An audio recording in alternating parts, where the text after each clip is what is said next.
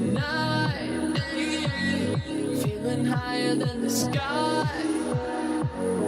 Yeah, we do it every night.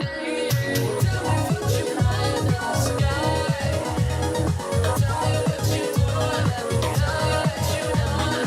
Tell me what you higher than the sky. Tell me what you doing every night. Every night. Every night. Every night. 'Cause we're the ones who bring the party.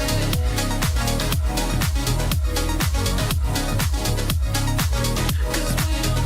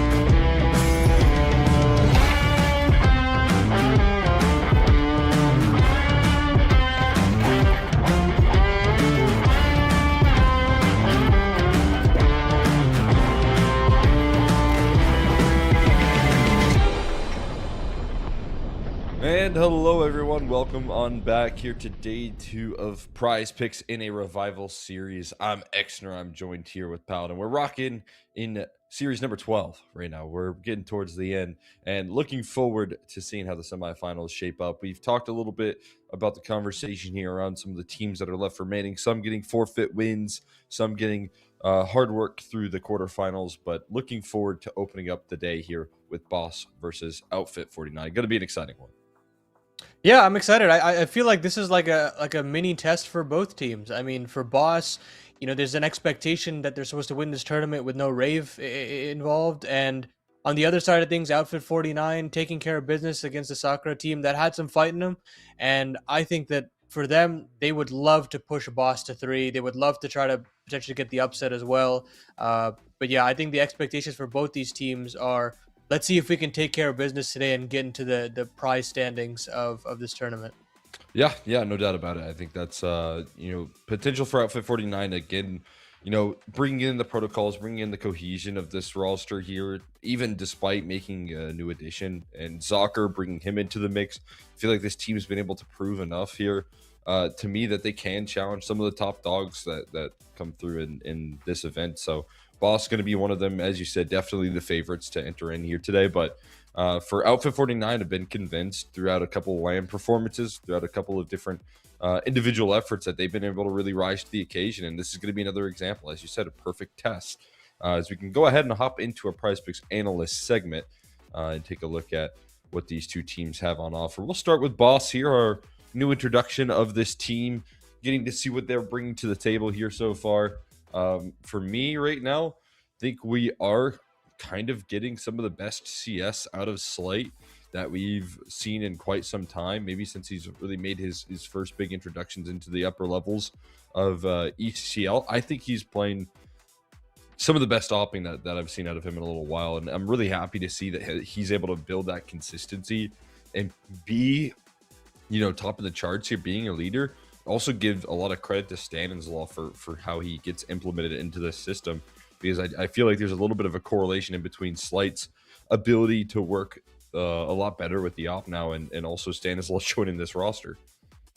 Yeah, I think about Slight's best performances pre-boss, and I think back to his like time on Forsaken, and that was with Stanislaw in the ranks, and I think Slight started to get into those conversations with best operators in North America during that time, and then of course some of the consistencies went down, and then he was bounced out, and Stanislaw again decided to rock with Fuzi. There's a bunch of different iterations that he went through, but every single opera that Stanislaw has played through has shown some really high highs. I mean, even Wiz included, like a guy that really we thought was going to be the duo that Stanislaw was going to move forward with. So that opping connection is definitely there. For me, I mean, my narrative when it comes to Boss is always going to be Fruit Cup. I think this is a guy that has shown some really exciting, aggressive rifling out of North America, and so a kind of burst of energy that I feel like we've been needing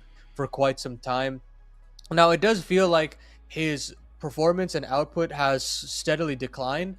I'm not exactly sure what it is.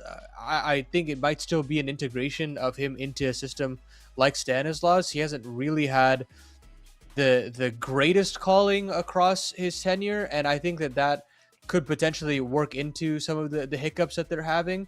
So I think that prediction's a little difficult for me. I think I look towards Fang, who's still, I guess, finding his footing back in top end North America, and I mean he's still putting out numbers to a point where I'm still excited to watch him play on a regular basis. Yeah, I mean, real quickly, I want to see what your thoughts are, because I mean, you mentioned Fruit Cup not having as big of an individual performance. We know that that's kind of been the case here, but you also have to look at the resources that are being split, and maybe positionally here having to deal with another star player, where I feel like Fruit Cup was the center of attention on some of the previous iterations of Boss.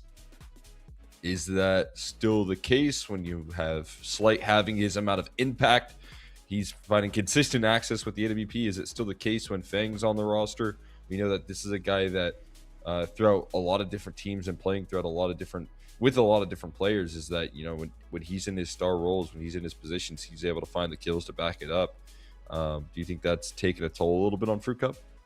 I mean, it's definitely whiplash for him to go from essentially a supportive element, basically hard entry, hard anchor, to star player, and then back to being an anchor slash supportive player. And I mean, honestly, I think that's where he flourished the most. That's where I think he felt most comfortable. And you'd think that that kind of switch back would allow him to get back to those high highs, but it's not been the case. And so I just feel like, yeah, I definitely think the resource management is definitely an issue. I mean, you think about how much resource Fang specifically has had to garner throughout all of his various rosters, and it makes total sense. But I think if there's any individual that can potentially balance all of these spinning plates, it's got to be Stanislaw. I mean, he's done it with some of the best rosters North America has ever produced, and to me, I think there's a very simple expectation for me that he'll be able to figure out what's going on with Fruit Cup and find a way to get the most out of him. So I'm not giving up on this duo in any situation. And again,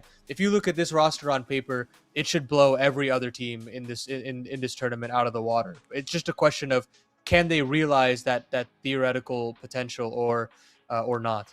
Yeah, I'm right there with you here. We'll go to take a look at the counterparts here, the competition that balls are facing today. And for me, again, the kill totals right now looking pretty spicy here. You're looking at Zocker out of the gates, an opera that again is going to be looking to get a lot of opening duels for himself.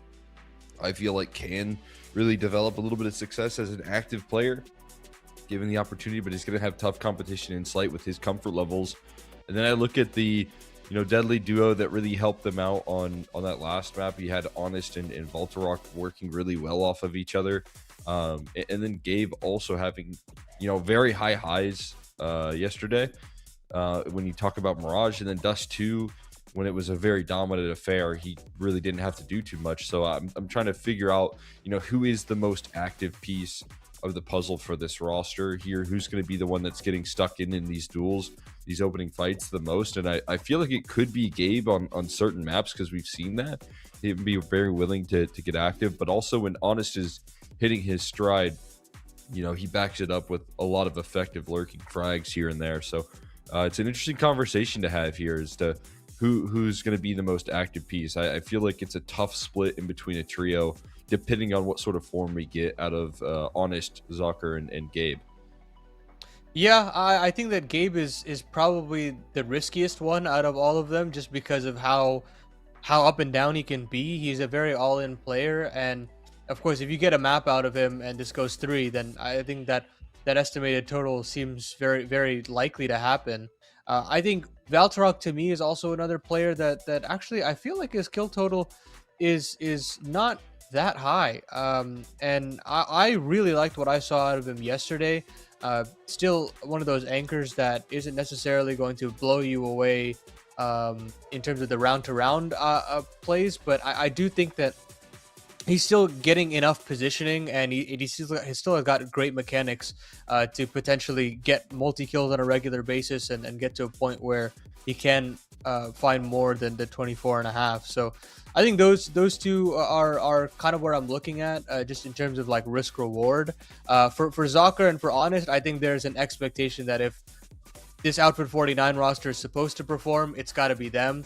And I think for Zocker, that aggressive opping style and searching for openings as much as possible is going to be paramount. I'm very excited actually for the Zocker Slight head-to-head, because both of these guys are very clearly scaling up right now, trending upwards in terms of how they're playing over the last 3 months. Yeah, I mean, and to couple that here, we've seen Zocker play one matchup here in total versus, like, I would say top level North American competition when they played NRG last year around this time in a CCT. So it was a short-lived series. It was pretty one-sided. NRG shut them down, but with a little bit more firepower, and I think competition that's more manageable, more in question with the boss roster. I would like to see what Zocker can bring to the table here in this conversation here as kind of a newer prospect. It's kind of a younger player here that's looking to slot in for this Outfit 49 squad. Is he going to be the guy that can change the tides and turn this from a team that can looks scrappy and maybe pluck maps off, but doesn't really have the endurance to take it full three mapper up against the top dogs in NA, or is it going to be a struggle for him to get activated versus tougher competition? I think that's going to be an interesting conversation to look for here as Outfit 49 look to prove themselves.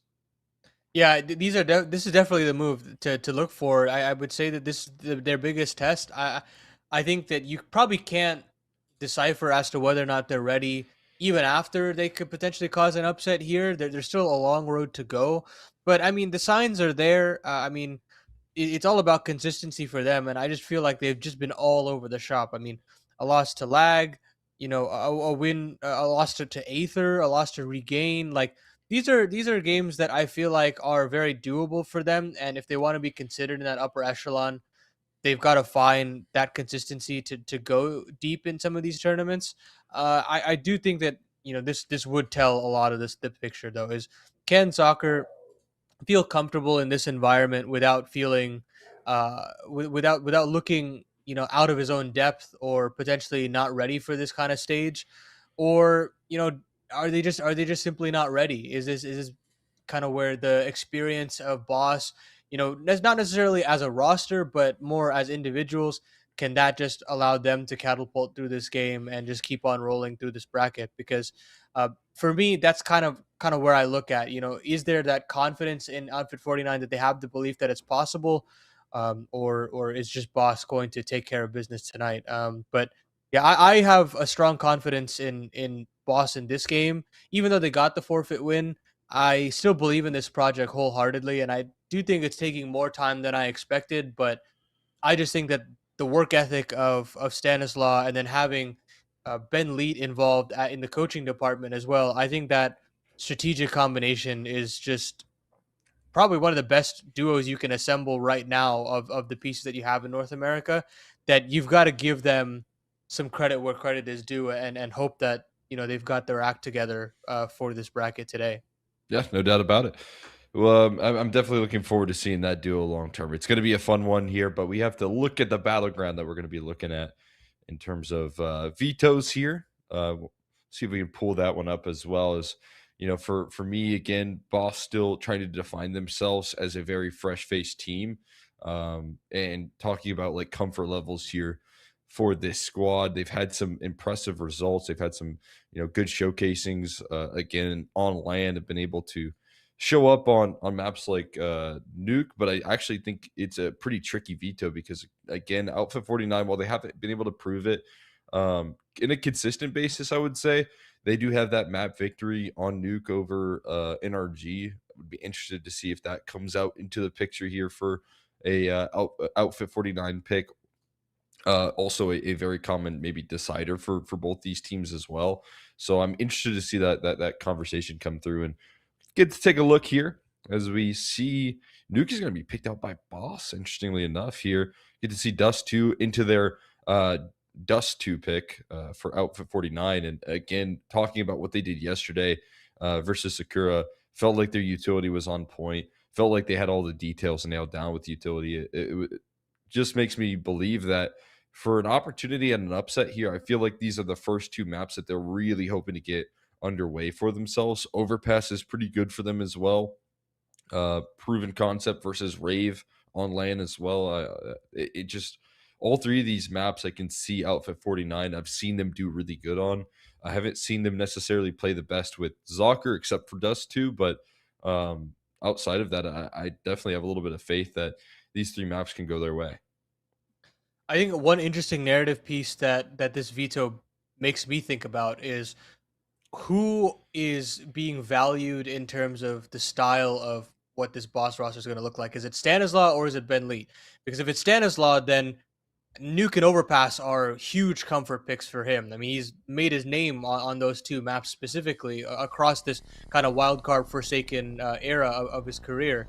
And then on the flip side of things, I mean, if it's the Ben Leet side of things, I mean, then this veto looks very unruly. I mean, it looks very worrying. So I think that'll be interesting to see kind of how the meeting of those two philosophies work out for this veto. And I guess the other downside is if it is Stanislaus' philosophy that's being pushed more so, Dust 2 was a huge issue for Wildcard and Forsaken previously. I mean, he couldn't buy a win on that map for, I mean, a 3-4 month stint against any type of competition. So I actually think that this Dust 2 pick from Outfit 49 is super lopsidedly in their favor. And if they can't convert that, they're not converting anything in this series. So I think that this should be the easiest lock of any map in the series if you want to start the conversation of an upset for Outfit 49.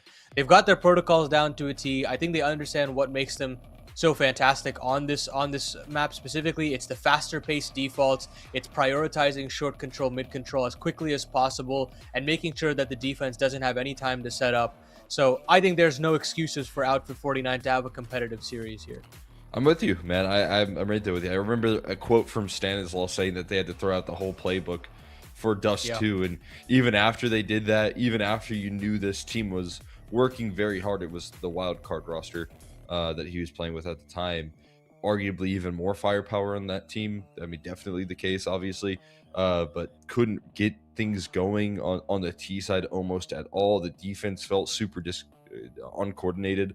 I'm with you in terms of Dust 2 being a great opportunity to open things up. Now, with different pieces, maybe with a little bit more time, and again, with a little bit of Ben Lee influence, maybe you can hammer away at Dust 2 with this new look roster and feel a lot more confident.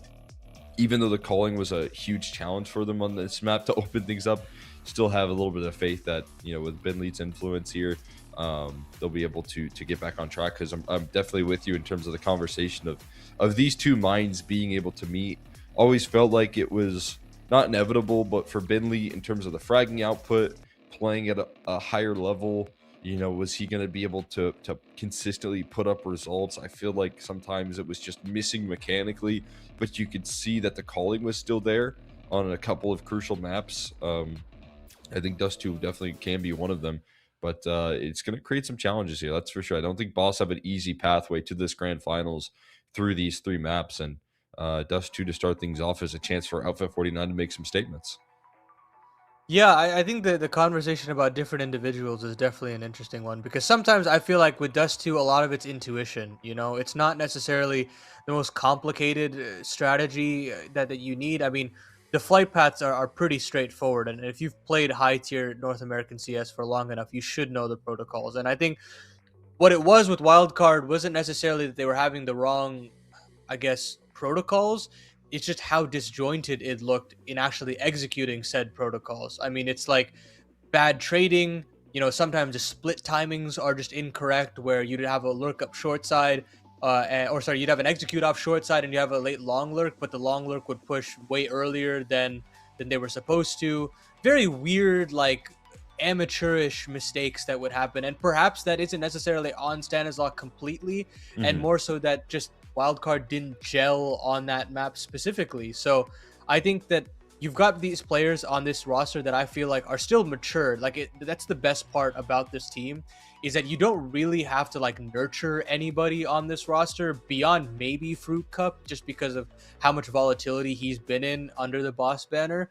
But other than that, like all the rest of this team should have an understanding, and maybe that variety change could change how they kind of approach Dust 2 moving forward.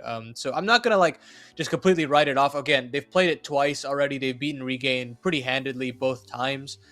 So I'm not going to just say they don't have a chance on this map per se, but I think it's definitely just one thing to keep track of moving forward. If there is a slow start, if the defense doesn't look like they're snappy enough on the rotations, if, you know, the reads on kind of collapsing on middle isn't fast enough, and Outfit 49 kind of have a lot of room to play with. Those are things to keep in mind about some of the woes that Stanislaus has had previously. But I think for Outfit 49, beyond Dust 2, it's how could you potentially manufacture a win on Nuke and Overpass, because both of these maps are not necessarily the worst in the pool for Outfit 49, but I definitely think that there were gaps on some of the maps that we've seen them play previously. I mean, I don't necessarily feel confident in some of their defensive protocols. Some of the rotations just weren't as snappy.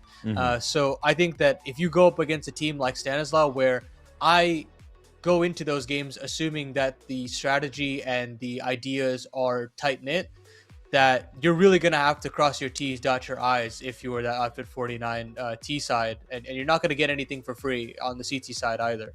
Yeah, yeah. I mean, I look at Outfit 49 on Nuke, and I feel like their rotations are super sharp. They played lag recently on it in CCT, and they didn't look great, to be honest with you. But before that, again, a victory over NRG on LAN when it came down to fighting for survival on LAN as well. Like, they were able to really show up and perform on that map. Now, I think it was NRG also without time to really develop with OC. I know he was a part of the project before, but that event kind of felt like a warm-up period where afterwards we did get to finally see in Krakow that NRG were a lot more prepared with some extra time to practice. But for me, Outfit 49 were able to manipulate really well on that T side. Felt like they had great protocols. They were constantly catching NRG out of position on that map, and that's where I give them a little bit of credit on Nuke as well, as a little bit of a confidence builder for them. Again, different roster. They had J Chance at the time. Now they're bringing in Zocker, so a little bit of a different look, but for me, it still feels like they can do some damage on Nuke. But it's, as you said, a different story. It's really tough, I think, when Stanislaw and Benlead are hammering away at the map pool. They're going to be a lot more prepared than NRG were to open up the year, where I feel like they were still trying to, warm up into things with the new look team. So definitely going to be a different conversation, but I'm with you. It's going to have to be everyone hitting their stride, everyone doing their job nicely. And then again, on an individual focus, like targeting a player, I think Gabe was incredible in that map of Nuke versus NRG. As you said, he could be a player that operates on high highs, and that's what he was doing when they closed out, opened up versus NRG like that. So my expectations still set pretty high for Outfit 49, but it's going to require all the pieces to come through. Yeah, I think the CT rotation point was really coming from when they had MDS opping, and I think that's kind of where it falls apart. And it's just a completely different game to play when you're CT opping and you're not expected to CT op, and you just don't understand like how to potentially rotate between heaven and ramp as swiftly as possible, and as well as supporting outside. I mean, it's a lot to deal with, especially if you want to op at a high level. And I don't think necessarily MDS was equipped to do that. He's not expected to do that, to be completely honest. So I'm not necessarily docking him. So I think all eyes are on Zocker of like, how can he adapt now that, this is your role, this is your expectation. You have to be comfortable in this kind of position. So yeah, it lives and dies by his today, and we'll actually get into the game now. So I'm excited to see how this series moves forward, and it starts on Dust 2, where there's an expectation here for Outfit 49 to put their best foot forward and show what they have if they want to potentially secure themselves a grand final berth. To find out here, I mean, all three of these maps right now for me gonna really require opping to have a large amount of influence here. Dust 2, Nuke, and Overpass all require it here. And now we get aggression coming through from Fang. Already set up for a little bit of aggro here, but it's B-Wills landing the kills to back it up instead. Striking with the USP when the dualies don't really connect. B-Wills will be able to back it up, and the tons aggression ends up panning out for a 2-for-1. They also stick Slight involved with another set of dual Berettas. So control remains dominant for the side of Boss, and it's about Outfit 49 being able to fight back into things here. Yeah, it's just so brutal when you lose that upper control. You can't really vie for it back with bodies through that chokehold, but they're going to try again, and Slight's got to be up to bat. They just turn away as they swing through. Oh my Luckily God. for them, though, there isn't a kill that actually comes through. Slight gets caught on the corner. So Zocker will have free sight lines into this B bomb site, but they know where both of these players are. This 3-on-2 retake is still very doable here for Boss. Yeah, low HP here on MDS. Zocker going to need to do a lot of heavy lifting with that Glock, and getting flanked right now. Still protected in the back of Big Box here, and he does strike here quickly onto Fruit Cup, but trying to dissect these duels and can't quite isolate it just yet. Stand low on HP, has the reload, but Zocker already connecting on a 4K. We asked what he was going to bring to the table here, and out of the gate, showing up clutch in a 1v2 there. Yeah, he has to be the difference maker in this matchup. A couple of fantastic shots from B-Wills, but unfortunately, it does feel like that sequence there from Slight inevitably loses them the round. Of course, Zocker just with some fantastic work with the ammo management, down to 5 bullets on that Glock, and as soon as the gun goes dry, it's probably round over for him, but still finds 4 kills, and you automatically have this clutch to ignite the Outfit 49 T side. Nice damage to start off on a B with that B anchor who stood tall earlier. But so far, so good for Outfit 49. Establishing lower control and soon to get short control if they so desire. Got kind of a counterplay here coming through. Flash setup for Fang. Again, you can see some priority from Stan and Fang playing in unison. Trying to set him up for some success on the aggro. It was B-Wells that netted him some of that early success, but he's going to have to do it again. As utility starts to come through, they can hard clear his position now. With that Molly to help out as a luxury, and Gabe will swing wide with that MP5 in tow. Ready to get that smoke down as well. Should be safe access for a bomb plate. You can see them sticking around for a little while here, but eventually might just see Boss try and fade away, hold on to their weapons, get a second bite out of this force bite. That's exactly what they're doing now. Gonna make the escape. Try and find some safety for a save. Now Outfit 49 hitting that B bomb site. Saw a lot of that the yesterday. game plan. So many targets for them versus Sakura towards that B side, and Exactly. to keep that trend true. And I don't necessarily see that from a T side all too often these days, where you want to establish upper control as quickly as possible and lower, and you're okay with not taking short before executing onto the B bomb site. And you know, there are downsides to that. It does allow for Boss to potentially have a third rotation in through middle, but so far it's working splendidly for them. It's actually a pretty forward-facing Boss defense on the A side of things, and you can't really ask too much from B-Wills. The most he can do is basically bluff and hope that he can drop a couple bits and bobs of utility, but it's not being respected just yet. We'll see how that develops. Of course, it's much easier to have a B-centered T side if you are going up against weaker guns. But now, Boss will try to make things uncomfortable for Outfit 49. They go full aggressive into the middle of the map. And again, Outfit 49 will bypass all of that, and they'll just go bounding into this B bomb site. Gabe doing a good job of handling the aggression. Slight does connect a headshot.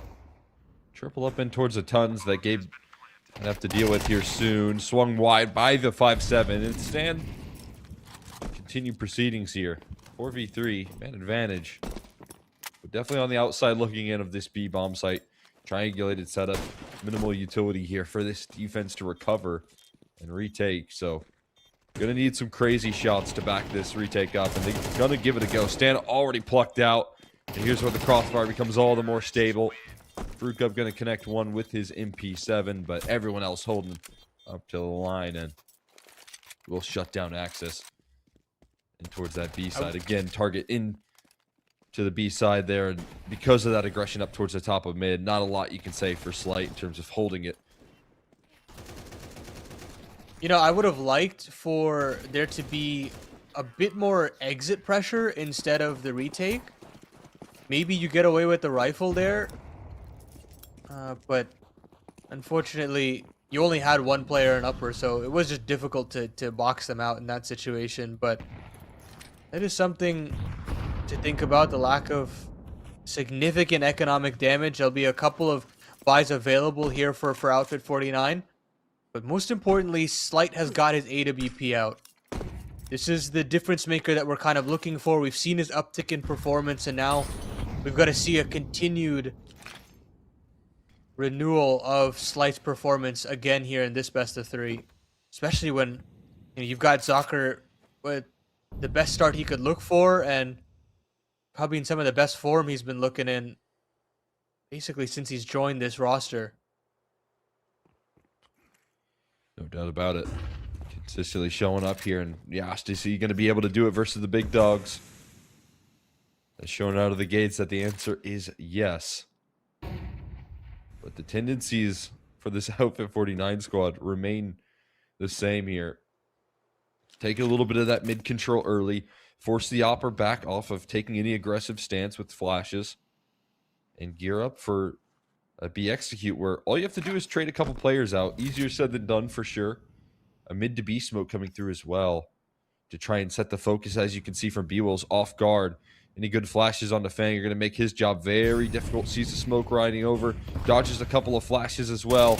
And now it's a one-way street out of tunnels. Fang 1-for-1. B-Will's up next to bat here. The patience on the aggression pays off, and it's MDS on a double entry. Desperate smoke spam out of Stan that won't connect. And a fadeaway that has to come through here. They realize a little bit too much is lost.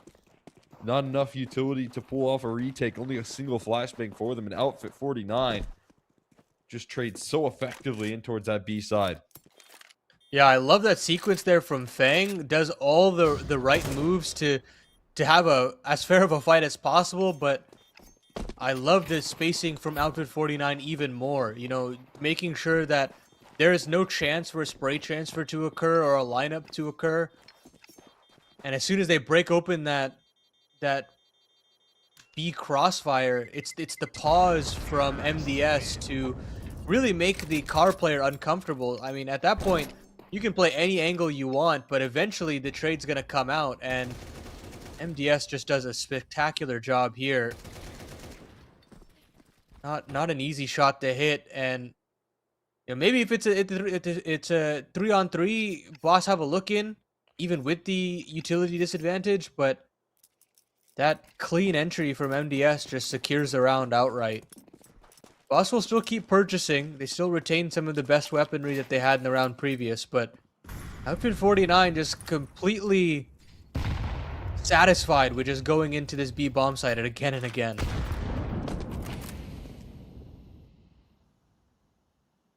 No doubt about it. I mean, why switch up what has been working so well for you? Here's a different approach, though. Slight, boosted up, but this is where I think the details look the best for Outfit 49. Always having those flashes, always having those protocols set in stone. Stan gonna win that duel, though. A boost up to try and punish the Opera on the totem pole. And Stan is the one that strikes first, not the boost. Elevated. Shocking opener here, that's for sure. Now Voltarok taking a timing out towards B. Gets caught by a jump spot and baited into B-Wills. Fang just selling the distraction of flash re-aggression here towards the long side as well. And a lot more better on the sequence here. The Boss defense, it's slight though. With a missed shot there. MDS with another opener, creating some space up the catwalk. Now the bomb just has to get involved here as well. And start to have a conversation here as to closing this round out. MDS looking to create even more space by dropping into CT. See what he can find here. Smokes can do a lot of damage right now on the catwalk. Zocker trying to get it down range. He lands the shot before the smoke blooms. And so now a 2v3. Zocker getting tucked in towards Gandalf as well. Molly not going to flush him out. Starting to paint the picture, though, as to where these players are located. And they'll deal with them on the retake. Not enough health for Zocker to resist, and B-Will is going to come through with a comfortable defuse. Yeah, great work there from Boss to realize, hey, you know, if you want to B-centered defaults, let's take some space. Let's try to confirm this information as swiftly as possible. You know, they shut down Honest straight away, and then it's the flash play into long that's also fantastic there for to get Fruit Cup involved as quickly as possible as well. It's a valiant attempt from Outfit 49. You know, they get the space into that A-bomb site. They still get a plant, so Zocker can still purchase into this one. With that AWP, hasn't actually taken the shot just yet, but yeah, it's like you still got a lot to play with here if you're Outfit 49. If you want to have a slower paced default where you spread out across the map a little bit more, you've got the real estate to do that. There's the flashbang there, slight boosted up again. But you can see that Outfit 49 are never going to let opening picks like that happen, except for Stan's Law is a bit of an outlier in terms of the boost setup. But this off angle could be good. Slight missed his chance to execute and end the round early last time around, but avoids the flashes and now can look to remain surprising. Doesn't want to overstay his welcome, though. It's the cat utility being tossed in. Beewell's having a tough time playing on the edge of this smoke. This Alpha 49 squad just trying to draw out as much utility as possible with 50 seconds left. You got MDS on a solo lurking effort. Slight. Surprising that he's not calling in for any extra assistance, putting the weight on his shoulders alone to deal with this cat utility that's creating so much confusion, but with Slight dealing with that pick.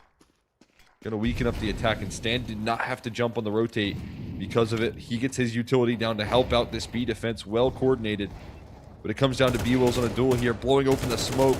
It's Stan that continues to provide assistance, but they still make the breakthrough. Zocker with 2 op kills. Fang under the microscope here. Won't last long. And it's all Stan here, trying to resist the aggression in towards middle, but finding a chance to isolate these duels. His ammo runs dry, and the wall bangs come through. A complete denial as Outfit 49 break through with Zocker's double entry on the op. Listen, there is so much chaos in this round from Outfit 49. They're throwing crisscross smokes, they're throwing Cat XE smokes, and you're just, whoa.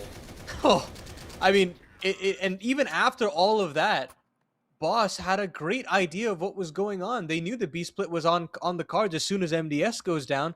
The protocols to try to blow up the smoke in middle and make sure that that mid B-split doesn't happen for free was there. Stanislav finds necessary kills. But when you got Zocker on a turret op like that, just spinning between angles and nailing every shot, it all kind of falls apart for Boss. They don't really have a way back in when they're not getting any sort of trade frags and slowing them down on the offense. And then it doesn't help that Gabe's also nailing the entries on the actual B site proper as well. So we were saying that all of these individuals really have to step up. The X factors for Outfit 49 have to be there. And so far, every player has kind of stood to the call of duty almost every single time. No doubt about it, man. Super impressive. Now MDS rocking the op here, as he's got the long spawn. And mission accomplished. Taking that control can allow for his riflers to start to scale towards the long. No one crossing in towards pit. Communicated over to the rest of the squad. So some luxury in the early map control is Outfit 49 looking to change the approach. But on that boss side, just imagine the communication that's being called out right there. You've got a lurk smoke, multiple of them on catwalk for Slight to panic about, but he's still able to do his job and deal with that. You got Stan blowing open the smoke and providing a lot of coverage, helping out that B defense, but it's just all not enough. And that is a concern here. You got the individuals rising to the occasion on boss at a certain level, but Outfit 49 proving a step ahead. Now boss look to get some information here. Good utility to scale up towards this long side. A silent approach, walking close on the long wall. Is this elevated angle going to spot players walking on the inside of the smoke? It's not. Gabe catches Slide off guard. They're already skilled in towards this A site. A big play from the FAMAS out of Fang, but it only nets him a one and done.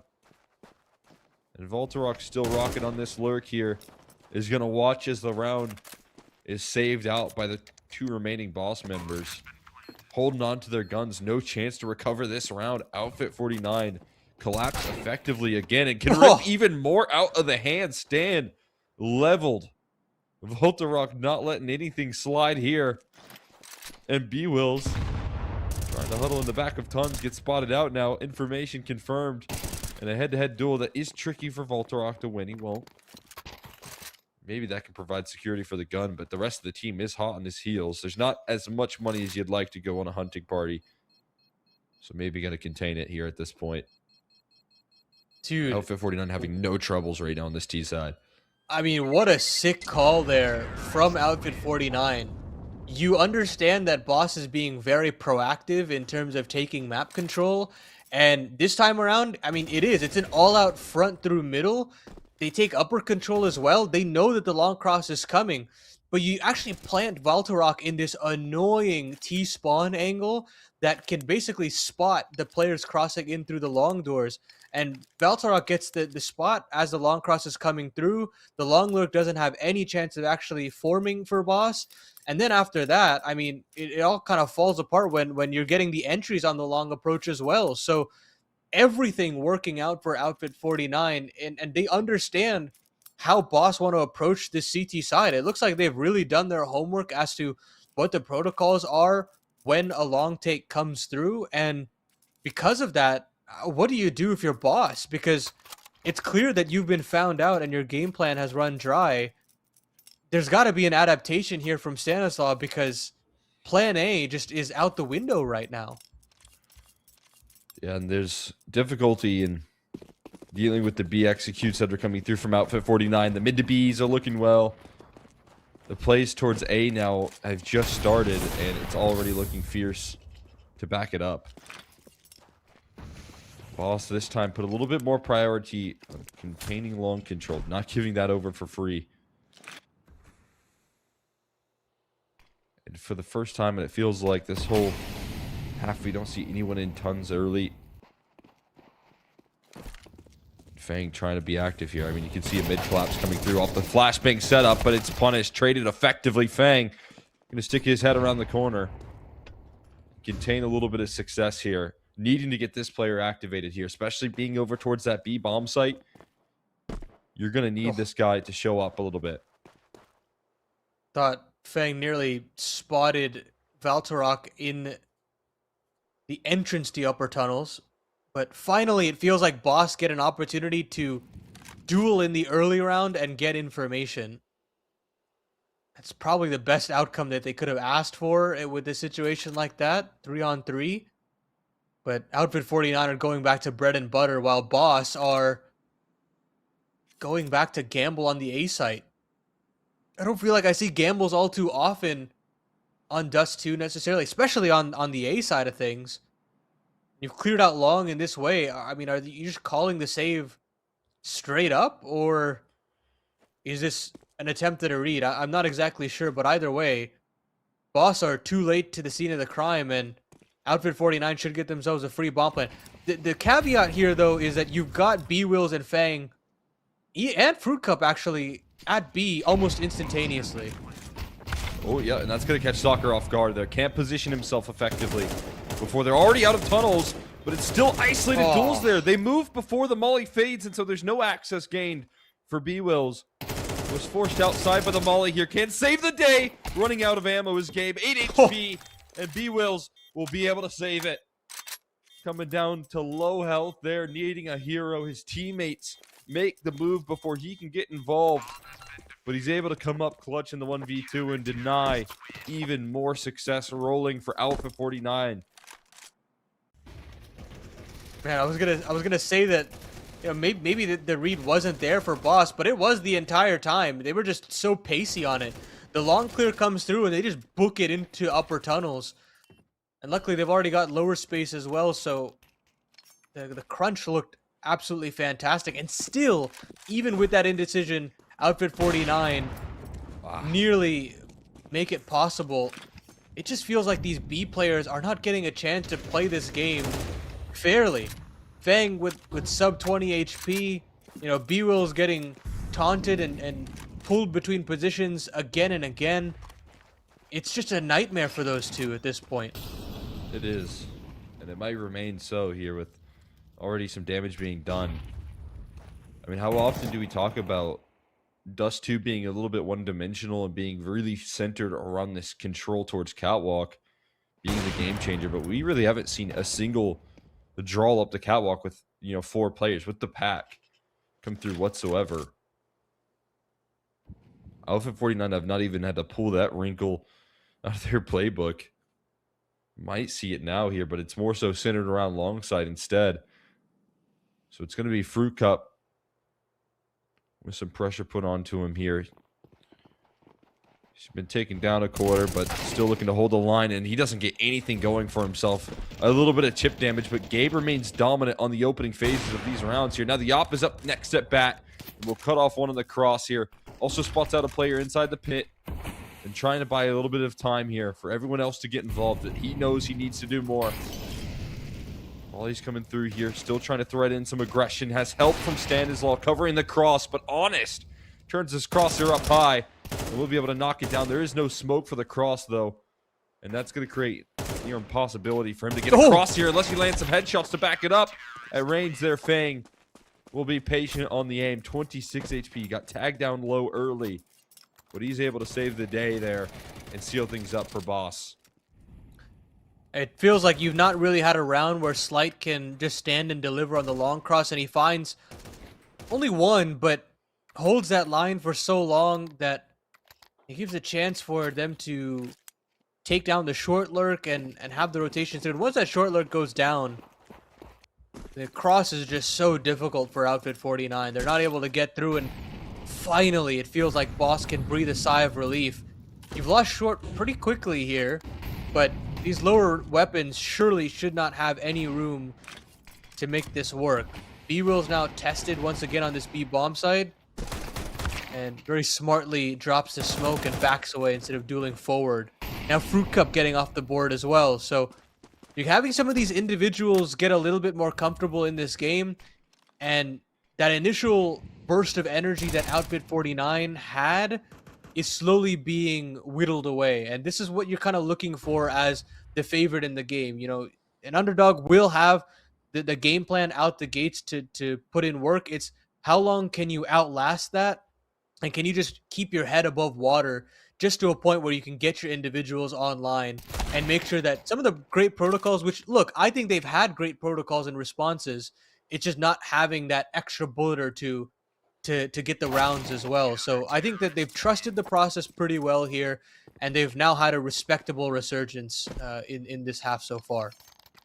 Yeah, I'm with you. I think, there's a couple of rounds where on that B defense, B-Wills was put under pressure, but then you still had Fang there who needed to get, at least one for them to be in conversation for some of these rounds, and he was just not being able to find it, whether that was his crosshair being in the wrong position or if there was just effective lurks coming through from Gabe, something of that nature. But the fact that he is online now, having a lot of impact, is a difference maker. Last piece of the puzzle you'd like to see warming up here is Slight, but he doesn't have an op to do so, so probably going to be looking forward to the second half to see him come alive in a big way. And now B-Wills put the pressure on this B site, very vulnerable, trying to set up some utility for himself, and that's a great flash ping to do so. B-Wills trying to buy time here now. Double up on the flank through tunnels, is rolling up quickly, but a smoke is already inbound here, so some safety on this B site found once again. Their bread and butter of taking control on B might work out once again.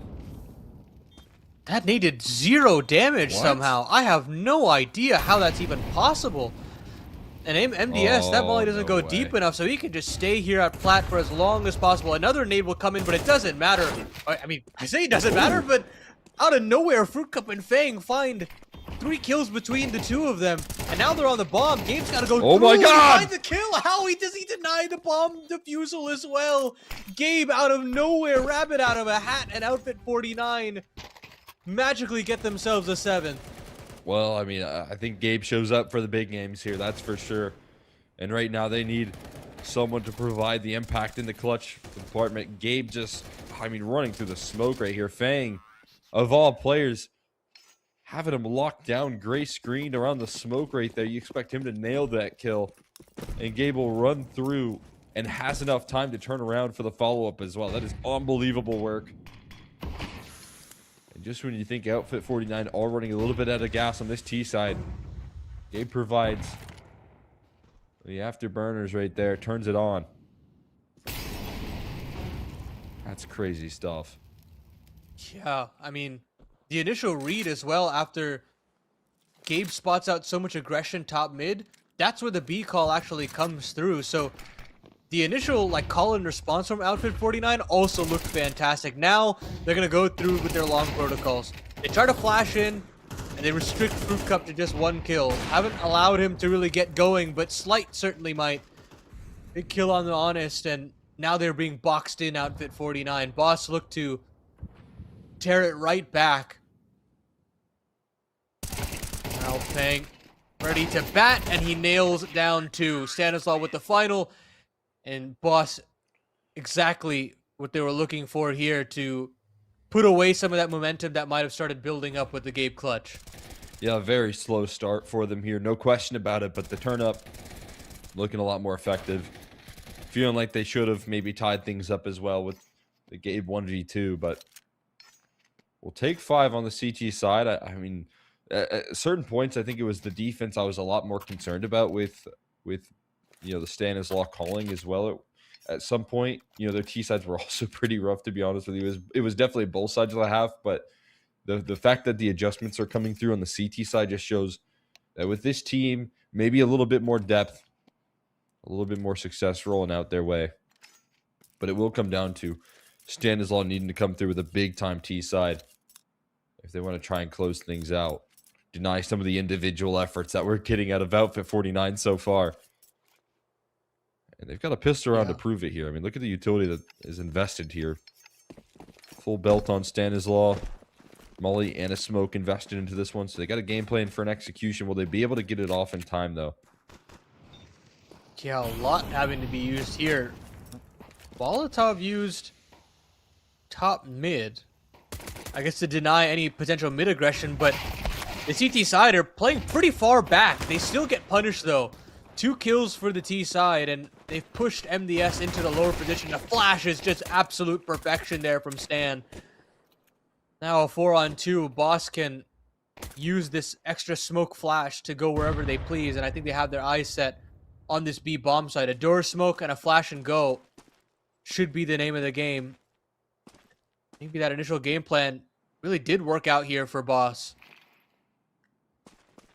Still have some good utility to try and isolate, but they got to get it down. They've got to get out of tons here ASAP, and Stan is going to be disrupted. Meanwhile, Voltorok looking to provide even more chaos, but won't be able to hold it up against the aggression out of the B side. And in tunnels, a chaotic duel for Gabe, and no more heroics for him this time around. It's Boss looking to tie things up here with a pistol round conversion. Great utility, and Fruit Cup capitalizing on some entries here. Even with the opening duel here, not enough as Fruit Cup goes chasing these frags down. We'll be able to put 6 on the board for his squad. A force bite is coming through, though, at the side of Outfit 49. Trying to keep up the intensity here. Yeah, you don't want to ever let your foot off the gas and let the favorites potentially run away with this one and have all that momentum going. But Boss on the other end, they're looking to put an end to this force buy as quickly as possible. They get themselves long control, and they don't see anything. So, an understanding that maybe guns were purchased, and that maybe there's a couple of traps being wait to be sprung. Smoke can come up on the cross here for Boss, and an instant gamble from Outfit 49. 4 players rush to the response to that smoke. Now, what can they realistically do with these pistols is a real question. Yule's going to start to slowly inch his way in towards the ramp side. Gabe up close with the 5-7 will be found out. Helped out by some smoke spam coming through there as well. And up close and personal, these pistols not able to thrive just yet. Neither is Honest. And it's Zucker and Voltorok maybe looking to hold on and keep their guns up for another one. Some good utility for Boss to scale in towards the site and nail down some kills here without any concerns. That should be a well put together round here. Boss to tie things up. Showing out on their T side as well. Something important for this team to show some development in the map pool. Find some more comfort. Well, at least get to see them, potentially take a lead here as well. Yeah, and I think there's a lot of statements that you can get if Boss can somehow convert this map, right? It's that, hey, this roster is different. It's not previously led Stanislaw rosters where they struggled on this map. It shows some depth in that pool, as you're mentioning. And it strikes some fear into North America of do we want to even test this map moving forward in a best of 3? Would we rather opt in for another option instead?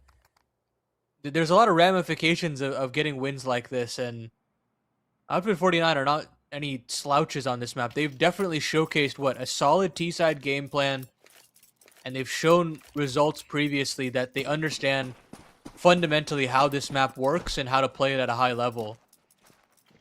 So a great little test here for Boss to see if they can grind out this win on the offense, no less.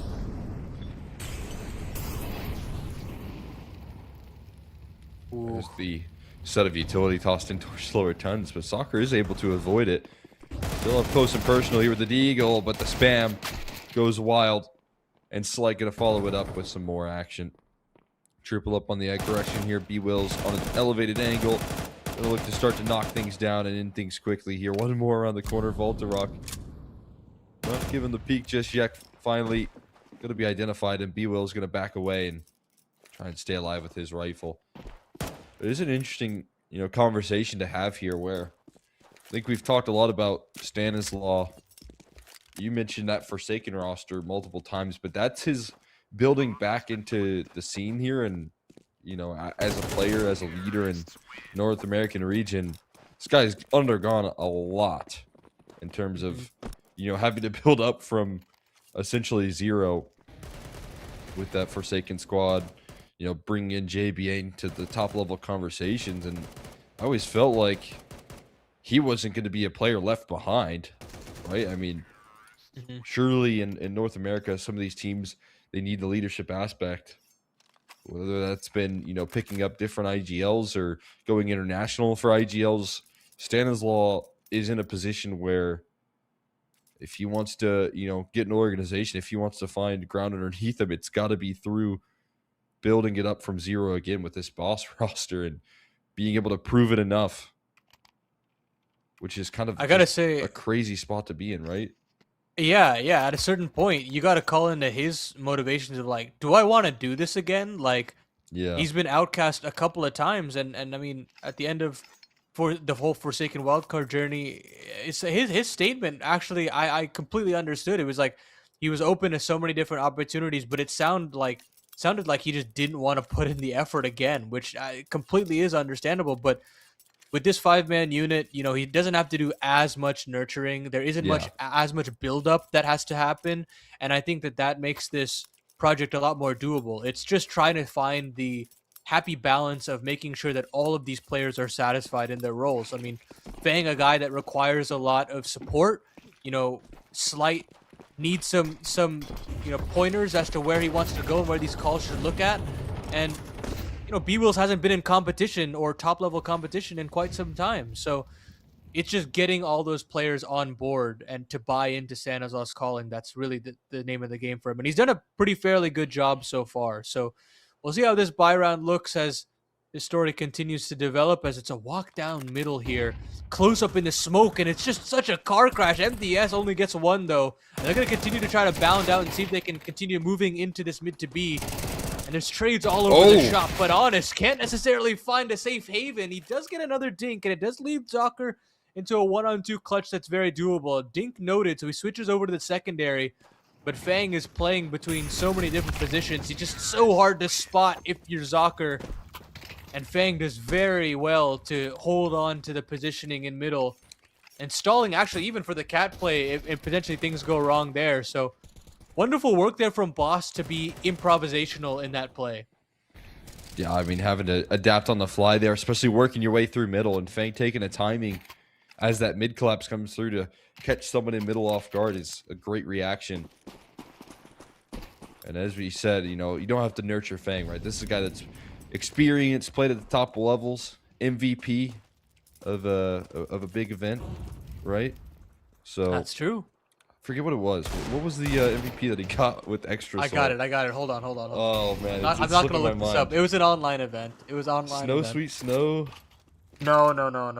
I can see the logo in my head. Oh my gosh, I can't believe I'm forgetting it. But MDS cracks open 2 with the Deagle, and he's has no problem jogging the memory there of Boss. Quickly getting this round into the picture here. Now a difficult 2v4 to work out of, but they're starting to make some strides. And Stannis, the healthy player, needs to remain active as Slight is down low, but Honest won't allow it for any more damage to slide here. It's just on Slight with 15 health. Catches some visual on the game, but it's another 1-dig that rattles off. It will close things down. The Deagles remain deadly, and a big step up on the mechanics for MDS, letting them walk right into his crosshair. Double dig.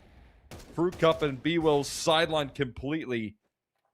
And Outfit 49 needing some resurgence here. They fell on hard times, but that is a catalyst to get them back on track. I'm shocked that AWP shot from Slight doesn't connect, but MDS, man, how does he produce that from that position, no less? That's a one and done at best, like 9 times out of 10. And yet still, a new lease on life for Outfit 49. Really felt like they were quietly going off into the night, but not today. AWP still out for Slight, so the buy still looks healthy on the boss side of things. And now, Bang looks to get up the short side alongside his teammates. So, no crazy aggression now from Outfit 49, still willing to play out these more passive setups. And a couple of flashes pushes Zocker off the angle, so I give the slight advantage to Boss now with how much space that they've been given and the lack of information that Outfit 49 have at their disposal right now.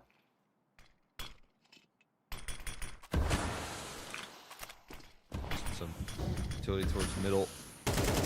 Down here as well. Caught a visual, and Fang is going to be able to open things up. MDS, the point man of that last round, going to be found out, but Zocker, he just nailed it straight through the smoke. Had the backup from at least maybe the radar information from his teammates, but they're trying to take this mid to A approach right now.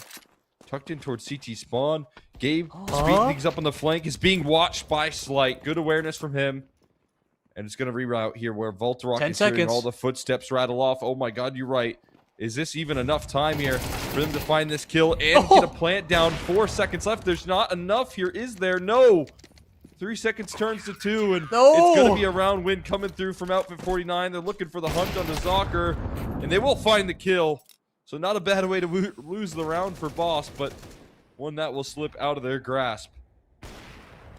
I'm sorry, Cole. This gives me shades of wild card. I hate to say it.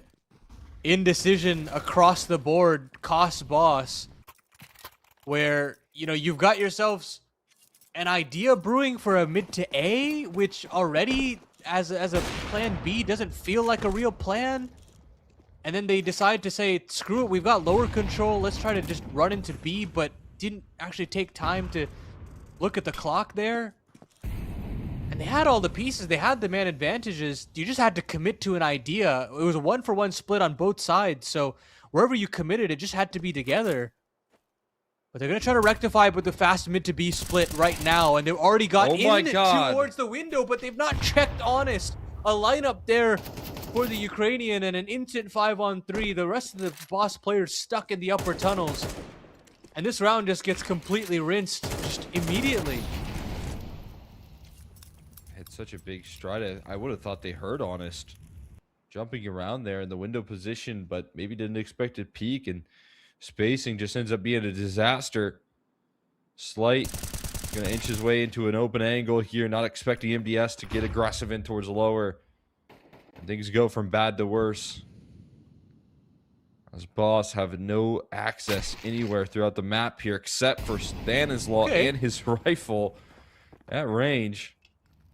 Gonna nail a nasty headshot here, but need a lot more than just that, because this approach here from Zocker and Voltarock feels a little bit too much to bear. It's a 1-for-1 trade that they can definitely afford now. Missed op shot, and Stanislaw needing an ace clutch to seal things up, is slowly scaling his way out, but you got to plant the bomb in this 1v3. That feels like an impossibility here. Some shoulders being seen, looking like a collapse through the door inevitable. He finds another headshot, spots out at one more. Gabe walking through the tunnels. Both players giving him duels. And Stanislaw finds another. But MTS will come through with the finishing kill there and save Outfit 49 from Stan hard carrying him through that round.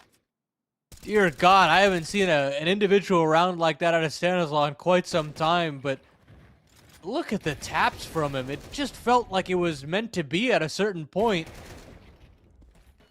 I mean, first of all, I thought that was going to be him trying a jumping headshot, let alone settling up on the boxes. Yeah, that is weird, but it works out. And this is the last time out now for Boss, though. They're gonna have to take a save, I'd imagine. I wouldn't have minded a full purchase, but it's just the tail end of this game. You want to have all the finances, and sure, you're like right there breaking the CT money, but eventually you just got to cut your losses. And I guess the round previous was that round. But Stan has gotten a hero Galil here and some armor. I think that'll just be the purchase. I mean, he is 19-9. Like, he's feeling it for sure. So have that, and I'm sure he wouldn't mind playing with the Galil in the next round either. So he'll see what he can get done himself, as they've got still some bits and bobs of utility to make this one work. I gotta start to move here. I mean, the last 2 or 3 rounds we've seen have been contact plays out of middle that maybe should have netted them more than what they were actually able to gain. That multi-kill that was almost drawn out to me, to a big surprise. I thought that boss were going to be able to catch them off guard, and it was shaping up to be a good call, but didn't have the kills to back it up. Fang and Fruit Cup caught in a traffic jam without the reaction here, so trying to get on the scene, take an approach up the catwalk, but it's a quick shot coming through from Honest, actually. Oh! Towards the A side. Now the long crawl comes through as well, and it's a labored spray, but Stan will be able to finish it. Soccer underneath the microscope and tapped out by B-Wills. 3 kills towards the A side, and a quick recovery effort needing to come through. It's a clutch offered up, but it's Fruit Cup Stiegel that will steal the round away when they need a moment to breathe life into these rounds here. Outfit 49 fall apart on the site, and it's a big revival coming through from Fruit Cup here with the Deeg shots. Yeah, that's the one weapon that I feel like Fruit Cup has always had some significant proficiency on. He's looked so good on that Deeg across his career. And when they've been looking for him to wake up here, he absolutely has. He's been a force on this T side, as you kind of hoped. And now, Outfit 49, they do end up losing that round and breaking their money. Oh. But hey, we've got to slow things down here. MDS still gets an entry. But Slight with the response gets the B anchor dead in Valtorok straight away, and so they have a route into this B bomb site. So smoke will come up, and it should still be okay. But MDS and Honest pair up for another couple of kills. 2 on 4 now for Boss to try and weasel their way back in, but this eco is still looking very dangerous. Gotta make a move on in here. They're trying to even out the odds by getting a kill before the retake ever comes through.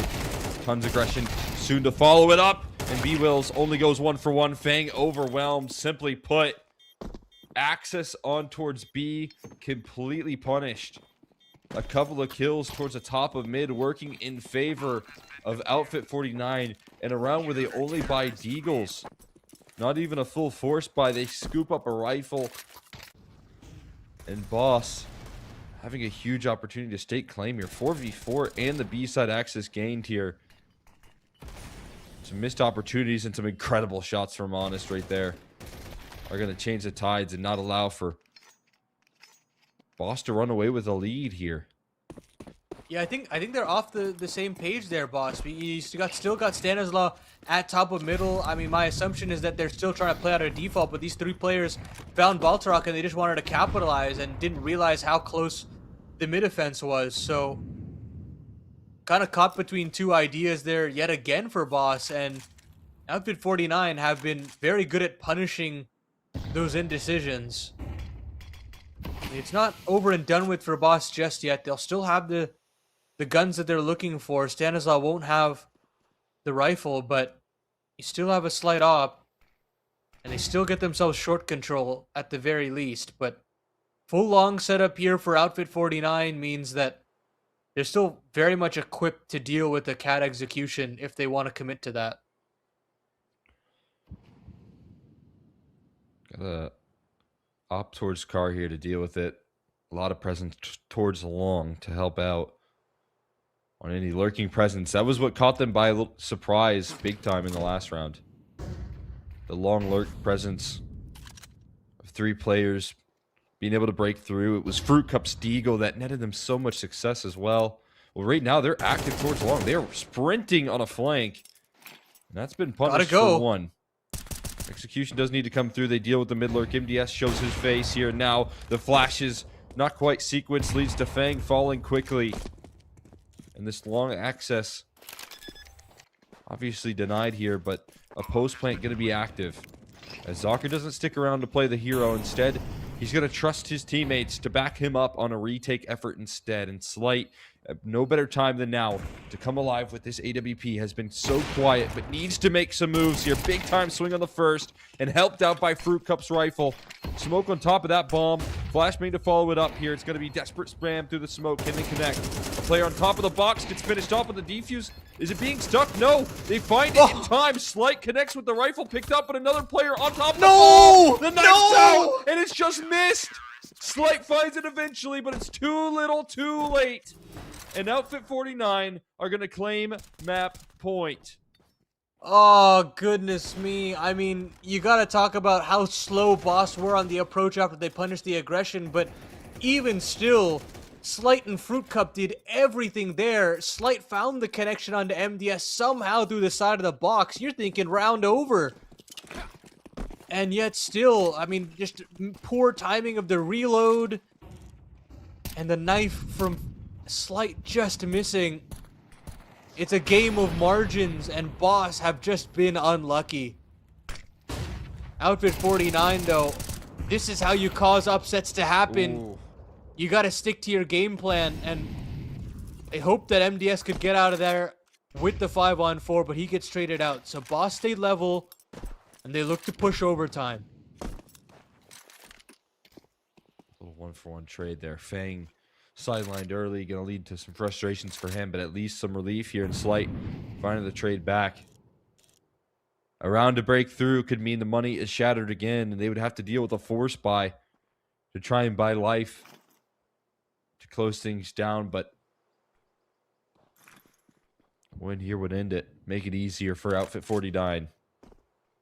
Required so many heroic moments, so much big individual effort, but a slow crawl up the long side.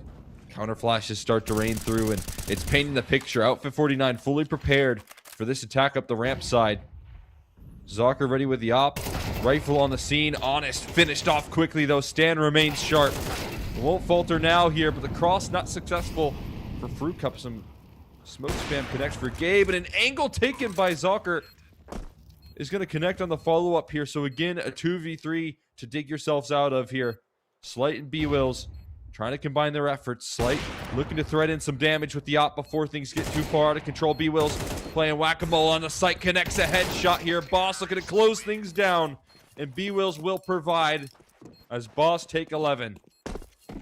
Oh, Stanislaw now calling a much better game. It feels like he finally realized what's been working so well. And you think about the start of the half and some of these effective long crawls and how even if there was a 4-player stack with the control coming through, they were still able to win the rounds pretty comfortably. And so he goes back to that play, and sure, they lose bodies before the post plant comes through, but this time you've got Slight already crossed over to the left side of the long cross, and he can just fire away with that AWP. Plays confidently and plays into some of these angles and make sure that the CT side cannot get settled about potentially crunching onto that site player in B-Wills. It's a great synergy between the two players in the clutch, and they hold on for just a little bit longer. You're starting to see a little bit more chemistry out of some of these 3-on-3s, 2-on-2s that you would have potentially favored Outfit 49 with in rounds previous, but finally some of the clutch is going the other way, and maybe they've got just a little bit left in the tank to push OT. I mean, this is the buy that you got to do it up against. It's a pretty meager one from Outfit 49. Really, the scout from Zocker being the best weapon, and again, Boss will get themselves long control, that tried and true method. They want to stick to what works. To end it all here. Going back to what has been their success story. Smurfy's going to be tossed in towards doors, and the scout trying to thread in some damage, but no connection. Instead, a quick finisher offered up by Fruit Cup X. As they push and prod a little bit towards middle, they're going to fall back in towards long, but following in the footsteps is a duo. MDS and Gabe trying to connect on a flank here, still being watched. Fruit Cup keen on covering his teammates and sees the shadow early. Gabe shadow poking through just the same.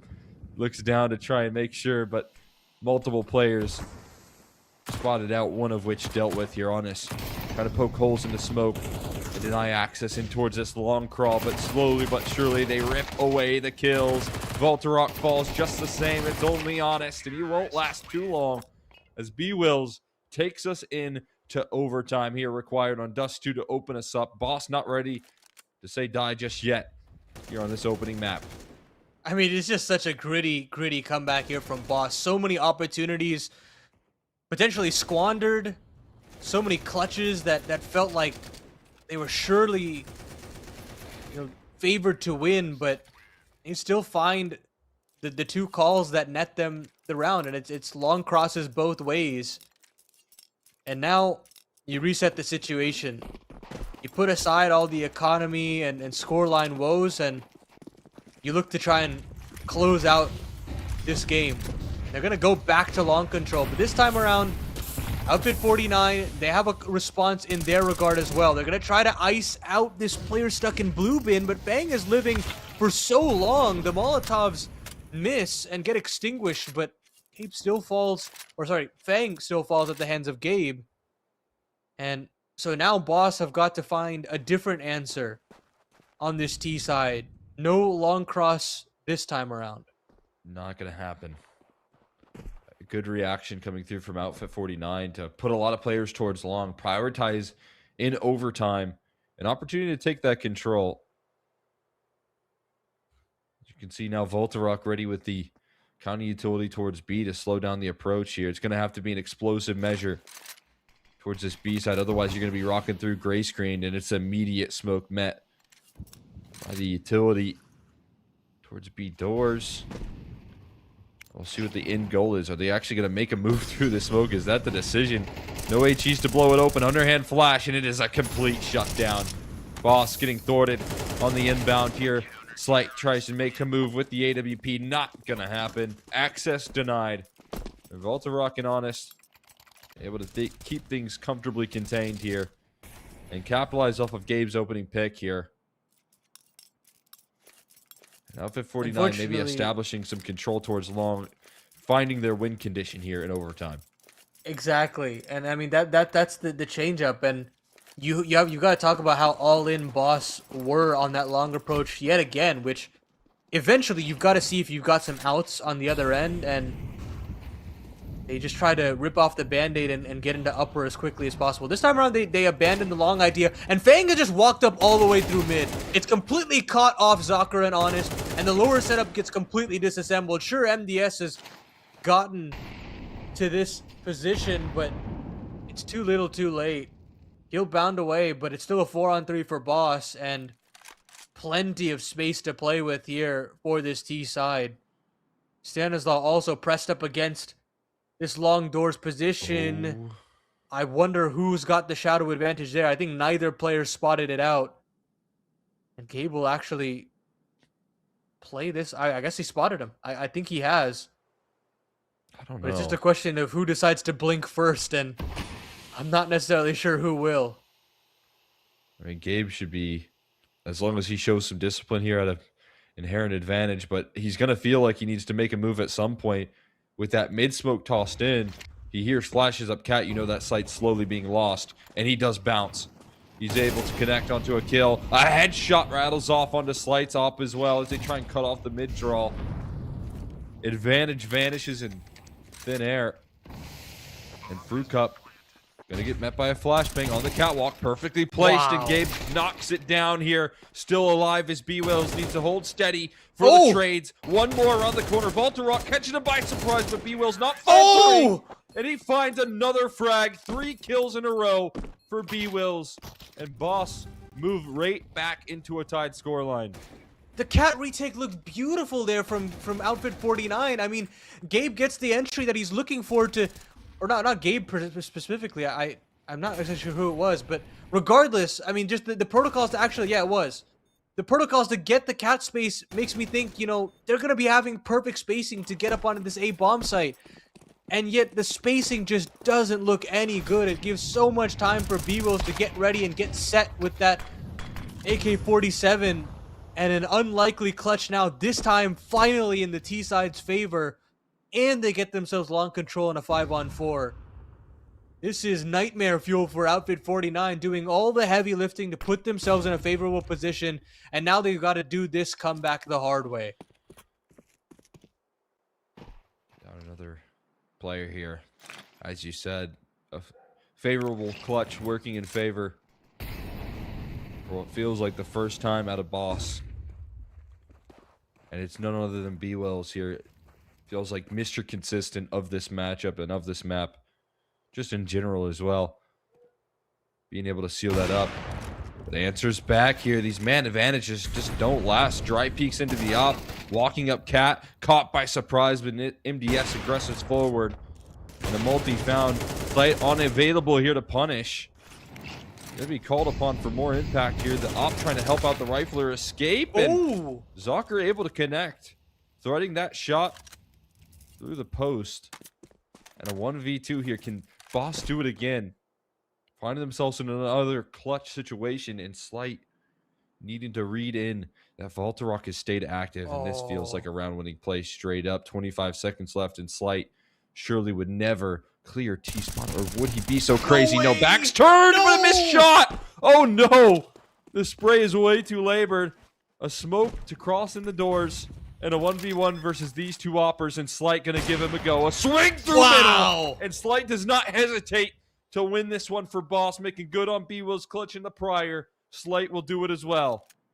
Oh, now you're getting these individuals fired up here on the Boss side. Some misses from Slight in the middle of the map, but he makes sure that that doesn't happen again. You gotta commend Stanislav for doing some damage through those doors as well, because if that damage doesn't come through onto Valtorok, that's not a one fight for Slight regardless of the whiff spray. So huge work again in the 2vx for Boss, and now surely you've broken the camel's back, so to speak, for Outfit 49. Two of those clutches just not going your way, and maybe, just maybe, that gas has run out of the tank.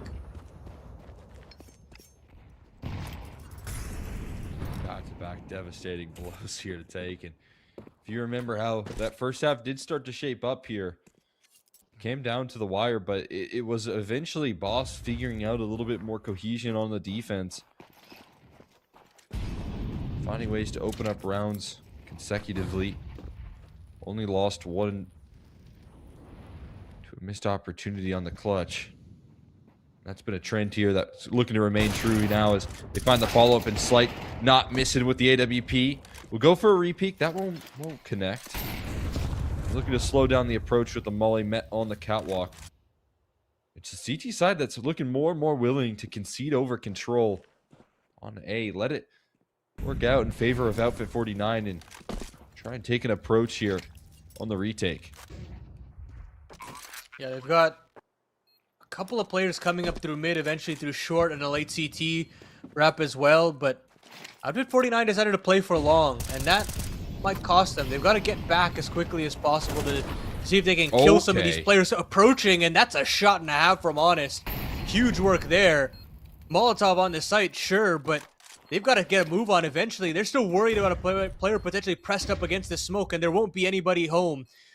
And now with the bomb more than halfway ticked, this gives a real chance for Outfit 49, but shots from Fang pulled him back into the question.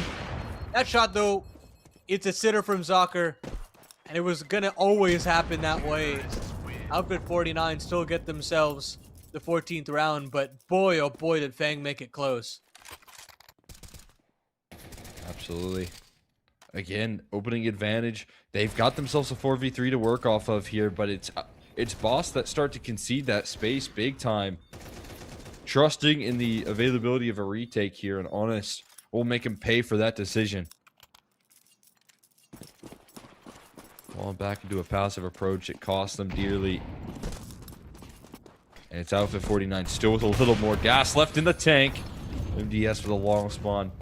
Only spots a sliver.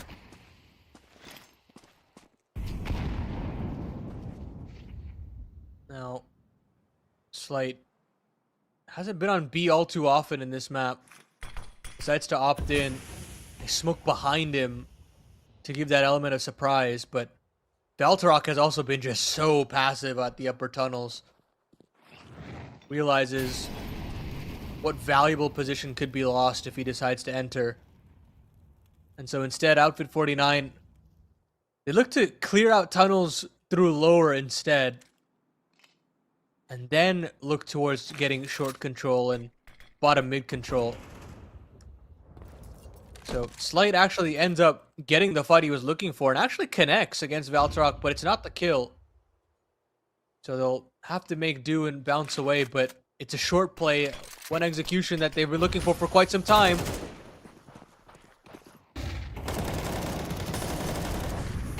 And Fang able to capitalize here in a lot more unity this time with more structure on the defense here. It's a quad from the Canadian duo looking to close things down. Valtorok has a little bit more to say, but on 2 HP shouldn't be able to have much going in his favor. And it will be finished off by B-Wills. And it will be Boss looking for one opportunity here on map point to try and close things down. Nice utility to counteract the measure here. Fang jumping up and helping out Stan on the contact. And it just leaves Valtorok with no good options as a last-ditch effort towards the long. Boss are looking to push things across the finish line. Claim themselves 16. Does Outfit 49 have any more to say? They're hoping MDS does. Going aggressive for this B play. But nobody home. Instead, this is a crazy bluff from Boss. We're going to look to potentially getting some mid control with B-Wills at the ready, but finally moves back over, and this boost has not necessarily netted a kill or a couple of kills in quite some time for the CT side, and they actually disassemble before the swing comes through. Honest instead will look through from the lower side, and they should still be able to get some short control. But now Slight's trained in with the AWP. He's got a chance at a couple of kills, and he finds a collateral out of nowhere. That is absolutely obscene work from Slight. And you talk about luck going every which way in this game so far, and now you gotta say it's firmly swung into the favor of the CTs.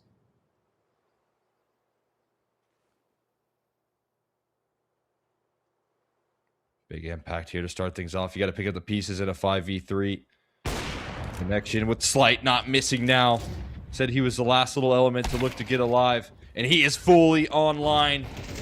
In the 30th round, looking to put the finishing touches. The ace will be robbed away, but it's Stan to still seal things up. And Boss push it across the finish line as they're able to connect. Clean op shots there again. Slight coming alive. It felt like he had, moments out of B-Wills, moments out of Fang there. Stan was popping off in so many individual moments, but we were looking towards Slight to find a little bit more impact on that op as the half turned into overtime. And we got that as OT took over. Slight did as well. And Boss now able to level up, even despite a scrappy affair on Dust 2. They're able to close things down. Yeah, a real gritty game for Boss. And I mean, it just feels like so many times in that situation where you should just kind of give up and say, mentally we just cannot check our way back into this. But they stood tall throughout the entire time, and you got to commend the leadership from Stanislaw in terms of clawing it back and then having the right calls to kind of go back to back with the long control and pushing us into overtime in the first place. And even with that, overtime had some bumps in the road as well. It didn't feel like that was too clean on every sense of the word either, but you got to commend the individuals stepping up where it mattered. You had the B-Wills clutch, you had the Slight clutch as well, and that's eventually what causes them to pull it over the line. Of course, some cohesion issues still there and still having to develop for this Boss roster as we kind of expected.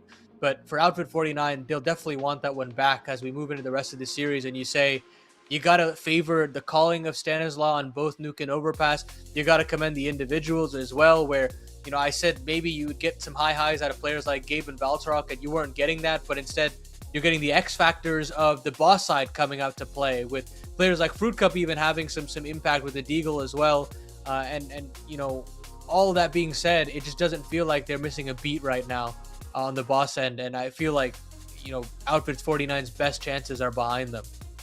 Yeah, definitely the case there. I mean, there was moments of brilliance there out of Outfit 49 that feel like they should have been enough to pull it across the finish line, just for it to be counteracted by some of the individuals on Boss. And so I'm right there with you. Feels like a missed opportunity here for the side of Outfit 49. Not without, again, another impressive result versus these top dogs and versus some good competition here. But take a look at some of our PrizePicks estimated kill totals, and as you can see, one has already managed to reach it. It's Stanislaw, 27 kills in the opening map with a little help from overtime, has reached it. And of course, that only accounts for the first 2 maps of play, but for the opening map here coming through, I mean, with overtime involved, already we see some of these players getting close to their kill totals here, and Stanislaw already reaching that. Yeah, that's definitely a making of success. And on the other side of things, you had moments out of every single player on this roster at a certain point, but unfortunately, it just wasn't enough juice to get it over the line. They kind of started tapering off as the second half continued to develop. You didn't have that same level of oomph in terms of the aggression to get certain amounts of information, and with that, you had some hampering from players like Gabe, Honest, and MDS, that rifle core that you were kind of hoping to step up. And Berserker, I think he definitely played a great match. I mean, you had some stellar op shots out of him, but he can only do so much. At a certain point, you've got to have some rifle support, and he just didn't have enough of it today. But of course, there's still time. There's still time for him to even elevate his game even more, considering he's got CT Nuke up next. So I think for him, he'll be looking forward to having a chance to rectify any of the woes that came from Dust 2, and hopefully, Outfit 49 can put their best foot forward, because even though they don't have the greatest win percentage on this map, they've got the reps on this for sure. And I think that the fundamentals are still pretty solid for this team now that they've got Zocker added to the ranks. Yeah, no doubt about it here. I'm looking forward to seeing if there's availability for Outfit 49 to try and bounce back. They're still going to look hungry. Again, I still have a little bit of faith in their nuke pickup here. It's tough to do when you come so close, but you don't quite complete the mission. And then you have to hop into your opponent's map pick. But still have a little bit of trust that this Outfit 49 squad has a little bit more to show. We'll see if they can bring it, though, after this quick break. We'll be hopping into nuke.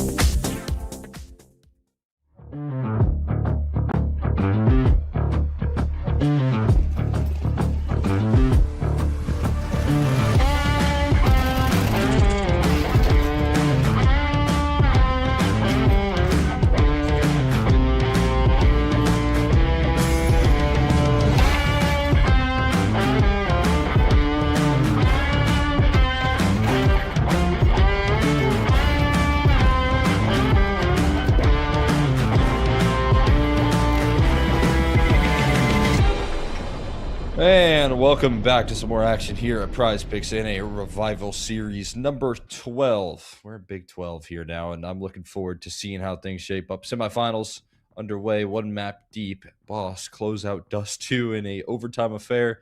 Requires 30 rounds.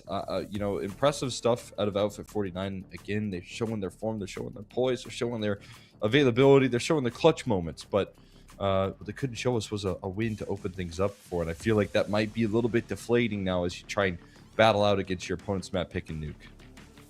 Yeah, you think about it from a mental space, and you're completely right, and you think about it from like just a veto perspective as well. That Dust 2 is the map for Outfit 49 when you talk about how stellar their initial game plan was. I mean, they fly out to like a 6-0 lead just to start the game off, and they look like, hey, they've got every bit of number over the Boss side, and that they should be able to run away with this one. But the battle back from Boss was fantastic on that CT side, just keeping their heads above water and then striking while the iron is hot. So as you can see with our veto, we move on to nuke, and we have overpass waiting in the wings. And these are just two maps that I really do commend Sienazov for understanding very well. I do think that it is still difficult in this kind of game to potentially get all these guys on the same page. Sometimes, CT side protocols of rotations can be a little difficult to get everybody together, and sometimes the offense can be a little difficult to get going as well. So it'll be interesting to see how they feel. I mean, they've had 5 officials on this map, so they've got a little bit of playing time put in, but they've got to kind of show up here to see if they can complete this sweep. Okay, well, Slight picking up right where he left off in that last map there. First bullet out of his P250 is an immediate dismissal. And Honest has to watch for the sidelines here as Standen works towards that outer yard. Also pretty deadly on the pistols, but with his back handed over and a lot of time for Gabe to react, just going to put some pressure onto Stan, as Stan looks to cut things off here. We'll be finished off with the dual Berettas. And this B site, not necessarily open for business either. Enough coverage coming through from the ramp side to slow down the roll. Trying to find Fruit Cup on the headshot. The crossfire is symboled, and Fang eventually able to step up. But it's all on the shoulders of Slight, needing another clutch here to close things out. And Valterok with dual Berettas. And the chase down, jumping over his crosshair, but the Duelie's not finding it. Running low on ammo. Slight will eventually run dry, and Valterok is able to seal things up there. A huge sigh of relief. Is Outfit 49 going to close out the opening pistol? They could not lose that one, Cole. I mean, if that happens, just talk about absolute calamity. Great work from Slight there to find the opening entry and simplify what the protocol there was from Boss, and that's just to get downstairs. Stanislav left us a late outside lurk, but can't find it. They will force, though. Bring it down to a one-on-one. You get the bomb plant. Why not?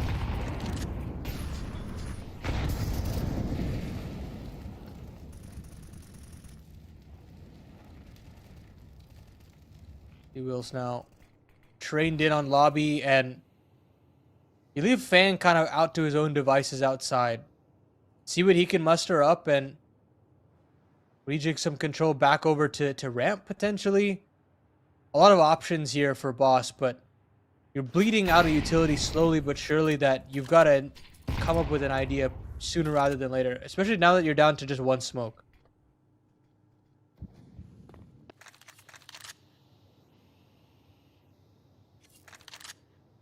Tossing some really block utility to try and keep this one from getting too scrappy. Also comes into question how much Fang can find here in this position. Lurking about here. Molly's going to force Gabe to be a little bit disrupted. Ticket in the flames, but still being able to stay on the top of the hut is such a luxury. And Fang now looking to slide through. Cannot find Gabe. A lovely multi to start things off. Stalker on the top ropes there. Not faltering either. Will be well handled there. Not a single kill offered up here, up against the forced by efforts. And that will be shut out by Outfit 49. Yeah, I mean, sure, the Miss Molly can cost them there, but I don't know. It's not like the end of the world. They were still pretty undermanned with the rotations also coming in from the CT side, and yeah, so far the protocols look good enough for Outfit 49. They're getting their heaven wrap to be quick and to the point. Your A anchors are standing the test of time as well. So with the force buy over and dealt with, here's the freebie. One Deagle on Fruit Cup, and we'll see what he can get done with this. Always good for a couple sometimes. Not sometimes, always, I say. He's always good for can't one always with be the always Deagle. sometimes. Yeah. It's his weapon of choice. Looking to bring up some of that success in the here and now. Not going to be really provided many opportunities. This Outfit 49's defense hasn't really been structured towards the outer yard. A lot more centered around Vince rotates and a heavy ramp setup, which we will see in this one. Slight turns the corner, realizes there's much more around the corner, and Duo's now with his Deagle involved. Can't quite track the spray on the Honest. 3-0 start. Fairly clean for Outfit 49. This is a good way to bounce back here. I talked about the mental aspect here for this team being that, you know, kind of losing in heartbreaking fashion could really be tough to come back from after Dust 2 and how things shaped up to be there. But again, there are no slouches on Nuke. They're still very comfortable. They've shown some progress on this map to open up the year. Now they just got even more firepower with Soccer now wielding the op instead of MDS back in the case. So expectations to show even more growth now as they play things out here.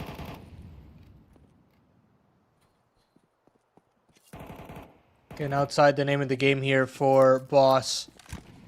Instant outside smokes, and then right after that L block right away. And they've spotted out NBS, or at least they've got to have heard the sound cue here. But no, they actually look directly to the right, and Fang will not find what he was looking for. Luckily, there is a trade, so they'll get downstairs, but a lot of information garnered for Outfit 49. They know that this is a B-centered hit, or at least for the time being, but there's not really any rotations. Valtorok is stuck on his own as the ramp rotations have got to come through. And they're coming slowly but surely, but there's a timer on this, and Boss have got to go now if they want to strike while the iron is hot. Valtorok in a position, and as you said, they got to strike soon.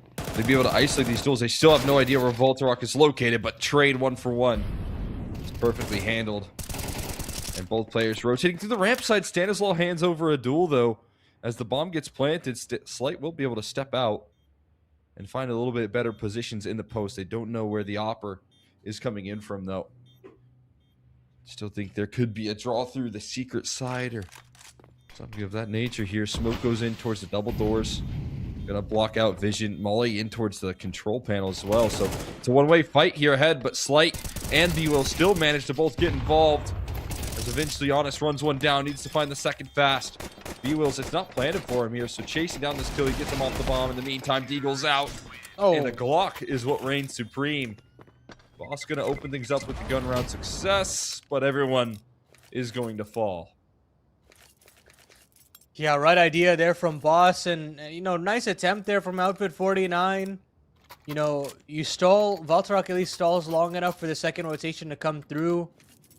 And they're able to trade pretty effectively, but unfortunately in the clutch, I mean, I feel like a stick wouldn't have been a bad idea if the kit was up, right? I mean, maybe I'm missing something there, but with how far away B-Wills was, there was a real possibility that the stick could have come through, but either way, hindsight's 2020, and Outfit 49 will still have a bye in this next round, but that's got to be like the best case scenario. If you're Outfit 49 in the last round, you kill all of the T's, and you still have money left in the next, so you're still going to have the better buy moving into round number 5. It's just a question of, can you bounce back instantaneously without letting this spiral out of control?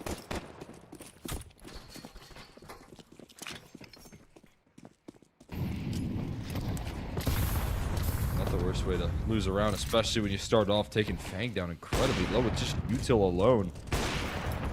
And makes the cross barely. But is that going to be any justice here? Because already rotating down the vents is Honest. Fagan wanted to catch a timing here, flying his way down in towards the secret side of things. But Honest stays proactive on his rotate. He's able to beat him to the punch. What about another here? Crab walking into the angle. And that's how Stan will trade things out here. But again, rotations are so effective out of Outfit 49. Breaking open the glass here. And Soccer with a missed op shot. Might allow for a little bit more stability to be found. Soccer watching the angle. Slight gives him a swing. Bomb yet to go down just yet. Finally, numbers being punched in. Gabe gets caught in a miserable timing. And watching the vent drop as well. MBS still able to collect onto B-Wills. But it's so difficult to get Soccer involved in the conversation of this retake. It's going to have to be even more out of MDS right now. Looks like he's walked out somehow, but he's finally lost Soccer, and that opportunity, that small window that MDS had to potentially slink underneath the catwalk has quickly gone away. He will be able to save his gun, but Boss do get the back-to-back, and I just like the way that they're capitalizing on this B space. They found the hole that they want to abuse, and that is the late rotation, the late second rotation into the B bomb site. Like, yes, you're getting that vent rotation from Honest straight away, but the trades are almost instantaneous from Boss, and they're not trying to overcomplicate things by taking that downstairs control, maybe going back upstairs and going into mini. They're just committing to the B play outright, and Outfit 49 are caught between two mines trying to get a couple of rotations through, and they're just not there in time. So now, Outfit 49 down to just that single rifle that was saved on over from MDS, but Boss now coming to play in these back-to-back B attempts, and they've spotted the outside aggression as well. A lot of damage taken from NDS on that incendiary, and that rifle will not be able to get recovered. Okay. What a shot out of Honest. But the trade is just as quick as lights off. And nice coverage on Gabe on the smoke move. Staying swift with the AWP. Should be too many more troubles here working through this round in the remainder. Walter Rock going to make his campaign up the secret stairs, and that's being watched by Fruit Cup for now. Not for long. Here may be something. Out of Walter Rock into 5-7 if he's overlooked. Slight turns around in time and will land the deagle shot. Misses the op shot, no concern. Whips out the sidearm, will do the trick. And Boss going to quickly tie things up. As soon as those guns are out, we can see how effective they can be here. I think on both an individual front and the calling coming through from Stan. And Slight continuing to heat up after his performance in OT. Will get his PrizePicks check mark for more than 33.5. Slow start for him in that first half, if you remember, on the CT side of Dust 2, where you do want your Opera thriving, but he makes sure to redeem it when it comes down to crunch time, where he plays his best. Now it's Fang to look to create another opportunity and have the timing on to Honest, but maybe gray screen for just a second longer. And Honest flicks down. Fang really trying to start off this game of Nuke with catching a couple of timings, and none of them have necessarily worked out just yet, but Boss have still been able to manufacture rounds despite the man disadvantage. And usually they look towards Slight, but he's just off the mark as well. So 4-on-5 for Boss still. Whoa, and Slight nearly had an opportunity. Same goes for Honest, but neither connect. And now what do you do if you're Stanislaw? Because you've essentially given back the outside space, and you've shown that you're leaving. Now you've got to re-clear inner, and you've got to pounce on this A bomb site with potentially a third rotation on the way as well. This is going to be difficult. Flashbang through the smoke. The HE comes down just at an awkward timing, and there's a vent dive. They managed to route the defense. Some miracle here. It's just one more to get past in Voltarok, who looks to steady his aim. Slight will cut off one in the rotate, and the bomb will successfully go down, but just in time. No way! It's a missed spray from MDS. He tries to pre-fire, a little premature now, and it's just going to be B-Wills with the MAC-10 trying to slow down the approach. And Honest And Slight in a foot race here. Gonna tick in the flames just a touch. And HE to blow open the door, but he's gonna route this one through single. It is a tap, it's a fake. He's expecting a swing. Another tap onto the bomb, but the door swings open. Not in time for Honest to turn around. And Slight delivers another boss clutch to take the lead here on Nuke. Interesting purchase here from B-Wills now that I think about it. It's a Mac 10 when he's got $7,700 in his bank account. Maybe he had it brought over from a previous round, but this actually gives him some real chance to do some damage with helmetless players, essentially. Plays close range with that SMG, and again, it's another 4-on-5 conversion here for Boss, where Slight puts in some great work, and he's going to continue to put in some work here as well. Does miss that next shot, but again, he's been so good on the secondary as well that he'll always find a way to recollect himself. Smart decision again from the vent dive as well. I felt like they were just out of that round completely, but they just manufacture something out of nothing. It just feels like Stanislaw is in the zone right now. Yeah, I mean, you got to consider here that he had to do it on the comeback on the T side. I mean, not a massive comeback, right? Don't get me wrong. They were down 7-5. It's still difficult, I would say. To get those consecutive T rounds, to really get your finger on the pulse to how Outfit 49 were running that defense as well. It's not an easy task, and that's where you definitely see Stan and his value in terms of the structure that he brings to the table, keeping his teammates' head in the game, and also, you know, using all of their timeouts in that effort to pull things together. So credit to both Stan and B-Wills for keeping their head in the game long enough for Dust 2 to go their way, even coming back with the overtime that they had to fight against. There was a map point for Outfit 49 that could have been claimed, but was ripped away. We're looking to rip away all the pistols here out of the hands. It will be a nice shot out of Honest. He's been playing a good map for himself, 11-5.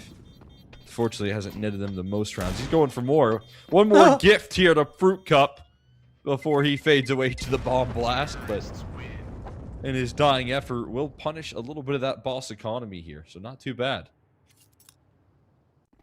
Yeah, always nice to get a nice fadeaway frag. And now, Outfit 49 really have gotten a button up now, and they've got to figure out what's going on with this B bomb site. Does Honest have to be more dedicated downstairs? Do they have to have a little bit more secret aggression? Do they have to rotate a second player downstairs beyond just Honest? I mean, there's a lot of ideas here that they've got to potentially think about, because right now it just feels like Boss have such a great idea as to how to get downstairs and how to make Valtorok's life a living nightmare. And again, we're going to see a little bit of that with B-Wills getting down the vent.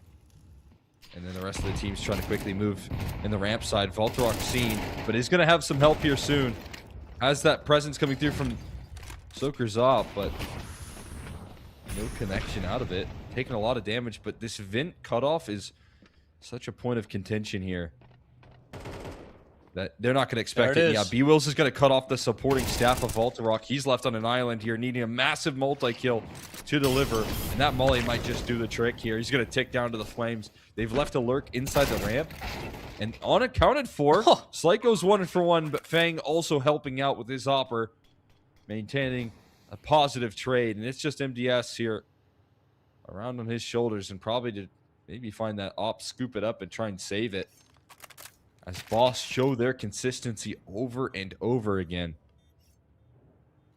Man, it's poetry in motion. Just like, as soon as B-Wills gets downstairs, Stanislaw knows exactly the call to make. And sure, there are 2 players on the ramp setup, but they disassemble it pretty much instantaneously. I mean, it's a flash to get Zocker off the line, and they push Valtorok all the way back into B, and then they can kind of single out Zocker slowly but surely. With a molly here, a flash there, and that all plays right into the hands of B-Wills cutting off the vent rotation. It's just fantastic work all around from Boss, and you're starting to just see how well-oiled this team can look and how much of a machine that this team can be once everybody's on the same page. It's a force to be reckoned with, and this all of a sudden doesn't necessarily even just make Outfit 49's life hell. It sends like a message to teams in North America that, you know, hey, maybe Boss is for real again.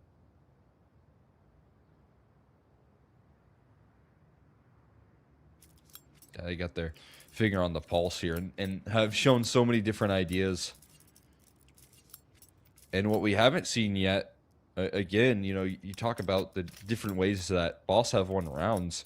They haven't been through Fang going for a lot of different timings towards that out of yard, where he's been a little bit unsuccessful in some of these opening duels. It's been quickly shaken off by, you know, B-Will's impact. Definitely Slight's impact here, punishing with the op on this T side, and B-Will's No way. gonna run it back. And again, this deadly positioning is already gonna put a panic on the defense. You can see Voltarok is instantly rotating off the ramp side, and now it's just a mission of getting that bomb crossed it down into where B-Wills can continue to cut off the rotates. And if they can make it 4 down secret here, they're going to have some excellent opportunities to trade out towards that B-bomb site, because again, there's going to be no concern. Now, they don't make it here. That's a great reaction from MDS.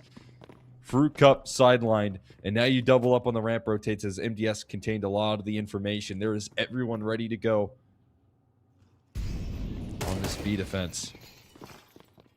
Smoke will come up for Fang. And they've still cornered these players into angles that can be mollied off pretty easily. Gabe's got to find one, and actually, honest, from the ramp side will do the damage. And so finally, I mean, it took essentially 4 players to be on this B bomb site for them to finally figure out how this will work. And even then, it felt like just the protocols were a bit awry. Like, no spams coming in from the outside players, no nading open of the outside smokes. I mean, there are layers to potentially defend against this, and there just wasn't enough, I don't know, ideas kind of flowing in how they want to approach yard. Luckily for MDS, he gets all the information they needed, and they get by, but it's something to think about, I feel like. MDS getting the PrizePicks check mark with that kill on the flank right there for more than 24 kills. And again, the reaction to B-Will's positioning down the vents, it always feels like Outfit 49, when that happens, when that takes place, are going to need a reaction. They're going to need someone to step up. And MDS answers the call here. Big wide swing in towards the out of yard as the op is in transition. And Zoker suffers the same fate as his teammate. This time Slight and Fang able to catch the timings towards that out of yard that we're so missing throughout this map. Manufacture success here, and Slight with another pick out of his AWP is just on the money with his positioning. Gabe gets caught on the lobby aggression. Fruit Cup punishes the out of yard duel, and Boss punch back that much harder. 1 round win from Outfit 49 as the rifles come out, but Boss do not hesitate to meet that with even more force. And man, you talk about the uptick in performance from Slight, 17-7 right now. And poor Honest, yes, he's got his PrizePicks check mark, but it feels like his teammates just cannot find any legs to stand on, because frankly, they're just dying so quickly into some of these rounds. The space taking has just been fantastic from Boss, and Slight's AWP, of course, facilitating that. But man, it just feels like soccer has been eviscerated outside. And it's from plays like B-Will's having that, getting his PrizePicks check mark as well. It's just been, again, consistent all day. He's been finding himself in good positions at the start, was able to offer up the multi-kills that were missing on that B site. On Dust too, and he's carried that forward in frustrating positions now. And a quick egg call to end things off. Stan takes a simple route to destroy MDS, but at least a little bit of relief in dealing with the heavy hitter of Slight out early in the round. Again, though, the timing from Fang could remain incredibly lethal. Look at where he's got himself positioned. No out of yard smokes tossed in just yet, but now they will be placed. And it's up to Fang to look for the multis. Spotting out the opera here. Doesn't realize there's another around the corner. They still punish the draw up secret, though. Honest will be spotted out, and on the edge of that smoke. Won't be able Wow. to get anything going up against the accuracy of Fruit Cup. It's just going to be Gabe towards Mustang on the wrong bomb site right now as Boss going to mosey their way on towards the lower side. Yeah, this is a putt for Boss. They know that they have this one in the bag. And just every reaction from Outfit 49 has been read by Boss throughout every step of the way. And Fang hasn't had the most impactful game with how he's been trying to manufacture openings, but finally, on the final round of the half, he gets that timing that he was looking for. And as soon as he does get that space, it's round over, it feels like. Now, It felt Boss like get he was themselves a- their 8th round. It felt like he was a sleeping giant, right? Because Yeah. I think at any given situation, any time here, Fang had been bested consistently towards that outer yard, but that's not, I would say, the usual case when Fang's playing the game, right? His instincts are right fairly typically, and missed out on opportunity after opportunity, but for those last 2 rounds, nailed the gap in the defense back-to-back times and does create a difference here. Allows for not only a comfortable 7th, but an 8th as well. And it'll be an 8-4 scoreline here. As Boss now get to hop into the defense as well. Looking forward to this GT side.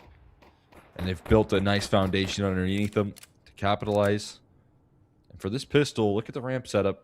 Look where the bomb is located. Definitely interested in taking this duel as the outer yard fights do come through. The P250, the right gun for the job to close the distance, but Fang aggressing into the ramp side. Scott catches a barrel scene, but will be punished. And now it is up to Fruit Cup, needing to show up with some sharp shots. And a 1-for-1. Not exactly ideal, but the bomb is still located in Trophy. Has to fight their way out of it. Stan will fall back and secure the kill. Bomb now in coverage of the defense and a 2v2 ahead of them. Stan will be caught by surprise through the squeaky play, and it's all on Slight again. And another clutch that won't go his way this time. Honest, continuing his rampage, trying to lift Outfit 49 up, delivers the pistol. What a couple of bunny hops there as well from Honest to get to Trophy as quickly as possible. Completely catches Slight off guard. But just a matter of timings everywhere across the shop for Boss that doesn't necessarily go their way. Feels like they had the entries in some of these situations, but just couldn't hold on for long enough to get a multi from any one player. They will force buy, of course, with especially how Slight has been feeling in this game. Opts in for the scout. He's done some crazy things with that gun in his career. Still tasked with dealing with that outer yard. Double ramp setup not there this time for the CT side. And they'll focus their attempts at potentially getting that player downstairs, which is the right play now that the double setup is now reassembled. I'll play smoke, but also a tough rotation. B-Will is going to try and play ahead of that smoke, and might be the right idea. Playing on the edge of it. Flashbang to go through it, and it blinds up the T side. He goes for a 1 and done, but the damage certainly set in. A lot of it being put onto the pressure of Outfit 49, making these 5.7s and MP5 a lot more effective. 1 HP away from death, and as you can see, tapped away by Fang comfortably. Blowing open those double doors and putting constriction on the position of Zoker.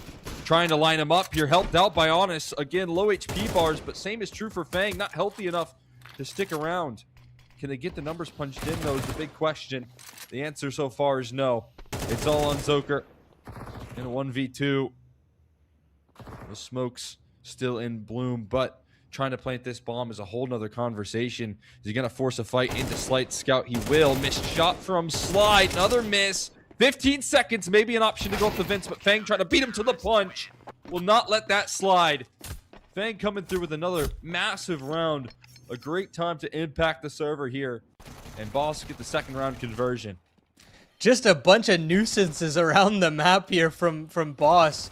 Just all over the map, just trying to find these awkward timings with the pistols. They shut down the lobby lurk in terms of a potential rotation back to the upper site.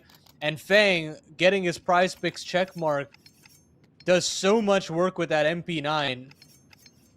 finds some ramp play work, pressed up against the smoke, or at least is there to support it, and then getting downstairs instantaneously was also just so important. Now all of a sudden, Outfit 49, they've got a force, but you're in a weird desperation situation as you go into this upper bomb site. Sure, you find 1 kill, but can you find much more? Not really. MDS on 4 HP, and he's not long for this world. It's just up to Valtorok. And he's just got an MP9 to deal some damage. A 1-on-3 in total. And Fang's already on the sideline. He's given a sound cue up, and they've actually boosted into heaven to make sure that nothing happens against themselves. So double digits found for Boss, and they're just cruising their way to the finish line at this point. Stand a whole lot taller. Nice hold from Stan initially. It definitely helped out by the fact that there was maybe not enough utility for that A execute to go their way. Valtorok going to get the PrizePicks check mark as well for more than 25 kills for himself. And putting on a good show for the team that is running a little bit low on opportunities to dig themselves out of this hole. 100-yard control being attempted here. MDS working some angles with the Deagle, but a double swing coming through offers up little relief here for them. And slowly dwindling this deco piece by piece. 11 looking like it's locked in for the side of Boss. Stan likes to play up close and personal. It's gonna close that door just for good measure. Spots out where Valtorok is now because of it. And Boss on to 11. Showing up with a full team effort here on map number 2, and that much stronger because of it. Oh yeah. And now you look to Boss and you say you got 1 gun round really separating yourself from victory. And for Outfit 49, they won't even have really everything that they could ask for. Zocker, who's really been called upon to be that X factor and the difference maker for them on this map, has not been there and won't even have the AWP that he would potentially opt in for. So instead, Boss decided to get aggressive outside, and MDS has spotted that. Is there support for this? Not necessarily. So Fang is just going to have a heads-up duel, and he won't be able to win it out. It's a big win for MDS out the gates. But there's still more aggression out around the other corner. Stanislaw going aggressive and finding the silo player somehow. And so we get back into a 4v4. Outfit 49 not getting the advantages that they want to press. Trying to react there off of feeling a lot of heat towards that outer yard. They're going to walk towards the ramp room here. It'd be nice in a situation like this if Slight had not, but with just a rifle here, not necessarily the easiest of rotates, but it doesn't matter when they line up like that. Stepping through for a 2-for-1. MDS, who was seen long ago, finding the opening pick of the round here, is still read in by Stan. He doesn't forget. It's Honest all alone. Does have the bomb in his control as a luxury. And a bomb plant feeling possible, if not likely, if he continues his efforts in towards the lower side. Doubles back towards the ramp side of things, though. Fruit Cup. Well, he was caught by surprise. It doesn't matter. His accuracy way too sharp to fall there. And it will be ample opportunity now to close out this series and move on into the grand finals. Yeah, and that's it. That's the gun round that they were looking for, Boss. And now at this point, it should be all she wrote. You'll have a couple of Galils, some pistols, but now you're getting a Fruit Cup PrizePicks check mark. And now it just feels like Boss have done everything right in this series. Yeah, the numbers show it. Those PrizePicks check marks rattling off for just about everyone here on this squad. And it's going to be Slight on the money with his rotation. Sees a little bit of a shadow there as the smoke still in bloom, but Slight just plucking away one by one. They're so scared to turn the corner, and understandably so. Trying to get their util down first, but Last-ditch effort coming through from Honest and Voltorok. This deadly duo is not going to make it past the post. Complete shutdown to close things out. Boss dominate on Nuke. They're going down 0-3. They have no troubles responding and show up here to ready to play. Boss, we knew this was a team that should be entering into the grand finals here and closing things down, and they prove it. Yeah, and they completely deserved it every step of the way, right? They lose the pistol in the second half and then completely win out on the defense. And you can start to see why Stanislaw has been brought into this lineup and how much, I guess, stability has been just infused into this team all of a sudden. It's a roster that I feel like has struggled to find consistency on a regular basis, losing to teams that they definitely shouldn't have been when you look back at some of the previous iterations before they brought in Stan. And I feel like we're slowly getting to that point where they won't have those upsets happen to them anymore. When you look at now the map pool looking a lot more settled, a lot of these players trying to find those peaks again, and again, you're having Slight playing as well as he is. Like it's going to be a lot easier for you to get some best of 3 wins. So I mean, I'm gonna favor them a little bit more now in the finals. They've definitely impressed me with the performance they had today against Outfit 49, especially with both the styles of the way they won. You know, a gritty win on Dust 2 and a commanding win here on Nuke. They showed everything that they were supposed to here.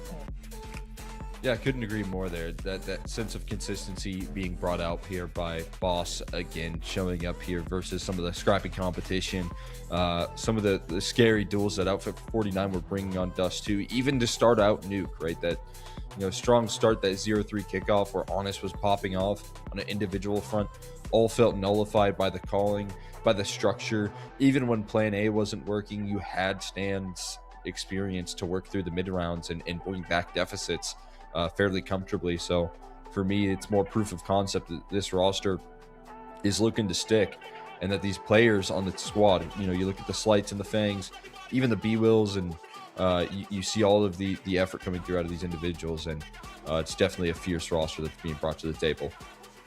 Yeah, I think they jump up 3 spots in the VRS with that win as well, which is very nice for them, up to 129th. And of course, the land jumps are going to be difficult to find for the time being. I mean, this, like, getting a money boost if they can potentially win and get that 4K will be huge for this event specifically.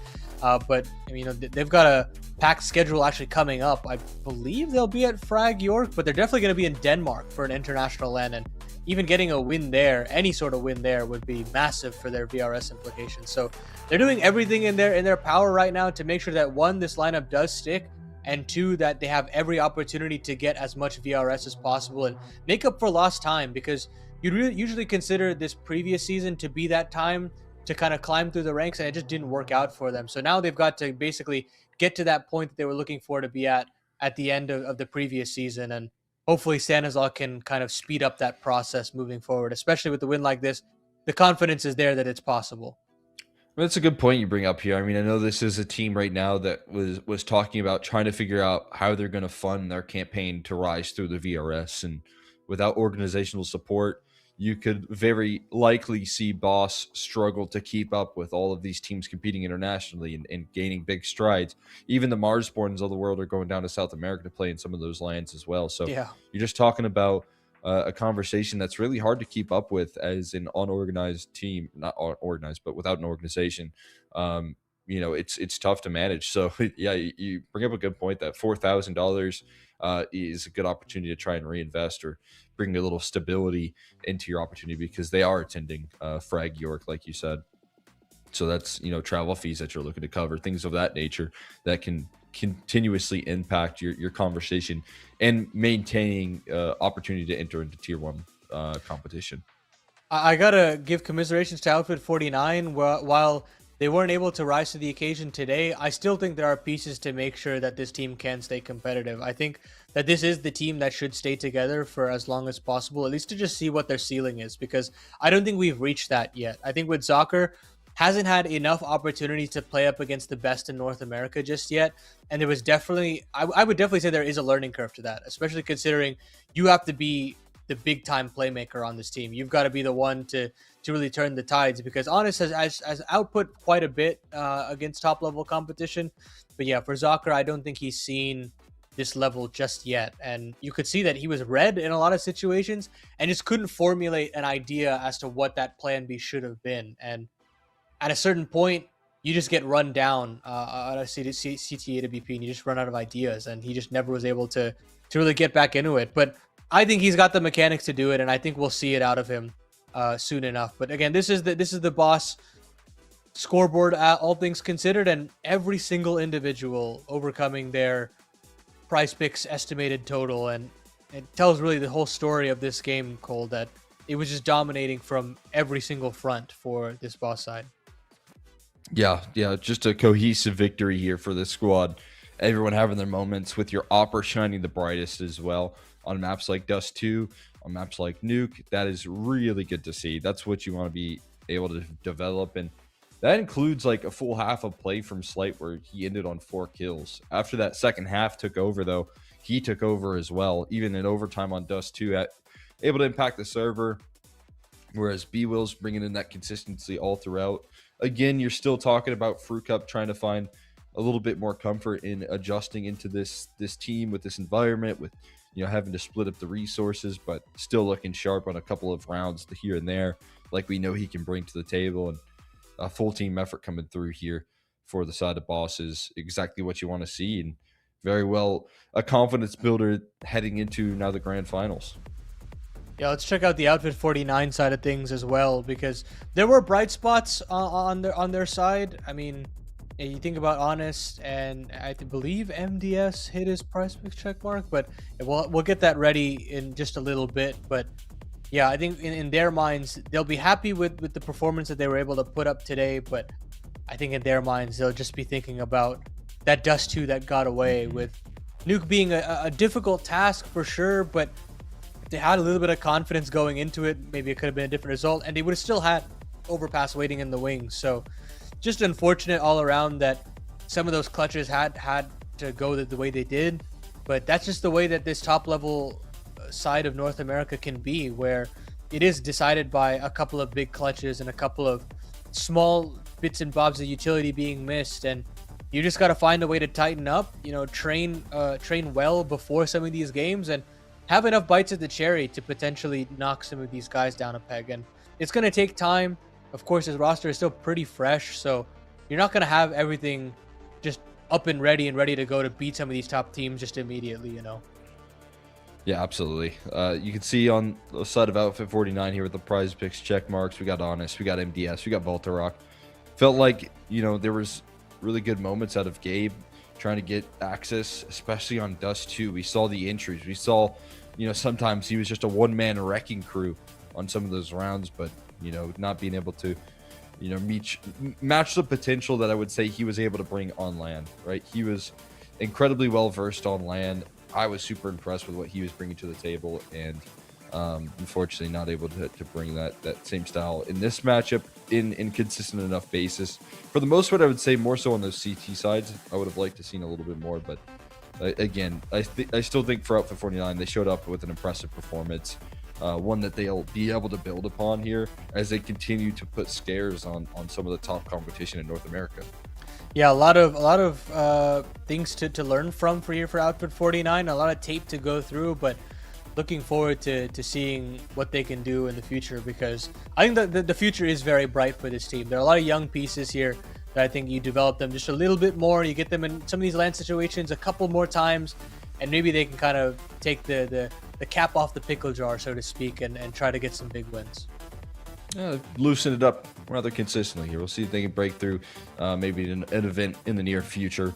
But talking about the near future, we do have another best of 3. We got the other semifinal ready and rearing to go. But before we get there, I do want to give a quick shout out to our lovely sponsors over at PrizePicks. The NA Revival Series is sponsored by PrizePicks.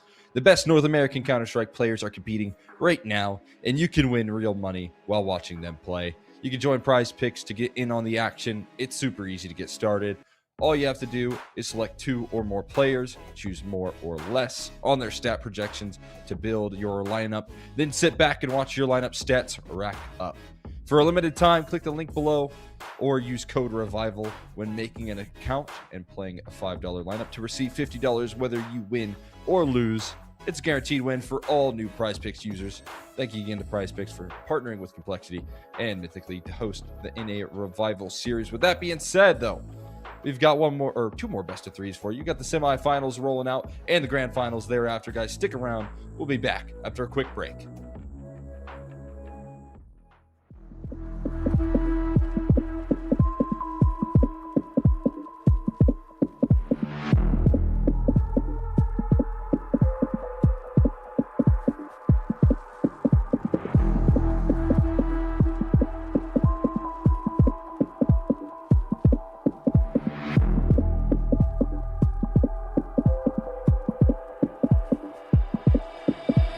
Don't need no problems, no, don't need no pain.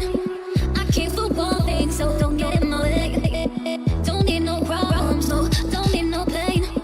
I came for one thing, so don't get in my way. Don't need no problems, no, don't need no pain. I came for one thing, so don't get in my way. Don't need no problems, no, don't need no pain. I came for one thing, so don't get in my way.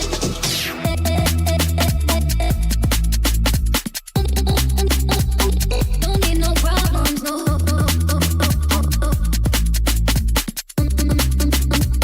Don't need no pain.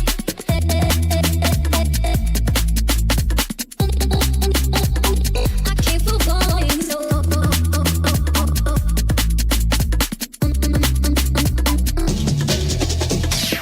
need no problems, no. Don't need no pain. I came for falling, so don't get in my way. Don't need no problems, no. Don't need no pain. I came for falling, so don't get in my way. Don't need no problems, no. Don't need no pain. I came for falling, so don't get in my way. Don't need no problems, no. Don't need no pain. I came for falling. Do you get it closer, closer, closer? Do you get it closer, closer, closer? Do you get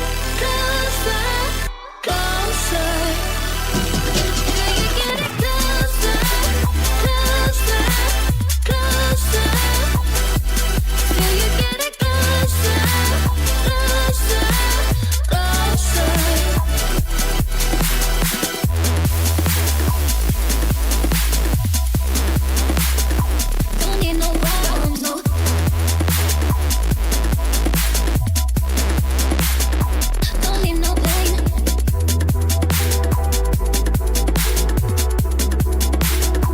I came for one thing, so don't get in my way.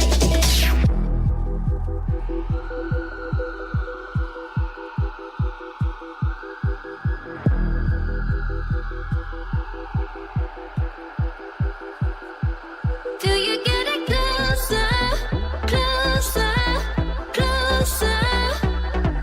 Do you get it closer, closer, closer? Closer,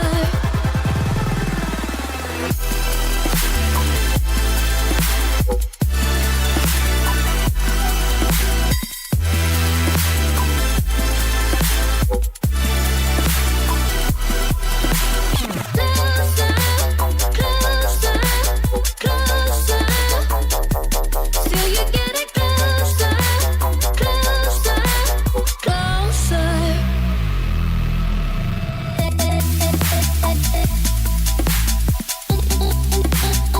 Don't need no problems, no.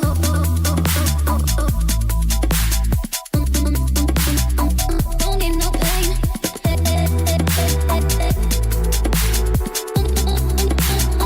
I came for falling, so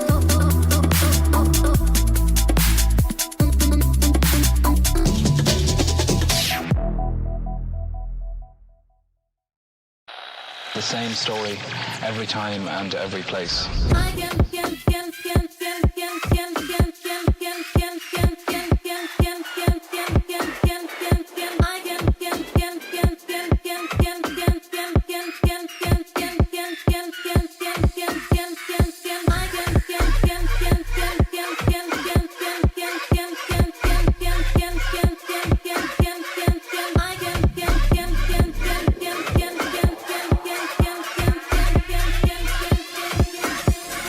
Check one, check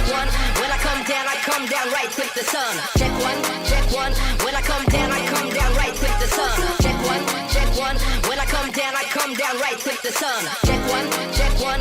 When I come down right with the sun.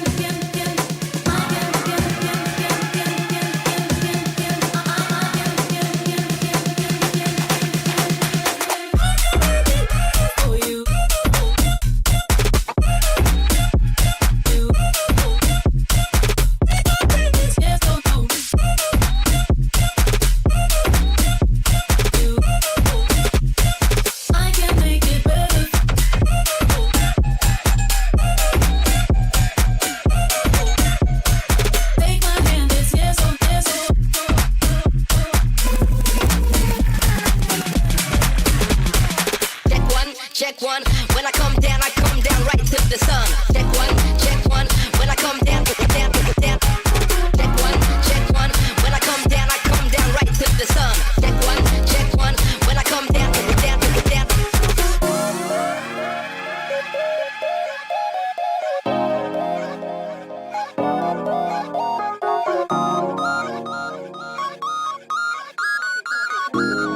What did that make you feel?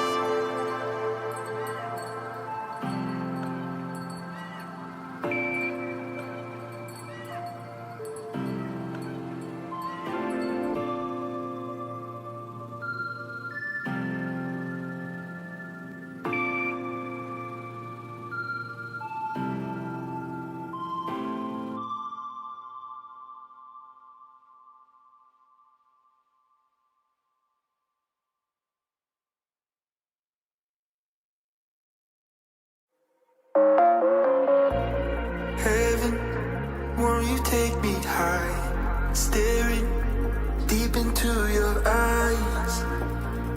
You caught me by surprise. 'Cause I'm a heathen in a sleepless life. Feelings never seem to smile. You're leaving, won't you stay the night? I'm falling for you. Oh, I'm hoping you feel for me what I've been feeling for you. And if it's so clear to see, I'm on my knees, so I'm begging for you.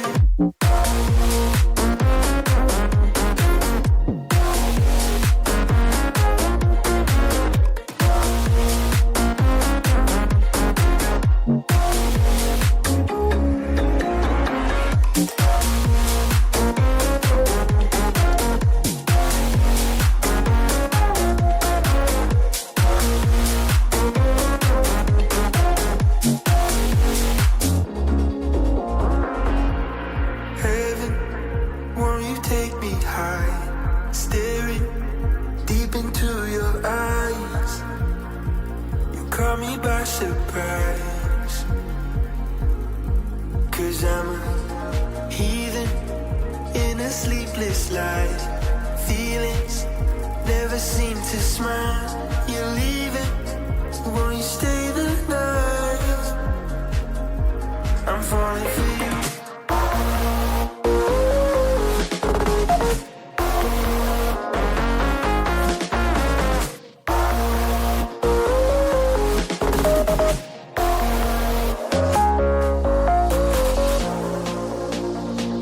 Oh, I'm hoping you feel for me what I've been feeling for you.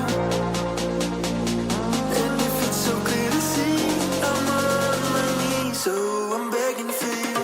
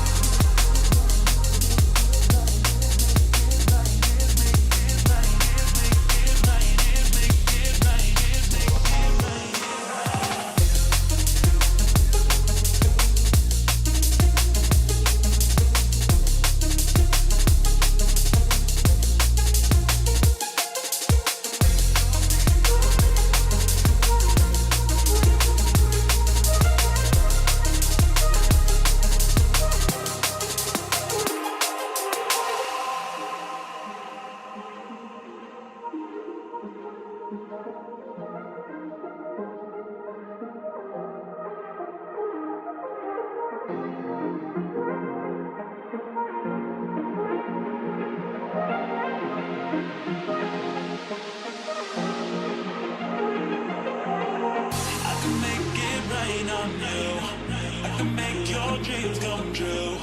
I can make it rain on you. I can make it rain on you. I can make your dreams come true. I can make your dreams come true.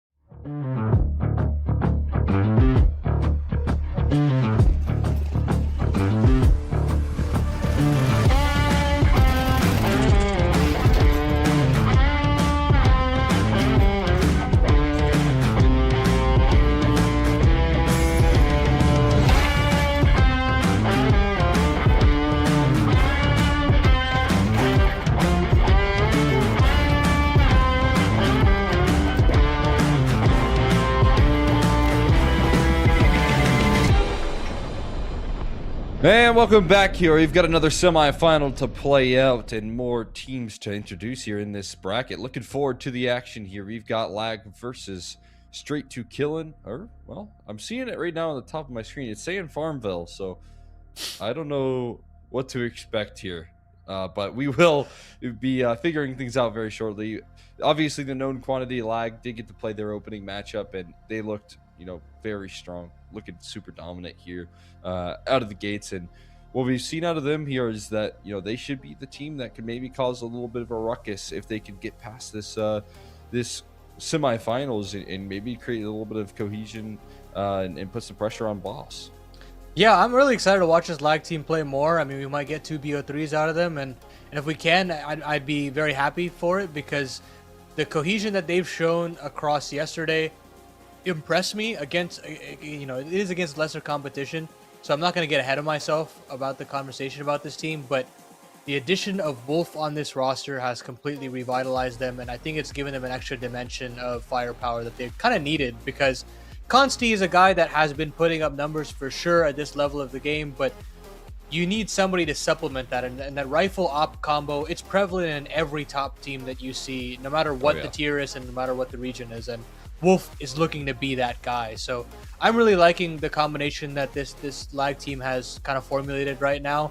And on the other side of the equation, the reason why we don't know what's ahead of us is because this team got a forfeit win to actually move forward. So we don't actually know the banner that they're playing against, the 5-man unit that they're potentially playing with, and where their VRS score even came from. So it's tough to really decipher what's on the other side of this, and that will make things very interesting. So I'm assuming with this graphic that it's Farmville, because that's the logo, or that's the character from the game.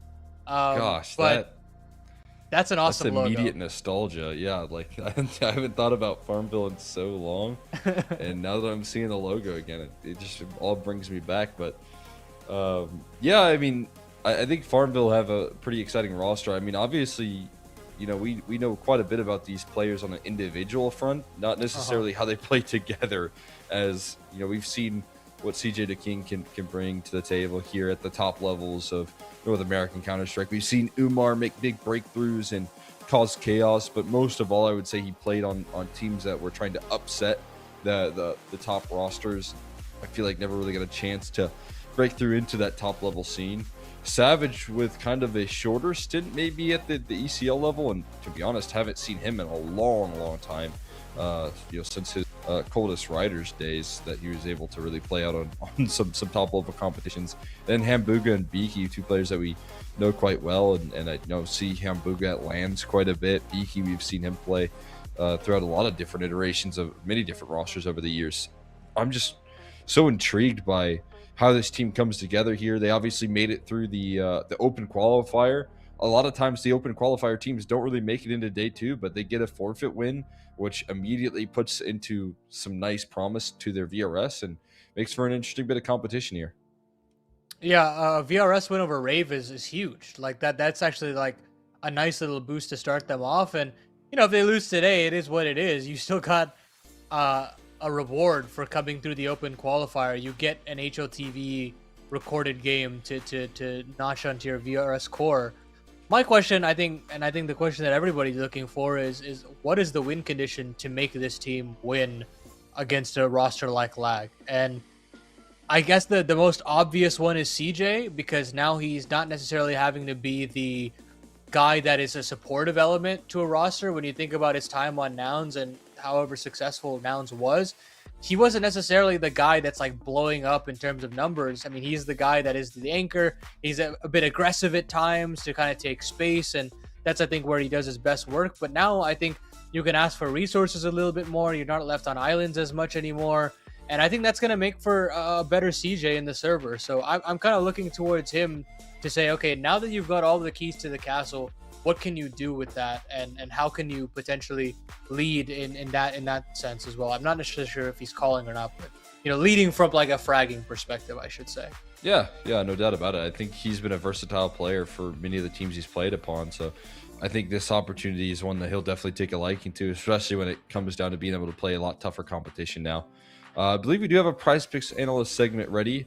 Not 100% sure if we have one for Farmville, but we definitely will have one for Lag. So we can go ahead and discuss that here in this one. And yeah, I believe we only have Lag here. But again, I think the consistency remains the same for me in the conversation from today to yesterday as well. It's that, Wolf and Consti are leading the pack for this team on a rather consistent basis. And that conversation is going to look to continue here today. Constantly playing phenomenally well with both the rifle and the op. Whatever gun he uses, he's been really thriving in this environment. And as you said, that op rifle combo here with Consti and Wolf is definitely one to behold. Yeah, I mean, there's no doubt in my mind that's the combo to go with. 33.5, 29.5. These are standard kill totals that these guys have reached before, and I kind of expect them to reach in this game as well. You see that the DJ, 480 people think that DJ, I'm assuming, is getting more than 29.5, and I don't think that's a ridiculous thing to say. He definitely was a little slow to start yesterday, but he picked it up. Like, he had a couple of flub clutches and then instantly turned it around, and he kind of never looked back after a certain point. And I think that, yeah, if he's on a heater, he can definitely carry that momentum for quite a bit. So I'm curious to see what the supporting cast looks like, because it doesn't have to be these guys all firing on all cylinders. It can be a Cameron play here or there. It can be a Sandman multi, but there's got to be that one supporting cast member, and I'll be curious to see who that is today.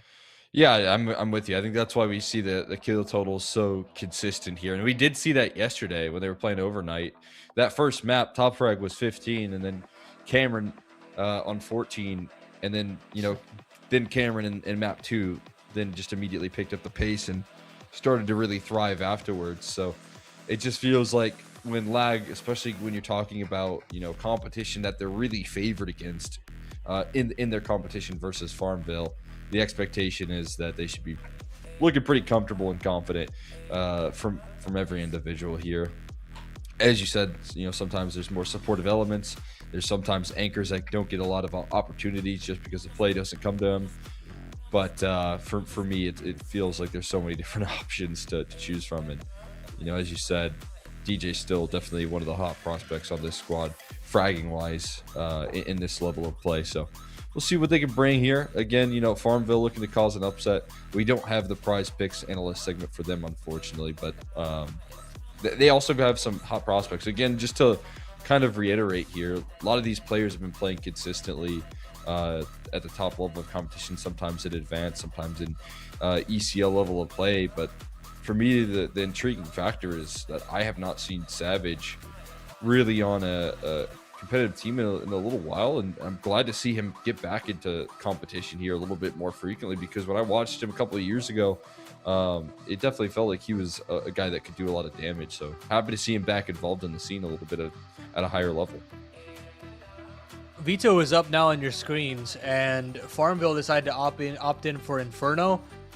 Bizarre, really bizarre that this is where they wanted to go. I was thinking that, actually, I know why. They wanted to go into Mirage, and unfortunately Mirage will be banned out. That's definitely what it was. And because of that, you don't really have anywhere that you can truly go. I guess you're considering Overpass. Again, a map that Lag has not played yet with this iteration. And they have yet to been really punish-picked into this tournament specifically. So I don't think, I mean, obviously they're not going to be tested on it here, but that's something to keep in mind. You know, if they progress further and that boss matchup comes in, you know, think about that Overpass. But I think for them, they'll be very happy with what they have in front of them. Inferno does too. Ancient, this is where they've done their best work across the previous tournament and, you know, previous tournaments before this as well. Yeah, yesterday we had the same conversation as well, right? Where we talked about Lag being able to get that first ban on Mirage out of the gates, remove that from the pool, and then really create a little bit of discomfort in what the opponents could pick into. Where if you're not going to maybe try for an Overpass, then you're going to likely be picking into a strength of Lag. And they get that luxury once again in this Veto, where it doesn't really feel like there's a missing piece. Even on Ancient, they looked super cohesive versus that Overnight squad, and we're able to kind of systematically shut things down. And that's the conversation that we have here when we talk about Lag throughout the last couple of online matchups that they've been playing. 2-0 over Overnight, 2-0 over SBE, 2-0 over Chicken Coop, same for Sakura. So they're just on a hot streak versus this level of competition, looking to carry forward that conversation up against Farmville as well.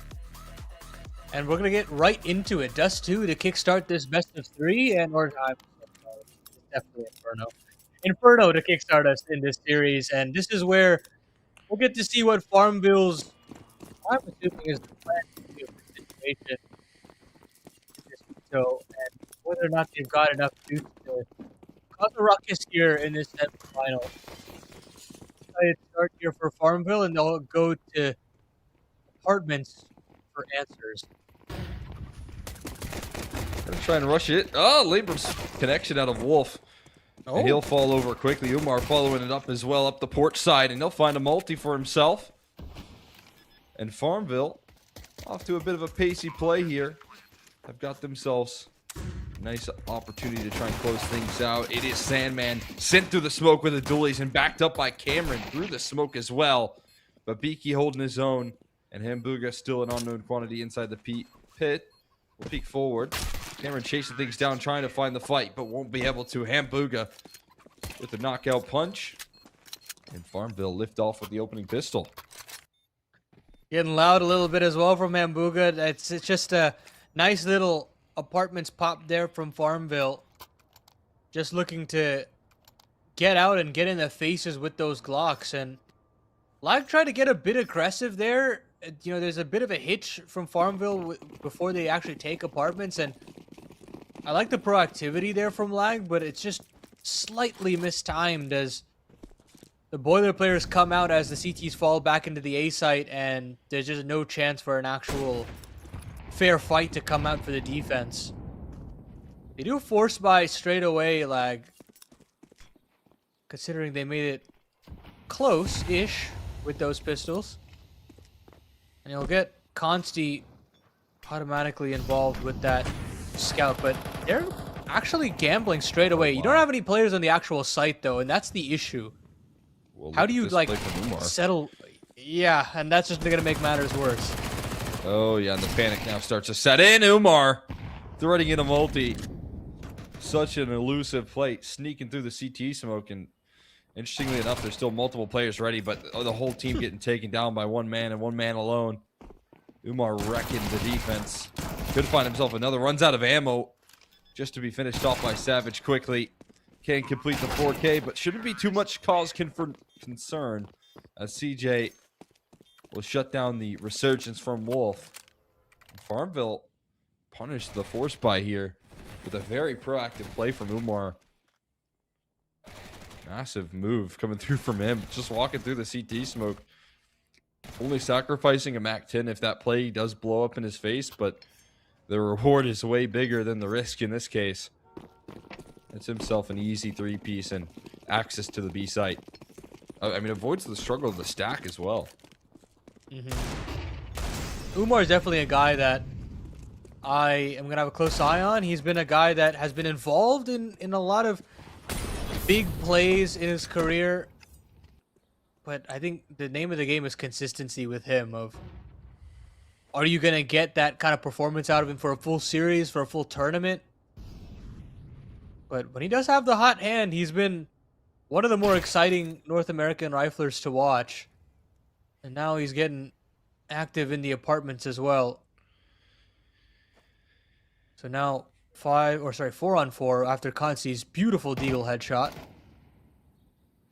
And Farmville can kind of slow things down now that they've got card. They've basically gotten themselves brackets as well. So T default looks as stellar as could be. And now it's just about finishing the job. Shouldn't be too many troubles as long as they start to clear things out. And again, Umar, as a probe towards this A side of the map, is calling it clear. And telling the bomb to make the rotate on in. And Umar just loves dancing around these smokes. He is in CT spawn right now. And another nice shot from DJ, though. Takes his time on the deagle shot, but Umar, still the unknown quantity. I don't know if anyone's had a fair fight up against what Umar's bringing to the table. He is catching backs turned over and over again. And that's going to create comfort on this A site. No more heroics out of the pistols remaining. And a 3-0 start to lift off for Farmville. And you mentioned the success of Umar. He can be a real highlight piece when he's thriving. But I think most importantly, like on iterations in the past year when I've watched Umar play, I always do feel like their game plan on Inferno is the most promising. I mean, Umar not necessarily always the color or ever the color when that's coming to fruition, but in teams in the past, watching him at the ECL level, it always felt like teams that he's played on have had really good Infernos, so maybe trying to draw in from some of the success in that department and take it into this matchup as well.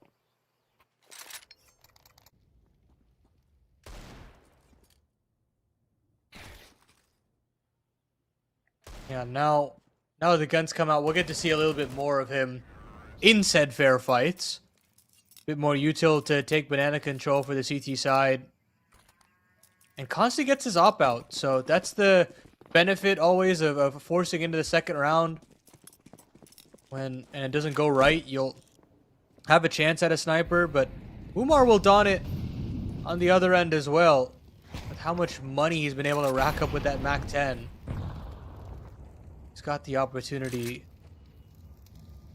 But CJ, up to his antics in apartments, gets there silently. And on the other end for Lag, very keen on giving banana here and giving brackets and allowing this T side to play to their own pace and just let the plays come to them. I've already smoked off long hole, which is really early for that set of utility. Flashbang aggression going to queue up into Savage's crosser, but he's not caught by it. So Sandman's efforts get punished. Now it's just an isolated Cameron finished off by the Umar swing. 2 entries into B. It's called clear, and why not more kills out of CJ? On the other side of the map, Hambuga even cuts another. This is as clean as could be on the conversion. Hambuga gonna fall, sure, but Wolf's not gonna be able to stand any resistance here left. Round converted here, 4-0 start for Farmville. Looking at this kind of puggy mix can be really tough to figure out. But coming through with some good momentum here out of the gates.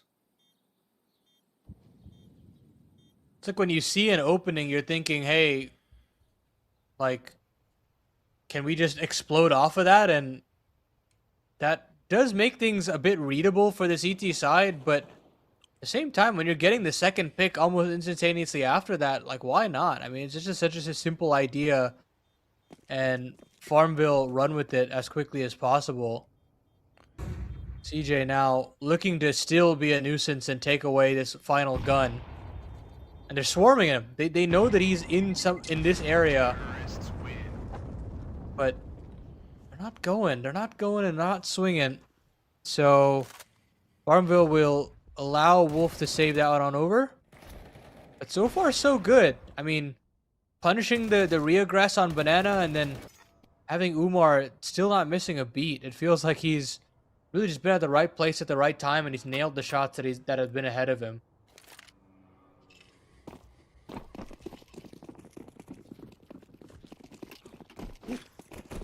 Aggressive start here for Farmville. I was looking at the VRS implications of this matchup and seeing what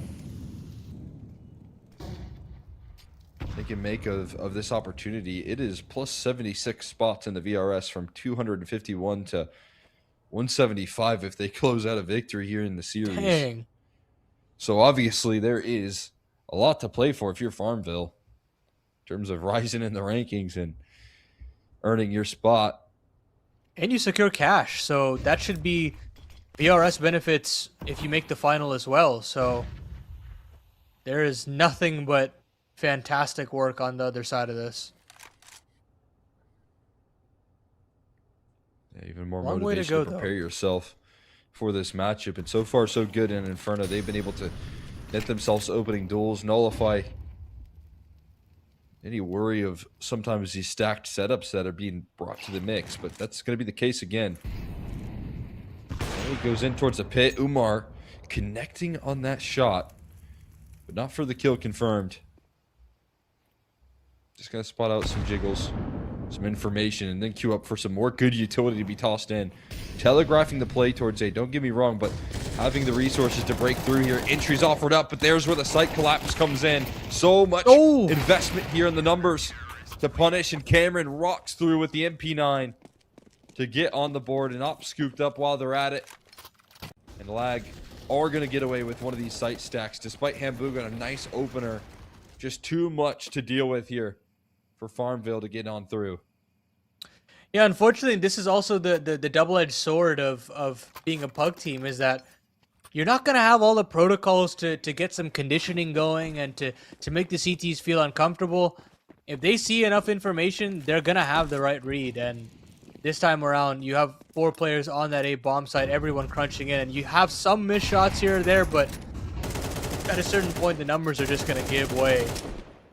So great for Lag to finally break the goose egg, and now you're looking to compound that. Flash in, but the smoke hasn't faded. The T-side isn't playing in front of it, so it's just going to be a moot point, really, at the end of it all. More now aggressing forward, but so is Consti. He's not being given the base, and finally he does, and he strikes. And Buga hits the deck, and Farmville instantly want to go back into getting some B control. They're going to make a fast move here. Smoke's still down towards the top of car, so that control not manufactured just yet, and a well-placed smoke to continue to slow their efforts down. Good block utility tossed in just at the right time.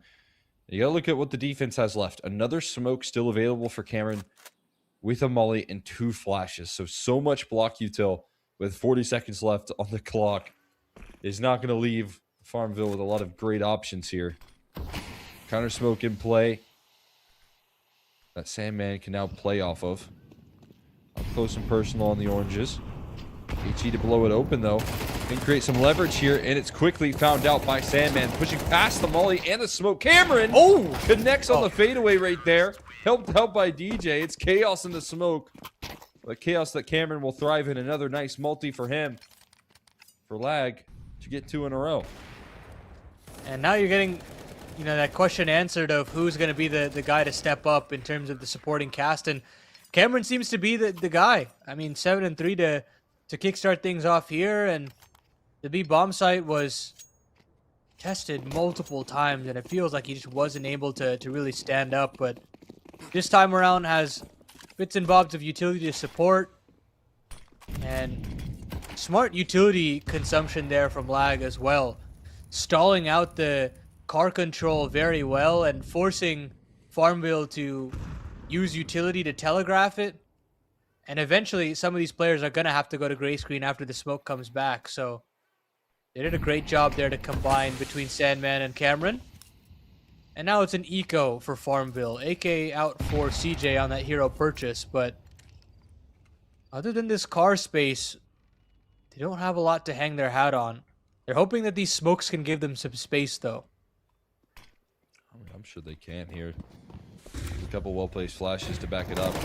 Anything's possible. Smoke goes in, and they're already scaling in towards the site. Pressure put on Sandman, but good on the multi to buy a little bit of time, keep the man advantage in favor of the CT side. And now it's about what the T side wants to do to try and claw back at that.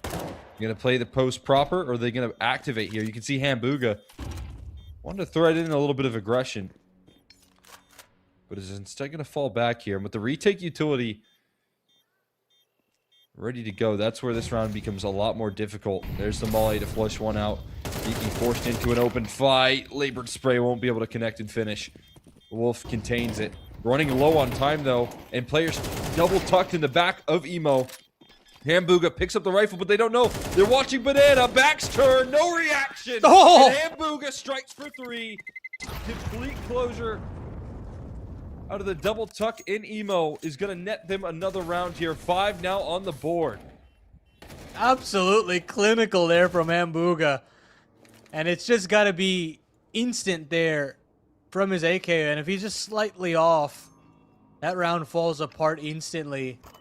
I mean, it is honestly, I was thinking that he would just stall for a little bit and just go for the planter. But he takes all 3 in the process. Nice little bait and switch setup as well from his teammate before that actually goes through from CJ.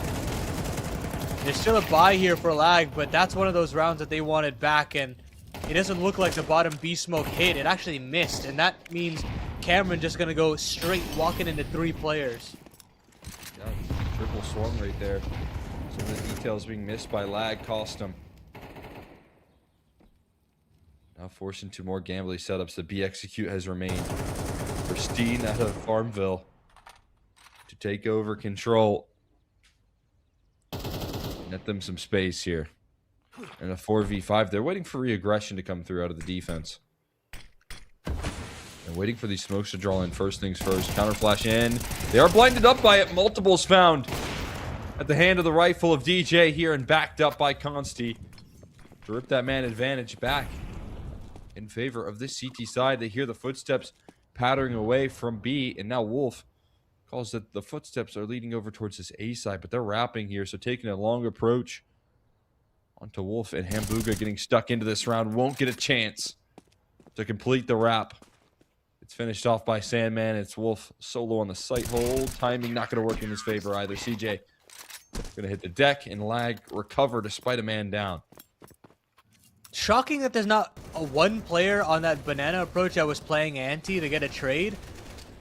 I guess it had to have been Umar, but just not there fast enough behind to get from behind the half wall and facing a CT. But credit to DJ doing work with that A1S, finding the 2 kills instantaneously on the spray transfer. And from then on out, again, solid protocols on the rotation back into A.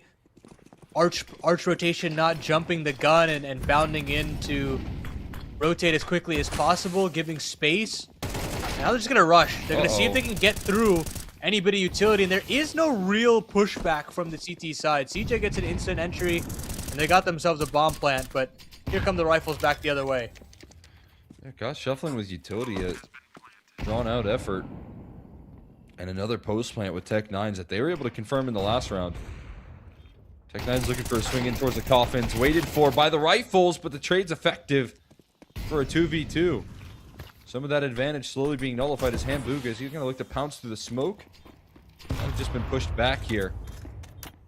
And Bomb's getting towards that half tick mark. Look at Hambuga making another round winning play. Walking his way on the coffins on the flank. Picks up a rifle or keeps his Tech 9 out, but it doesn't matter what tool he has. He's going to use it to full effect. And Booga wraps it up on the flank. Savage finds success inside the pool. And Farmville break apart this B defense here. Top of Orange's Sandman didn't realize how quickly they are around that corner. Bit odd that there was no anti-rush protocols there. No smoke being deployed as quickly as possible. And I guess in some senses Farmville have been slow in that approach. Yes, they've been making noise to take car control, but they haven't exploded off the back of it necessarily. And so they hear the footsteps and they think nothing of it. They're like, okay, we can probably hold on to these smokes just a little bit longer.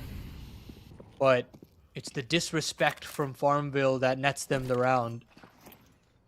And it gets them quite a potent purchase here. Rifles empty for Lag beyond Consti. And he's over there on the B bomb site, so it's his bracket set up here and a little bit of a hull set, or sorry, not a bracket setup. It is just the hull set up here to see if they can do some damage, and Wolf on his trusty 5.7 finds the opening kill. Incredibly deadly with that gun, that's for sure. But having troubles finding access for more. He's going to stick with the 5.7. Peering his head around, spots out the contact here. A lot of players to deal with right there. Maybe a little bit too much. So triple swing nets some success. And now DJ next at bat. What about another player in Boiler? Can you expect two to be close by him? Looking to catch some aggression. Don't spot anything on Banana here, but they work their way around the corner. Savage looking for the double. But that top of Banana smoke is going to stall them out. Oh, no! DJ in the open. Gets caught before he can fade away. The silence in the server makes him weary of the possibility of them rerouting the play. And now open access towards A, the only USP ready to offer up resistance. And not much at that. Cameron sidelined here at Consti. Workable 1v3 just because there's a gap in the smoke. Isolates one target. And now is waiting for continued aggression. The double swing is given to him, but Consti a little overwhelmed by the resistance. Beaky going to close out. Finishing touches, and Farmville even more T-side success here for them. Yeah, and it got a little dicey here, but it's just this play from DJ that ends up costing them. I mean, he wanted to get back. You could see that that was the intention of the jump, but just, I guess, miscalculated how close he was to the corner and can't get around. If he's able to play cold box, maybe he gets a kill. And then who knows, but it doesn't happen. And instead, Lag will try to come back with a vengeance. Instant smoke here for Sandman, but a flash instantly pops for Consti. And they try to immediately engage, and they just can't find anything. The flashes don't last for long enough, and as soon as they regain their vision, Savage capitalizes. It's a firing squad waiting for them on Banana once again. And a change of pitch here, a little bit more flare tossed towards that B side. Seen them hold things passive. But a little bit more aggression in that this round here does not catch them off guard. I guess silver lining being that you can trust your Opper and Consti to hold off against the resistance on B, and now you can set up a duo on A, but timing not working well for DJ. He does thread in. One quick peek there, drops the bomb, and finds more. DJ dealing with the multis here. Big 3K from him, sets up Wolfie for success on the site. It's a complete punish here. Some of the resurgence in these rounds from Lag have been so impressive, requiring big individuals to step up, but DJ answers the call. Out of nowhere, too. It just feels like the spacing was there for this Farmville side to win out, but not able to do it. Can't find DJ dancing around the library. I like that little flash to set up some more 1v1s for himself. Now, Farmville will not have the greatest buy to defend their honor here. A chance for Lag to pull this within two, but it's the aggression on Banana that's worked so well for them. The nades are good to soften him up, and Cameron will find some kills back, but he tries to swing once more, and that's to his own demise. DJ, though, a snake in the grass, has to pull the trigger, and he finds a couple more. Beaky and Savage will have some rifles in the 2-on-2, but DJ's made this round doable for the CT side. Yeah, it's here. Beaky looking to make it not so much. Smoke and positioning here, kind of confirming the locations of both players left. Savage looking for a reposition in the meantime. And an op shot waiting for the flashbang. Consti completely nullified out of this round here. And Wolf now lurking his way through the smoke. Has a move. Can create some potential. But as Beaky goes and clears out the coffins, more and more of a known quantity now as Wolf, the element of surprise, loses him. Savage with another frag to seal things up in this B site. The bread and butter of Farmville continues to be called upon here. They continue to thrive. Yeah, that's what they wanted. They were looking for that all half long. It doesn't matter how you do it. You got 8 rounds on your own pick on that offense. Now looking to shut this one down. How you do it doesn't really matter. Think about that plus 78 VRS forecast if you can win, and you let that drive the boat for you. But now Lag get to dictate the pace. This is their better side after all. And they'll go looking for some banana control as well. Godflash comes through to try and push back Hambuga, but he's considering to stay back. It's a stack here on this B-bomb site.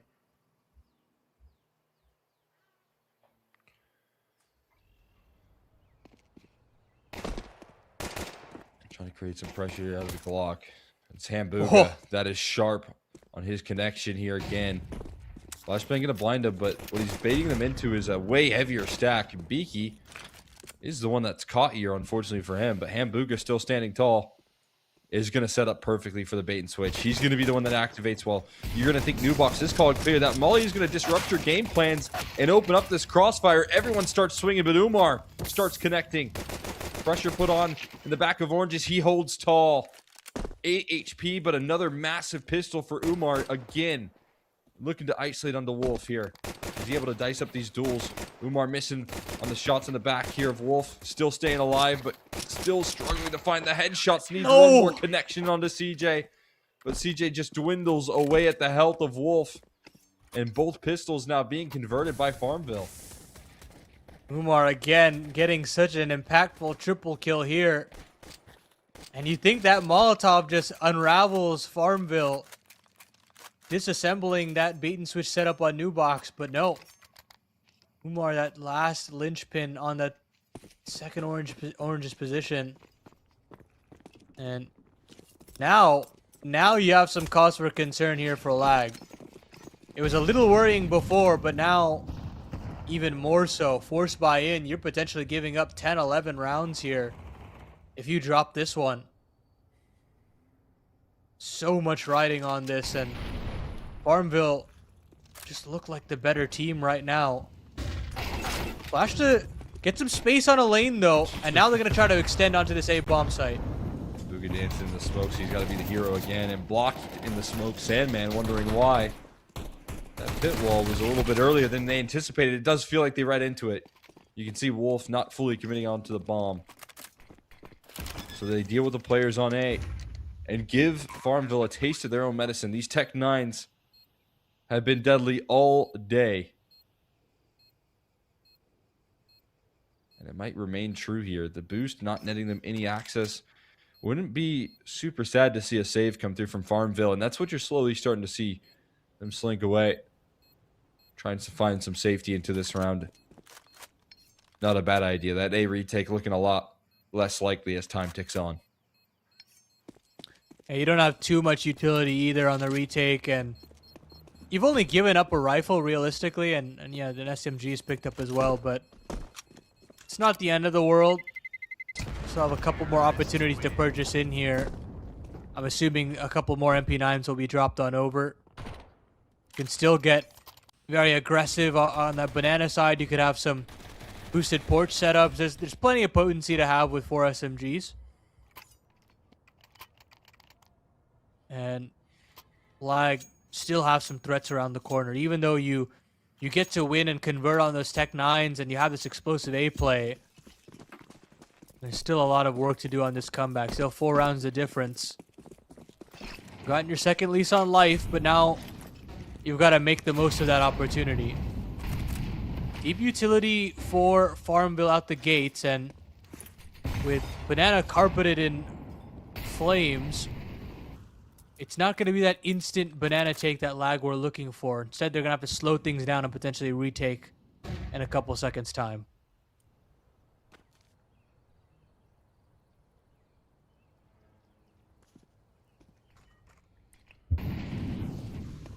Just slowly work back some ground here. The force buy wars have, in general, worked out pretty favorably for Farmville. But a little response from lag. If they could claim any momentum long term that can linger on this T side, get them back on track. But that wasn't really a luxury afforded to them in that last half. Felt like every time they gained ground or had someone pop off, Farmville just called a B rush and won the round. And now they're calling the 3-player stack on this B bomb site.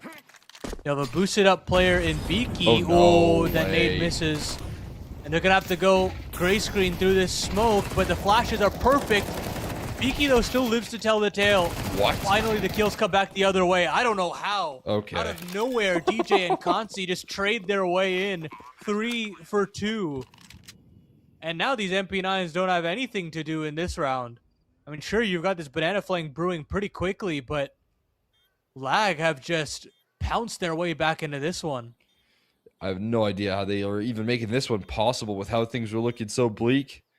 The AHE kind of set the tone for that execute. The DJ, again, saving them from massive concerns here, and will seal up the finishing kill.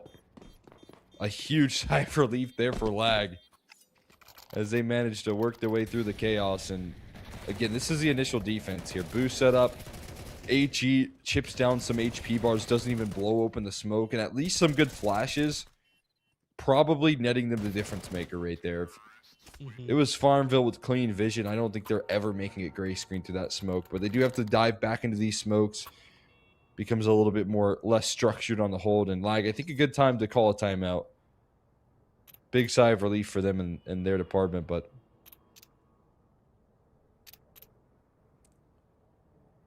Farmville almost a chance to capitalize and get another one of those force buy victories. Yeah, it's time to kind of breathe a sigh of relief and be able to slow the pace of this game down. DJ being the veteran leadership that this team needed. Definitely one of those underrated moves that lag went through. Of course, the addition of Wolf was a fantastic one in terms of the firepower, but in terms of an identity, I think DJ definitely provides that. I mean, he's been that rock to keep them afloat here in this comeback. And if they win, he might even end up being the reason why they obviously won the map in the first place.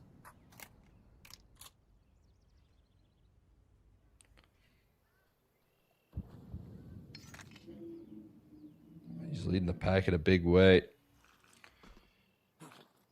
A chance to reset on a very comfortable round. This time the execution going to be as clean as can be. Met with no resistance, a dry run into B.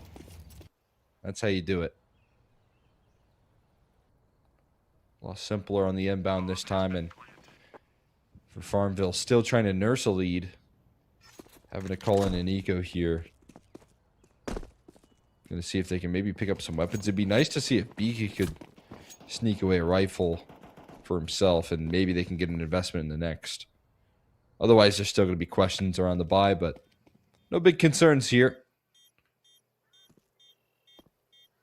Not going to be lifting off to a 7th round and chewing away at the lead. They're going to go bounding in here really late to see if they can catch people in the bomb radius, but I'm not sure if... Okay, they actually do. Sandman gets caught in it, but the rifle is eventually recovered, so it's not the end of the world for lag. It's 2 rounds of difference now between these two teams.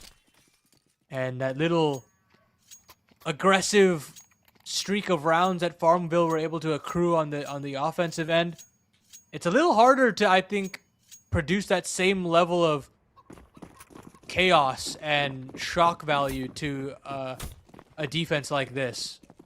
And so I'm not exactly sure how Farmville are going to try to rock this one back, but it's got to start with something a little out of the ordinary.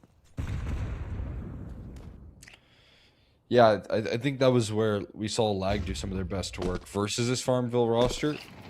Saw Constate posted up deep in apartments with the op.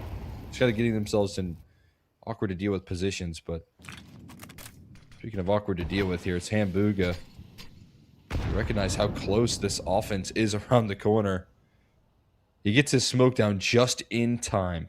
A little bit of a reposition here, but he gets forced off the post of top of balcony here. Meanwhile, the rest of the squad going to lurk their way up the lane side of things here. A fourth rotate has joined this A bomb site, though, so this is a well-staffed defense ready to go.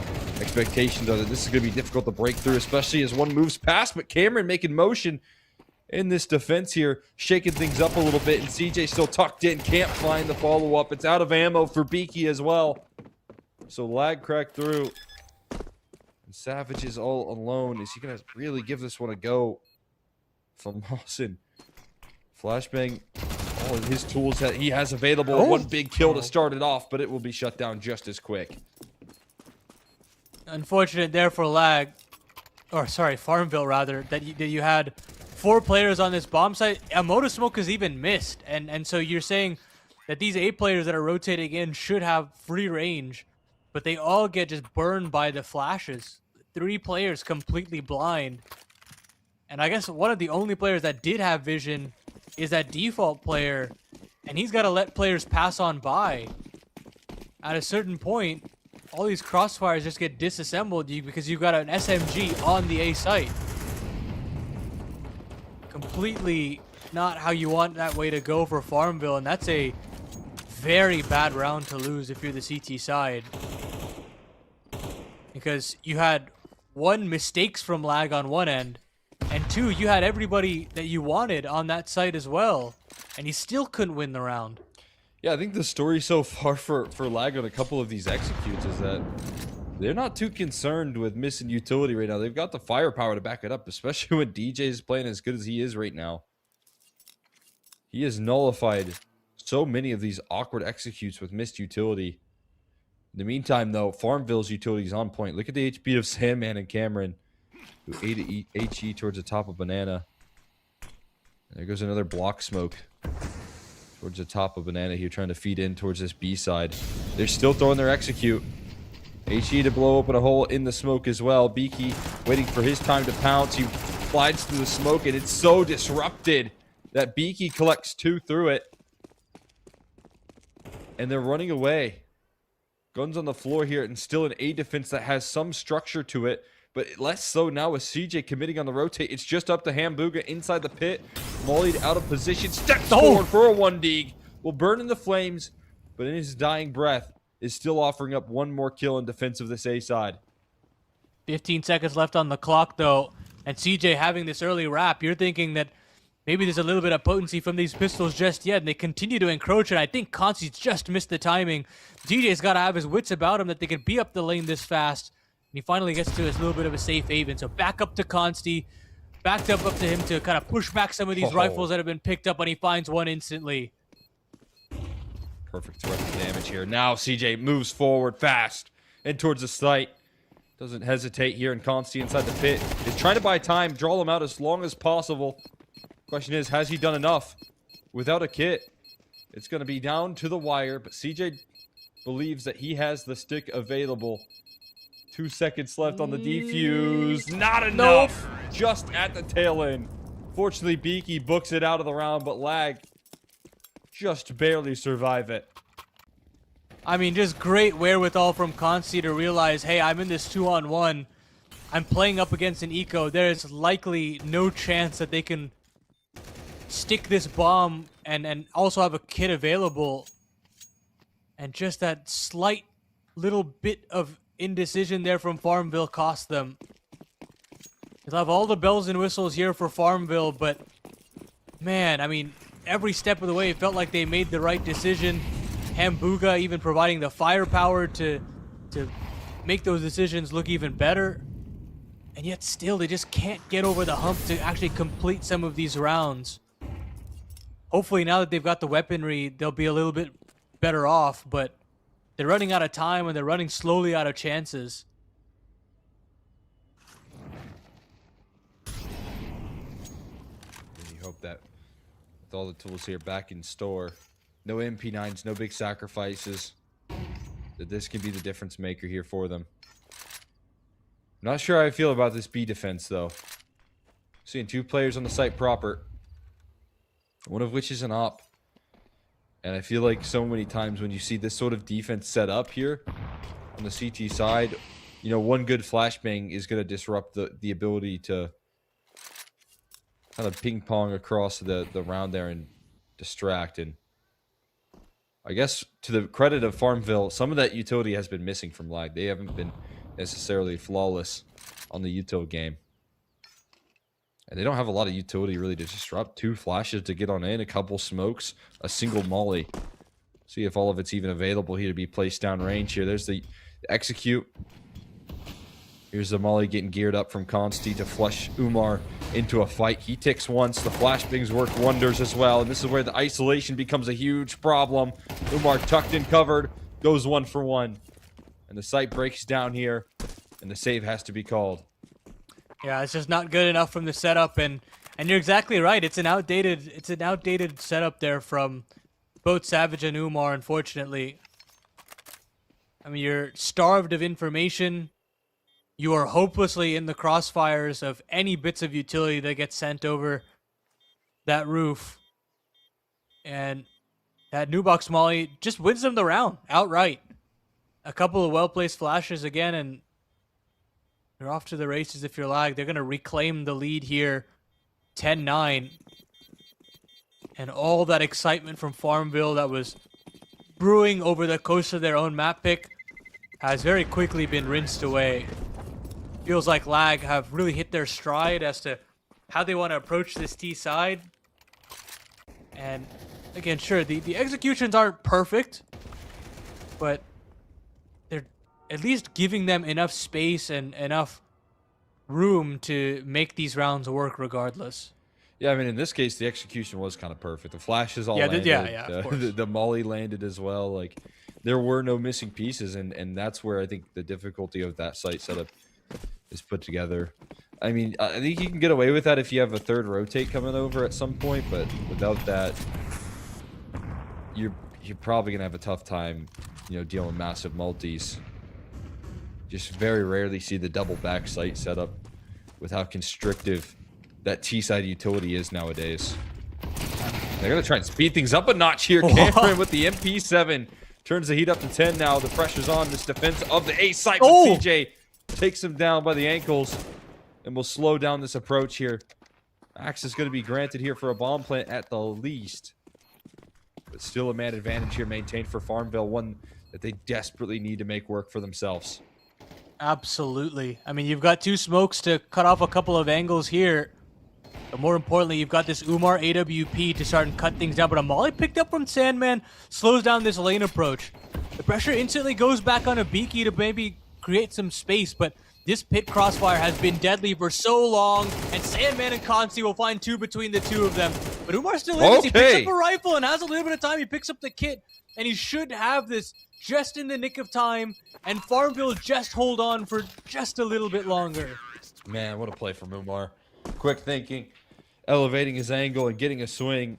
This time with a little bit of belief here that, you know, both Consti and Sandman hitting hard. You just give it one slight overstep for as good as we just highlighted Consti in buying time. This time, it's enough activity coming through out of Umar to develop that clutch. And with a kit to back it up, they're going to close it out. That's a tricky retake there. A 1-on-2 asked of Umar and a little bit more heroics like he showed us in the early stages of Inferno. Haven't seen a lot of him in this second half, but a great time to come alive as Lag take the lead. Farmville will answer back quickly and take 10 as well. They're going to need a lot more of that, Cole. It feels like they were losing that little bit of a spark, but finally getting a clutch to go your way definitely changes things. But the fact of the matter is right now is they're not getting banana control as much as they want. They're not forward facing in terms of bracket pressure as well. And that's really starving them for information and forcing them into these kinds of situations. There has to be an adaptation to come along eventually if they want to put any pressure on this T default.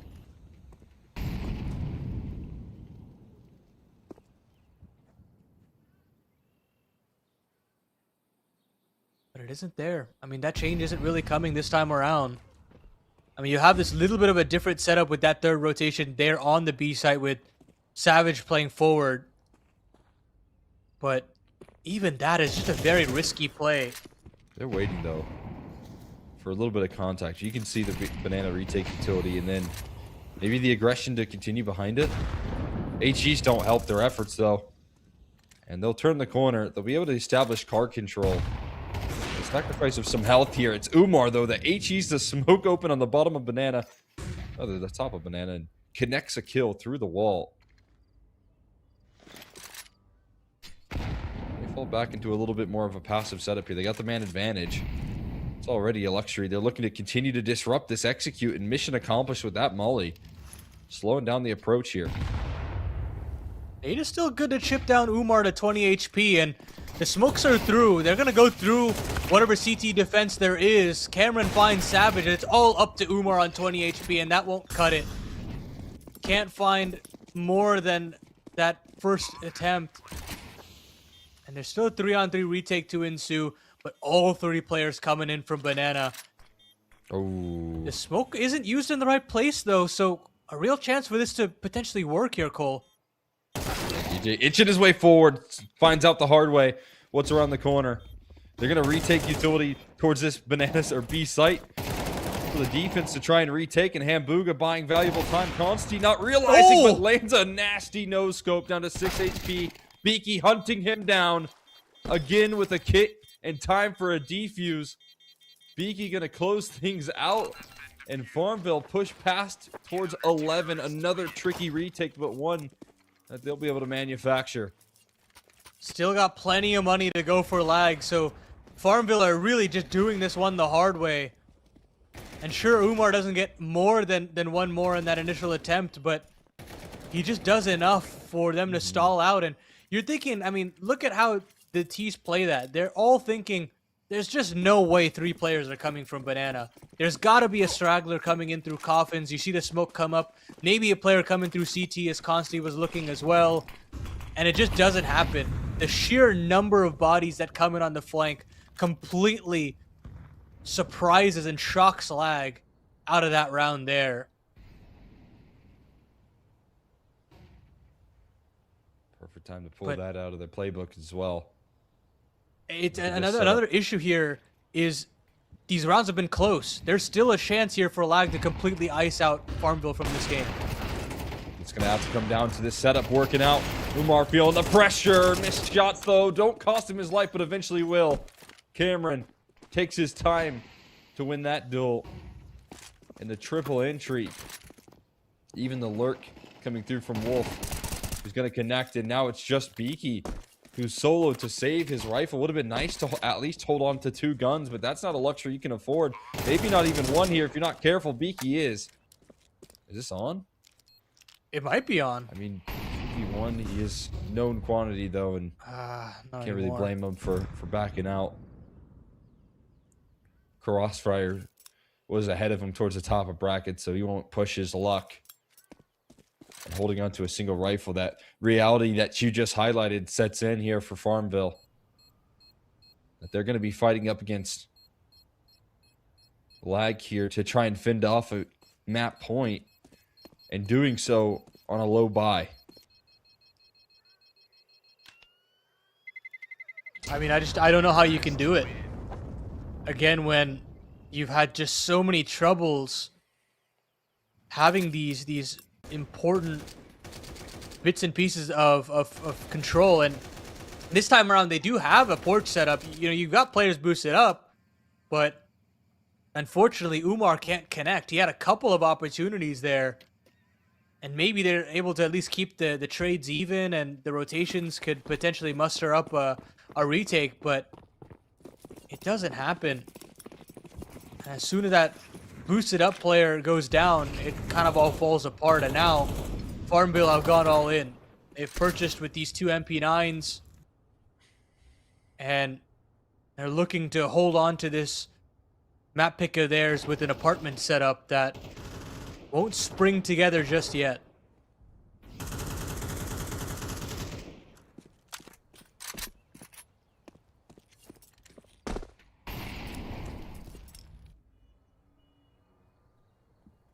Got to make do with lesser weaponry, as you said. That's looking like it could be a pretty tough task for them. But they switched up the approach this time, a lot more centered around the boiler side of things, and Hambuga ticks in the flames. Cameron notes it, and Wolf will thread in some aggression here.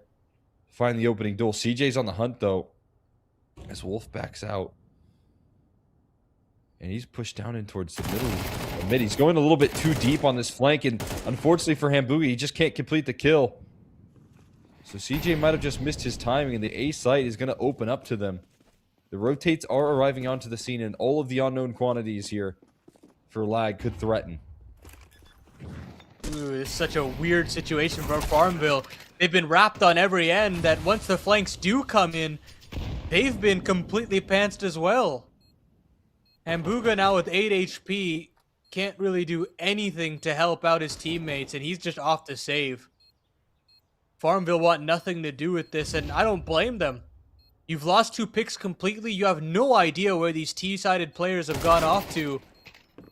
Luckily for Savage, he'll be able to get out with his life, but Lag get themselves the last laugh with 12 rounds secured and a chance at potentially stealing away Farmville's map pick with such a lopsided start to this game. You'd think that maybe Farmville could eke something out, but it's the resilience from Lag that have really shocked me here.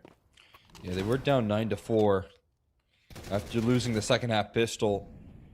Tech 9's brought them back into the mix, and consistency out of the calling of Lag has got them to 12 first. Breaking apart the setup piece by piece. They've got one shot to close out their opponent's map pick. Will it happen now? Because it's another scrappy purchase here coming through. Lost bonuses stacked up so that they have a couple extra rifles to bolster up this buy. Saved, of course, from CJ in the last. 3 players again starting around towards B here. Utility exchanged back and forth. But Banana Control looking strong for the defense for now. It does queue up for a quicker pace out of Lag, though. And they speed things up to take Brackets control and maybe look to wrap it through the arch side. Yeah, I love this pace. They must have been ticked off by a little bit of information. And that smoke gets blown up just slightly. CJ goes down. And now this A bomb site is quickly under fire, but the rotation's even faster on the other end. The MP9 of Viki doing wonders. And maybe, just maybe, we've got overtime on the cards, and now it certainly looks so. Consti now on a late lurk has got to make it work with this AK-47, and while he's had moments in this game, this one will be too far gone. Farmville out of nowhere produce overtime. Yeah, really tough round right there, but I got to give a lot of credit to, again, Umar on the hold, being able to buy time, and Biki making a very heroic play. Look at Umar's position so exposed to the flank. And so his quick awareness to wrap back and deal with the arch play, and then also Biki pressing through the smoke.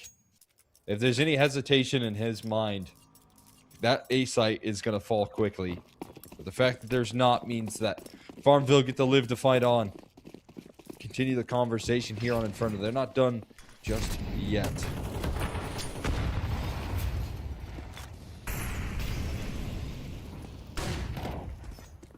Aggression now to fight ahead for Banana Control. Flash up to set up Sandman. He doesn't go beyond it. The reaggress for Banana is being considered here from Farmville, though, and it has been nice for them to retake Banana. And they'll scare him off. Stick around. Yeah. Double HEs tossed in towards Banana. But all of that back and forth that you hear playing out into the round You look at the top of your screen, there's still a minute left. Well, they do some good util damage. Look at the utility that they have left on Farmville to block off angles. That is, I believe, the last smoke available, tossed in towards the top of Banana with 50 seconds on the clock. They can wait it out and then get a straightforward execution going. Sandman maybe hearing the repositions, hearing the rotations, calling it out. But now there's no more utility left to stall things out. It's got to be aim duels ahead of them. And already DJ finds one on the lurk here, cutting things off. The flashes remain perfect. A bit of an unfortunate team kill. Savage still on the scene, threading in some aggression with his A4. HE backs him up, but another fadeaway headshot offered as DJ is in between them. Savage under pressure. Another one here, somehow making it happen. No utility and barely any health left. He goes down, but he does the damage enough to make this round a possibility. Consti tucked into the cubby, can't find safety in time. And Savage saves the day and clears way for Beaky to close it out in the post. Man, what a round there from Savage. Going aggressive in, seeing if he can make it work, and he absolutely does. Not even that aggressive, he's playing to just hold on to his life, and he does for just a little bit longer. Unfortunately for DJ, yes, you get that lurk kill, but it doesn't pull any rotations. Like, the execution's already coming in, and at that point, you just gotta book it over through CT and just can't get back to the B bomb site fast enough. Consti can only do so much in the 1-on-3. And Farmville, they take the momentum built up from that initial round and to force into overtime, and now making matters even better with 13th round. Wolf with a loud jump up in towards the apartments, and everyone's attention turns.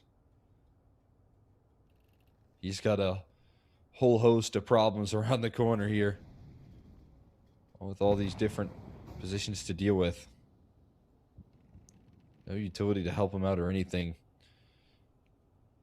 Feels like his round could become a patience game here as he waits for DJ to crawl up as well. The rest of his teammates going to slowly start to get involved. They press up Banana, but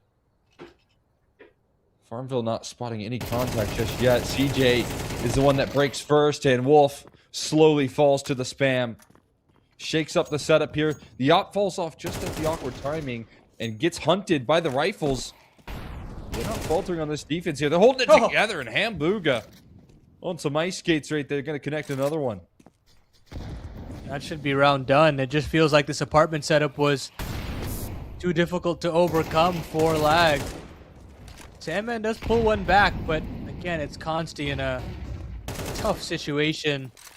Gets one and has the smoke up for just a second to potentially isolate these duels. Oh boy. And it looks like this player on our side gives it up for just a second longer.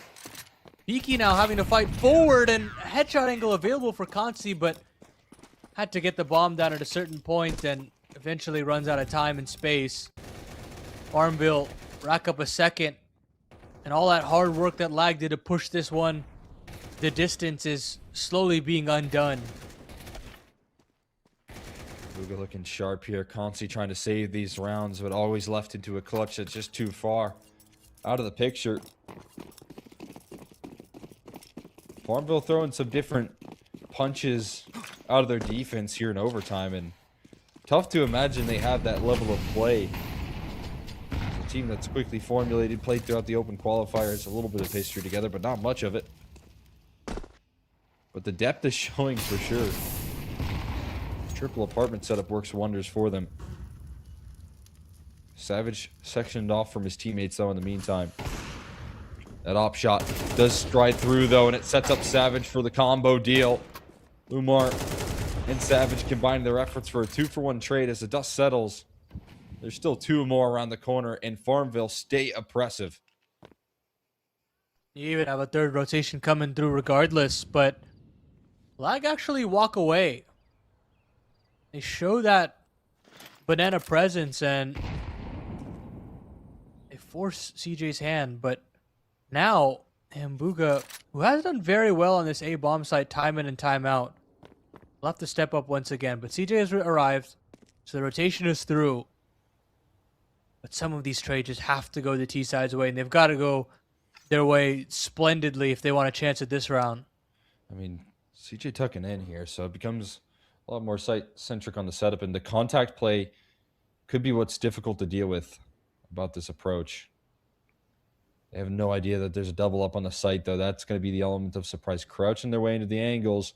Wolf might see Hambuga first. He certainly will. And now CJ misses out, but he still recovers his accuracy.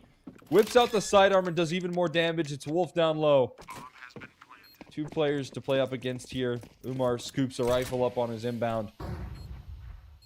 And Wolf set up into a very, very tricky spot here. 1v2. Without enough health to try and break through and find both kills. They're grouped up as well. Molly's to start to paint the picture as to where Wolf is playing, and his back is handed over to him right now. Walks into the site, and Wolf transfers the spray. How does he get away with that? That is unbelievable. The lone lag round comes at the hand of Wolf. So many attempted clutches being found out from lag and just not being able to get converted. And finally, CJ can't put away Wolf, and he finally gets the last laugh. 13 rounds secured. And boy, did they need that one. Just feels like they were running out of momentum all of a sudden. They just couldn't buy a round, but that's why you bring this guy onto your team. To get you clutches like that, and to get the confidence of this team back going, get the body language looking better.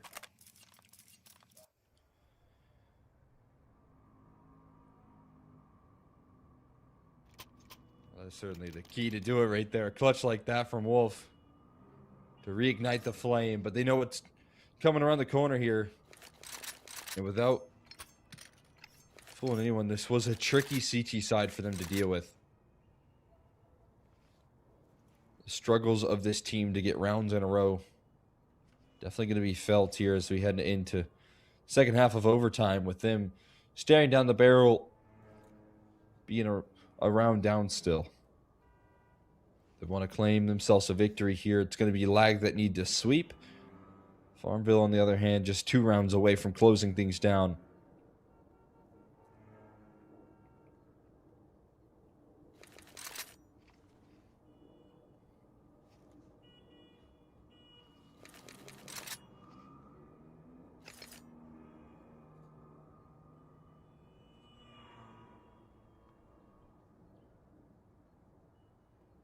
Can't believe that you watch Wolf in that situation with his back against the wall and on low HP, but the level of poise that's required to commit to that position alone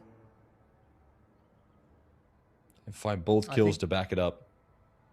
I think about the fact that now that they get the chance on the T side to go back to what worked for Farmville, and that's these aggressive banana takes, playing ahead of utility and not allowing lag to get a beat on the situation.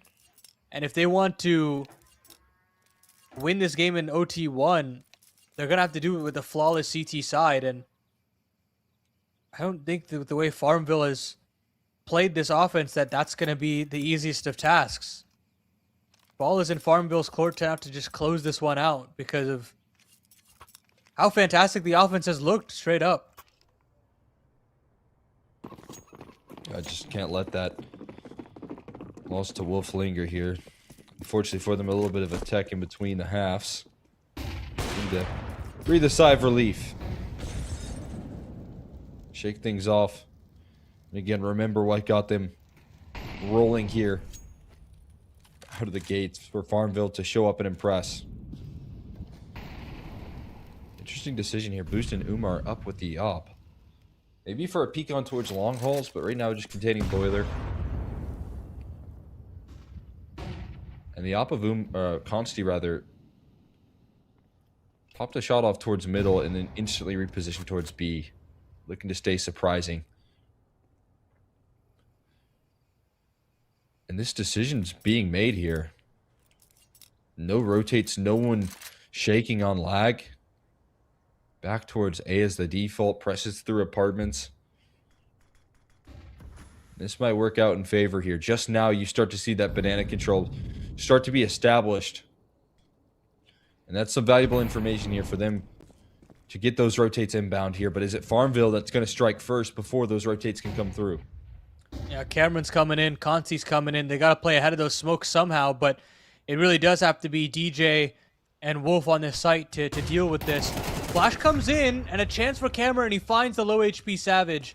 But here comes the rest of the hit. 25 seconds left on the clock. And there's some decisions that have to be made here from Farmville, and they're running out of those options. Umar hits a blinder, and so does Hambuga. So we still have a 2-on-2, but Beaky's still the unknown factor. He makes a move through the smoke and does get the bomb down in time. But now the Sandman lurk has to come into fruition. Oh! But it doesn't matter. What a shot there from Consti. Could still be an influence here. Beaky making noise. No secret about his position any longer, but he sends his crosshair up high to deal with Sandman first things first. Consti completes the kill, though. It's all Consti through the retake there. And this time he's able to come up clutch there, following in the footsteps of Wolf for a 1v1 of his own. And it's lag that will tie things up as scrappy as can be. Just enough fight for them to close it out. 2 HP left for him. Yeah, 2 HP. What a shot from Umar. A couple of shots, really, to make this one possible, but... Oh my God. It's that shot from Consti that really secures it. And they got real close there for the sniper to close it out on 2 HP, but it doesn't matter how you do it, Cole, as long as you're able to get it over the line. You'll be grinning from ear to ear. They start 3B. It drops over some utility. And they'll move back over, willing to give over banana control. They'll have their own apartment set up instead. So many silent boosts here. This has been the name of the game. Thought for a second Consti would try and get a little bit more aggressive, but trusting in the passive line as Wolf takes the aggressive approach on the right side. Umar's up. Turns the corner. Shadow gives his up. But Umar has been way too quick with that off. Key side finding access for his team.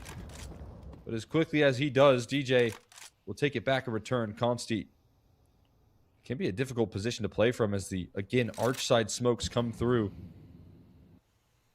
DJ's been able to thrive up against that utility. Up with flashes, draws out the swing, and isolates another duel. DJ doing it all this time. Able to shut down the wrap side approach. Eventually falls.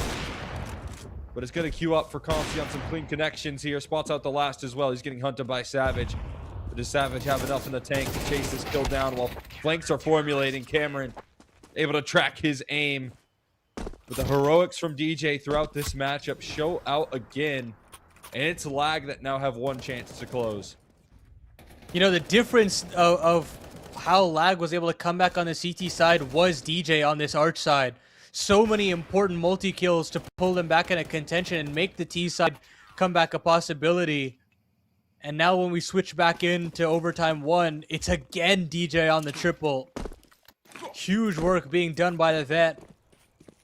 And now Farmville, with all the opportunities to get the job done here on the offense, have not been able to wrap into the A bomb site effectively.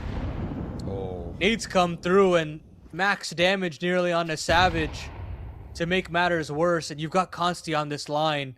Dangers around every corner for Farmville as they look back to this B bomb site, but the cross comes in successfully. CJ finds an entry and Sandman's alone. He's trying to get out somehow, and he manages to dodge death for just a little bit.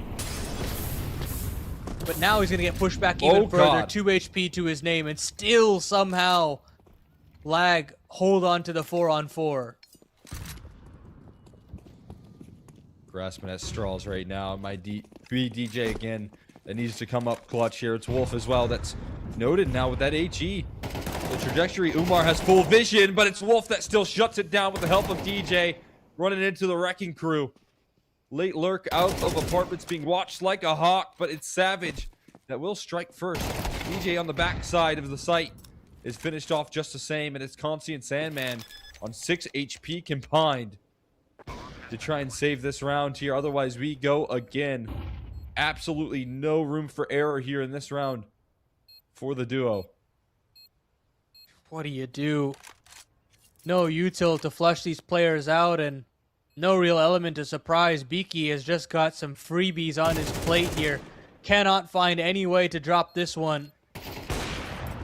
Okay. Consi does nail one, though. He's got to find the player on cold zero box and actually figured it out. But again, no HP, and more so no time. So Farmville force another overtime, and it's really just this chaotic situation on Banana that makes this retake look the way it does. You know, maybe if there's a little bit of HP, Consti can pull that one off, but Farmville just cling on to life for just a little bit longer. And that's been the name of the game, you know, for both of these teams. Scrapping their way to stay alive for as long as possible and see who can throw the knockout punch on one last attempt.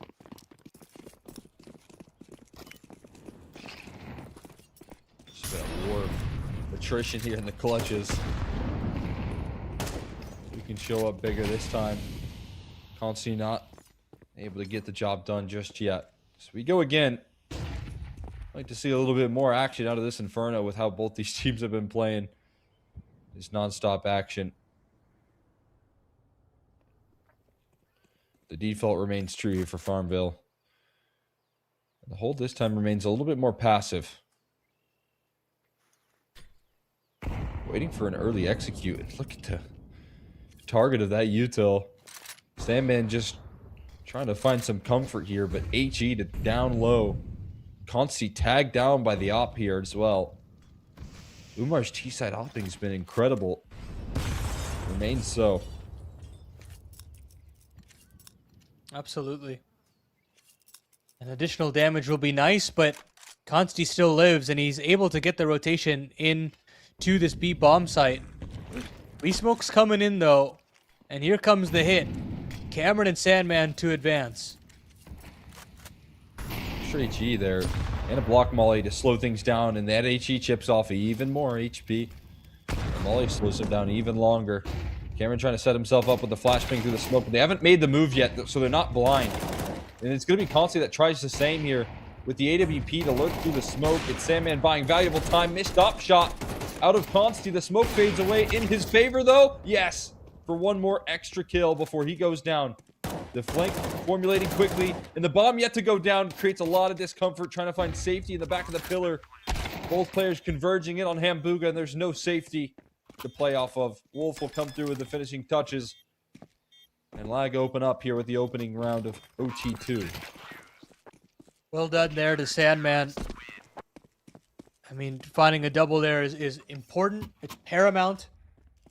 And more importantly, it's Consti getting one on the fadeaway. He knows he's a dead man pretty much 9 times out of 10 there.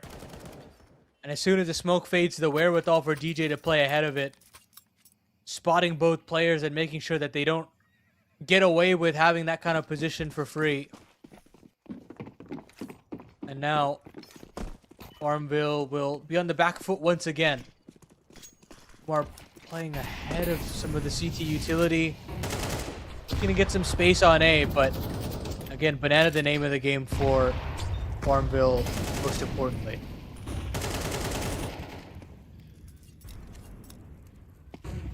Noticing Lag's a big A4 team right now. AKs and A4s, ops in the mix as well. And right now, those A4s not singing too true. Double entry as the smoke goes down a little too late. CJ pushes past it. And the simple timing play catches the defense off guard. This one kind of feeling like a done deal. I guess if you're Lag, you don't have a lot to lose. And peeking your head around that corner. Trying to figure out what you can't find. Smoke's recycled. A lurk smoke to try and get in on the play. HE does a little bit of damage onto CJ, but it is a desperate effort to try and recover this one. Pushing past the smoke, Cameron goes down incredibly low before he can jump up, and a bit of muff movement. And a quick finish from CJ. All the kills in the round so far. Making the job easy for his teammates here. And Hambuga will also step up to the plate. DJ with an AK to hold on to knows this round is over. And Farmville strike back. Yeah, and that's the explosiveness that we've been looking out of CJ for quite some time, and haven't really seen it throughout this map all too much, but getting it when they need it the most. A big playmaking situation there for CJ, and he makes it look fantastic. Now we switch back over, and Farmville have to find a way to get the second. It just feels like they have done their best work on the offense, and they need to find a way to hold on to it for as much as possible. If they can grab that lead before we switch back over, maybe it's a different game. Flash in for Consti to take an early peek, but it's really to assemble an apartment setup instead. But look at this silent approach here from Farmville up through middle. DJ's got to keep his wits about him, and he can't. Instantly losing art side. And this means Consti is now caught between a rock and a hard place. He's got to find some way to create some impact, and eventually they'll wrap into this A bomb site, and they'll know apartments has been lost, and that's the only place that these guys could have gone off to. Consti still finds one, but they don't check apartments, and Wolf will get another. So we still have a 3-on-3, and the rotations are here pretty swiftly as well. They're blocked by Moto Smokes now. Consti's a known quantity. HE lands, it does even more damage. There's another one for Consti. Somehow they still have utility to work through here, and Hambuga gonna explode inside the pit. Double up on the site now. Nullifies the big crossfire that they were hoping to get away with, and CJ shows his face, trying to get some smoke spam. It's Beaky in the back lines. Overlooked for now, but not for long. Cameron finds the kill to complete the mission. Time for the defuse here in 17. Gonna be manufactured. Lag. Get 2 defensive rounds working in their favor. Yeah, that is just wonderful work there to bounce back after the early death from DJ.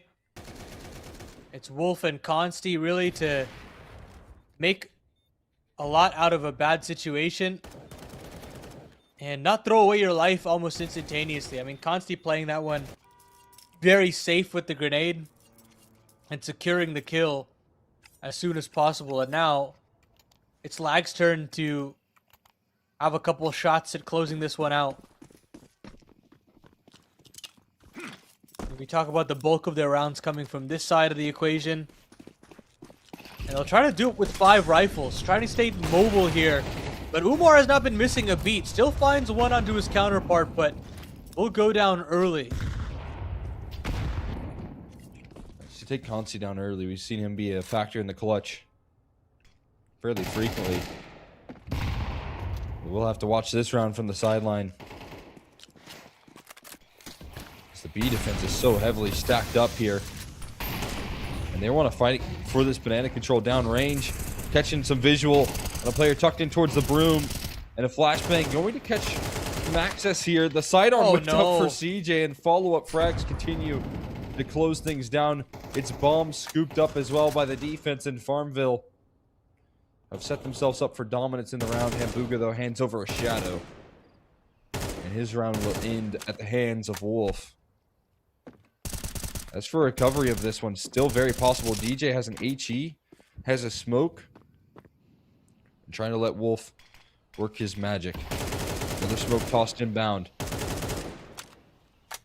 35 seconds left on the clock here. Wolf going to continue to move on a flank. They don't have any smokes to throw anymore if you're Farmville. So now the wrap will come in, and Savage's got to hit his line pretty much straight away here. And he doesn't. He doesn't find anything, and the flank comes in, and an unlosable situation for Farmville falls apart at the seams. Lag come away with a round out of thin air. And I got to say, that just feels like the straw that breaks the camel's back. Nah, I'm right there with you. I mean, Wolf playing this one to perfection, but a 4v2 bomb down in your control. Issue is Savage is on 1 HP. He can't sustain a duel. And with DJ going at least 1 for 1. Wolf is able to follow up with the trade. That, as you said very well, might break the camel's back. Last straw that Farmville could bring to the table here, but still standing for now. HE comes through and chips off even more damage. out of these B players. A positive trade here early for Lag. On top of that, spotting out where the op was. It's good information to work off of here. Umar is shuffling his feet quickly back towards A. Maybe we can allow for some control to be taken. Slow down now from Lag. Cameron will be that late force on Banana. As Sandman as well if they want to continue. But they'll take brackets on the other end. And potentially wrap. I think this looks like a B split that's kind of forming here. As soon as this smoke fades, yeah, they'll flash in. And this has all the makings of what they're looking for. But they do lose a body in DJ. They should have some awareness that this is a possibility, but with that player going down, Wolf is going to play forward and try to sell something even more. But that keeps this B front undermanned. It's a 2-on-2 on this B bomb site, really, as Wolf continues to try and scamper in. But 30 seconds left on the clock. They've eventually got to go. Savage still in the back of the site dealing damage. And Beaky still that unknown front. He's going to wait here in New Box as late as he possibly can. And now he finally strikes. Consti now in the 1-on-2. Okay, look at what's left for Consti here. No util. And barely any health. Gonna have to make it work by getting in towards Coffins and staying elusive. Can he deliver a clutch to close things off? He's been put into these situations so many times before. Utility remains strong. Hambuga with a full belt to work off of and inching his way forward. He's got a position in towards CT. Can he dice up a duel beforehand here? He finds a headshot on the CJ. Sidelines him. And now the chase is coming through. Hambuga hot on his heels. He's a foot race to find safety here. And he's routed this one perfectly. Molly is not available to run through. But the time is ticking down a little too low. Hambuga just doesn't have it. And that shot's missed. But it's no concern. The round is won nonetheless. Consti delivers when it matters most. And Lag in a double overtime affair are going to seal up Farmville's map pick. It's not pretty cool, but Lag get it done at the end of the day. I mean, I'm glad we cut off the replay early there, so we didn't have to see the end of that. But Consti's had it multiple times at trying to 1-on-3 clutch, 1-on-2 clutch, and it hasn't gone his way many times, but eventually he got it together in overtime. And, you know, better late than never. They got the job done. They took off Farmville's map pick. All that extra momentum that they had to start off the game is ripped away from them. And now we look towards Dust 2, where Lag should be able to take care of business, and they should look on to this final. It feels like the worst days in this matchup specifically are behind them. Yeah, I definitely agree with you. I would say silver linings for Farmville are looking towards Umar's impact. With the AWP, I mean, he really did a whole lot on both sides of the half there. T-side Inferno opping, we usually are giving all the credit to anything that can be really manufactured out of oppers. For a full half of play, he was buying the op and finding duels with the op. So, you know, credit due there. If he can keep that momentum up on a Dust 2, they'll be in a much better spot. But for Lag, they had a couple of map-defining clutches. You think of Consti's 1v2, obviously, to end things up. Actually, 1v3 for that matter, to end things off. And then Wolf's 1v2 on that A-bomb side as well, where it kind of lifted them up in overtime. Those are defining clutches that really pushed Lag across the finish line. And they had that expertise available from the 2-point men that we highlight heading into this matchup. Take a look at the PrizePicks kill totals here, and as you can see, it's Consti and Wolf showing up definitely. But another player that defined the server was DJ, and he's not too far off of reaching his total either.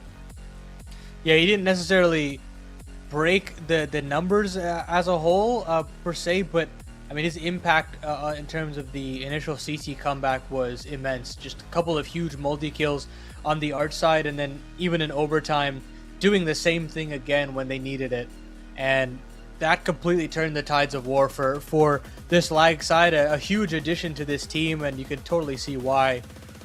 You're going to see a lot of PrizePicks check marks in map number 2 because everybody stepped up when it was necessary. I mean, even Sandman, 20 kills on the dot, but I still felt like I saw some significant work out of him on that B-bomb site.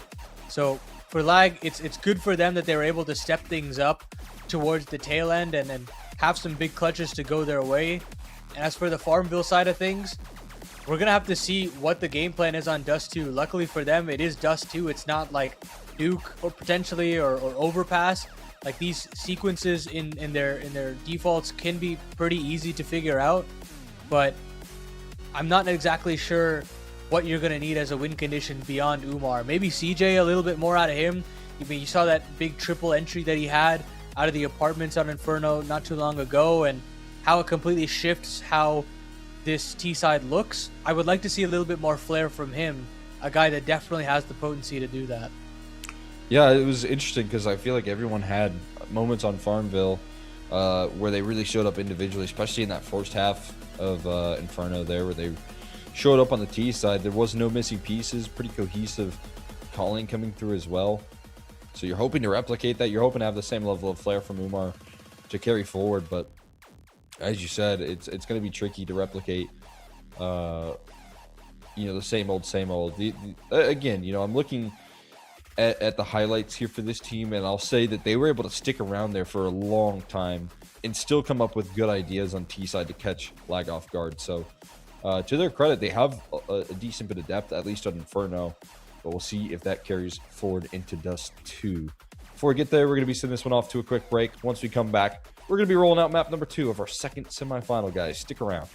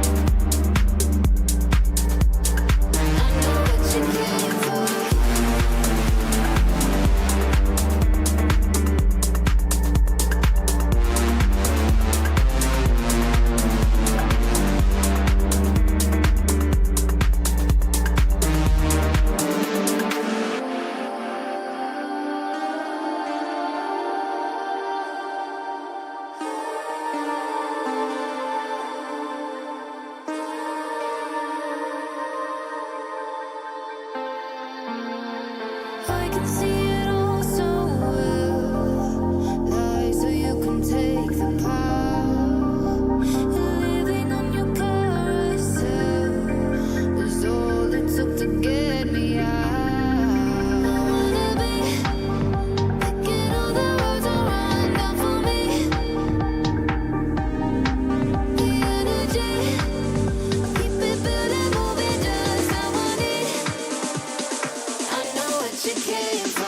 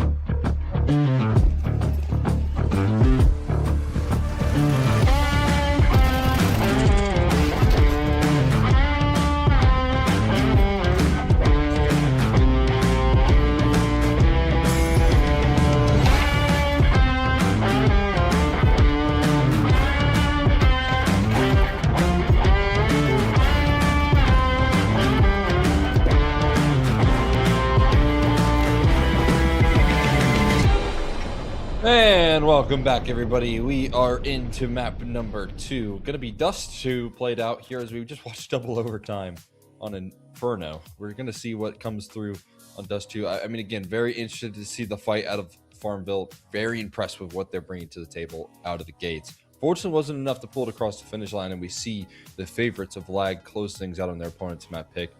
Expectations are that there's even a bigger hill to climb now here coming up on the map selection of the Lag.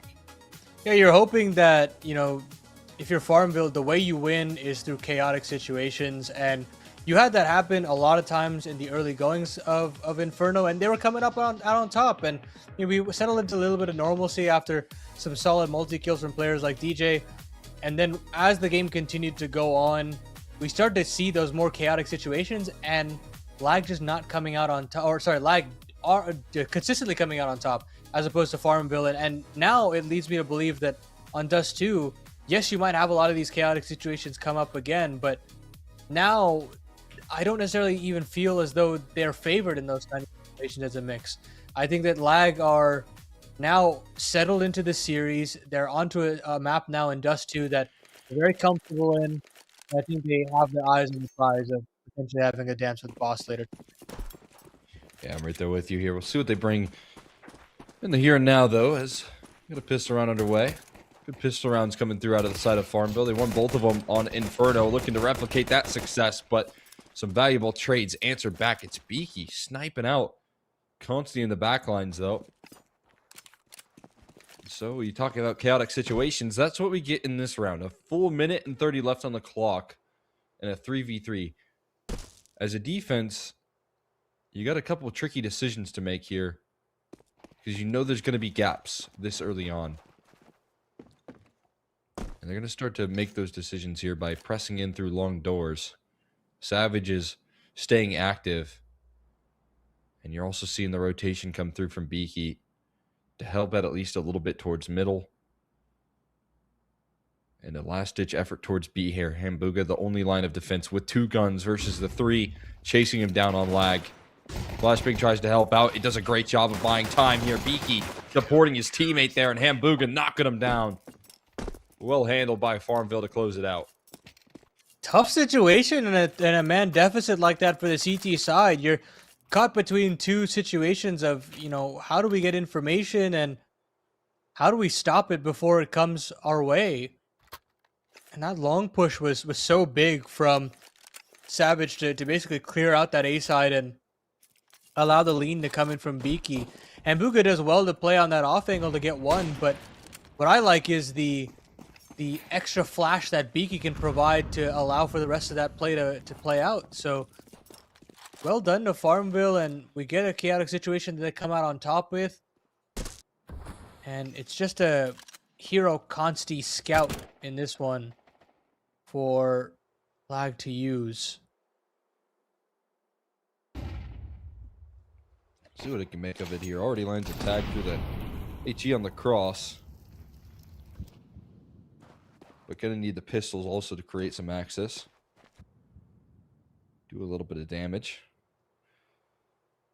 No Deagles to back this one up. So it's gonna be the scout to maybe lead the pack at this long range duel up the catwalk. And already spotting out Beaky.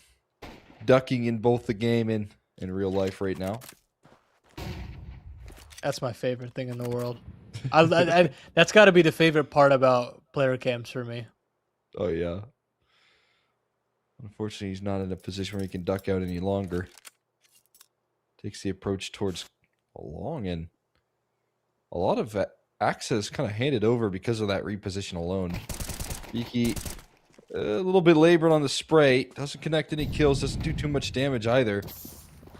Molly's going to slow them down from the approach on the plant, and they're going to try and play the retake here. But again, slowly dwindling health, making it that much more possible for the scout to do damage, but the bomb gets denied. And the SMGs start to thrive here. It's all on Consti. They'll be finished off quickly. Even a bomb plant denial massive in that round. With all the space as a luxury for Lag, thought that was a guarantee. Not the case. And Farmville going to go off to a nice 2-0 despite the early difficulties in that round.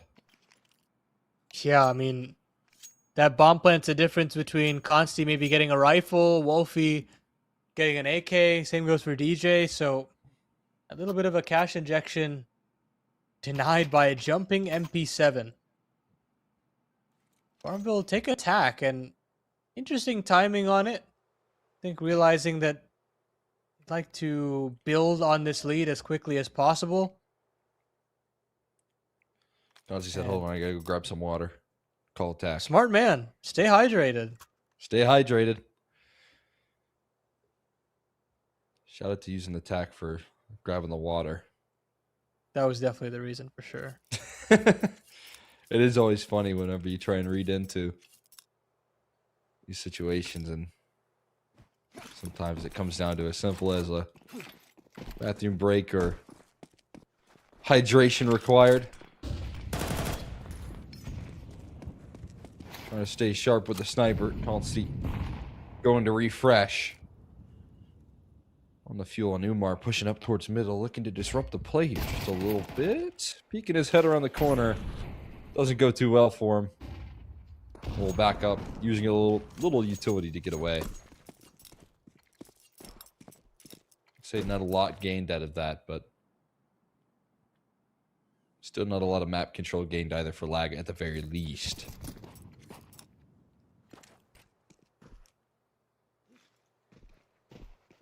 Now all of a sudden, Lag will look towards mid control instead, as Farmville respond with long space. 3 players here, and they're actually there at the right time, but just a moment of delay. No and now way. Umar is caught between with the MP7, somehow gets away. I don't know how they don't try to even punish that, but now with this active defense, where do Farmville want to go next? I think they're going to try to defend this B bomb site, but I mean, they're losing bodies all over the place. What a weird round. Comes down to this duel here, and Cameron nails it. Creates some space in towards B just in time. Savage looking to be the hero and finds a multi. Savage striking through the window before Lag even realize. And it's DJ in a 1v2. Fakes the bomb. Not fully committed. Goes for the swing, spots it out, but now it's feeling a little too late for the plant. Constricted on both fronts of tunnels and window, and gets off of it just to be finished off by Umar, who opens up the round and will close it just the same. Farmville sneaking away with the victory on the bonus. credit to Umar for opening things up, but then Savage saving them from that round, spiraling into a 3v3 post plant.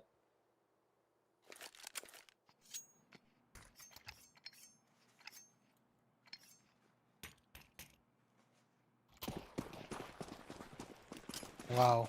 Well, I guess Dust 2 definitely lends itself to having as much fun and you know, aggression as you want if you're the CT side. And this MP7 from Umar, I feel like Umar's SMGs have just been great this series. Put him on that a little bit more. And now he'll hold on to long with that on his own. They've walked up all the way up through the short side. How aware are Farmville?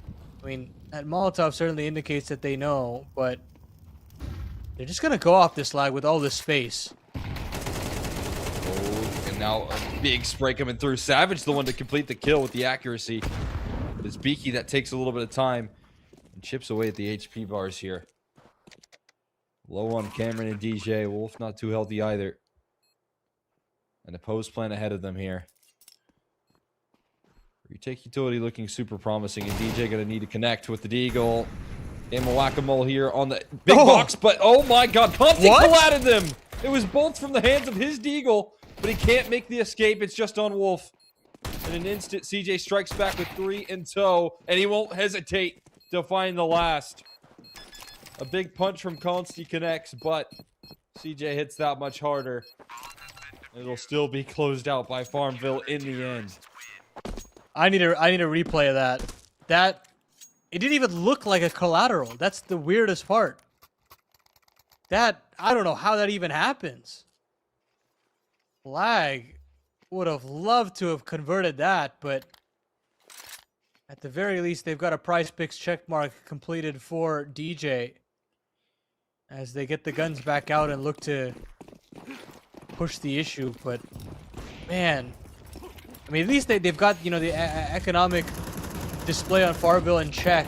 They're going to try to keep extending this aggressive maneuver near collateral there available for Cameron and DJ, but Umar only gets 1.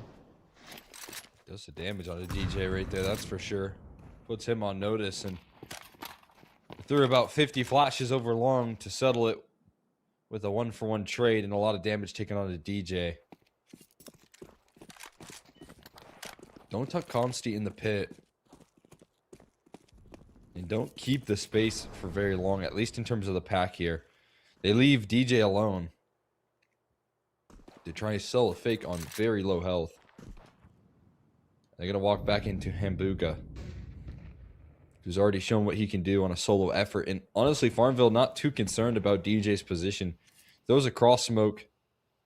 Hambuga tosses his smoke out towards B. But it comes down to how good of a job DJ can do on selling this fake and keeping 3 players' attention turned. Hambuga has another smoke as well. So they've cycled utility to favor his positioning and reinforce this B-side defense. No need to pop it open either, so it's either gray screen or a mid-B split, and looks like they're going to have a late cutoff of rotation here from DJ. And there's still just no support here for Hambuga. He's got to do everything on his own. He'll toss a nade of his own and soften Sandman up just a little bit, but that Molotov is going to make him feel mighty uncomfortable. DJ cuts off 1, and Consti should have the flank, but can't find him. Oh. Doesn't actually die on the regress back into the B bomb site. Now Savage caught between 2 ideas, trying to figure out where DJ's gone off to, and he's finally found him, but 2 on 3, regardless of the HP, you're thinking it's got to be a save.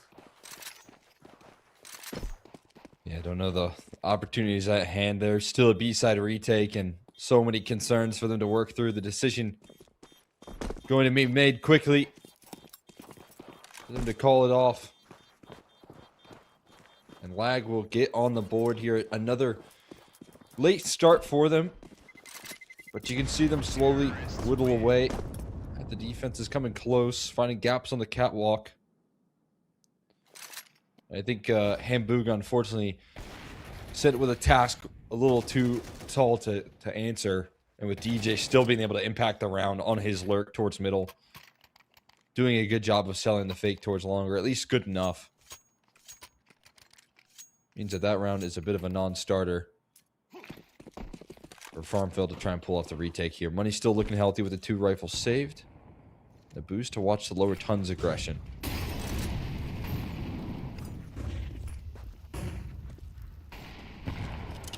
Now, mid-door smoke not being tossed in just yet. They're still able to get a lot of room over through middle. They'll get out the doors. 3-player setup on this B bomb site. Not traditional, and we'll see if Lag do anything to make this uncomfortable for this B-sided play, but all 3 players here at the scene of the crime. Flash is good, though. Completely blinds up Hambuga for a potential trade, and he can't even find one on that MP9. It's just Peaky at the back of the site. He's been drained of all his ammo.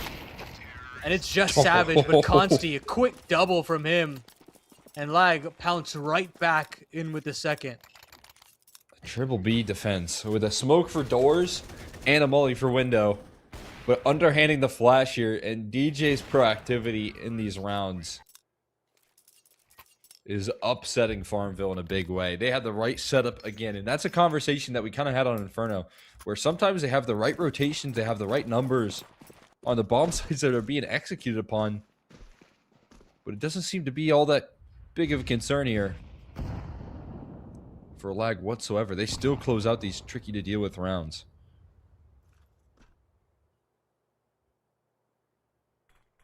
Stack up towards the top of mid. Trying to throw punches here. And a great flashbang is going to allow Sandman to chew them up.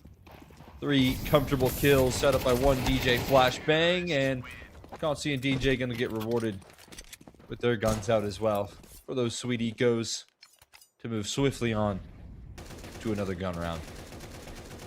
You know, it's these nice starts that get you excited about this Farmville roster, but it's plays like this from Consti and DJ that have been able to get them their PrizePicks check marks and pull themselves back into this game as well. Now just 1 round the difference. As an instant boost up here for Umar. And again, just aggressive as ever to take this lower mid space and get into short as quickly as possible. This time around, though, it'll be a late lurk for Cameron on this MP7. And the rest of this attack to come up from the long side. But Cameron's going to jump the gun earlier. And now you'd think they'd come out, but another recycling of the smoke slows this entire protocol just a little bit longer. Yeah, it's a good job from Cameron to show his face, because if you do that, they're going to feel like, you know, cat attack coming through likely, at least with the pack of players, but that's not the case. The pack is over towards long. The defense reacting accordingly. Get met by a molly, and before they can even make their moves, a counter flash comes through at the hands of CJ. A quick trade required from DJ, but he needs much more. Making it past the point of Savage is not an easy task. Eventually, Consti connects, though, and that's going to allow for the bomb to stay in safe hands of this T side. In the meantime, Beaky deals with Cameron on this lurk up catwalk, and Consti is all alone. Picks up a rifle, but a trio all not giving him duels. This round very unlikely. Umar flushed into the open by the molly, activates before it. 16 HP left. At least gets the bomb down. Trying to carry forward this conversation. Headshot angle as well could be effective, but being scaled up on. Thought it was a jumping headshot there from Behe, but no, it's Hambuga that connects. Clean. There's a whistle there. Hambuga to close things out with the defuse as well. Behe to recover the up, and Farmville making the right rotations this time here, and this time they have the kills to back it up. Good attempt there from Consti yet again, but can't complete it. It really just comes down to how effective this long play is. It's a couple of flashes going back every which way, and the CT side comes out the better of it. Well done to them to have the response to pull back a couple more players too long late after seeing the cap play. They've done enough of a job to get information on what's going on in middle that you can call that third rotation over, and that eventually ends up the reason why they're able to convert that round. Nice little tag there for Consti to get. He's been good on those. To Beaky, 25 HP for him. And again, they're opting in for this 3B setup here, Cole, which it's interesting that they want to back into it a couple of times now, but the potency of that setup has just not come to be just yet. Rotations for me out of Farmville, or at least the setups, feel a lot more decisive out of spawn as opposed to any reaction out of lag. You know, trying to base your defense based off of the information that's given over to you. And it's going to feel like you're on the right path here when those crisscross smokes towards middle come out. And they'll be followed up by a lurk here as well. Beaky calling out that the crisscross smokes are inbound here, but he gets finished off quickly. There's one defender taken down. There's two. And Hambuga, known on the scene here to be a B player, is also dealt with just the same. As you said, that stack doesn't really show face here in this round, as the 3 B defenders fall instantly. Absolutely no ground held together, and DJ on a lurk is going to land a nice shot to punish here. And Umar's op is by no guarantees safe here.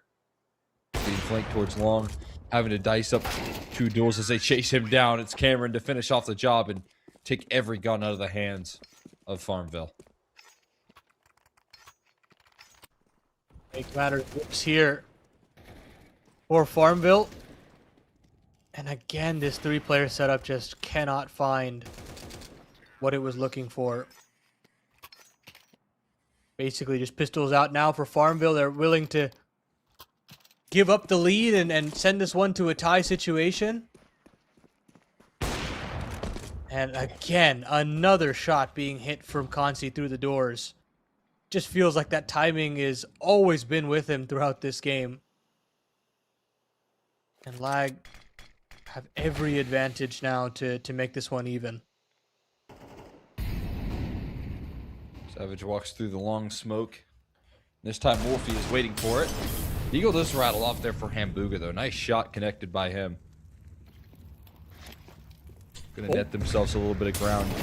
Hold on to CJ. Also ready to collapse, and Hambuga, dying in the flames with his last breath, will be able to find another.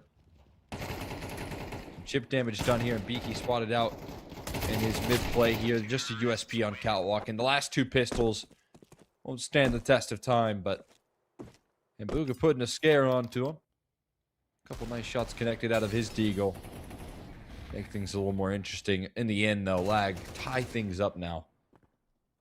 That was a bit of team damage. I was wondering how player in Catwalk got taken down a little bit low. He got a dink landed onto him, but Wolf, all things considered here, it always felt like a guarantee. Barring a disaster, just needed 2 kills to claim himself the PrizePicks check market. Was able to knock that down, but hey, the B players make it across without taking any damage, so that's already a win. Crazy that these are the silver linings you have to roll with now. And Sandman had just walked out middle. I think he's been spotted by Beaky. And he definitely has. What a swing there from him. Eviscerates him with the FAMAS, but that's not the play that Lag we're looking for. We're looking for this catwalk execution. And Umar is going to have to really put up a hell of a round here. He finds one, but can't flick over for the second. Still a 3-on-3, and you still got this up on the retake. Tough stuff for Farmville moving forward, as this retake it really feels necessary. And Consti now hearing that the Cat player that was once there is now heading in towards long, is going to confirm some information as to where this retake is headed. CJ lurking his way up through CT. All smoke in and across successful, but Consti denies access. It's finished off quickly, but that's when Wolf can pounce. And it's just Cameron here with the bomb planted for him. There is no kit in Hambuga. The time ticking a little too far gone. With that kill, he's going to try and make the escape, but that bomb blast on Dust 2 is not going to allow him to run. And he'll fall at the end here. Lag Gonna rip away a lead now. As a consistency coming through in that department. Gonna put them across the finish line here, at least for 6 here, barring a 0-4 start to this one. It is a nice turning point that we see them able to come through and win these gun rounds. Yeah, and now you got another prize pick check mark coming through for Cameron. And a chance for Lag to get themselves 7 rounds. Who been really crazy that they wanted to go for it still. But doesn't end up costing them at all. Triple player set up to move into the tunnels now. Sandman up to bat. Can't track the second player. You've still got DJ around the corner to potentially cause a ruckus. He gets dinked up with the damage though. And now he's getting pincered from Catwalk as well. Nade to come through. And it's actually a flying AK from CJ to get the job done. This pushes forward the rest of the remaining players of Lag up through long though. And now Umar and Beaky are going to have to make do with the weaponry that they have to try and slow this down a little bit more. Player tucked in towards Gandalf, overlooked. Will be watched, at least spotted quickly with the reaction shot from Wolf. Transfers his aim to seal up more success. And Beaky can't catch a visual on camera. Maybe spotting the jump up though now. And that's all the information you need to spray down range. Wolf claiming another one. Beaky on 10 HP. It could be a Wolf 4K. That completes the mission. Smoke onto the site. Looking to make things a little bit more challenging. And Beaky finds a connection. It's an op in play, but the Tech 9 whipped out in a 10-second defuse. He can't find it. Not just yet.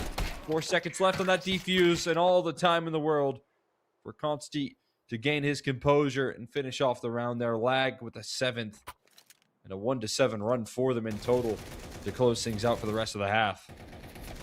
I got a little close there for comfort, but Wolf with the important double. Just beautiful flick on over to Gandalf. And again, some massive impact out of him. Now, Lag just feels like they've battled back very well here. Get a defense that should be able to get the job done. I mean, you actually have 5 vests here, funnily enough. Interesting that you don't necessarily see that all too often on a CT side, but gotta keep in mind no kits this time around and no dual Berettas. Usually the duels you want to see get involved here. But maybe they just trust in the accuracy, and Consti has already threaded in aggression on the long side. B defense not as clean, but Sandman dropping down is going to find a headshot here, and Savage doesn't live to tell the tale. So it's just Umar and a solo lurk, and Cameron bends his bullet. Find that frag. And there's the first pistol for Lag to convert right there. Comes at the helm of some sharp shooting, and Consti just getting himself entrenched in some nasty positioning to close things down. That's got to be the most inopportune time to lose your first pistol if you're Farmville. You would have really liked that to give you a little bit of breathing room on this comeback, but instead it's a force buy now for Farmville as potentially looking to give up double digits, but you have a Beaky scout tag through the door. We'll wonder how DJ performs in the future, but for right now, it's a 1-for-1 in the lower side of things as Hambuga goes flying with that MAC-10. Utility damages everyone, but not for much. And this gap on Catwalk is going to be exploited. And for them, they have enough utility to coast in. Retake now called upon. As long as called clear, they hear the shuffling of the feet on the catwalk right above them. Starts a timer. One that, if you're noticing, there are no kits for Lag to recover this one from. So feeling very constricted with time pressure to boot. They've got to get a go on things here. Start to swing, but finished off by the scout before they can get the positioning. And Beaky with another one. Double kill off the scouts before the smoke does not land on top of the bomb here. No protection as the smoke is hastily thrown. And they're just simply out of time here. It's an inopportune time to lose a pistol, but the perfect timing to win in the second round here. Converted out of Farmville to strike right on back, and Wolf gets sent flying into the pit. Some extra damage done by the bomb blast. Farmville, a good time to respawn. Yeah, that's a huge job there from Lag, and a huge oversight from the Lag side of having that huge spot open on the Cat side. Great work from Farmville to find a little bit of a hole and abuse it. Now, there's the force back the other way, and yes, you've got this Consti scout, but you gotta look towards Cameron to do some heavy lifting. DJ completely flash will play within the smoke and tries to come out from around it. Spots 3 bodies instead, and yeah, that Cameron A4 is not gonna have the impact it was looking for. Sure, you've got a little bit of consolation from Sandman, but this force buy falls flat on its face, and Consti and Wolf will probably look to save here.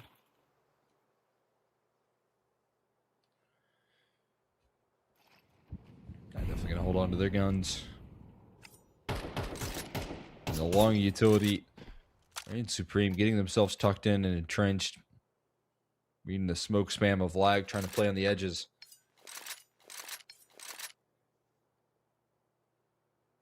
Only a matter of time before this CT side decides. Or rather, this T side decides to make a move. Get that smoke in order. Tossed in towards the cross, and Farmville not going to have too many troubles finding safety on A. For a team that's had a little bit of troubles towards the later stages in the second half, a quick response and then immediately punishing the force buy with dominance is exactly what you want to see for Farmville if they want to come alive here. Been battered down with that 1-7 run out of Lag. We made 1-8 with the pistol included. But a huge momentum turning moment. And the hot starts out of a underdog team are always something you look at as a win condition, but I feel like for the first time they finally didn't have that. To be able to respond with a force by victory of your own, you've had that every half now, at least, at an opportunity to claim it. Mm-hmm.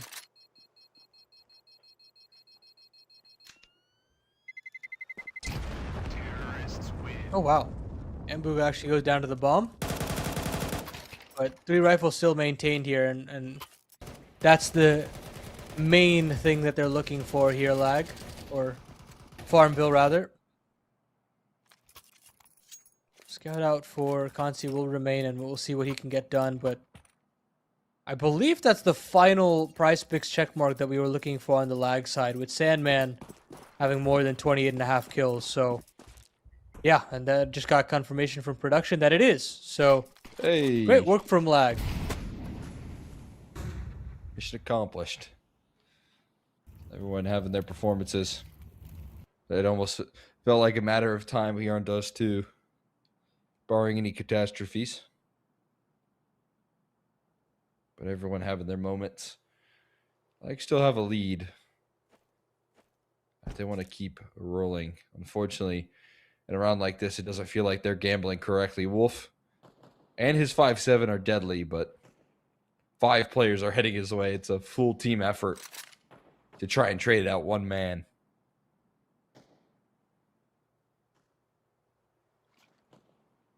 Yeah, I've seen him do some crazy things on this 5-7, though. Boys, this might be too tall in order. Could be good for maybe 1, but even that will not happen for Wolf this time around. Nice little B-pop there. Any exits here for Lag would be fantastic if they could scoop up a rifle on the way out, but very unlikely for that to be the case, as this should be the dominating round that Farmville was looking for. And now that you've got this bounce back, what do you do with it? Can you get back to that style of play that works so well in Inferno, where you're really easily able to mess with the CT protocols, you know, maybe faster long processes, or getting out CT as quickly as possible through mid doors. All of these ideas are now possible, I feel like, this momentum that they've built back.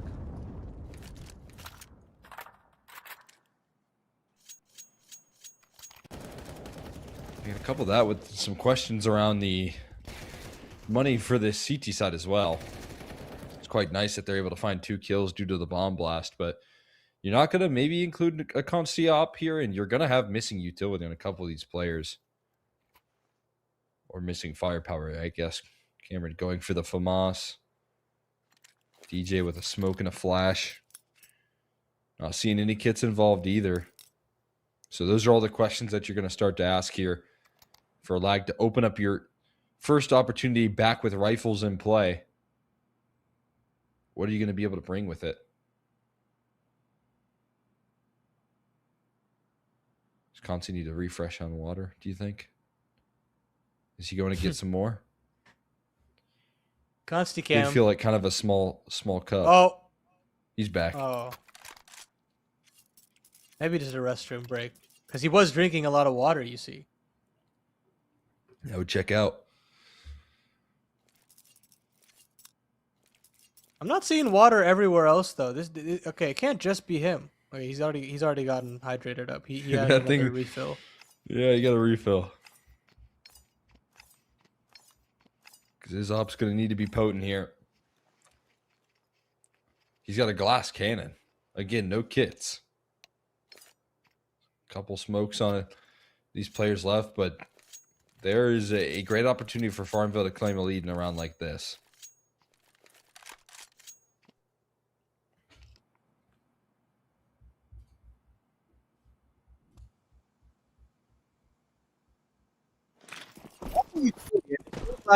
Here for the CT side.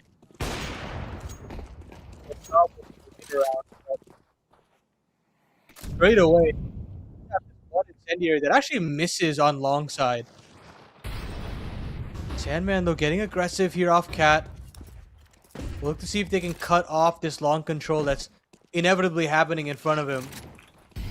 He's got to call some teammates over and they'll eventually get here, but can they do anything to stop it is the real question. Sandman's just not fast enough on this lurk.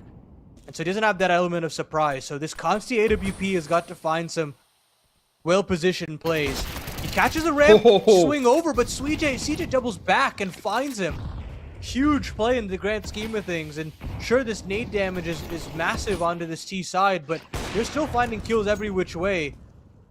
Sandman's also been found out, and Umar's dealt with that threat as well. Oh my god. And Booga with the Ripper, and now it's just Wolf. Oh, jumping up here. Could deny the plant. Wolf, though, with 3 kills rattle off. And it's Lohan Booga left. Wolf explodes into the round and closes out a 1v4 in a flash. Stone cold from Wolf. Not even a reaction as he finishes the job right there.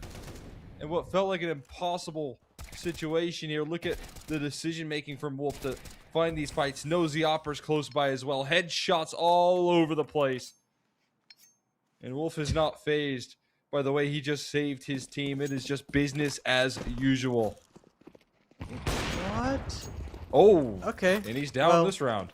It won't happen again, I guess. But wow, I mean, just mechanical prowess all across the server right now. Feels like we're reaching the peaks of these teams' powers at this point. Now, they've got themselves short control, and that 5-on-4. Do they want to just go through the smoke? They were definitely thinking about it. And move back over into Consti's A1S, and plenty of bodies there to make sure that he's been dealt with. Sandman now comes back to press up against the smoke, but they're running out of opportunities here, Lag, and they lost a lot of bodies in the round previous, so this round even more important than the last. Sandman has the element of surprise. Bomb is the last activator on this approach here.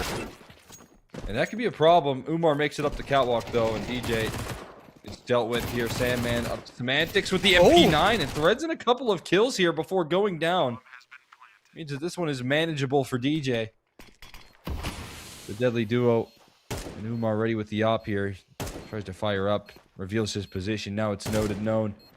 Umar with the op. Just needs to connect a simple one here. Reposition from DJ. No, he takes the top rope. Walking a fine line, doesn't clear out the position on Goose, and Savage will fire away. With that round responded upon here, Farmville.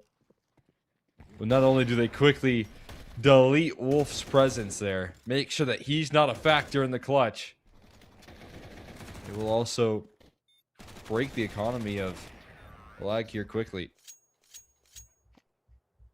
Yeah, brutal situation there for Lag when you lose Wolf that early.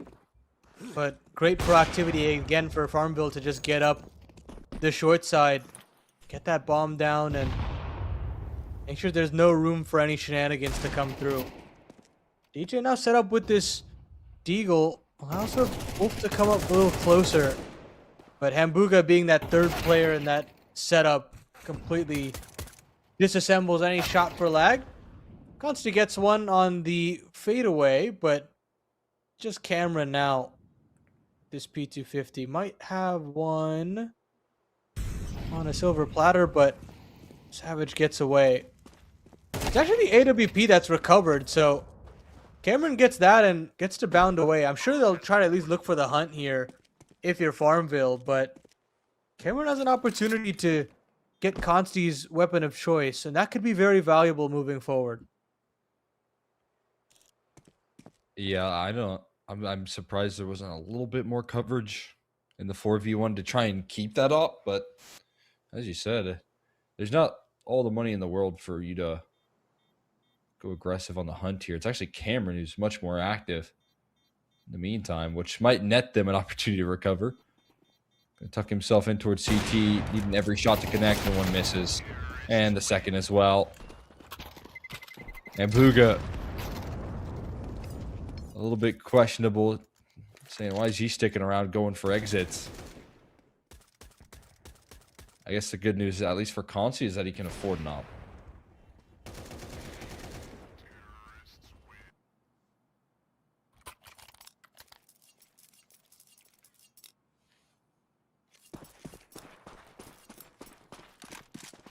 Well then, Consti does get to have an AWP. And doesn't look to get that opening offense that he was looking for. We'll move back away to the safety of ramp, and Farmville will get back to it on this default. DJ peering in, but so far, Lag run dry of real information. Off angle being played by Cameron here on this FAMAS, but can't find that instant headshot to get that opening 5-on-4. Ooh, I don't know if that's supposed to look like that. I don't think so. I think that one's supposed to block off the vision of mid. It's allowing still for a peer through. But this defense set up with a lot of trust again, and Consi boosted up. But he's going to be fighting Ghost on A because the real play is going to head in towards B here shortly. Gearing up for an execute. Wolfie spams a mag down range and now tucks in, tries to cover, avoids the flashes. They spot out those B presence players here, but it's Savage that finds the entry, and Wolf is trying to buy time, and he just can't do enough. Savage runs him down and completes the trade. The rest of Lag try and group up here, but I don't think they have really any stance in trying to go for this. They got one flash, one smoke, no kits. I would just call it. Farmville rip away another one.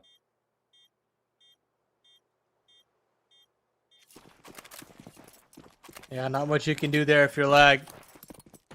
You're hoping that maybe Wolf gets one more, and nearly did with the dink on a Savage, but it's just not enough. Farmville will get away with the 11th, and having an opportunity to potentially push us to Ancient. A nice one for Farmville. Didn't necessarily expect us to get to this point after the collapse on Inferno, but mentally they're still very much in this, checked in.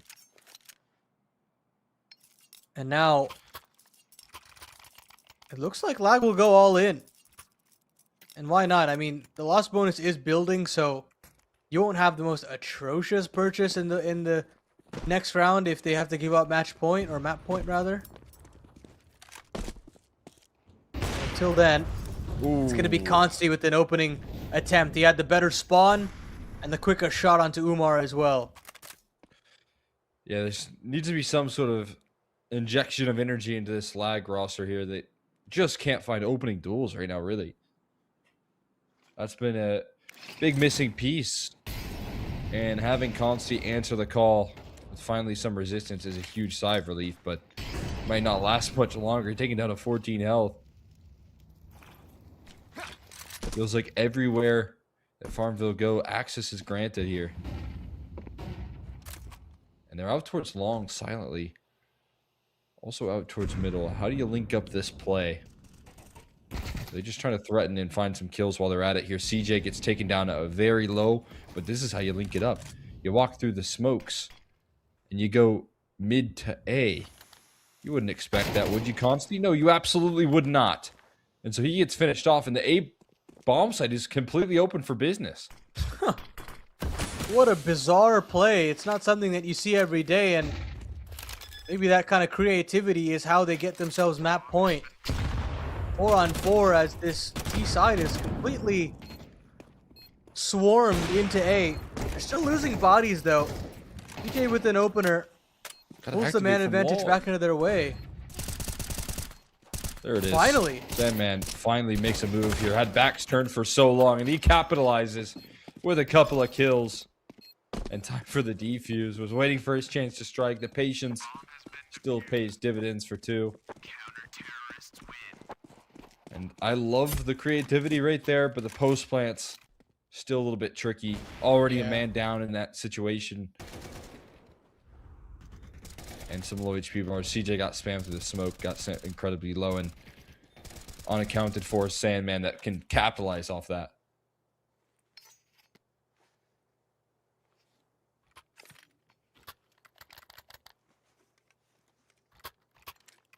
Still plenty of time here for Farmville to potentially push us to a third.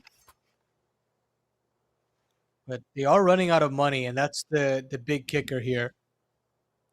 So a lot of onus getting put back onto this T side to search for map point first. But Lag are still hot in the hot under the collar.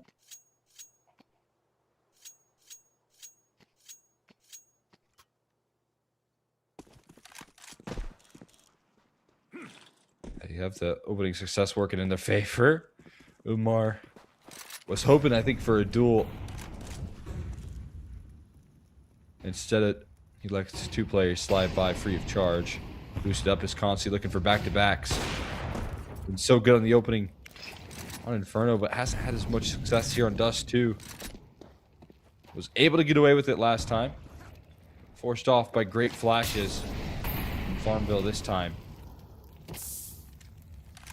No access granted here. Umar trying to thread in some aggression, but the molly is still present. When Farmville have been able to play out these 5v5s and walk through map control and work through the progressions, they have looked incredibly effective, and they're getting that luxury here again with a cat play. The reaction is to double up on the aggro towards long, and Lag are moving. Could create some discomfort here in the attack. You'll have a potential double flank here brewing between, actually, it'll just be Sandman, but it's actually Consti that's going to have to do a lot of heavy lifting initially. The crosses come through, but the flashes are even better. He'll get back to a safe haven here on back plat, and he'll start firing away.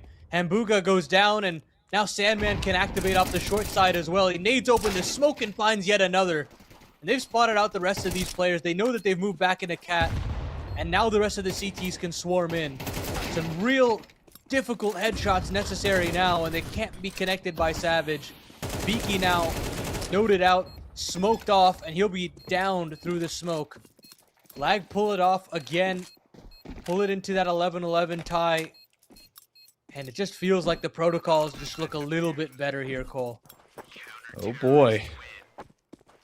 Able to react quickly there. Good move from Consi to, while that flank is formulating, back out and play a little bit more passive. Knows that he doesn't need to be the point man, still becomes it by connecting on the cross. All the while, Sandman is the insurance policy working his way on the flank up catwalk. And Lag give over a lot of space, but it doesn't cost them. And the position now for Farmville is bleak. They don't win this round here. It is nightmare scenario to play up against Series Point. This is a necessity. And it's the big rifle. Taken down here, and Beaky already sidelined. Catching the contact in towards middle, and a boost to set up here as well, making things interesting. He's watching. Double swing and no connection out of the yacht means Consi sideline. Hambuga looking for the tray, but Cameron coming through and recovery. Nice. And at range, Cameron backs it up. A brilliant hold there. Sandman elevates here consistently towards the bitter end. And it will be DJ to put the finishing touches here. It's Lag that claims Series Point now off the back of that round. I mean, just such great awareness from DJ there, realizing, hey, I mean, I just don't want to give up my body for free, or Sandman rather, and stalling just long enough before Cameron can get there, and it's just a sliver of a head. It has to be instantaneous, and if that doesn't happen, Sandman goes down with just one kill, and then it potentially falls apart. But as you mentioned, so much pressure put onto that round there for Farmville, and they aren't able to convert it. It puts Lag in pole position now to have a dance with Boss in that grand final. But these Tech-9 still can be pesky as CJ gets a lot of space up short, but is finally dissuaded after some utility tossed in the other way. Instead, it's an instant mid-B my pop, God. and look at this. They've gotten my the God. exact position they're looking for. Wolf has got to come up massive with this Oh! AK, and this player's all over him. He only gets one, and so we've got a 4-on-3. But the CTs still have given up a rifle. Give it up an AK. Lots of utility to be recycled in as well. Mollies and smokes inbound. Rifle retake recovered by Consi so that he's not rocking with the op to try and recover this B site. Post plants looking to hold together as a crossfire trying to be assembled. Sandman is cut off from making his way through tunnels, but that means there's only 2 on the site here. So does that activate the rest of the team? Well, with CJ landing that kill, it might not be a factor here. The flashes remain good, but not great here. It's Cameron with the breakthrough. A couple of kills as the bomb is being stuck. No way! In the time of the defuse, Oh! it's Cameron coming through with the stick, and that is just enough for Lag to push it across the finish line. An absolutely insane end. But it is a fitting end for Lag and Farmville. These two teams have been duking it out round after round, and it will be Lag that sweep the series. Yeah, Lag will be not looking at that replay at all. I mean, it's very similar to the end of Inferno, where you're just like, I don't know how we got out of it, but we got out of it with our lives, and we'll just be happy that that happened. My goodness, I feel for Farmville on both accounts. I mean, Inferno, chances to win there, couldn't get it over the line. And now here on Dust 2, just some back-breaking losses as well. And they're going to want that final play on the B-bomb site back. I mean, if you had maybe a rifle or two more involved in that situation, maybe even that's enough to get it over the line. But it just isn't enough, and our favorites do prevail in this semi as well. Yeah, they got to run for their money, though. I'll tell you that much, Yeah. man. As you said, Farmville putting up one hell of an effort here. I mean, again, this is an open qualifier team. Obviously got the opportunity to get a victory over Rave. They forfeited out of the gates. That's something to note, but usually, when we look at some of the open qualifier teams, they don't compete that well versus some of our invites. And I would say Farmville doing way more than competing here. Nearly had an opportunity to claim both maps, just couldn't have enough rounds in the clutch to close things down. For Lag, creates an interesting conversation. Things looking a little bit rusty to lift off here. But they still close things out into 2-0. I still think they're the best competition that Boss is going to face today. And while they might want to look to clean things up a little bit more here heading into this grand final, we'll take a look at everyone that's able to impact the server.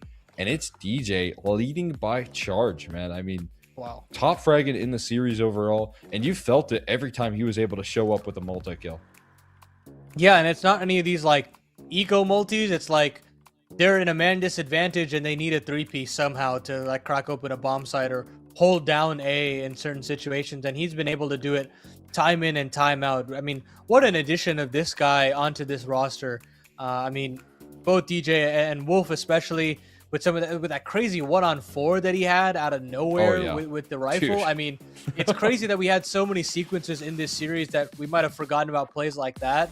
But that really tells the tale of how smart Lag have been with their roster construction over the last few years. They've found some really cool pieces along the way, you know, players like Nick, players like OG Wizard, and now they've settled in with a roster with a lot more experienced players, but still I would say they've like moneyballed their way to a very effective roster nonetheless.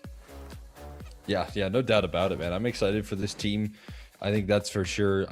This roster's been able to pull through with a lot of success, and I think there's a big proving ground here now versus Boss, where I don't think it's as straightforward as people might think here in terms of Boss being the favorites. I think Lag looking to make big strides and prove that this isn't just an underdog team here in the grand finals, but also one that can make the breakthrough. On the other end of the server, though, again, great showcase of what Umar can still bring to the table out of his AWP all throughout it. Impressed with Savage as Dust too. I mean, a lot of multi-kills, a whole lot of impact there rolling out. Hambuga had some moments of brilliance.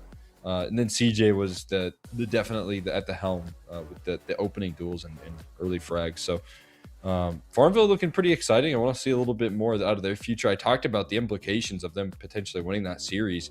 Came incredibly close on both maps, but the implications being that if they win it, you know, their VRS kind of skyrockets, and didn't quite get to claim that, but still looking forward to seeing them in the near future, hopefully. Yeah, you still come out of this tournament with VRS boosted by the Ray forfeit loss, so it's going to be nice for them to at least have that and have a starting point for their VRS moving forward. But we've settled in with our bracket here. There's been all kinds of ups and downs, but this was the final that we were kind of hoping for when we saw the bracket, and it's Lag taking on Boss. And I don't necessarily know which way it's going to go because we've not seen perfect CS out of both of these teams. We've seen some really high highs, don't get me wrong, but I think that's going to make for a very exciting grand final that, I mean, it's a great way to send off this entire PrizePicks series, to say the least. Yeah, absolutely. I'm looking forward to it. That's the grand final we were waiting for there, and Lag able to provide Boss just the same. Both teams having some tough times in the semifinals. Some overtime affairs have been given up to us, but both teams being able to sweep the series and lead to some excitement. Of course, that one's going to be happening. I think the vetoes I saw were going live here in like 40 minutes, so we got a little bit of an extended break. Before we hop into that extended break, I do want to give a quick shout out to our sponsors over at PrizePicks. The NA Revival Series is sponsored by PrizePicks, of course, and the best North American Counter-Strike players are competing right now. You can win real money while watching them play. Join PrizePicks to get in on the action. It is super easy to get started. All you have to do is select 2 or more players and choose more or less on their stat projections to build your lineup. Then sit back and watch your lineup stats rack up. For a limited time, click the link in the panel below or use code REVIVAL when making an account and playing a $5 lineup to receive $50 whether you win or lose. It's a guaranteed win for all new PrizePicks users. Thank you again to PrizePicks for partnering with Complexity and Mythically to host the NA Revival Series. Guys, we're going to be sending this one off to a quick break, and once we come back, we got the grand finals coming right up.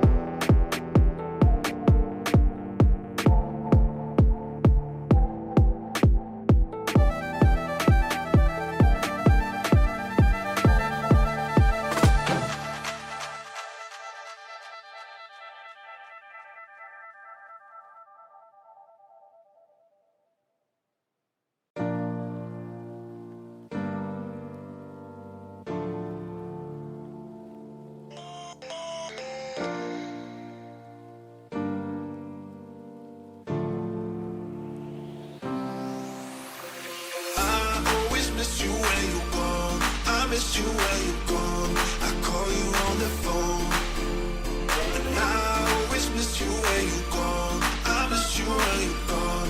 When are you coming home? I always miss you when you're gone. I miss you when you're gone. I call you on the phone, and I always miss you when you miss you when you miss you when you when you when you. I always miss you when you're gone. I miss you when you're gone. I call you on the phone, and I always miss you when you're gone. I miss you when you're gone. When are you coming home? I always miss you when you're gone. I miss you when you're gone. I always miss you when you're gone. I miss you when you're gone.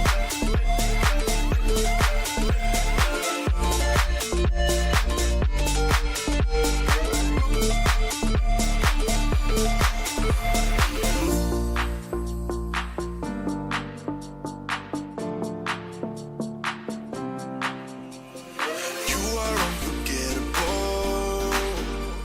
You're perfect in so many ways. I've been waiting for so long. 'Cause then when I'm on my own, I always miss you when you're gone. I miss you when you're gone. I call you on the phone, and I always miss you when you miss you when you miss you when you when you when you when you. I always miss you when you're gone. I miss you when you're gone. I call you on the phone, and I always miss you when you're gone. I miss you when you're gone. When are you coming home? I always miss you when you're gone. I miss you when you're gone. I always miss you when you're gone. I miss you when you're gone.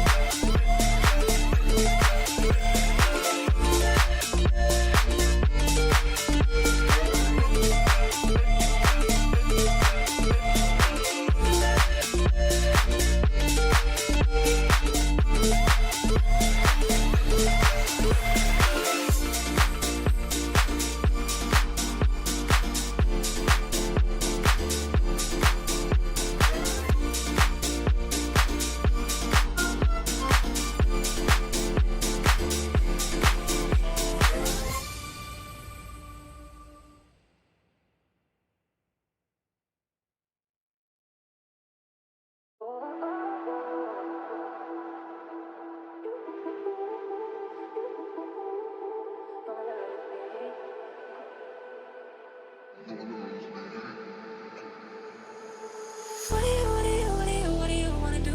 Yeah. I've been running. I've been running. Oh no, no, no. Oh no, no, no. What do you wanna do? Yeah.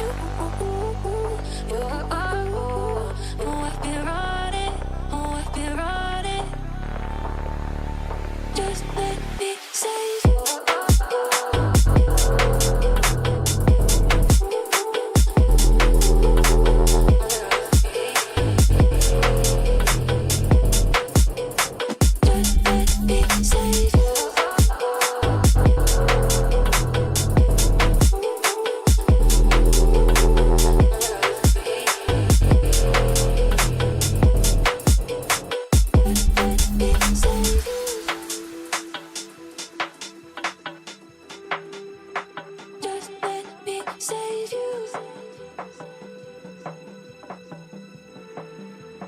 Just let me save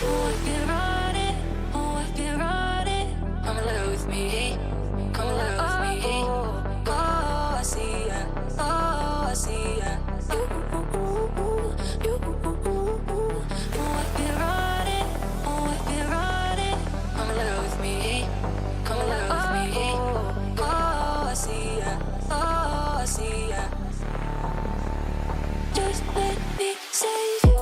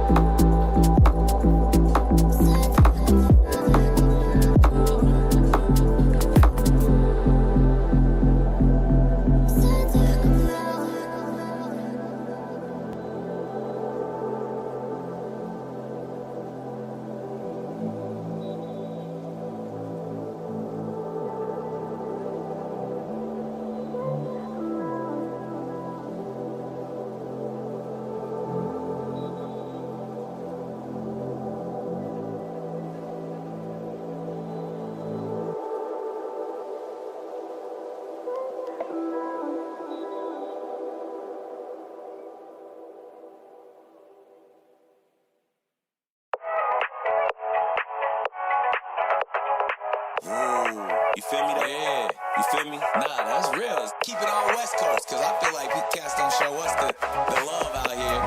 Dago, putting on for the town. Tell me about it.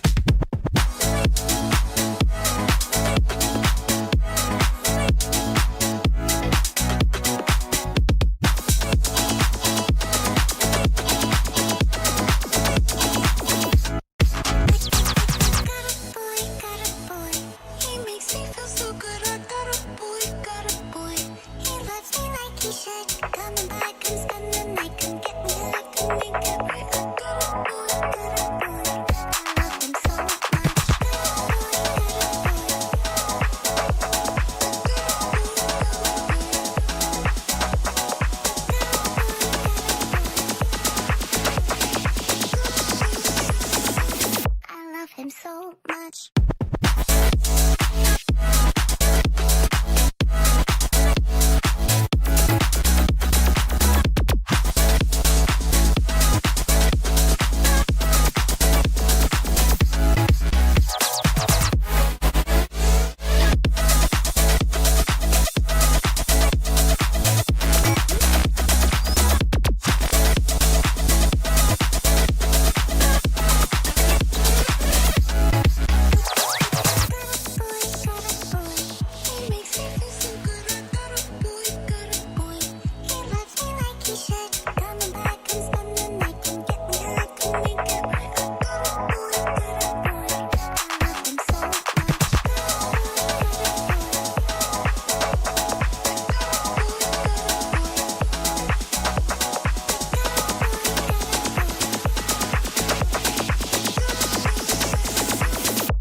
Him so much.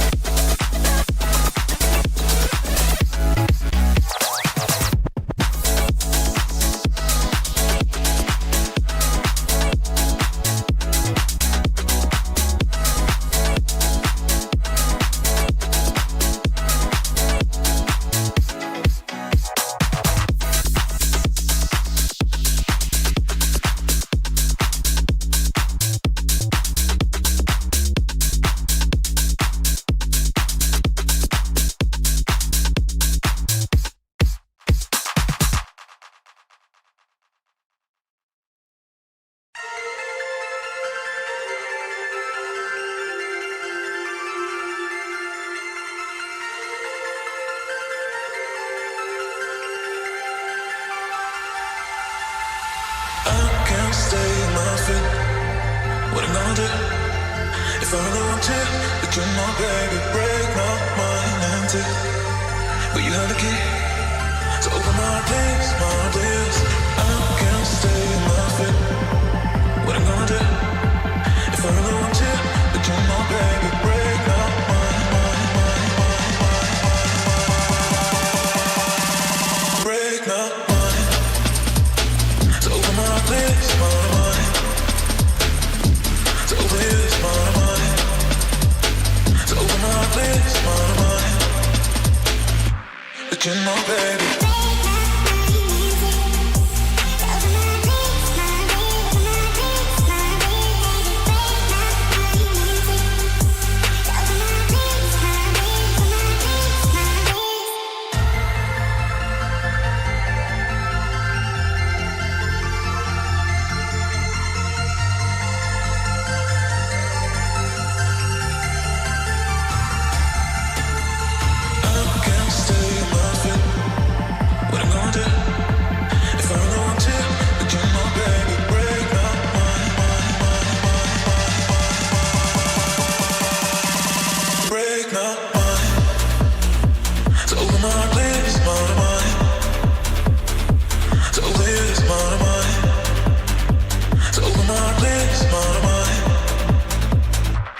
You know, baby.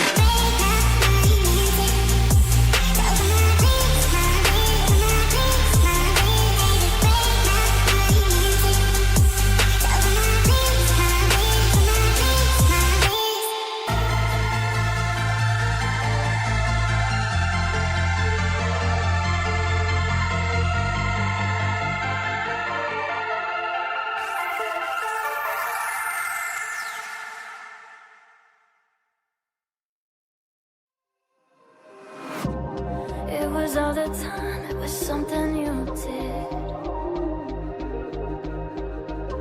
to make yourself feel right, make yourself feel big.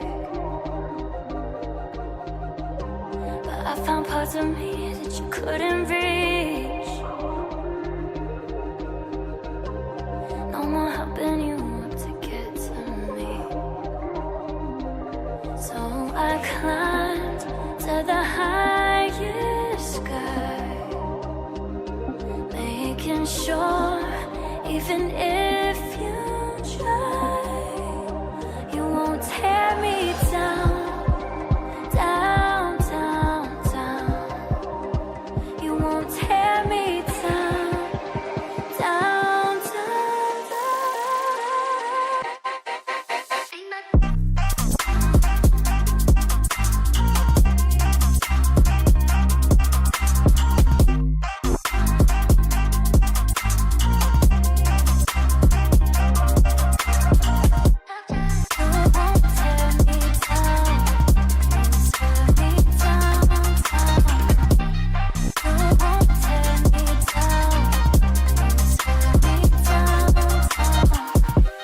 where you wanna go, no, it doesn't matter.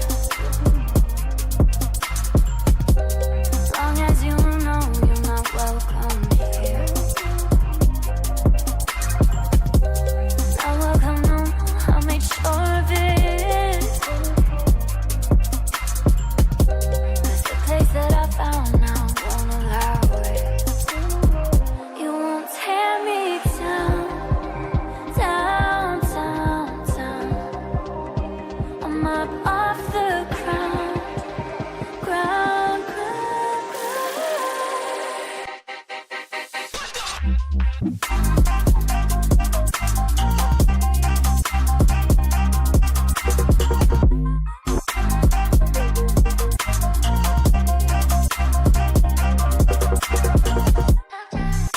won't tear me down, tear me down, down.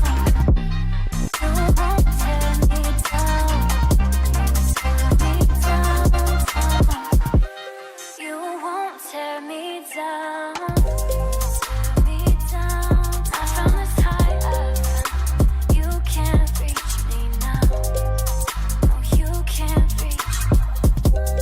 You won't tear me down, tear me down. Not from this high up, you can't reach me now.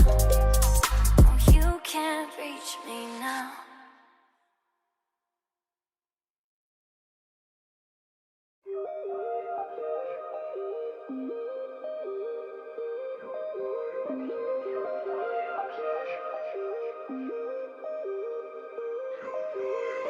I've been waiting for someone like you. I've been waiting. Can't believe I finally found you. Could you be the one I need? You're my obsession. You're my obsession. Yeah.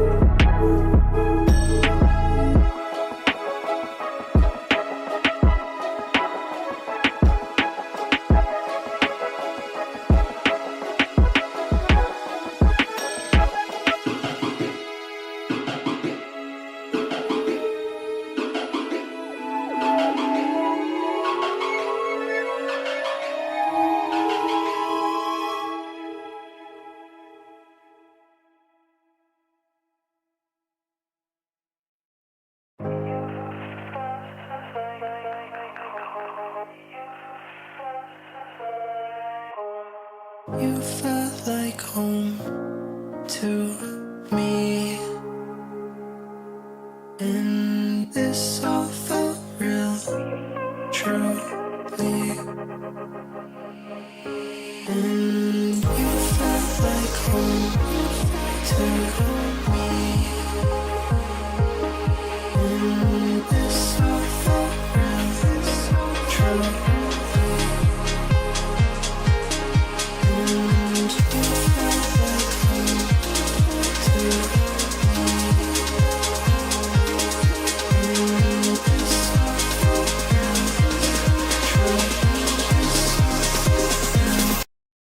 To me.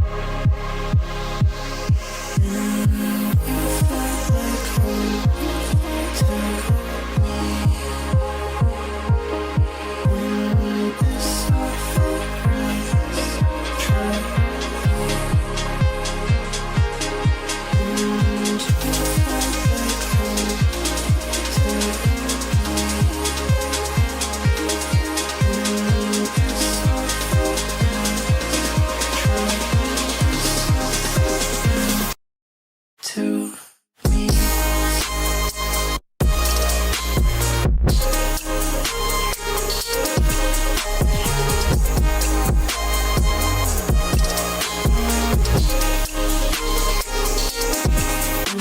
And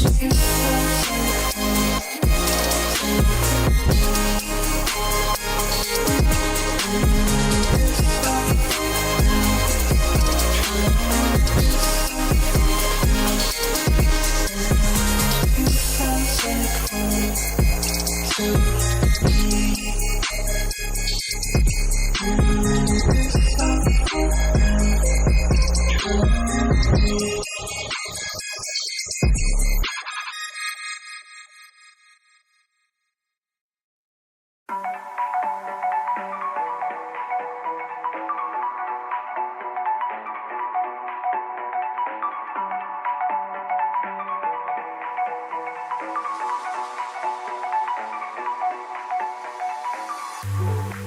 I'm losing touch. Need you to save me. Save me. I feel safe in your arms. Wanna stay with your heart.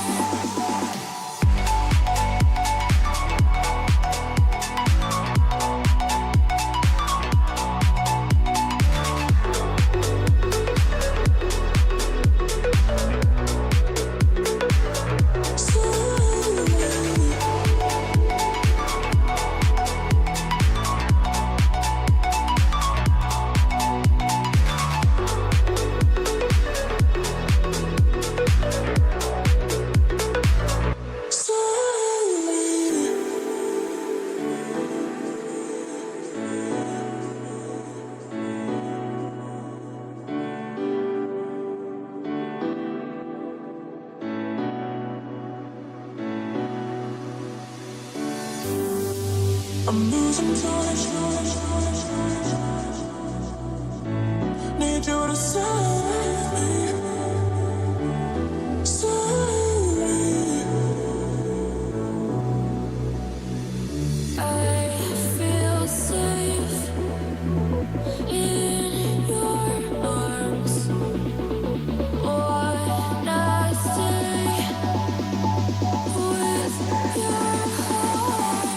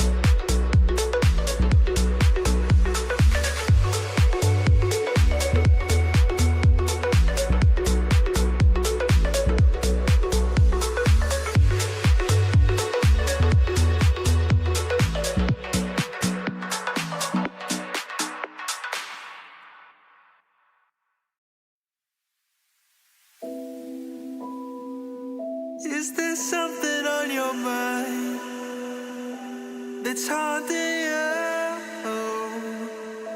like a ghost.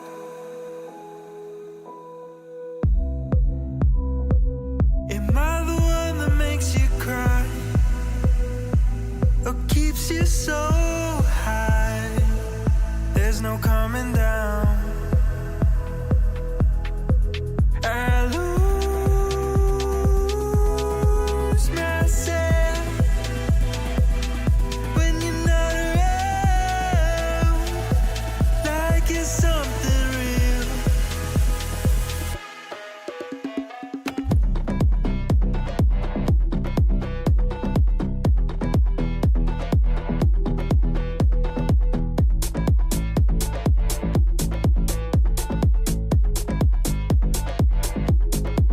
I lose myself when you're not around, like it's something real. So everything was just a lie. I think it's haunting you like a ghost.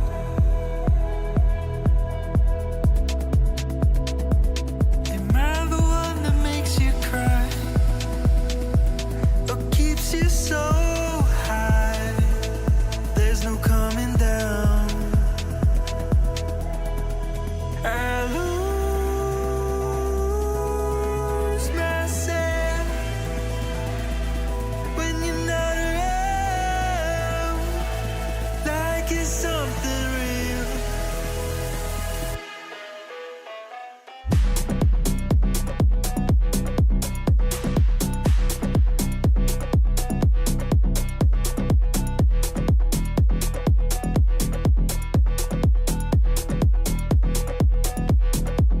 I lose myself when you're not around, like it's something real. I lose myself when you're not around.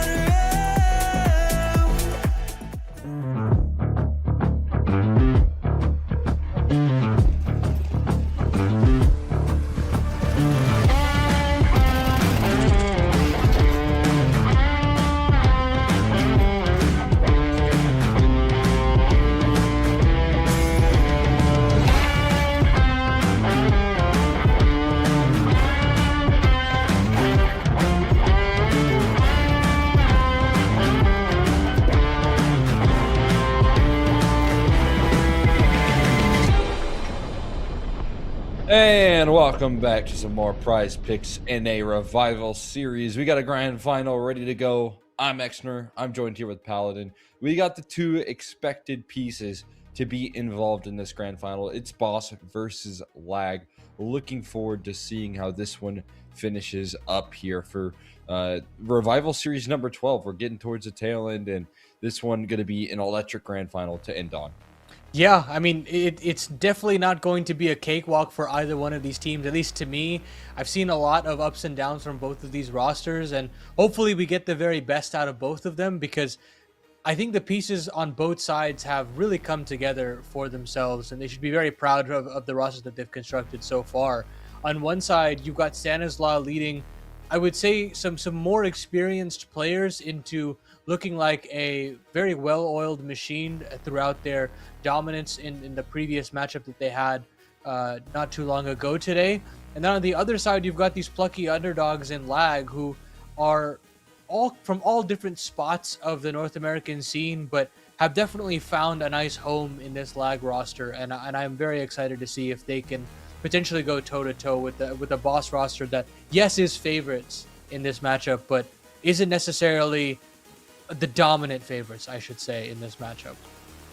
Yeah, I'm with you, and it's cool to see how this grand final shapes up with two new faces.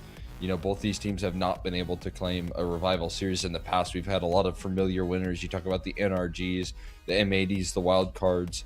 All of those rosters have had consistent dominance throughout the many different iterations of the PrizePicks Revival series, but 2 new faces for our last one, and it's cool to see that conversation continue here as some of the other teams that have worked their way through these events to rise in the VRS and make even more statements. So it's an exciting showcase here for one of these 2 teams. If you're a boss, I kind of highlighted this, but in need of as many resources as possible to continue this land conversation. Expectations, at least for me and for probably Stan as an individual, is that he takes this team quickly into international competition, and they're not just competing for, conversations of online events, but they're also entering into lands and helping out and getting there. Could be an extra $4,000 that you'll claim with the first place prize here. But we do have a PrizePicks analyst segment ready to launch off here, and we should be able to hop into some of that. We'll start with lag here. The underdog squad willing to pick up the mantle here and try and cause an upset. And as you can see, some of the kill totals haven't shifted up too crazy much in this grand final. A lot of familiarities. But DJ, obviously, after what he brought to the table here in that opening series, and with the familiarity in playing at the top level competition of ECL so much, you're going to want to continue to lean in on his experience and what he provided for this lag team to push them across the finish line. I'll still keep the same thing true. While everyone accomplished their estimated kill totals last time around here, Consti, DJ, and Wolf were standing ahead of the pack. Yeah, I think the Wolf kill total has come down a little bit, and that was because of, I would say, a pedestrian map for him on Dust 2 that I didn't necessarily expect him to wow in terms of the numbers. Of course, the impact was still absolutely there. I mean, you think about the massive clutches that he was able to produce, and yeah, he definitely jumped off the page in that sense. So I think that you still look towards him to having that significant impact, and you can't forget the work that he put in on Inferno as well. So I think Wolf is definitely one that stands out to me. And yeah, I think you've covered the bases very well, Cole, just because DJ was the guy that kept them in Inferno in the first place in their previous matchup. Cameron and Sandman have done their end of the bargains, so to speak. I just feel as though, they're not going to be, world beaters in terms of the crazy numbers per se, but they are getting the job done very well on both the extremities. And I really like the fact that they can do a lot with very little in a lot of these situations. Yeah, super self-sufficient players there, and Sandman and Cameron. We saw them have to show that in multiple different situations there for lag in the semifinals. But for me, as you mentioned, I'm really taking a liking to how active DJ has been in this team, and looking to see if that carries forward into this grand finals versus the tough competition of Boss.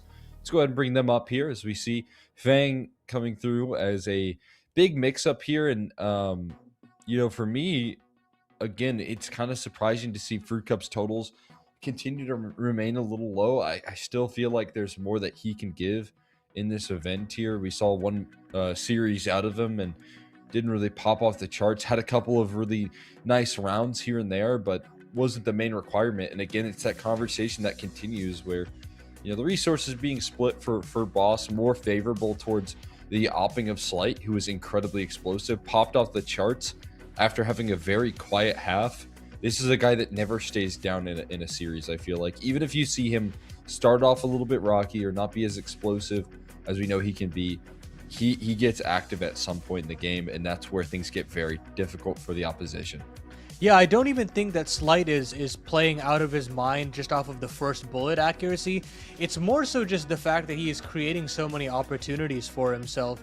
There's situations where you think that he's kind of down and out, and he just finds a way to manufacture another angle to potentially produce another kill or another shot at a kill, and that volume of opportunity has really just boosted some higher numbers for him. And 34.5 isn't even ridiculous for his estimated kill total. I like those chances for him. I mean, Stanislaw, Fruit Cup, both at 27.5, but we can't forget how Stan was able to play on, I believe it was Dust 2, just absolutely having some electric rounds individually. It wasn't necessarily enough to win some crazy clutches, but he was still putting kills on the board, and I think he still has the individual capability of doing so. The other side of the Yeah, also- equation. Oh, go ahead. Sorry, I was Sorry. gonna continue just to mention that B Wheels is also a guy that I've really liked as time has gone on. It feels like he's been getting more and more comfortable with this level of opposition, and he's really impressed me. 29 is not a ridiculous kill total either. Yeah, I was just about to mention that it feels like he has kind of found some consistency with this boss roster. I mean, it's kind of impressive what he's been able to do. You watch him, and again, it is just a lot of multi kills that he provides for his team that create the difference in terms of him, you know, being a player that doesn't necessarily pop off the page, but on this roster, I think he's starting to become more and more of that conversation of you know, the backup that can come through when Slight's popping off and having these big moments. You also see it rather consistently out of B-Wills. Like he's kind of that rifler that's backing him up and bringing in that consistency. So definitely an interesting showcase here out of Boss, but gotta have faith in the way that Stan uses his pieces, and I'm super comfortable with that as well. So no big surprises that we see B-Wills thrive underneath that sort of leadership. And take a look at the vetoes to see how things shape up. It remains true the Boss leaning in on the Anubis bands here, so looking in that direction. It's an Inferno pick coming through out of lag. Had their difficulties to start off on this map, but those T sides really came true and gave them a lot of leverage here. And picking into this map obviously means starting off on that T side as well. So that'll be an interesting pick out of the gates for us. Lag has done a very good job in vetoing, I would say. I remember referencing the possibility of having Overpass open, but they decided to opt in for that, and they realized, hey, Mirage is probably not going to be picked in here. You know, Dust 2 has had some struggles as well, and I honestly wish they would have leaned into Dust 2 just to continue to say, hey, we are maybe a better team than Outfit 49, and we can produce a bit more of a sharper Dust 2 there, but they're going to go into Comfort, and I mean, they've played Inferno quite a bit across the tournament, across the last 3 months, and I'll be curious to see if they can show that same level that they showed previously. But hey, Stanislaw is no slouch on Inferno, and we'll definitely see if he can produce that same level with this Boss roster as we get in the game. Yeah, ready to see it. Grand finals underway. It's going to kick off here on Inferno.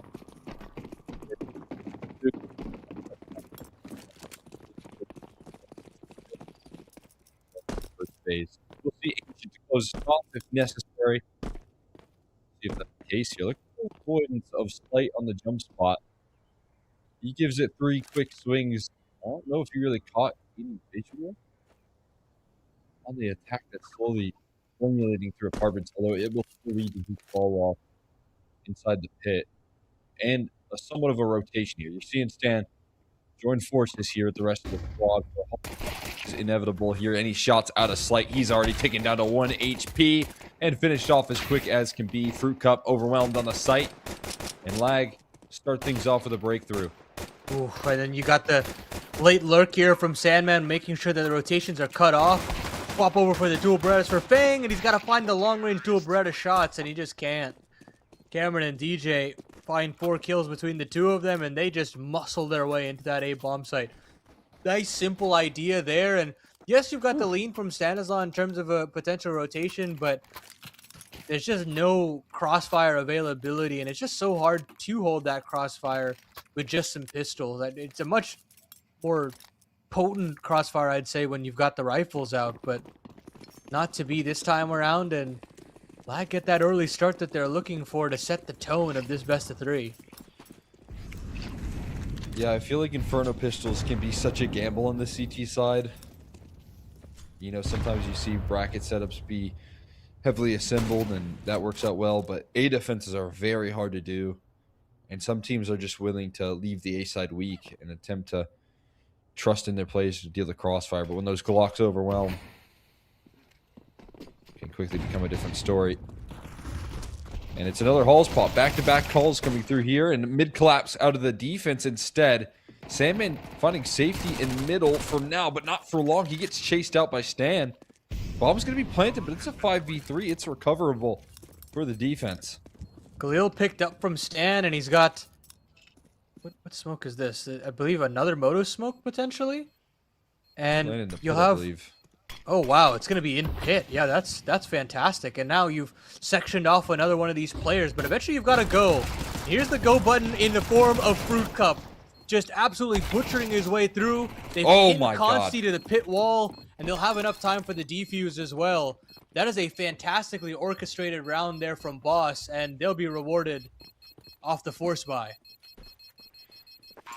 So smart on the decision making as well. They're collapsing in towards the middle. You can pop out of hulls if you want to, but we're gonna take the players throwing util for that pulse pop first things first, as you can see from this mid collapse. And flashes create a lot of awkwardness here, but Stan goes hunting for the one that was throwing that util, and you can see the preparation and punishing this setup. A smoke to deal with the pressure, and B-Will's finding those kills quickly means there's time for a defuse.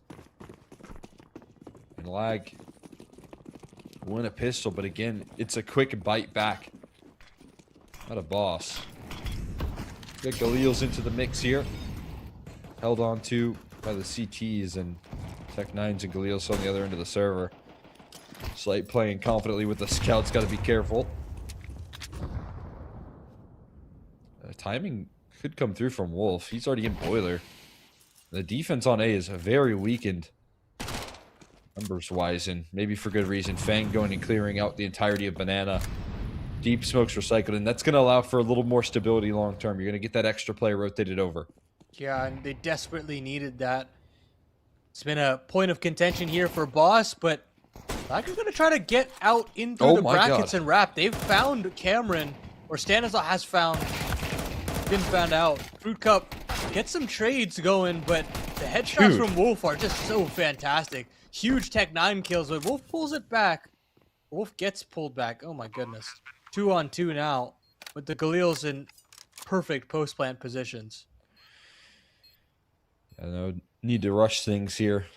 This T side, they're going to hold back and post up. Who's going to come through, and that's going to be punished. Sandman already takes the top half.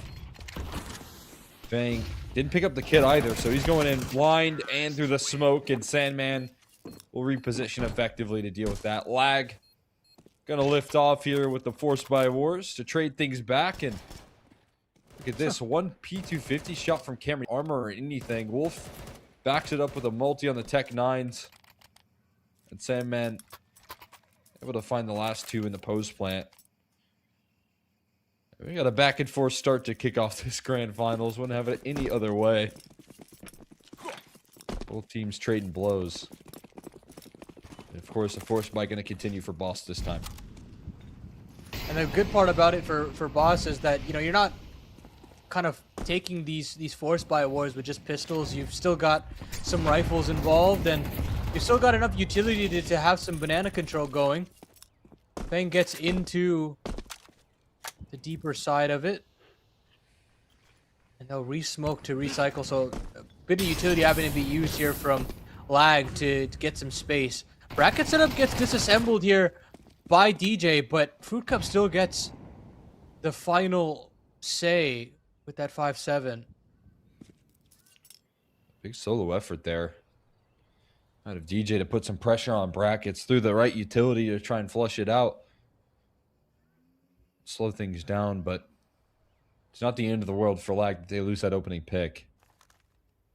Just now starting to reclaim brackets control, but without anything to block off this aggression towards B. Lag are choosing the right port of call. Enter into this B bomb site. Fang calling it out. And he might just have to hope for some smoke spam. He knows that trying to resist the aggression here is probably not going to matter too much. And I'm going to be planted here, 4v5 ahead of them. They're going to need to make some quick moves here. There's only a single kit onto Fruit Cup. That's now sidelined as Consti is punishing the banana aggression. And at this point, without a kit here, Stanislaw kind of removed from the action. It's going to be very difficult to pull this retake together. It requires everyone else to come through. Consti with another one, taking down Stan. Stuck in the back lines, though. Fang finds a couple of frags himself. And Consti doesn't want to turn that corner. They're going to stick the defuse. Consti going to give it up, and we continue the back and forth here. Oh, and that was actually really close. Maybe if Consti even faced and potentially got him off the bomb for just a split second, there's a chance, but mean, how do you really know about how tight the timer was there? It's really difficult in Consi's situation, but how Boss pull off this retake, I couldn't tell you. I was thinking, hey, you know, maybe even call the save on the 4-on-5. I know that sounds ridiculous, but with no kit and no utility to potentially crunch on in there, I just thought that the chances were remarkably slim. They still make it work. They still put some pressure on to this lag side, and both of these teams not giving away anything for free. Everything having to be earned. That's wild there as Consi did his job in holding up that flank. Yeah. He finds 2 kills. He deals with it. Comes down to everyone else needing to back him up, and fortunately that wasn't the case there in that round for lag. They break through coffins, find their success. Pressure put on towards this B side of the map again. Feels like both teams, whenever they win a round, just don't have enough firepower or entry prowess to slow things down. So this BXU going to come through quickly off the contact play and making their way through the smoke. But the flash is phenomenal from B-Wales. He runs in for 2, capitalizes off of some of Fang's damage. But will fall eventually. We got another post plant on our hands here. And this time, it's lag down a man. The number's severely limited because Wolf is on a big lurk here. So that smoke still in bloom is going to try and buy valuable time for Wolf to get involved. He's pulling through in the flank, but he gets nothing out of it. Already falls here. It's up to Consti now to deal the punishment. He goes 1 for 1. It's DJ stuck inside the pool. A couple of low HP bars. They're going to have to pull through quickly. They spot him out, and they isolate him 1 by 1. Nicely done from Fruit Cup to give up his life for the cause. With a kit here, Slight with time to defuse. It's Boss to get 2 in a row. Yeah, much more doable retake there for Boss in that kind of a situation where you've got enough utility to potentially retake. You've got the weaponry as well, as you can see with the double from B-Wills. But it's so unfortunate for Wolf where the dink is difficult to hit in and of itself, but to find the finishing blow was even more so. It's unfortunate that that's the way that the round falls apart because, you know, if Fruit Cup goes down, there's a little bit more pressure in the 2-on-2.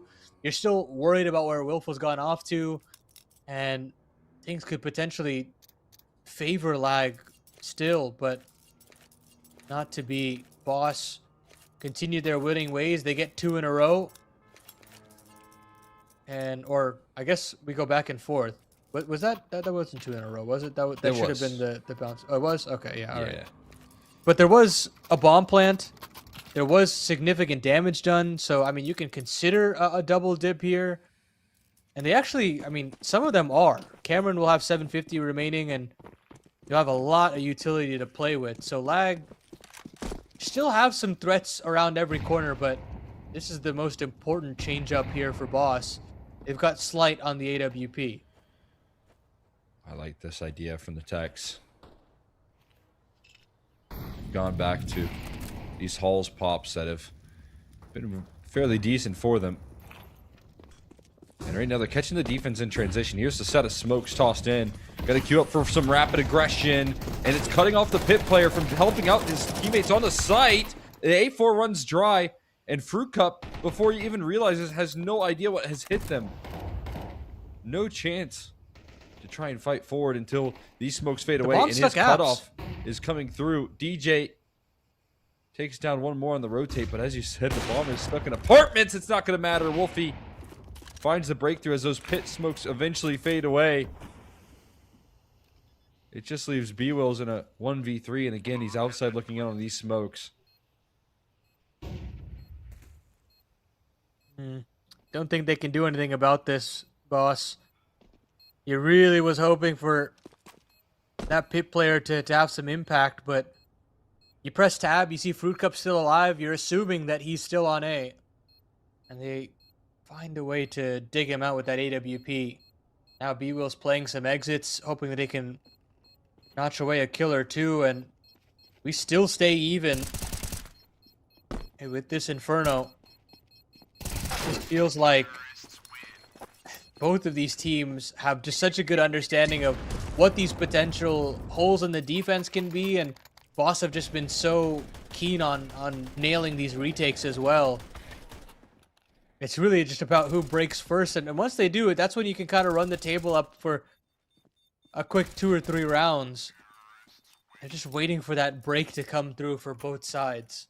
Yeah, I mean, that was a phenomenal execution for Lag to call out as well. Like, Yeah. the way that they pretty much nullified Fruit Cup in the pit, but also just ignored him for the targets on the site players is phenomenal.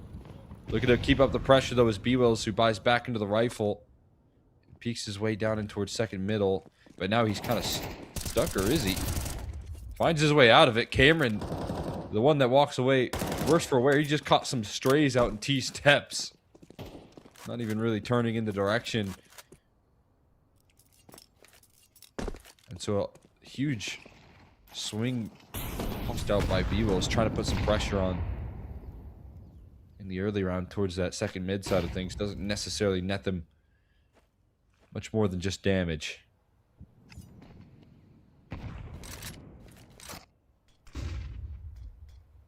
B-Wills remains confident here. Playing an aggressive stance towards middle. Trying to create access for his teammates with the pistols. A flashbang will force him off, and Fang playing up close in this banana smoke. They're starting to make the rotates here. Stan's joining up with a molly as well. These are the right rotates here. In fact, Fruit Cup's going to join him. They're playing solo B-Will's rifle on A, and everyone else is going to fight towards B. This is perfect. The setup is brilliant. It's now about nailing the shots. Fang moves back over to first as the smoke fades.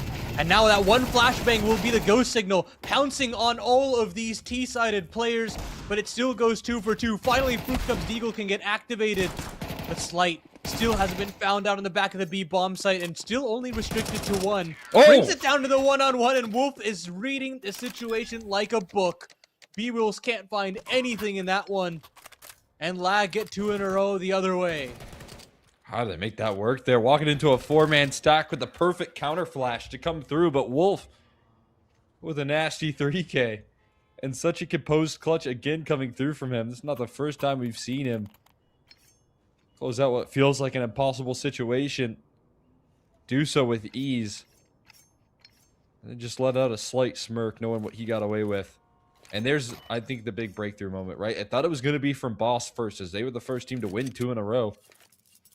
But the Tech 9s and a little pocket strat called out by Lag kept them afloat. But the CT side cannot continue to afford these force buys or this back and forth nature that this game has provided so far. Eventually something has to break, and I think it's finally that defensive economy that comes calling now.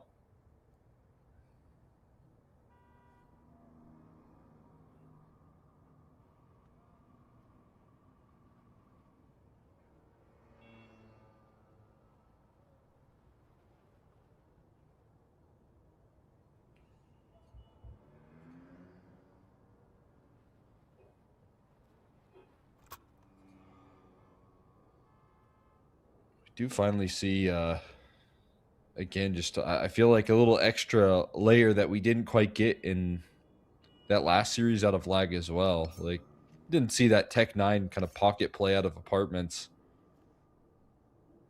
that comes through. So you can tell that Lag, even despite a bit of a drawn out affair in their opening matchup in the semifinals, I feel like didn't even have to throw everything at the wall, right? It was a double overtime affair, and they're still bringing out kind of a developed playbook on this T side. I think is so promising. Yeah, and I mean, they don't feel gimmicky in any way, right? I mean, it's solid protocols across the board.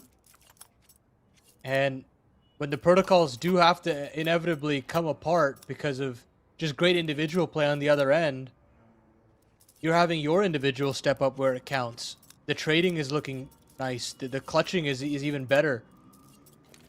So for Lag, everything looks good in terms of your win conditions to make this a competitive game. Now the question is what does Boss have to counteract this? Because, I mean, their reads are just as solid. It feels like they're getting, I mean, again, in that last round there, you're getting 4 players on the B bomb site. You've got the perfect flashbang, but you're just not able to get that last kill. You usually look towards B-Wills to be that safe pair of hands when he gets there, but Wolf just being that much better in that head-to-head. Now, full-on save comes out for the boss side. You've got a flash that can be procced in case of a brackets peak, but they'll hold on to this for as long as they possibly can. Unfortunately for them, though, apartments has been taken, so they're just gonna go, hoping that they can find some headshots. And Fang finds 2 down the middle of the map with that P250, but he does not have enough time to go scampering for those weapons, and he'll be eviscerated by the MAC-10. So Lag pull up their lead to 2. That first team to make this boss squad kind of budge on the force buy wars that we see, and because of the force buy wars, we've been a little bit delayed on the op here coming out of the gates. We are going to see it roll out eventually. Slate going to bring that into the mix. Timeout called from Lag. They want to keep up the momentum. And the playbook seems to be running pretty deep here for this Lag camp. You see during this timeout, though, Constate remaining incredibly vocal. Talking throughout the whole timeout, trying to get Lag on the same page here for what is a crucial gun round. One that includes a couple FAMASs on this CT side. A little less utility here for Slide as well. So a chance to break through. Cameron going to rock with the MAC-10. I wonder what they got in store for a round like this. They want to keep up the intensity. Yeah, and they still don't have the AWP out for Consti. I mean, they've been rocking with this 5 rifle, or attempted a 5 rifle setup for as long as possible. And it does allow them to be a little bit more fluid with how they want to move between banana and brackets a bit more. They are going to speed up the tempo just a little bit to get Cameron involved with this match. Oh my straight God. away, and Sandman has absolutely destroyed Slight. That's a huge entry to get, and they might just go off the back of that, or at least they're considering it. But there are still 2 players here to deal with the front if it actually goes through. So I actually think better of it. They'll try to boost over this smoke, but they won't find anyone home. Yeah, nothing going to be spotted Boss here gambling. now. Does look like that. Ball's starting to rotate away. Throw one more smoke just for good measure. But it's not going to deter Lag, in this sense of refrain coming through just at the right time is going to lead them with one opening pick that's going to determine the round. And the execute's going to follow suit. And unfortunately here for Boss, they're going to walk away from this one not only with 1 kill, the difference between winning or losing, just that instant entry on the Slight. But no one stuck around to pick up the op from There it is. this T side. Sandman's got it. Yeah, did they scoop Sandman it away? picked it And, up. yeah, Yeah. tossed it out. I was about to say, like, they both left the B bomb site, but neither one of them picked up the op. So it's going to mean just more questions in the economy for Boss, as Lag are consistently picking up the momentum. If you're Cameron, you don't got a lot to lose here. Just got a MAC-10. A whole lot to gain by trying to find these exits. Still playing a measured approach, though. Most importantly, man, one sharp entry coming through from Sandman to dominate the round. And that's all Boss have to say. Cameron going to rush things down, and Fruit Cup stabilizes. It's all good. 2 kills in the round, but that's a crazy tap there. You can only imagine what Slight sees on his screen. I mean, the molly was in his face, so he doesn't see anything. Meanwhile, Sandman ends his round early.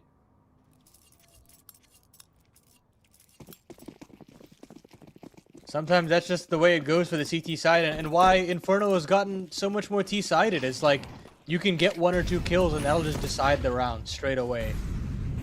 Once these bomb sites are taken and the bomb is planted, it's just so difficult for these CTs to manufacture retakes.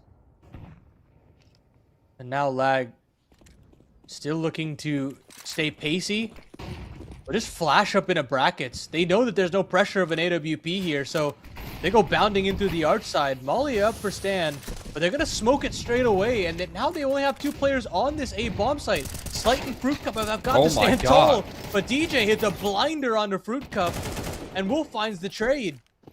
So Lag get themselves another bomb plant, and you got to think of the save yet again if you're boss.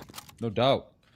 Calling circles around this defense everywhere they go to start off these rounds. It's on the weak side of Boss's start of the round.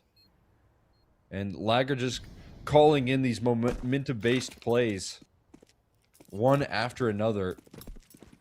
And every time that Boss try and react to them in the very next breath, it's on the other side of the map that they hit with heavier presence. You just watched a very cohesive B setup where one entry as they rushed up car was enough. Onto Slight there, who gets dealt with early. And then, of course, you're going to start that 3B setup in the very next round. It ends up netting them with brackets control early and a couple of entries and a quick archside wrap before Boss can get back in the play. Unbelievably successful here. And DJ has got his finger on the pulse right now of how Boss are going to react. Here's another timeout. Actually, the first of which I believe that's called out by Boss. As they try and figure out how things are falling so quickly out of control when things started off so competitive. Yeah, keep in mind, I mean, there's still time to turn this one around. You've got Slight back on the AWP. It's just a couple of rounds that you need on the CT side. Any little bit of momentum, as you've seen from Lag's T side, that you can gain from the beginning of the half. Inferno's a map that lends itself to having momentum and running with it to get a streak of rounds. So we'll see what the adaptation is. It doesn't even feel like they're playing terribly, Boss. I mean, you think about 2 rounds ago, it's a blinder from Sandman. This time around, it's just quick thinking from Lag to go wrapping into A. But you try to change things up by keeping Slight active, and he's not able to find anything. The nade open up the smoke does find it, though. And this is what I'm talking about. Manufacturing opportunities to make sure that you can strike while the iron is hot. I said it. Even with slow starts out of Slight, he's not a player that's going to stay down in the server. You can only avoid him for so long. Finally able to come into fruition. But there's a great flashbang to set up. Fruit Cup on a multi, still blinded, but able to remain with his accuracy. Down a little bit low. Molly looking to buy time, but it's still fought through by Consti, not giving up on the play. And Cameron has opened up B. All of a sudden, Consti can run back away. Is he going to make it around the corner in time? Is a big question. A big swing coming through out of Fang, but it's punished. Drops into the pit. Stan looking to give it a go, but he's just too late on the draw. Consti's turned the corner. It is a long and unknown retake if he wants to walk through CT. But the bomb will be planted successfully on the B site. And Stan is either going to have to haul it or call it right now. Picks up an AK. And he's going to walk into an off angle. I think Cameron's got this one on the money. Doesn't stick around, though. It's a bit of an awkward position. And so now Stan's still in the play. Playing around the truck here. Just to gather the first phase of this retake. And it's Cameron playing with his food and buying every more second that counts here. Consti gonna look to cut things off with the op, and he will not miss. Securing 8 for the squad. Getting around that corner, finding safety, and closing another one out for Lag, even despite a 4v5 deficit. And, you know, you got everything you could ask for if you're a boss. You got the Slight opener. You got a favorable trade on the brackets, but it's one pick from Cameron on the B site with a lethargic anchor. And it's the reaction from your top mid player as well. And it just kind of falls apart from there. Not what you want to see if you're a boss. And now all of a sudden Lag have a chance at... I mean, forget a chance. They've already shown that they've put up a great T half here. Fang finds an entry on a Sandman, and they've still got themselves a 5v4, but we know that doesn't really mean that it's the end of the round. This T side has clawed back so many opportunities before.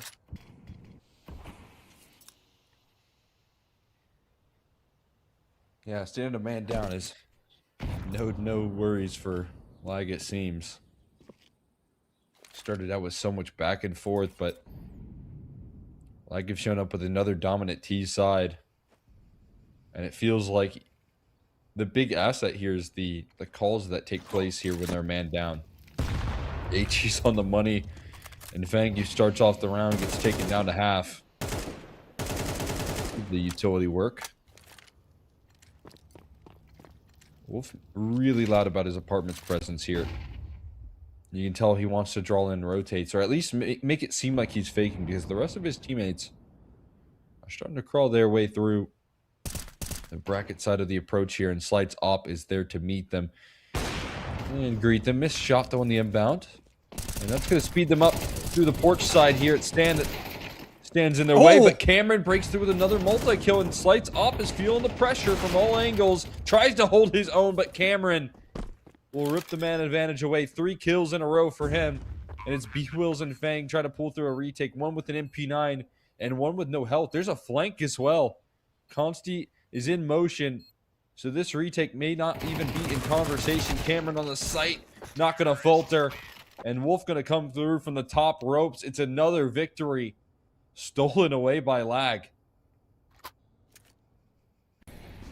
I mean, what a round from Cameron. Back-to-back rounds of impact here from him. And you know, you talk about the kind of fragging by committee that this Lag roster needs to have that third player kind of build up the core here, and sometimes it's DJ, sometimes it's Sandman, and you know, for right now it feels like it is Cameron with how he's been able to just propel this team back after a slight resurgence from Boss. And now you've put yourself in pole position to get a map victory and put yourself in a great position, but there's some aggression back the other way here from Boss as they go charging up the arch side. They get themselves an entry, now they look to wrap into B. Good space creation here, but Cameron's doing it again. Survives on 2 HP, still delivers 2 frags. They don't expect another here. DJ an unknown quantity, but B-Wills is able to break through. Now it's just Wolf left into a 1v3, but this guy's already shown up with even better clutches. He's going to lift off for the first kill in that 1v3. He doesn't hesitate to run into the site as well. The double up in towards Coffins is potent. And every second that ticks off here is going to be less and less opportunity for the clutch to come through. Smoke fades away. No protection for a 10-second defuse, but quick headshots rattling off can give him a chance. He's got a hunt. He's going to tap the bomb again. Still no kit, so not a lot of time left. He's going to find the kill, but definitely not enough time right there. Just enough being done by Stan to seal things up. But everyone on that T side falls. Wolf walks away with armor and some extra money to go for. You know these forced by wars are going to start early for Lag. Yeah, they'll be happy to get into that. But this is the spurt of life that you're looking for out of the Boss side. Just very aggressive, in-your-face CS.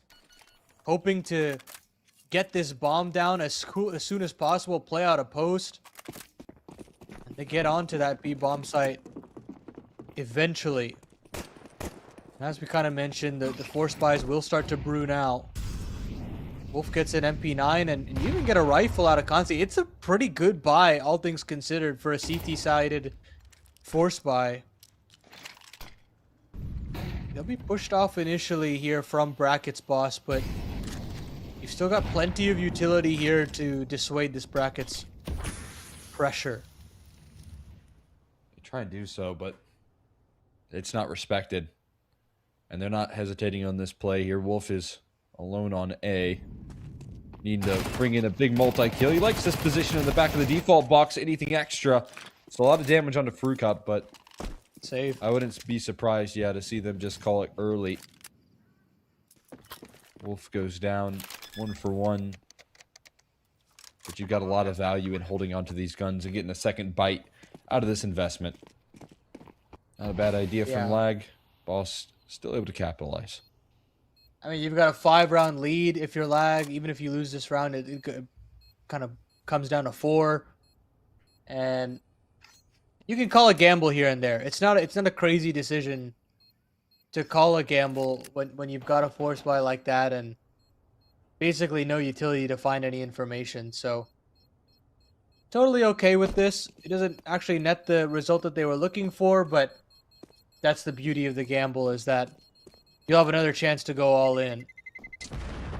Now, what I would consider Wolf would likely do here is just pistol armor instead of completely investing. And then they'll have a complete purchase in round number 16, even if this another attempt doesn't work. And get a little something going for himself.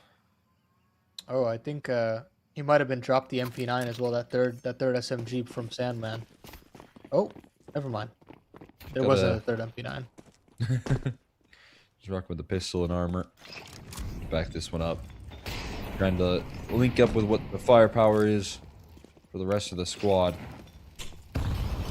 Gamble on A, or rather B side didn't pan off last round. Got a gamble on the bracket side.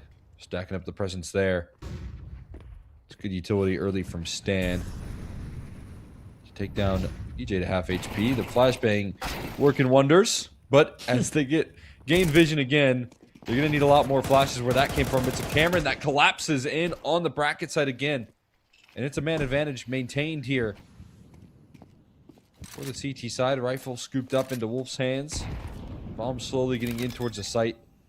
And a winnable pose plan ahead of Beebles and Fruit Cup, but one that they are standing a man down in. Sandman going to join up with the rest of the team. And rifles recovered for some of these lag members that stand healthy. What do they have to try and pull this back? It's a T-side molly that Wolf could use if he's just able to get it off in time. No peeks coming through out of Fruit Cup. He holds his post and has to swing off the molly. Two drawn out, though. Backs are turned, and quick headshots are level for B-Wills. It's not enough, though. Sandman comes through and closes off the trade. Defuse going to come through as well. Sandman with time. And Lag going to answer back with another scrappy chance at that force buy. The second opportunity pans out. Huge couple of lineups there for B-Wills, but Sandman just a little sharper on that final kill. Cameron again, man. I mean, this MP9 has been rock solid, and he just continues to churn out frags. Wasn't necessarily expected to be that big fragging leader for this team, but he's top of the scoreboard in the server here, Cole. And I mean, every single kill that this guy is getting feels like pure impact. No doubt. I mean, the money that he farms up alone from those MP9 kills situate the economy a little bit more healthy, wins him another round. And I mean, as you highlighted here, you're dealing with the situation where you just want to kind of nurse this lead to the finish line.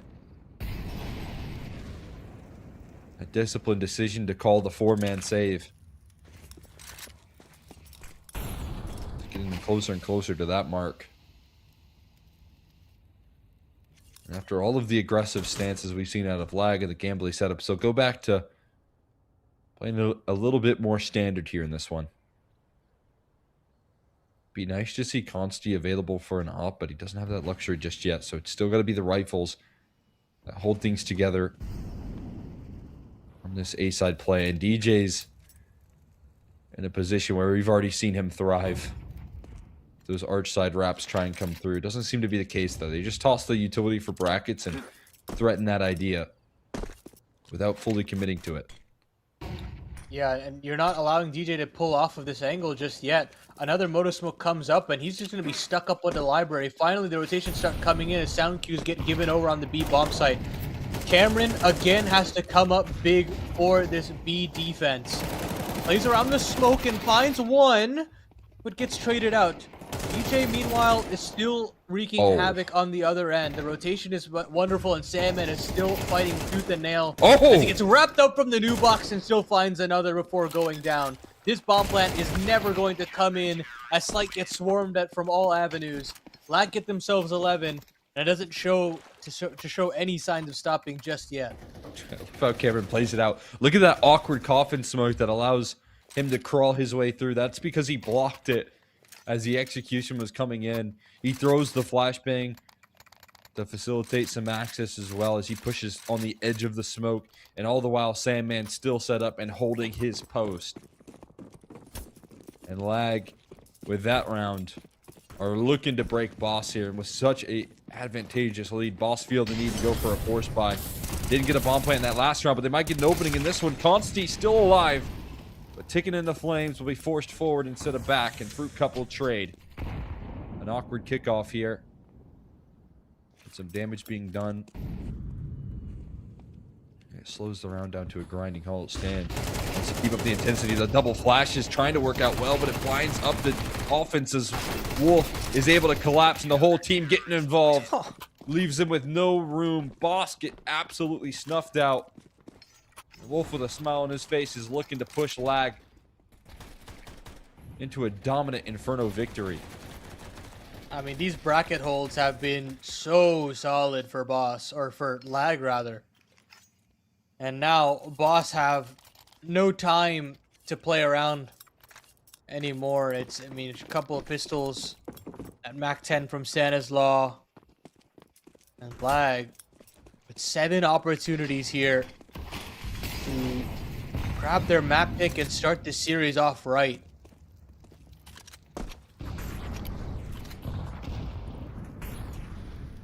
Everything in the kitchen sink to close out this victory, and what a dodge flash there from Sandman. Doesn't land the shots to back it up though. And there is a much needed opening from Fang, with very little to sacrifice for it as well. They put the pressure on B. Meanwhile, the rest of the squad is ready to take this A control. B will sticking in his own molly. Gotta be careful.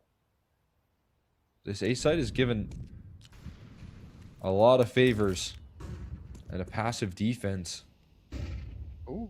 Smoke is inbound. DJ's in a really deadly position. Hard cleared though and jumped by brother Stan.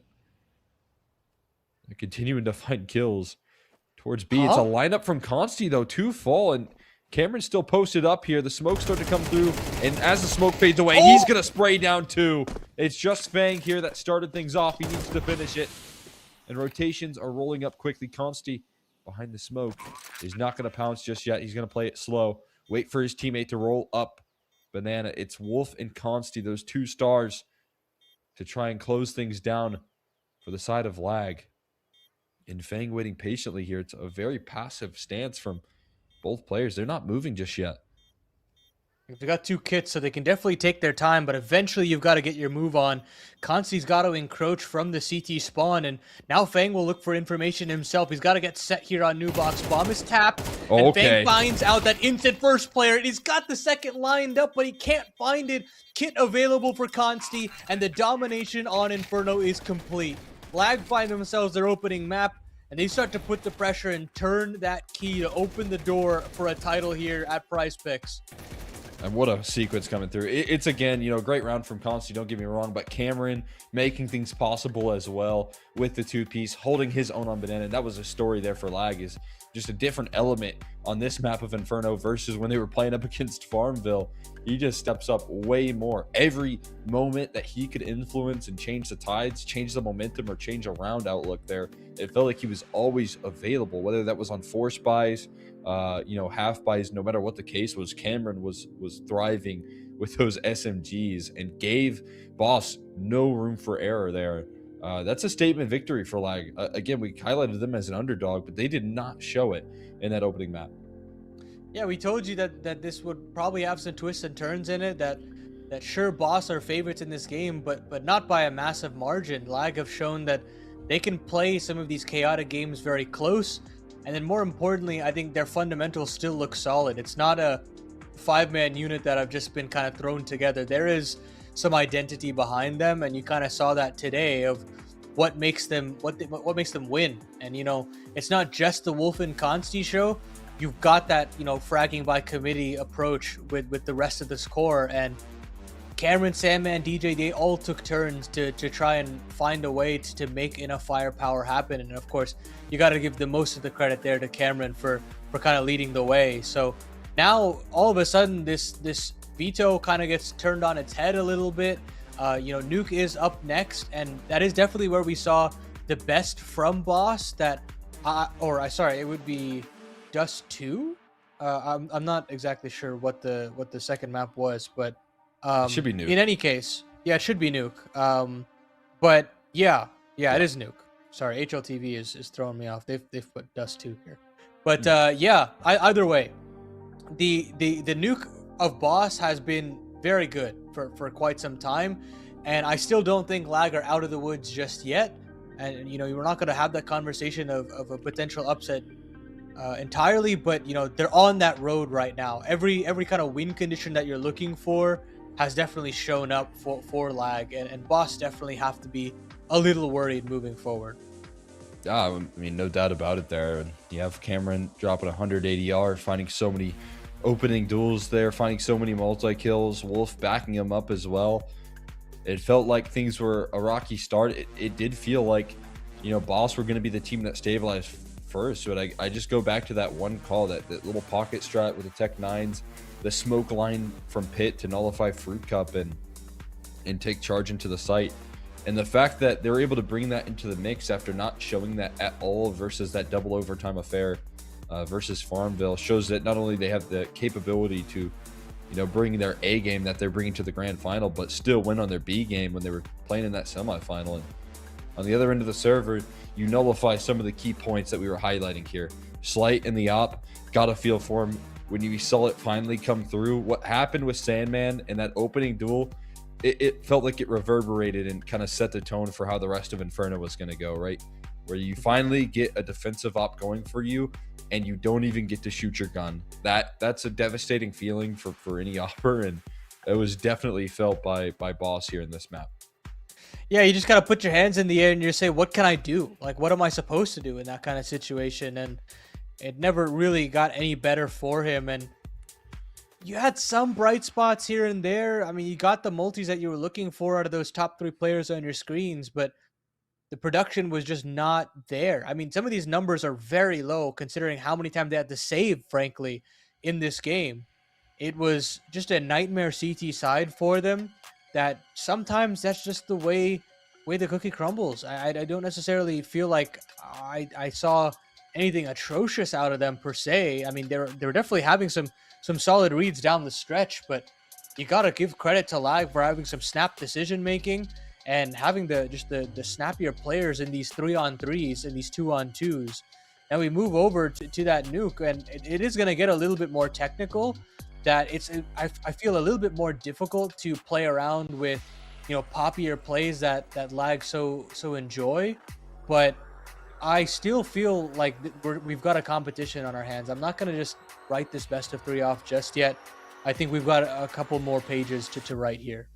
Yeah, I'm concerned for Boss's ability to close out in those 4v2s, so is the big question. There was a couple of those that Cameron ripped apart, and I think that's going to be the big conversation, is if Lag continue to find themselves in these positions, can they win it on a consistent basis? I doubt it, but that's a problem that Boss are definitely going to want to look into as they hop into this next map. We're going to be sending this one off to a quick break, and once we do come back, we've got Nuke waiting in the wings, guys. Stick around. We'll be right back.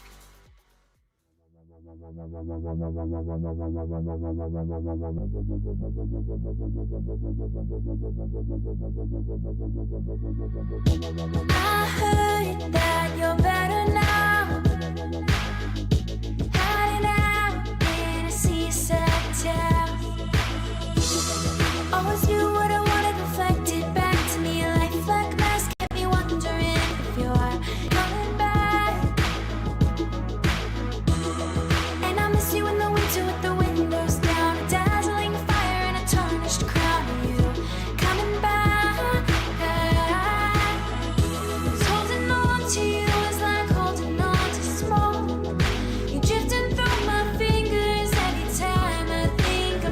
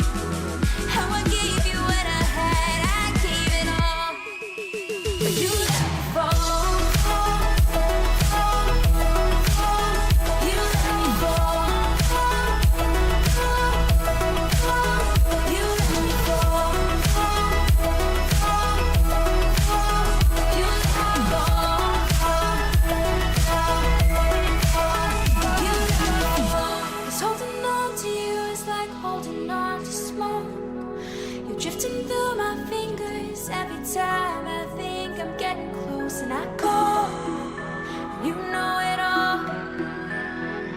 How you wrapped around in my mind and you let me fall. You let me fall. You let me fall. You let me fall. You let me fall.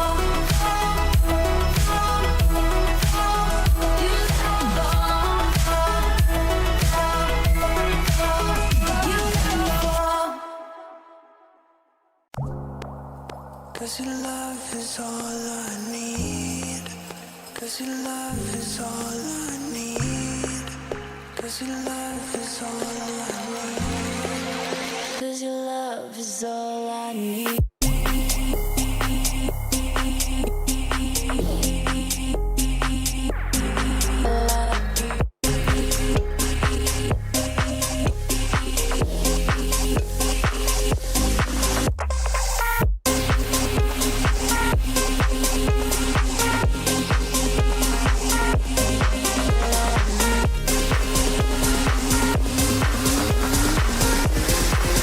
Cause your love is all I need.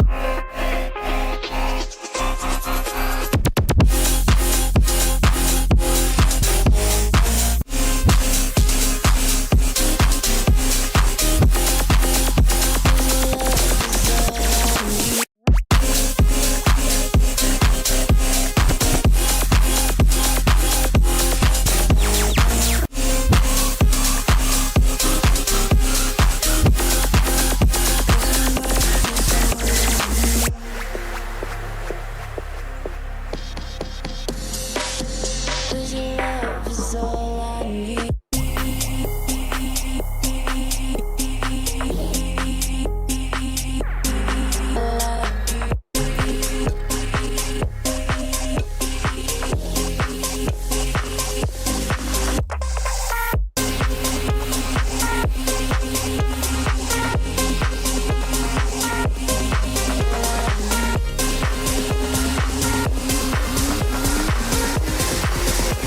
Cause your love is all I need.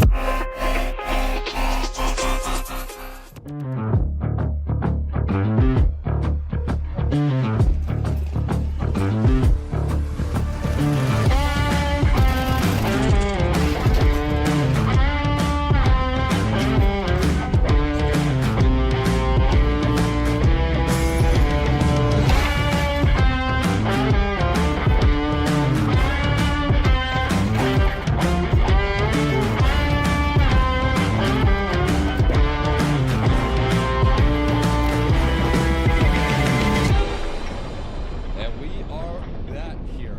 Lag pick up a massive map 1 victory there. An incredibly confident 13-5 on Inferno. They kind of set the tone in this grand final and put a scare on Boss. Talked about some of the things that went right for the side of Lag. So much firepower, so much entry prowess. And when everything was going wrong in some of those rounds, they always were able to pull things back, dig themselves out of holes. Just felt like everything was hitting the right stride there for Lag. But now Boss have to bounce back, and to do so, they need to show up on their own map pick. It's going to be Nuke coming up next. It's a map that I feel like Lag have shown a lot of poise on, some great protocols. I don't think it's going to be an easy one to get past here, but Boss recognizing the situation here that they're a map away from missing out on what feels like their tournament, their event to win.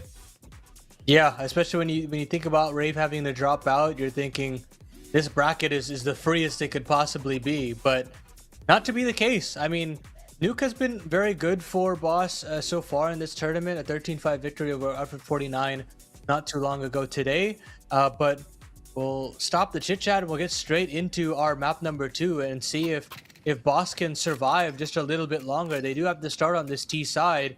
It is where they do their best work, all things considered, but for Lag, they're not any slouchers on this map themselves either.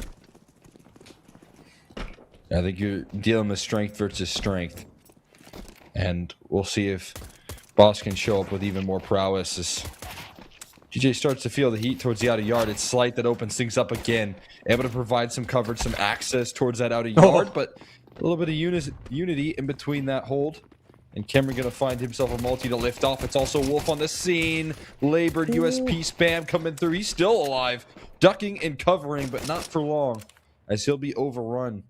Bomb looking to be planted, but Fang looking to fight first things first. It takes him a while, but he'll complete the kill. DJ now stuck inside the ramps, but then Sandman strikes through. It's just Fang left standing. The bomb's on the floor of this B bomb site, and DJ will stride on in and close things down. It's Lag that open us up with another pistol.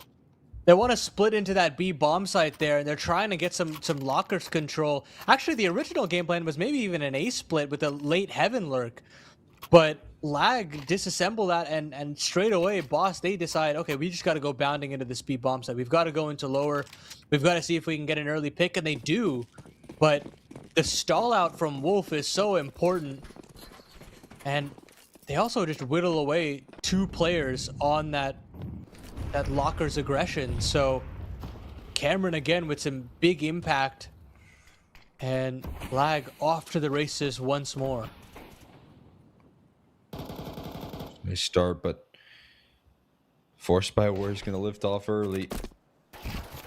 Sandman trying to jump on the edge of the smoke there. Does a lot of damage through it. Fagan taken down low, and talk about him taking his timings.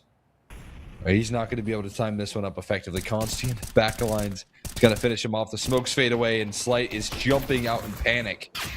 This is a complete collapse on this outer yard control. The only one that finds success is Fruit Cup and his Deagle. He's always good for one. Always. But it's Only not one enough. in this case. DJ finds him, and then only a singular casualty here, and that's Wolf's MP9. So you're not really losing much altogether. It's that spam that's so annoying from the mini side, and if you're Boss, you're just trying to find some safe haven and a fair fight in the big garage, and none of it comes to fruition because of that spam. So an infuriating approach to outside for these first 2 rounds for Boss, and Lag already winning that war of attrition in the outer yard. Something to keep an eye on as this game continues to develop, because we've seen so much space being taken by Boss in that position throughout that last series that they had. Yeah, so many variations. Had B-Wills dropping down the vent, and it always just felt like Stan was a step ahead. But this is a different roster they're playing up against here. Lag squad that gets the luxury of a defensive start, and it's looking to nullify this effort out of Boss. You can already see that some of their out-of-yard setups looking pretty deadly here. So surprising amount of utility trying to be prioritized. That Molly will air burst though out of the gates, and Molly towards ramp won't really flush him out of position, but it will be Consti's rifle that does so. Stan not going to last long either, as he's run down by the MP9. And again, it's only an MP9 that falls in this round. No big concerns for Lag. Yeah, now that MP9 that goes down, you can upgrade into a rifle. Why not? E4 for Cameron, and the guns come out for Boss straight away. I'll opt in for 5 rifles instead, and we'll see what Stanislaw can call up, because right now this outer yard looks a little difficult to take. Maybe something a little bit pacier, but nothing gifted on over just yet from the CT side. Keen on playing out this early round with no casualties. On this bonus here, trying to throw a little bit of trickery into the mix, boosting up one out of the gates. Cameron's still looking for a reposition. They stack a lot of cards in this ramp hold, and it's the MP9 that gets the strike first, and before you realize it, Fang finished off just the same. Oh! A lot of damage done onto B-Wills as he drops to the floor. This DJ does eventually go down. Puts things into a 3v3, one that is very manageable for this T side to recover, but Sandman is going to try and jump the rotate. Position towards Secret early. Going to try and get in towards control here. The utility that's left is still promising, but there is no Molly to block off control doors. There you go, spotting things out and confirming the information. Calling in for the troops to now rotate in. A bit of ways away. Now, Nate opens single door, which is interesting. Keep that in mind as the potential retake comes through, but they're actually going to fight forward ahead into this toxic room. Sandman's got to keep his wits about him and completely gets surprised by Fruit Cup. And now it's Wolf's turn to duel, and he spots that second player. There was B-Will still waiting around. And all of a sudden, Consti's got to come up big on the 1-on-2. Oh.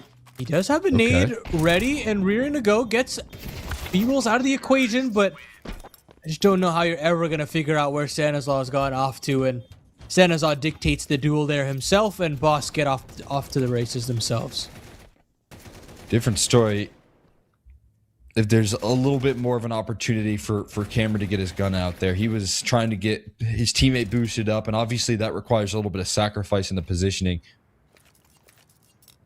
But caught in transition, even though DJ gets 2 there. The ramp control breaks open, and it's still a 3v3 to work off of. So Boss take their time into strike, and despite it coming down to the wire, they complete the bonus.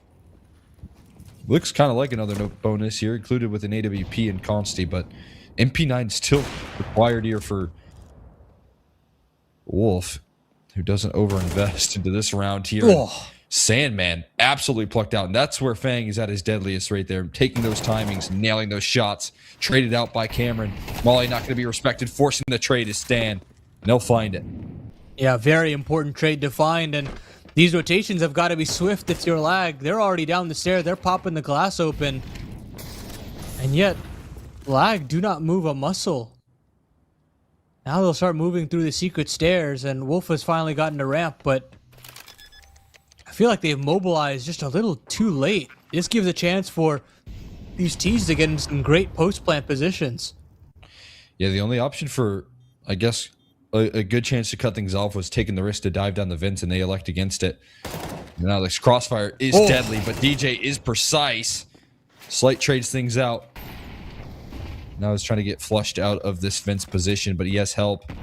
You're looking for the double swing. Wolf, in the meantime, is going and clearing out control, trying to figure out a way to defuse this bomb. A NATO to open the door, but they're running way too low on time. You're going to stick it inside the smoke. Wolf gonna go down with the ship as his stand.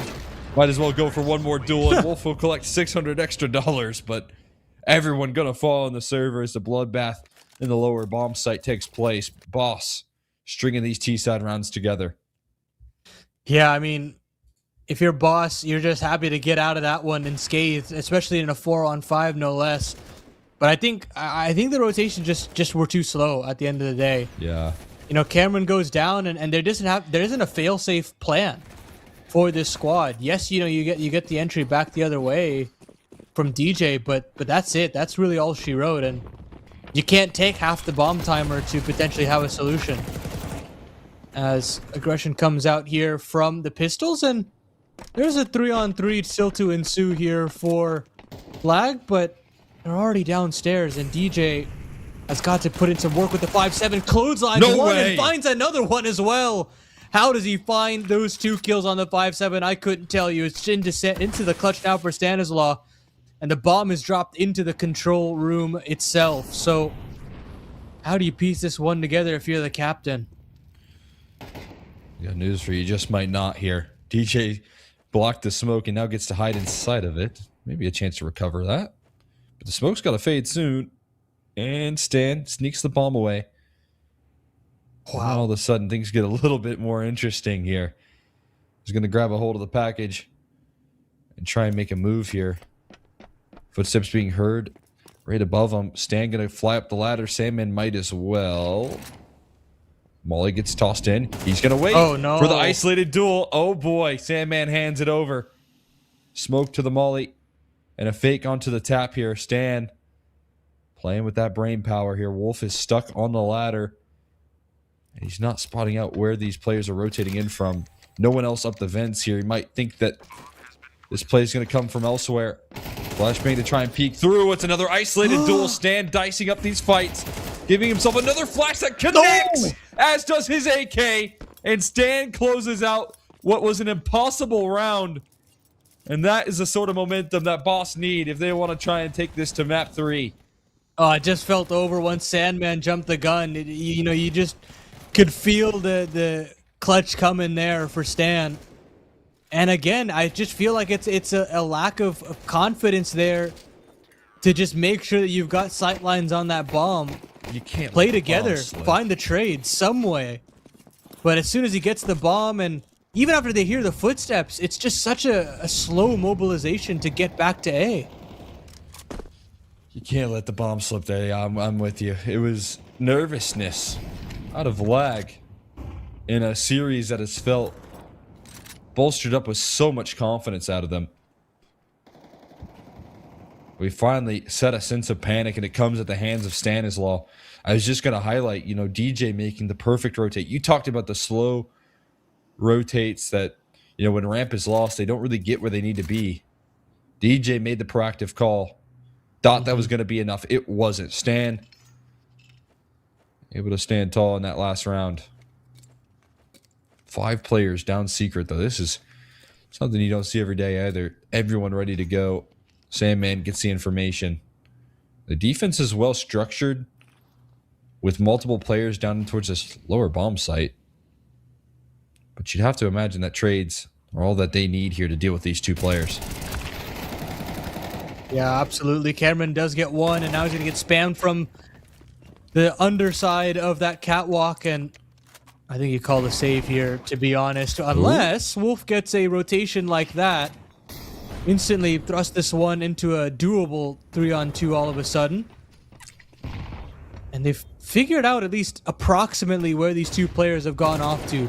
Flash comes in and they're hoping that door was open, but it doesn't matter. It still puts Stanislaw in another tough clutch, but this time around the SMG does the trick from Consti, and they will get a converted post plant at last.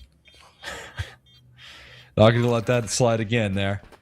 Everyone getting involved in the retake, and lag will collapse quickly. Like the idea from Boss to try and climb everyone down through secret, and the trade's looking so effective. But it's DJ and Wolf really with the proactivity. I mean, flying down the vents as that B play is coming through is a tough call to make. I mean, you don't see players rotate a lot down the vents when that B side is lost and when secret control is given over, because usually it feels like a death sentence. But Wolf turned that round into what felt like a pretty guaranteed save into a round victory. Close rounds have netted a weird buy here for Boss, but they're going to up the pace, up the tempo, up into this upper site.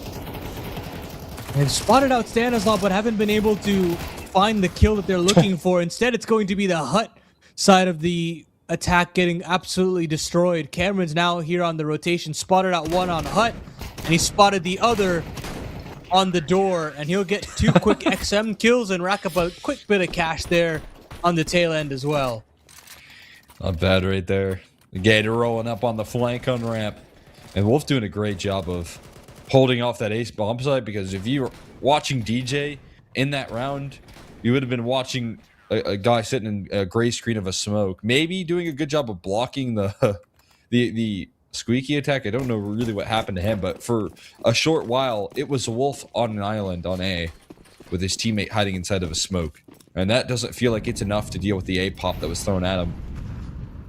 With the multi, ends up being enough. He's still rocking that MP9. He has not let go of the SMGs here in this game. It's not a big concern here. Cameron going to concede some control up the ramp side. He takes some damage, but he's getting help. Nicely done by DJ. And some good resistance offered up out of Cameron to fall back. It's DJ to clean things up. Take those ecos away. 14-4 for him so far on map 2. Playing out of his mind here in the early stages of Nuke.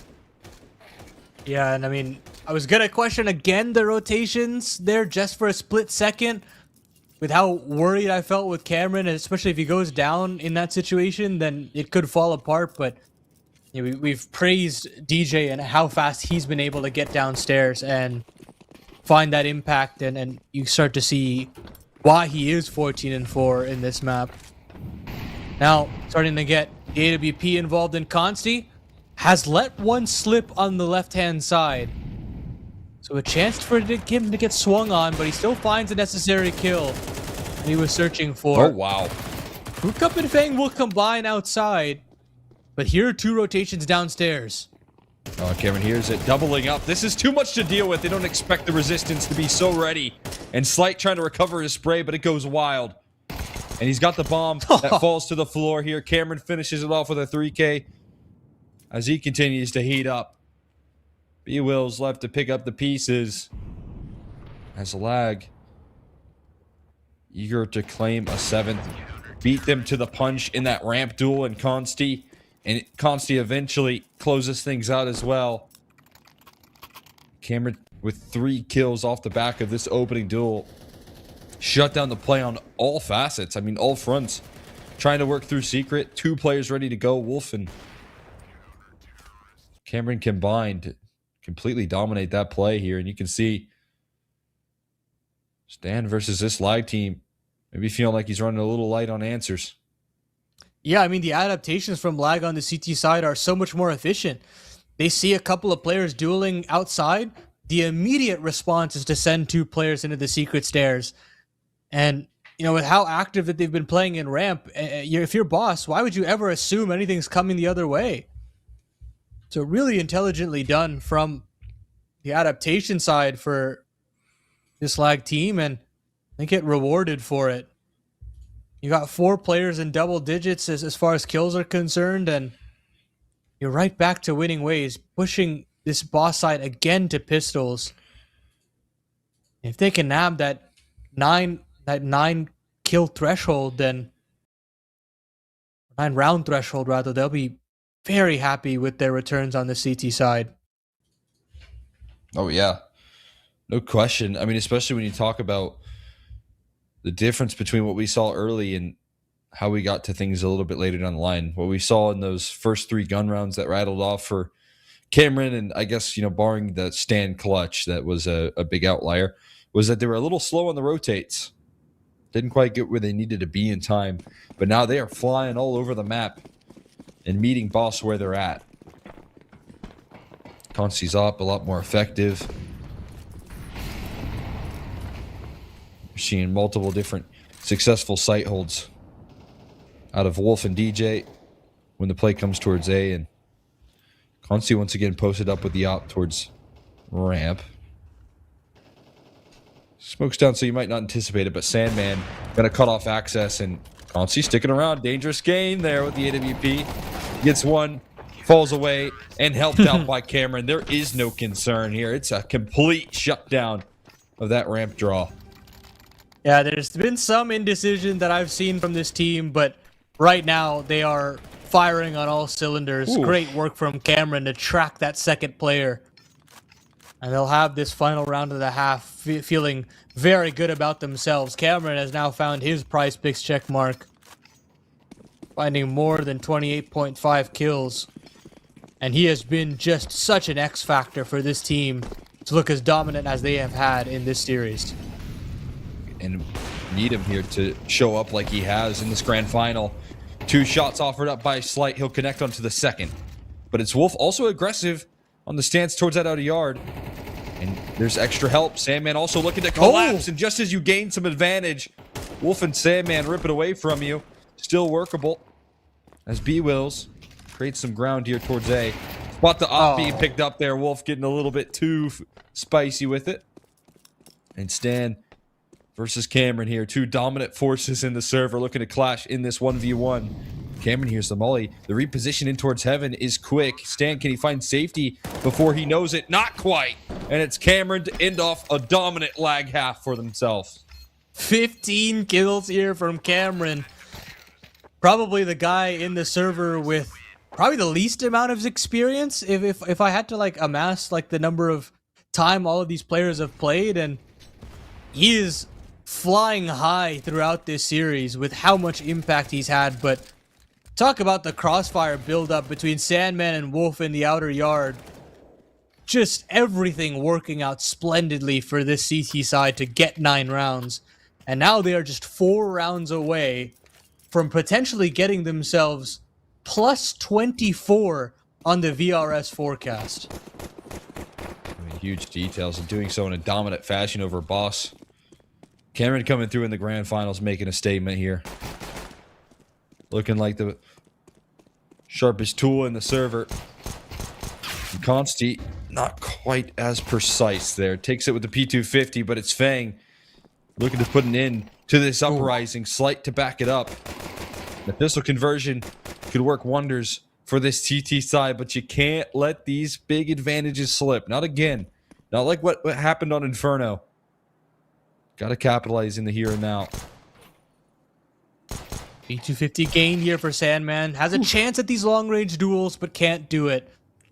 Lag filled a little haphazard there with how they wanted to approach that pistol round.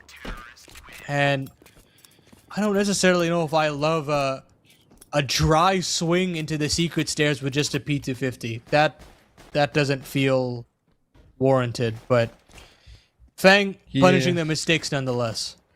Yeah, I would say it's an NA classic to get that done. I mean, it's also like a 1-star player classic, maybe, if you've got someone that is hitting his stride. And, you know, that's something you'll see oftentimes, but it does come down to you being able to connect the headshots, and when you don't, it does look a little silly. Ends up not really working out for them in their favor. Did want to look, because I just checked the VRS, you know, forecast or whatever. The outlier of the stats that when I was scrolling down to open up on Inferno, a plus 14.2% round win swing for Cameron in that opening map of Inferno, which is just unbelievable impact there in that map alone. And he's kind of keeping up on this map of Nuke as well. It's an impossible stat to replicate, but he's doing his very best at getting there. But now, maybe a little bit of a snag here for Lag. As they lose the pistol and now do not have any strength to push this eco forward. So Boss slowly shaved this lead down to 4. As Lag get the guns back out. But this is the real test now. Is there legs for this Boss CT side to stand on, or can Lag complete the sweep here and potentially win this tournament without dropping a map?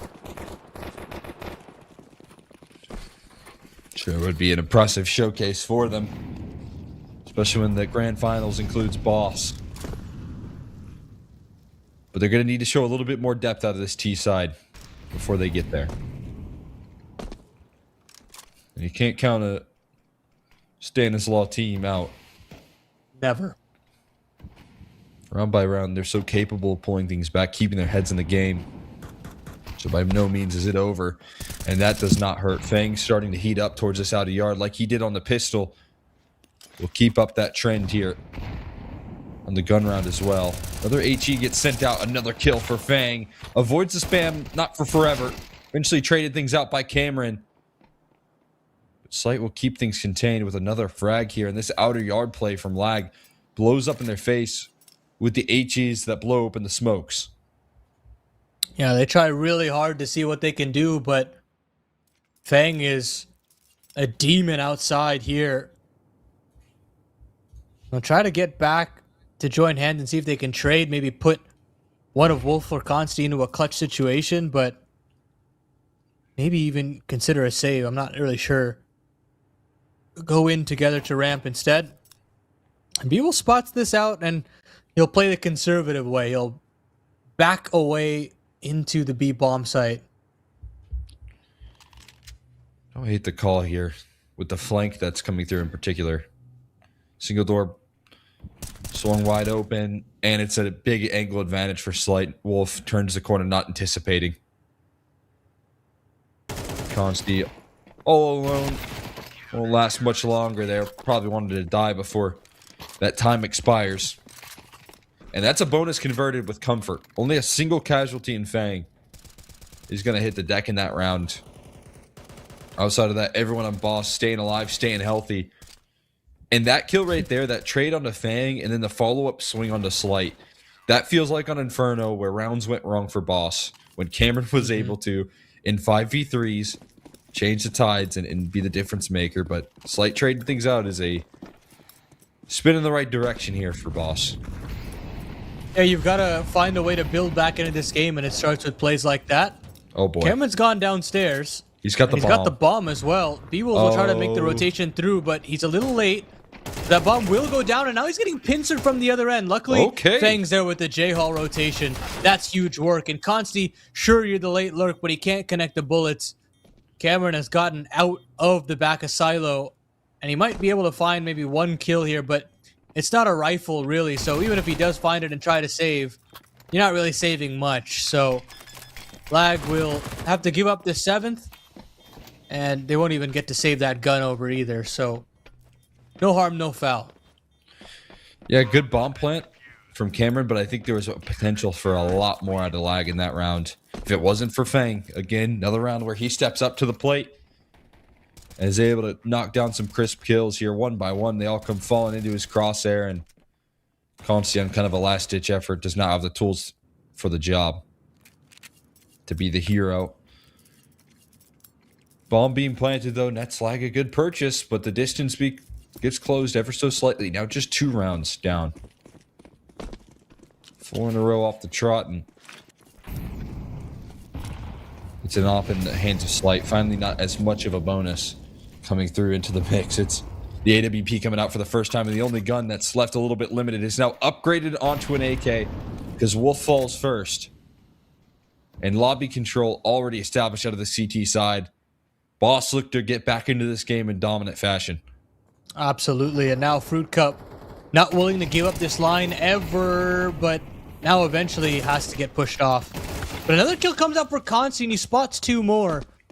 Maybe jumping the gun there, but how do Lag respond once they spot that many players is the real question. They're going to go back into cross outside. Sandman will be here, but this AWP from Slight has to connect, and it doesn't.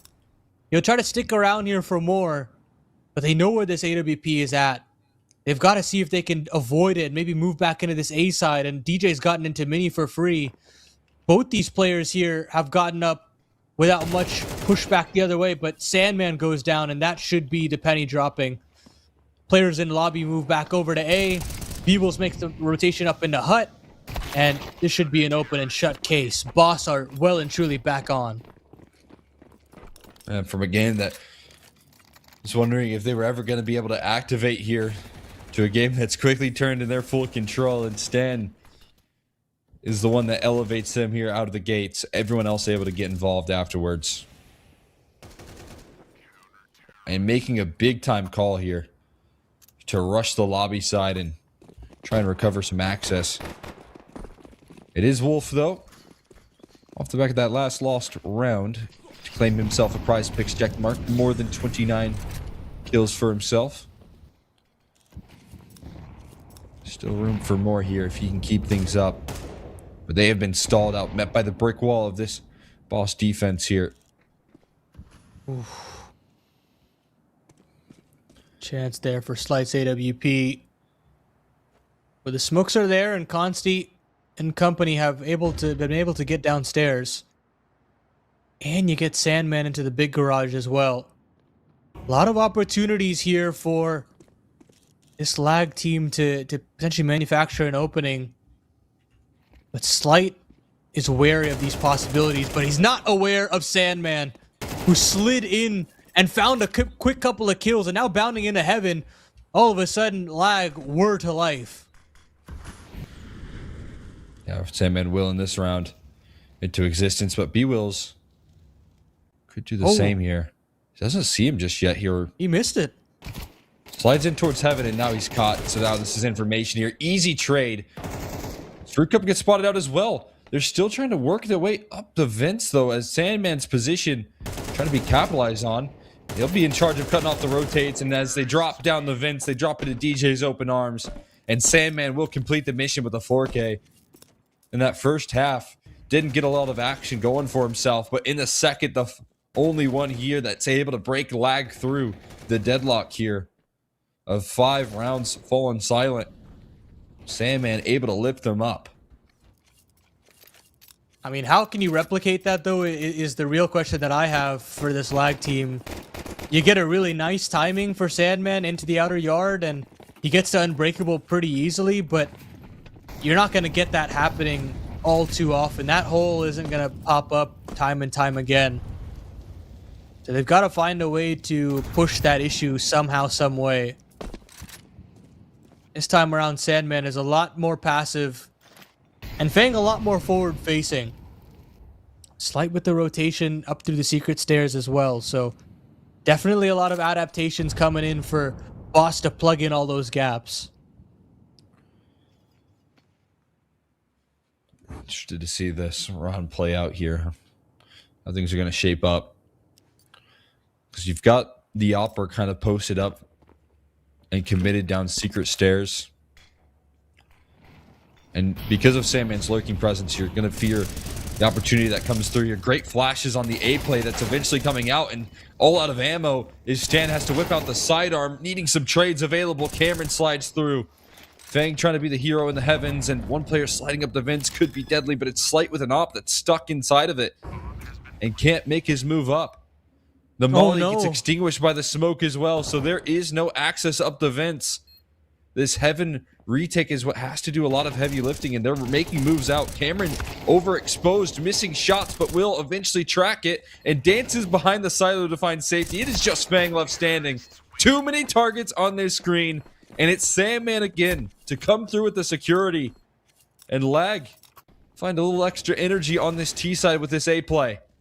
Yeah, you know, maybe he can replicate it a couple more times. Huge work there from Sandman, and I think the kill that ices it there is Cameron's wrapping a mini. I don't know how he gets into that position that quickly, and all of a sudden you have all of these players coming from every avenue of attack. No chance for multi-kills to come through. And now Lag well and truly have the cards in their favor. Boss running out of funds and running out of time. 2 rounds in a row sequenced together, but the bank accounts are still incredibly well versed. So a little bit of a breather before we hop into what could be an all-important one. Lag inching ever so closer to series point. Just 1 round off of it. And finding their stride after a little delay on this T side. Going for a punch towards this ramp room here. The op going to be ready to meet him. It's a huge swing from Sandman, and it deals the damage against Slight again. Sandman lifting him up in the second half. He could not get activated in that first. Wasn't super necessary, but now he is called upon. Now he does need to step up to the plate, and what a resurgence these last couple of rounds have been. Man, he truly is Slight's kryptonite. Trying so hard to get activated Slight in this game and just has not been able to. Met with the force that is Sandman. B-Reels does manage to snag that AWP and move back over. But what more can you do now with this reset of a situation from Lag? L block smokes out as well. His left ramp incredibly vulnerable, and in doing so, they're going to have some big challenges. They want to finish towards A, but this is still a well-staffed bomb site. Stan next at bat goes overlooked here. The top of the hut, and B-Will strikes down with the op as well. Sandman to open things up, but that is all that they get. As Boss bounce back big time. I don't know. I just feel like they stall out there. You get that ramp space, you get the trade, or you get the opening that you're looking for. Smoke it and go, but maybe there's just a little bit of indecision that there could be a second player behind that AWP, which was true. And as they tried to reset, they saw B-Wills. Yeah, I guess they did. Sandman saw both of them on that replay, so I guess they didn't want to take the risk, but you also got these big rotates coming through from Boss, taking risk all over the map. And B-Wills doesn't recycle that smoke towards Squeaky Door. No, he just posts up on the hop that he's able to scoop up and uses it against them when one man falls in Slight, another one stands tall behind him in B-Wills. A little bit of relief there for Slight, because that is that is kind of a heart-wrenching start to the round there when you know the pressure's on. And for you to fall like that again to Sandman, you feel like it could very well be more of the same, and that could be your grasp of control in this CT side giving up. Well, again, now we're back to back into this head-to-head. Slight versus Consti, and neither player really spotting each other out. Nading open of the smoke, over 2 smoke grenades, mind you. But neither player finding enough of a sight line to take a shot. So we even things out there in the outer yard as Lag look to look into ramp, but Incendiary at their feet dissuades them again. So all these opening attempts here from this T side, not necessarily ending up in casualties, but not finding any openings either.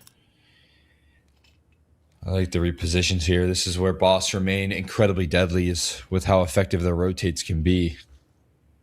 Slight for a little while doesn't spot anything on the towards the outer yard. Recycled smoke towards Squeaky. One top putt molly could certainly disrupt this play. And that's why Stan, I think, repositions.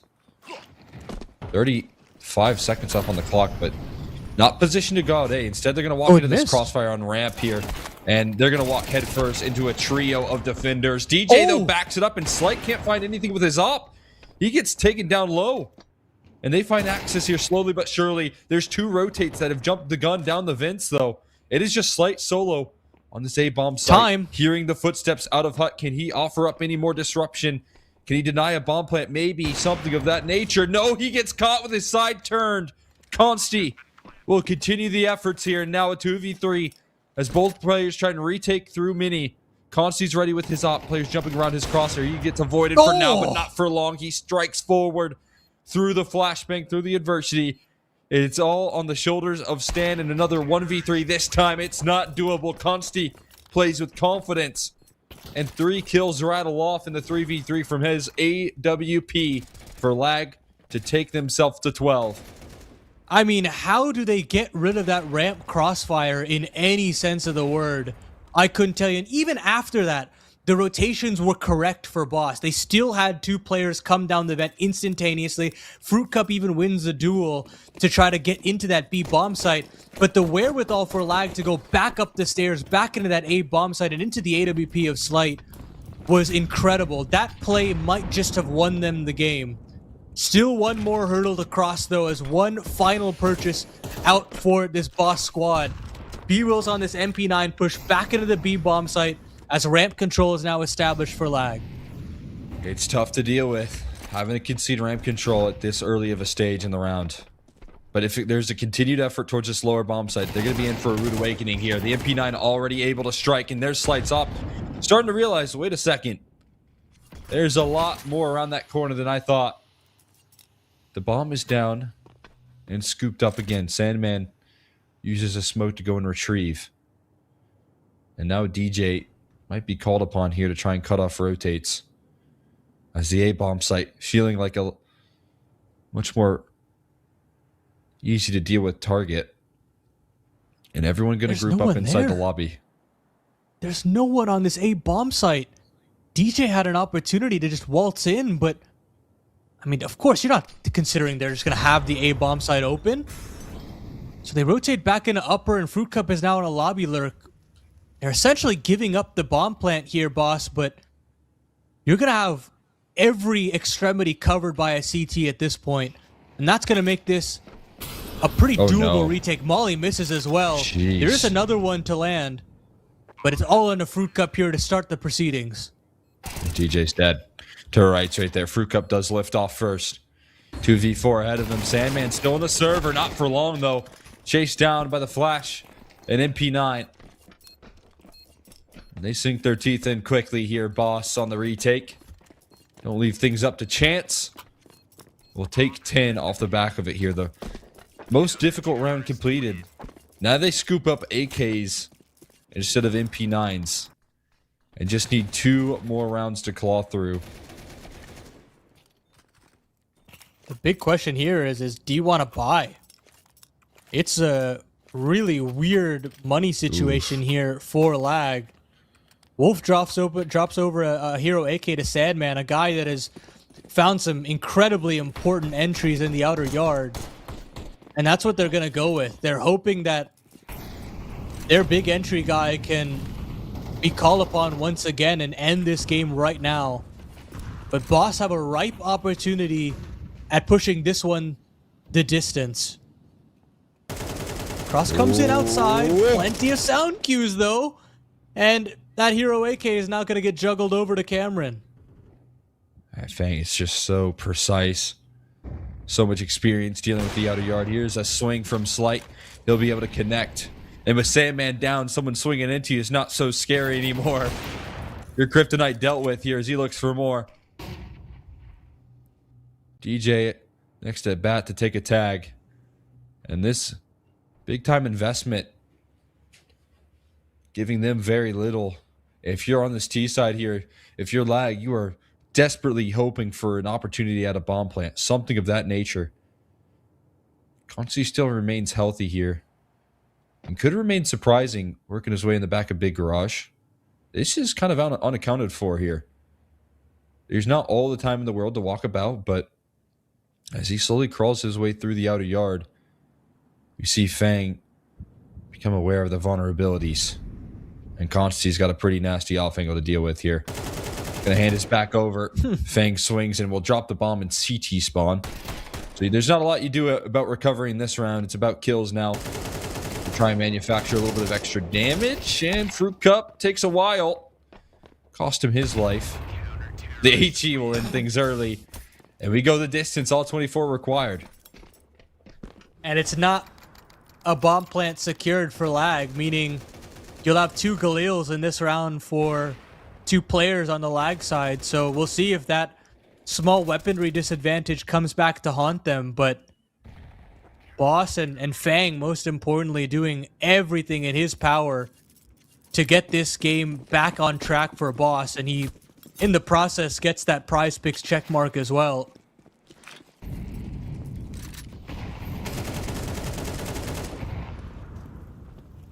But yeah, I mean, look at the utility on the other end for lag, already expending quite a bit and won't have much to stand on. So this opening attempt here in the outer yard really has to net them a lot of space.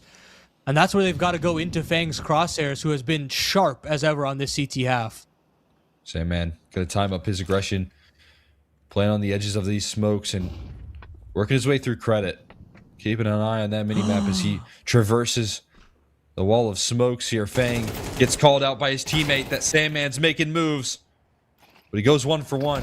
And a big point man taken down. It's a swing out of Fruit Cup that doesn't give him anything. Just damage done. Looking to run boost Cameron as well, I think, to jump across any potential oppers. There's a rifler in heaven, though. Instead, and now slowly creeping up here. Slight. He doesn't know. Covering the big garage, and because they jumped across the crosshair, Slight could be in for a rude awakening. Cameron timing up this aggression. It matters most, but B-Wills will be able to strike from the top ropes. This lower bomb site is the right prospect, but another player gets plucked out of the server. It Slight's up, trying to answer back. It's a tag connected on a trade unavailable, and Stan will hold the test of time. Wolf left alone and finished off by Stan to take it into overtime. A monumental 3K and a huge sigh of relief here as this guy continues to haul it for this Boss roster. It doesn't matter what roster Stanislaw is on. You can count on this guy to have some incredibly important multi-kills to pull his teams back into contention. And it looks like we've got a couple more ideas from Wildcard being brought on over here to Boss. And the biggest one is the game is never over if Stanislaw is in the server. Huge work there from the captain. 20 kills the good now. And lag, they've really got to work for this if they want this done in 2. More aggression coming out from Boss. They want to up the tempo. They want to use that momentum that they have. B-Wills and Fruit Cup around the corner, but they are met with a face full of lead. Molotovs on the J-Hall rotation, and they'll go bounding into this B bomb site. A firing squad waiting for that setup here. Slight met by a smoke. He only gets a split second of vision before his cutoff. Strawless plant gonna come through. Slight wall bangs. He has the lineup. A little bit of trickery from Slight right there to net him some access. He doesn't need vision. What about a second shot there? Almost finds it. He swiftly lines things up, and they're not in position now with the delay in the bomb plant. Just enough disruption offered up from Slight's top, and look where Cameron has to play this post plant, but it doesn't matter. Cameron lands the headshots to back it up, and Slight's op scope gives it up. It's an ace from Cameron to continue the domination from Lag. Oh, what a way to bounce back from Cameron. Huge double done here on the ramp side, but talk about the wallbang from Slight nearly costing them.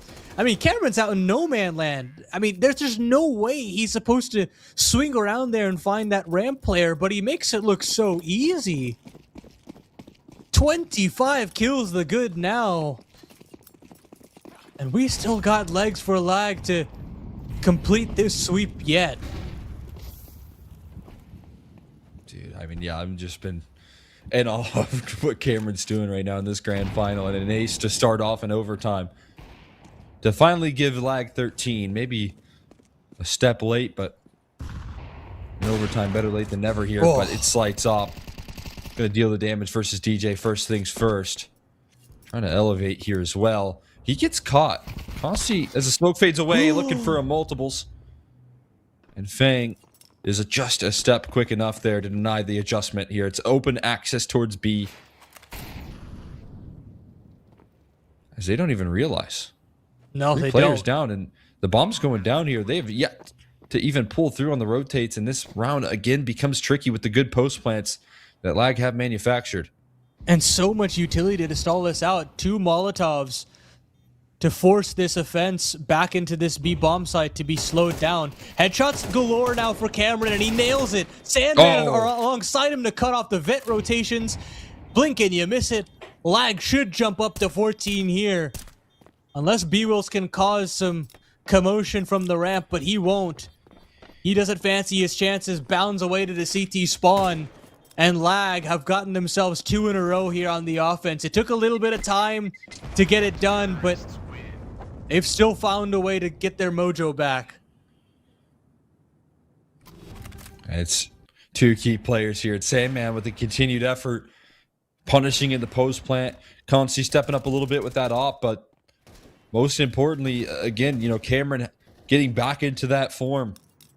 Had a quieter T-side start, but lifted off big time with OT in the opening round ace. And using that precision to cut through. As they look to continue conversation. Slights up, take an aggressive stance, Fang to back him up, and already cutting off one early pickup. Still an unknown quantity is Fang, but Slight cost him his life here. And they start to work their way through the outer yard. This wall of smokes is causing a lot of discomfort, but Wolf with the bomb. He's going to overlook this angle. No, he checks it, and Fang falls. A huge surprise, and look where Sandman's tucked into. Oh no. Could it really be a sweep on this T side for Lag, and can Boss at all sustain that? Because the B bomb site has once again fallen, and it's called fully clear.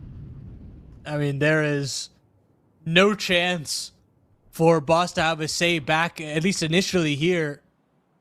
They're still so worried about a potential outside lurk, but there's nobody here. They're fighting ghosts. Yeah, and Fruit Cup's going to make this rotation. Sandman's got the cutoff almost straight away. Oh, and I mean, he tries the clear, but what a shot there from Sandman. Nades even chipping them down even further. Consti finds another. It's just Stanislaw, and sure, he's had some heroics happen, but this one might be a step too far. He'll go charging in, but the clean sweep indeed comes through for Lag here on this offensive end. Just one more to get themselves this 12th series of the NA Revival Cups. And this is that conversation that you highlight here. I wouldn't necessarily call it desperate aggression, but definitely on struggle to coordinate that aggression. You see that Slight is poking through the smoke, but there's no way Fang can do anything to help out his operate there. He's stuck behind smokes and hiding as passive as can be. We do get Stanislaw with the PrizePicks check mark for more than 27.5, but just highlighting the desperate situation they were in. They found themselves in dire straits, and there was no chance to recover. Now Lag looked to play a little bit aggressive as well. Sandman feeling some confidence there, backed up by Consti, at least to trade back out of the op. It's a 2-for-1. Somewhat sustainable here, as Consti looks to reposition and cut off access here on an elevated angle. Some nice positioning here from him. But the wall of smokes will block his vision, and they can, as an option, go down secret. It will be just the op of Slight that makes it down.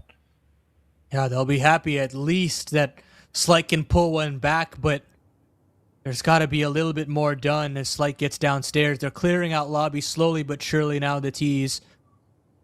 But DJ playing up close, and Wolf is still a threat. Consi now makes the rotation upstairs, so they want to go into this upper bomb site. It'll be locked down for sure. Just wondering how you 45 get seconds left now. Slight involved in this round with the bomb. I just don't know how you do, right? I mean, they've got to find a way to vent dive, but they don't have a smoke to potentially lurk out. That's their only option here. But, I mean, with the positioning of this defense, a vent dive is definitely a possibility.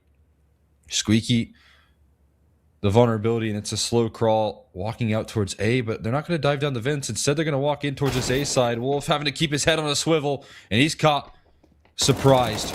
And desperate angle here out of DJ, does thread in a kill before he goes down. A missed molly in towards Heaven.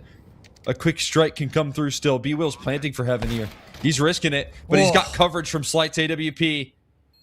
There's still life left in this boss camp. And Consti is all that they have to trust. The op scope, I'd imagine, being heard. The nade certainly showing where his position is. And B-Wills will send him an uppercut. That'll breathe life into these rounds for Boss. Whew. Coming back from the 3-on-4 here. Boss still stay alive. And that kill, so important for Slight. That cross comes through. Bombs denied. Maybe a multi-kill on the cards as well. I think Lag will still be feeling good about their chances here as DJ finds his PrizePicks check mark of more than 30 kills.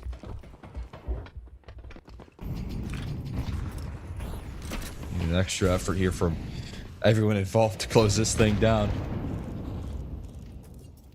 As overtime comes through here. See who's it going to be. Got Slight playing late into that round, somehow figuring out a way to deal the damage and link up in that play. It felt so impossible. But the patience pays off. And the poison in these chaotic moments, even despite the desperate effort. Again, you just can't count this stand team out of any matchup.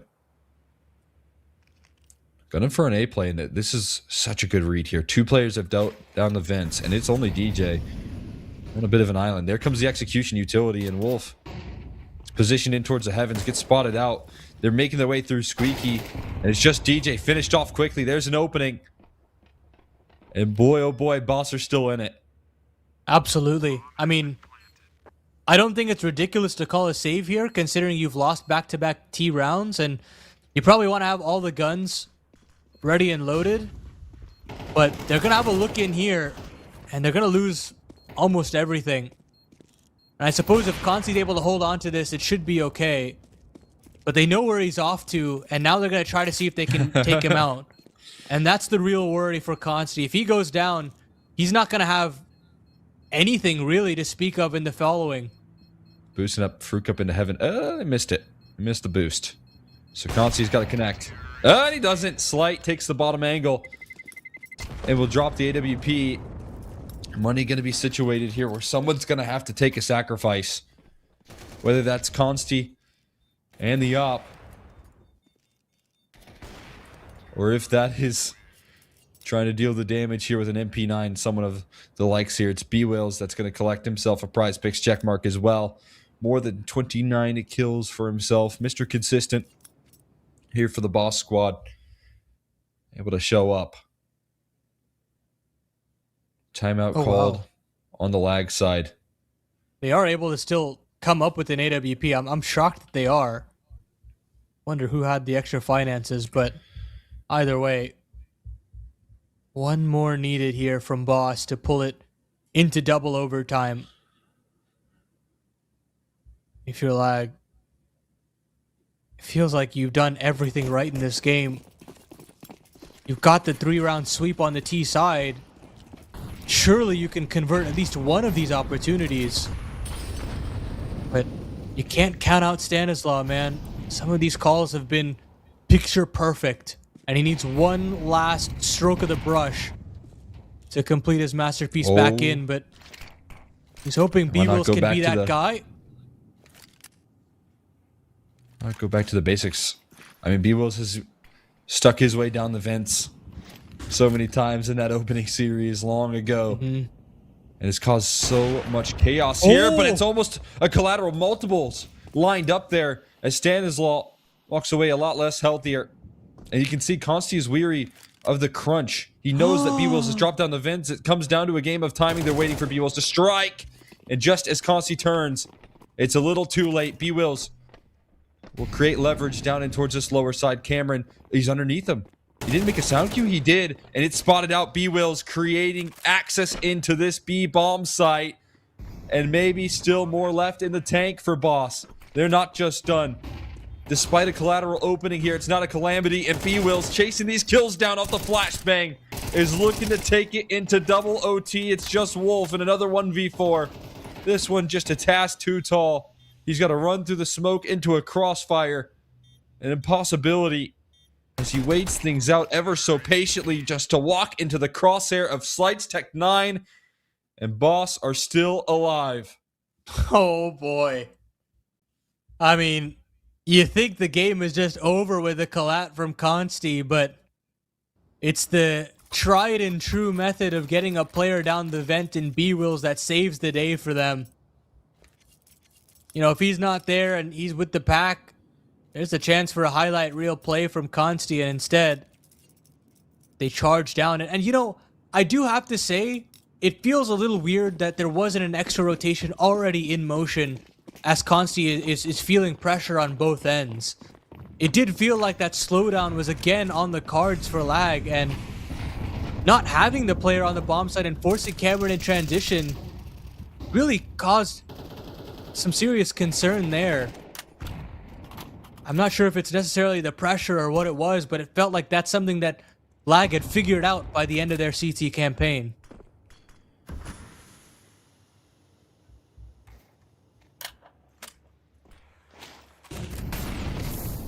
Trying to set up Slight here for the kickoff. With a flashbang, though, it triggers the counter molly, which won't allow him to make a move, but it will bait out some valuable utility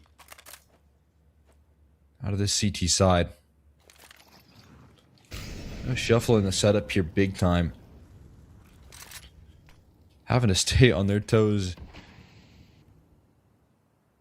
As you see Stan take grasp on this map and potentially series here. We'll see if they can continue this T-side effort. It's an A-side stack, but Fruit Cup still finds the opening. And what about two? B-Wills to back him up. There's another defender here on the top ropes, and DJ strikes down from above, drops towards the top of Hut, and is looking to create even more. DJ, an absolute hero in the round, finally to be finished off, and still more hard work to do, as Slight never made a move. He was holding the flank all the while. Consti's up an unknown quantity, but a double swing could be ahead of him here. Isolates the first, Slight's up, holding the angle. A crouch swing into the offer, but it's Slight a step quicker to save Boss the concern of letting things slip. It's 4 in a row for them. As an OT2, they lift off.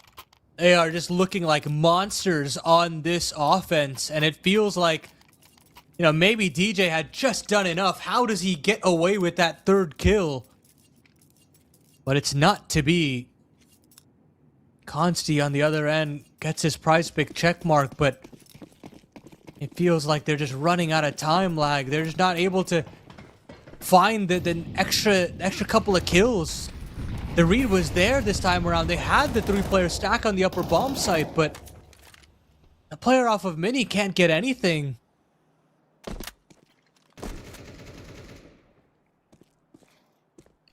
It feels like DJ's effort Sad to see in vain here, and Fang with a dry swing towards that outer yard already creates the disruption. It's all over the map now. Taking dominant control here and trying to make moves in towards the lower bomb site. Bomb is definitely down though and towards the top of Secret. That has to go and get scooped up here first things first. It doesn't seem to be too concerning. Wolf has jumped the rotate down the ramp. And it's not wrong in doing so, but he's definitely second guessing it.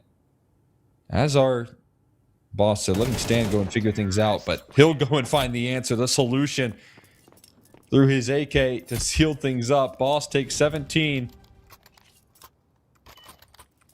And it's feeling like lag have let things slip too far out of control now, as this T-side takeover from Boss might just be enough. Yeah, I mean, it would be incredible to me if they were able to go on a 6-round T-side sweep here.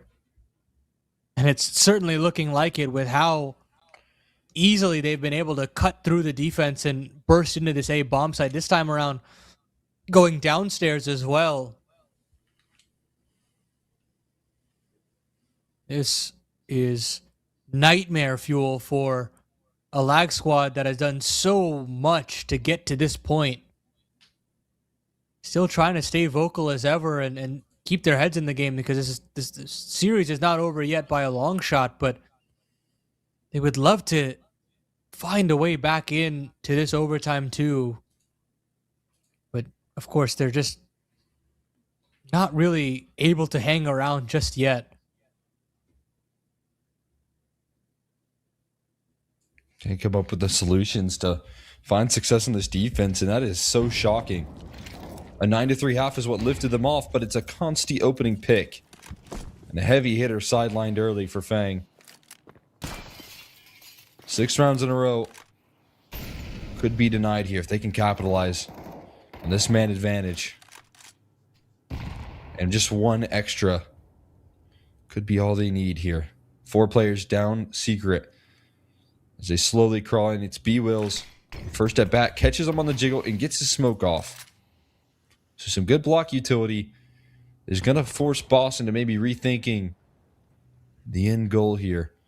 And this is where Stan comes underneath the microscope here of what he can call out in a round like this. Down a player already and slowed down in the approach with information swirling in the camp of lag. What do you do in this position?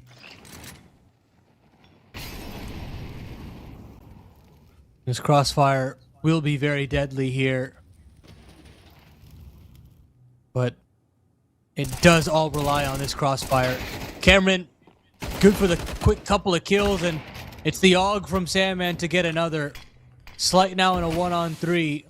Looking to get this bomb planted, but he'll actually fake it out. And he does, I think, get a sound cue onto DJ here. No way. And we'll find another. But he wants to go back up the vent, and that Molotov is in his face, so he waits it out, but still manages to catch the timing. Consti now here to have a foot race back up A, but he will give up that bomb plant, and Slight really has a shot at this one now as he gets back in a hut, completely resets the situation. Sure, he takes a little bit of chip damage, but this element of surprise should get him at least another kill, but Wolf is just going to stick it all the way. Balls of steel here from Wolf, and they will eventually get themselves that first round on the CT side. Slight not happy with it. Wanted a little bit more room to play with his food, but that's not a luxury that will be afforded here. No chance. As they go for the straight stick without any hesitation. And Slight, a lovely attempt. Trying to use that brain to close things down.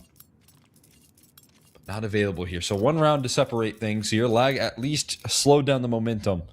Frukabex able to get his PrizePicks checkmark. More than 27.5 kills. We'll see who else can gather some control here. It's back to the T side though, Lag. One where they were able to sweep themselves. But it feels oh so unlikely here that they can keep things rolling. And Slight looking to lift off here. Couldn't win the clutch. But already finding an opening duel with that op. He goes swinging for more though. And it's an equalizer found by Cameron. Oh, Sandman Not quite his weapon of choice right there, and misses a big-time opportunity. But with the riflers, Cameron traded out, and Fang holds his post. A double kill in towards Mini in a condensed location here. Drops the bomb and finds even more. Fang is tired of Nuke. He wants to end it now. Wolf still has something more to say. But versus 3 here. Painting himself out of this corner is not going to be easy. He's hoping for some sort of re-aggression from some of these CTs, but nobody's giving him an inch. They know what this guy is capable of and what he's shown throughout today. Fruit Cup now the next one at bat. And this off angle is just such a pesky one to deal with. No way you're going to clear that one out, and Boss has gotten themselves map point. Definitely didn't feel like Lag had their heads into that one. Some swings before utility popping. And some awkward spacing here onto the mini take. But you got to commend Fang, man. He's just been so solid outside on this defense. And he's not showing any signs of really stopping there. No, just a dominant hold together here from Fang. 3 kills, and it's kind of been a story for him to get his teammates back on track. Has been big time positions in that outer yard and big multi kills coming through from his rifle. It helped him lift off in the opening pistol, and he hasn't really looked back since. Sandman, with a couple of rounds threaded in there, was successful and maybe can do it again here. Flashes are so incredible on this A side, and no vision granted here. As the trades remain positive, Slight forced off the line. Molly's ticking away here, and Lag have a man advantage. Yeah, this should be doable here for Lag to at least push the issue for another round of play. But you still got Fang alive, and you've still got that AWP of Slight kicking. A little bit of utility here from Slight to get these Heaven players involved, but they're waiting for Fang to get here as well, so a couple more seconds shaved off of the clock. But they're all banking on the placement of these flashes, and here they come. They're not good enough. Fang falling from the heavens right there.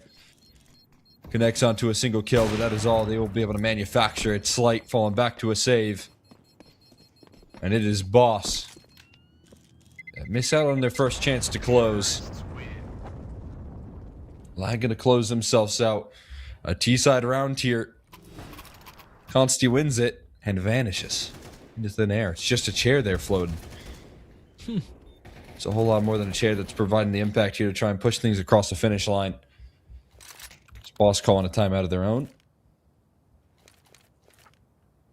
They've got one more chance to close things out. Otherwise, we run things back again.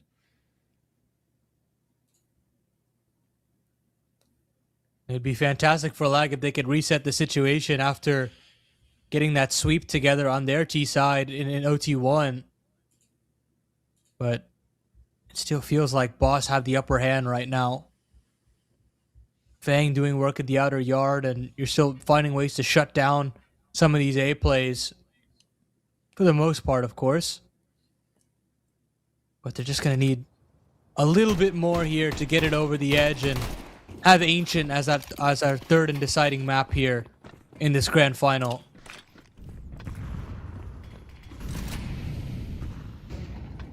It's looking ever so possible. Just one more round around the corner here. It's auto shotty for Stanislaw, and that's not out of necessity. That's by choice.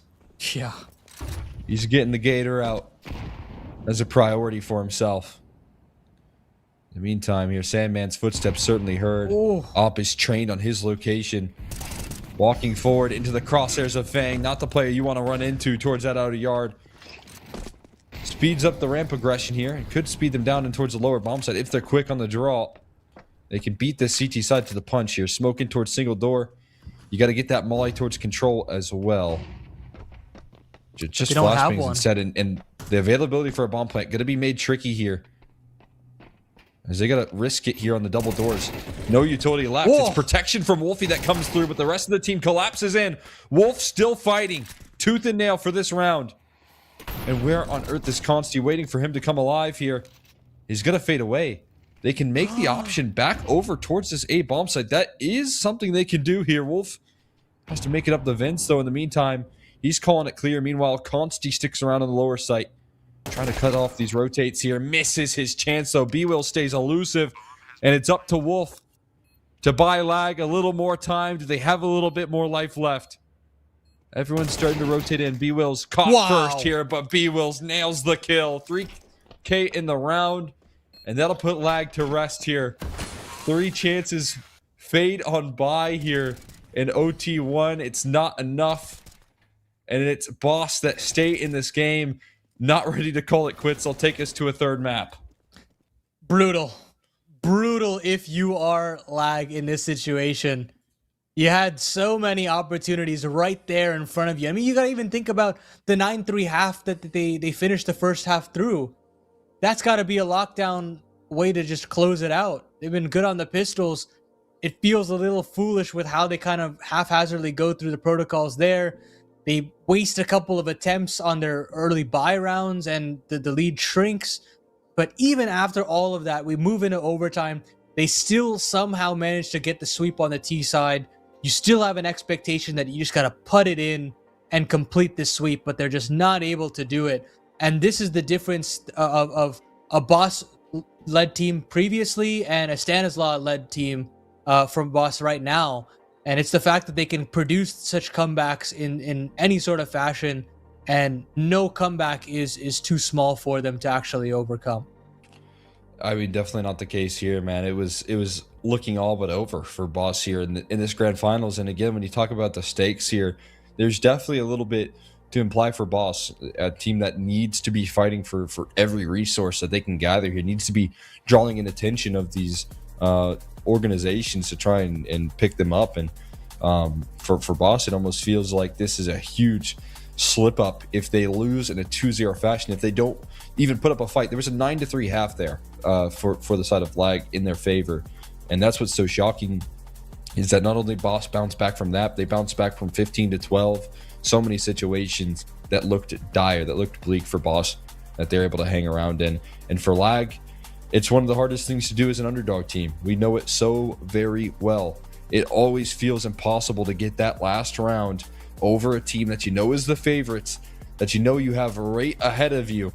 And they just couldn't capture it here, despite Cameron stepping up to the plate again. So much impact coming through from him. Sandman even having his moments here. Everyone getting their PrizePicks check marks besides Sandman. But, only a half a kill away. Almost had it there. It just feels like, I don't know. I don't know what to expect from Lag after that sort of crushing defeat. Yeah, I mean, it's going to really call in question of mentally how locked in are you when you move over to Ancient. And, I think that Lag have shown some real promise on Ancient. We got to see them against Overnight yesterday, and they look pretty dominating in that sense. Like, the fundamentals look good, and I think Wolf looks very solid on that map himself. But on the other end of the equation, I really like some of these Stanislaw called Ancients in months past over on Wildcard. So I mean, it is really a toss-up at this point, especially when you consider some of these stars are starting to light up. And it might not be Slight, the guy that you kind of expected, but it's players like B-Wills and Fang to kind of step up when it matters. And even Stanislaw with some just really important double kills here and there to pull it back. So, I mean, the pendulum is definitely swinging one way rather than the other for me right now. But again, it's Counter-Strike at the end of the day, and you can always swing back the other way. Yeah, no doubt about it. And I think that, Lag still have a good head on their shoulders. It's going to be a huge challenge for them to mentally recover from that, but by no means out of things just yet. Look at the stats here for the side of Boss, and again, I got to give a lot of credit to Fang, who needed a resurgence in that second half of play, and he brought it. He brought the energy there out of the gates from the very pistol and didn't let off the gas on a consistent basis until the bitter end, until things were closed out and finished for Boss. So big time performance here. It'll make for a very interesting map 3 to see if he can continue that conversation on what I feel like can be a specialty map for him. He's very good on Ancient as well, so interested to see how things shape up there. But before we get to Ancient, we're going to be sending this one off to a quick break. Once we come back, we will determine who wins PrizePicks in a Revival Series number 12, guys. Stick around. We'll be back.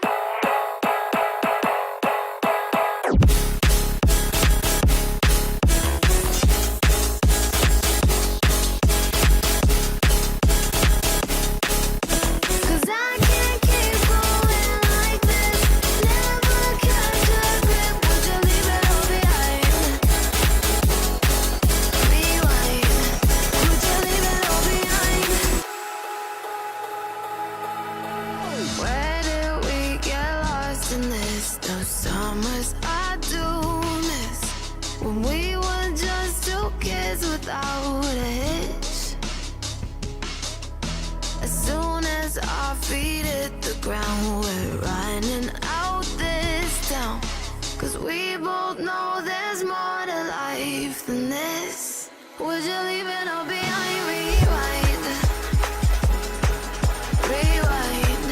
Would you take me back in time to find peace of mind? Would you leave it all behind? 'Cause I can't keep going like this. Never catch a grip. Would you leave it all behind? Rewind. Would you leave it all behind?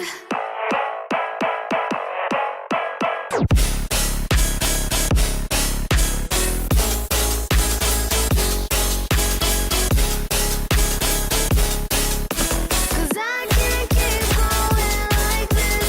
Never catch a grip. Would you leave it all behind? Rewind. Would you leave it all behind?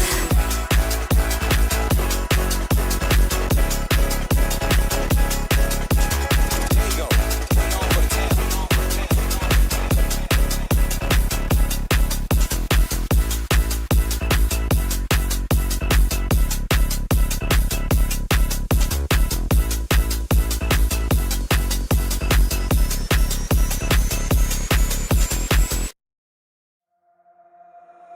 Work your fingers to the bone. I know you can keep me warm. Don't you leave, it's getting cold. I got you and you got me. Don't be scared if we complete. Love and war, the same damn thing. Yeah. Oh love, it's like I'm fading away. I want more, I want more. Oh love, I really want you to stay. We'll push it to the edge for real. We'll push it to the end now. We'll push it to the end now. I want your body, all in. 'Cause I love the way you make me feel. We'll push it to the end now. We'll push it to the end now. I want your body, all in. 'Cause I love the way you make me feel. I want your body, all in. I want your body, all in.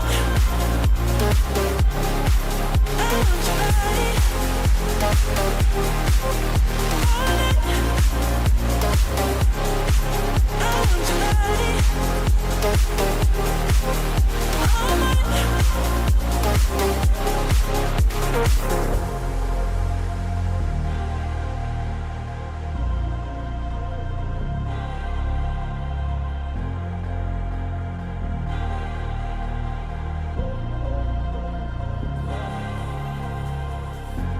oh love, it's like I'm fading away. I want more, I want more. Oh love, I really want you to stay. We'll push it to the edge for real. We'll push it to the end now.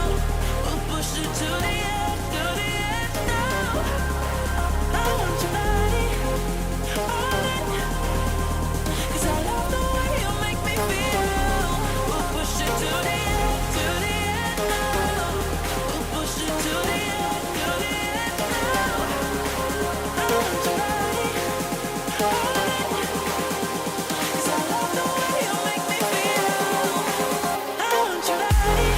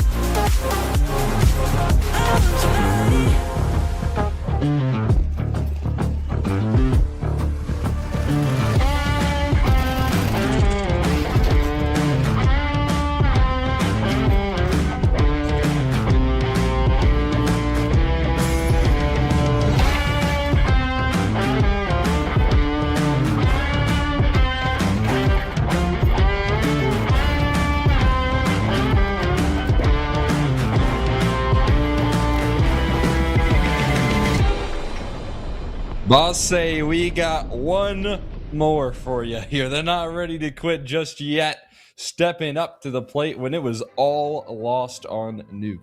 Felt like all hope was lost. They say otherwise here. Boss closing out their own map pick in scrappy fashion takes us to the decider of Ancient. I feel like, again, in such an evenly matched game there, what we just saw on Nuke, one that is going to be a tough pill to swallow for Lag. I think this one going to come down to their resiliency here as a roster to break through if they want to try and pull off this upset, because they had it. I mean, it was in their grasp on Nuke. And when an opportunity like that is just so close, like right in front of you like that, and you have it ripped away just as quickly, it really calls into question mentally how invested are you in this final map? How can you amass the confidence to pull yourself back up and say, we still got this. We still got some great foundations on a map like Ancient and that we can pull it over the line. I'm not exactly sure, but hey, if there's ever a team that was looking to kind of complete this upset, it would be this team like Lag. They've been on a 5-match win streak. You know, they've got a chance at potentially causing a huge shakeup in the VRS standings as well. And I mean, I don't know, it's just a real chance here for Lag, and they get to start on the CT side as well here, Cole. That they do. Defensive start for them. Boss on the T side, looking to get off to a quicker start than what they showed us on Nuke. Only 3 rounds in that half on the T side. Throwing a good execute on the pistol. One that will leave Wolf on the outside looking in on the play. And a retake setup here ahead of them. One that I'm noticing doesn't include a kit and doesn't include Cameron either, as he's knocked out through the shelf side, but Wolf will find one through the smoke. So tip for tat, I guess. And even more out of DJ. If they move quickly, a lack of a kit won't matter all that much, and they're starting to shuffle their feet through the cave side and find the follow-up frags. These dualies are packing a punch here. Light also finding some ground here. B-Will's backing him up, but it's just going to be an overwhelm. B-Will's with a quick 3-piece, and he's buying time. He's around inside the donut, running out of ammo. Way! He will complete the mission. B-Will's dancing around the pillar as everyone chases him down. Somehow he's able to target and isolate these duels with quick headshots. He gets loud to lift off. I mean, I was ready to just put the round to bed and say, let's move on to round 2. Just swarmed on every angle, really.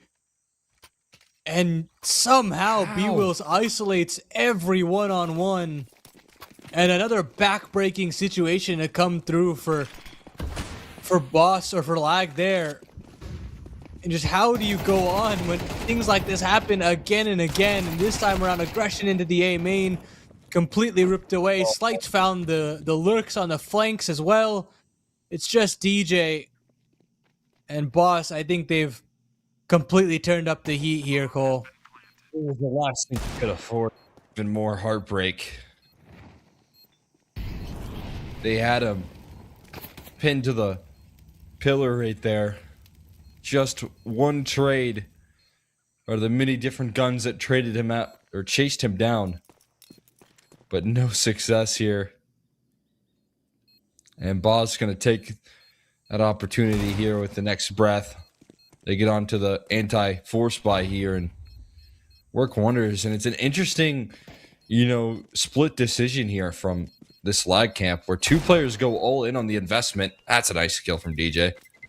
Bomb blast might catch him. He survives. Maybe he picks up a gun while he's at it, but nice. That's a huge save because, again, 2 players kind of invested there. The money is a little bit disjointed. That rifle might answer some of those problems. I guess you do just invest now all the way, right? Or I guess not.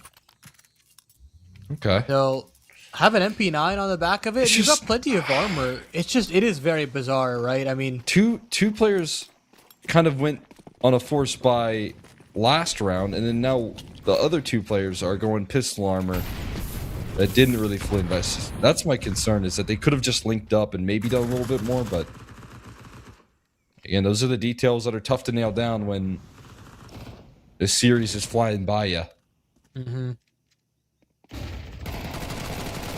Wow, beautiful flash there from Stan. But Cameron with a great shot back on the P250. all of a sudden got ourselves a 4-on-4 and Lag decided to pull away from this cave control. Instead, it's back to mid. Where Fang's looking to get some red room space. But a gamble here from Lag as they move everybody back over to A. Or at least they thought about it, and now that mid's being cleared out by Consti, maybe they're getting a little bit of false information here. They're expecting Slight to be the one that's, rotating through middle and clearing things out. But now that they spot him out, I understand the man. reason as to why Lag are thinking, we didn't spot anyone rotating through shelf. In fact, we saw Slight commit towards the donut side. Now they might find out the hard way that the play is towards A. Their initial read was right, and the pistols now need to pick up the mantle. Got a fast flank, though. This can make things interesting here. It's Cameron with the P250 looking to rattle off, and we'll see if he's being watched. Right now, Stan is watching the flank. Spots it out as well. Oh, Pushes wow. The smoke Oh. from Wolf, though. Back is turned for B-Wells. He's sidelined in a 1v1 ahead from Cameron. 50 HP, though, and a MAC-10. Fang allows for him to close the distance with a bomb ticking a little too far gone. It's going to mean this one's over. Fang takes his timing to swing, and Boss will still close it out nonetheless, but it's pricey. Brutal stuff there for Lag, especially when you've got the flanks brewing and you think that you've got Stan pinned to this box, but he finds, a hugely impactful double kill when you needed it. Yes, there is damage done to this economy just a little bit, but you'll be happy with these rounds and continuing to just put on the pressure onto this Lag team. You're figuring out how to outread them. You're pulling around these rotations very effectively. And now Slight has got himself an AWP to walk out with. He's going to try and take a challenge on the Cameron, wow. and he avoids it. Little jumping measure there will lead to some success, but a flashbang won't let him last long, and Slight, rather Consti, able to trade things out here. Trying to peek around for more. That Molly doesn't flush him out, but they sure do spot him. And a second Molly to actually secure things here as a labored spray out of Sandman caught in the gray screen of the smoke. Can't maintain the accuracy. And Consti and DJ, it's a fairly straightforward call I would feel from this point as Boss too far situated in this post. Tough situation for Lag once again. I mean, if you're Consti, you're just trying to put the superhero cape on and try to pull things back, make it a doable situation. And I mean, he stalls for quite a bit of time for the rotations to come through, but as they do, through the smoke on CT, quick kills to come out for the T side, and it's just not enough for Consti. When he gets back into CT, sure, but that's not without taking some significant damage on the back end as well. They will save over these guns between the two of them, Consti and DJ, but I mean, some of this utility usage is really clicking into place for Boss now, and most importantly, Slight isn't missing a beat, and that was basically the sleeping giant that was lying in front of your face for basically 2 maps straight. Yeah, I definitely didn't get activated on Inferno. Picked up the pace a little bit more on Nuke, but now on map 3 again. I mean, we highlighted this guy as a player that really doesn't stay down for long, and him coming alive here is going to be the last ditch that they need to push this one across the finish line in Fruit Cup. I mean, just pinpoint precision on that opening pick just before he falls to the response from DJ. But just threading in a little bit of nuisance here in the opening duels. And any sort of one-for-one trade that a T-side can take this early into the round is going to weaken up the defense. Yeah, it splits the attention. It forces some gambles to be made, and Lag take the gamble on re-clear of middle. 3 players at least perused on it right now, but Wolf is pushed all the way to the back of B. He'll rotate over to the short side to see if he can get a sight line. And he does catch a player on the cross. DJ will be there to complete it. But that cross still does come through.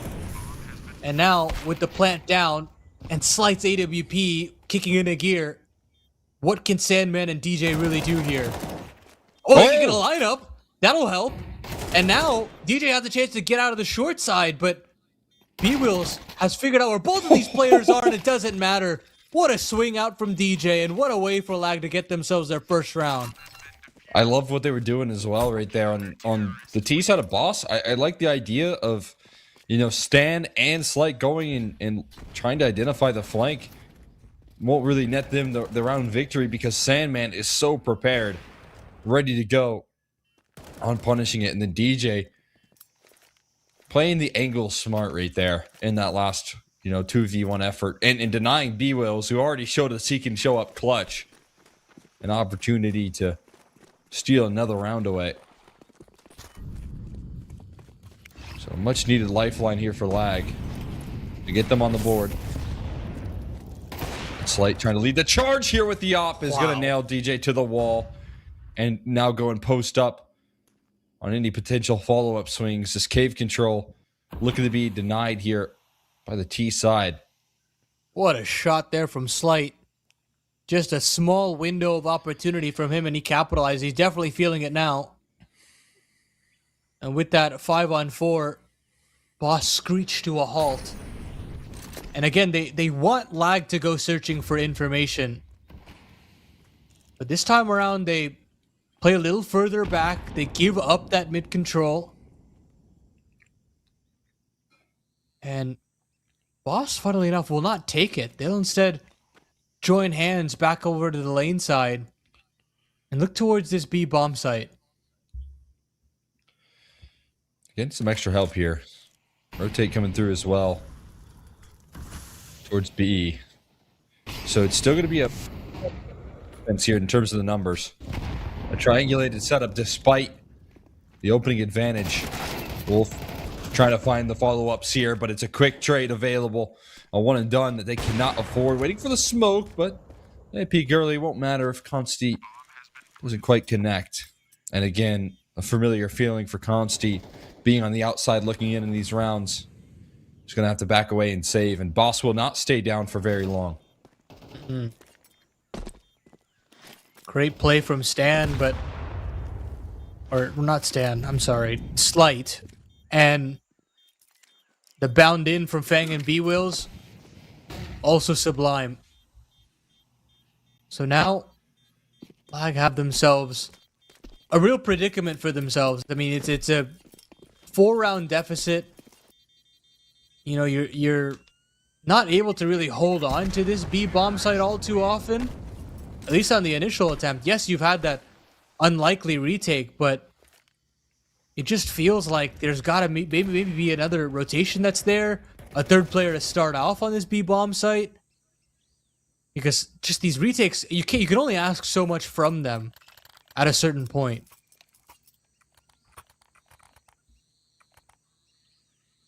Yeah, I think when you're dealing with man advantages and the depth of the execute at a Boss, it is really hard to play a man down in those sort of situations. Because you can see how effective their trading is and in how many details they've got nailed down to shut Lag out of these situations here. I mean, Wolf can net a 1-for-1, but that's probably maxing out his availability when he's getting crunched by Cave and up the ramp side with flashes to back them up and Util to block out his help. Something that we talked about a little bit where Lag were able to get away with that when they were playing against Overnight. You could see the quick rotations come through and talked about the lack of flashes that Overnight had and the lack of utility that was present in that matchup when they were playing up against that squad.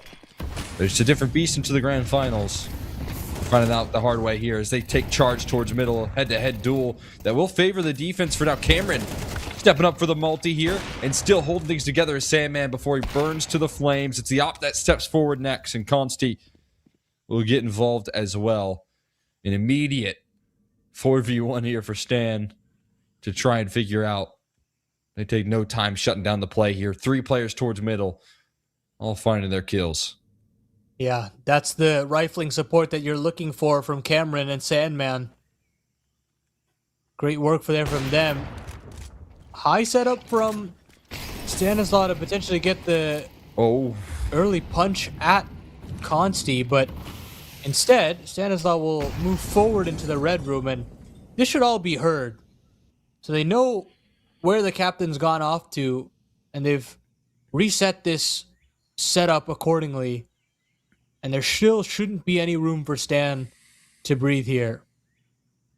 No, Cameron on 1 HP is kind of going on a fact-finding mission to figure out what's happening there. Then on low health, he'll catch a back turn. The perfect situation for him. Completes it with a 3K. Another round where Cameron's called upon that he's able to answer.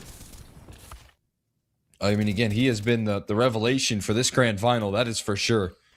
The difference maker on not only map 1, but map 2 as well. Wasn't enough in the effort, but definitely that presence still felt.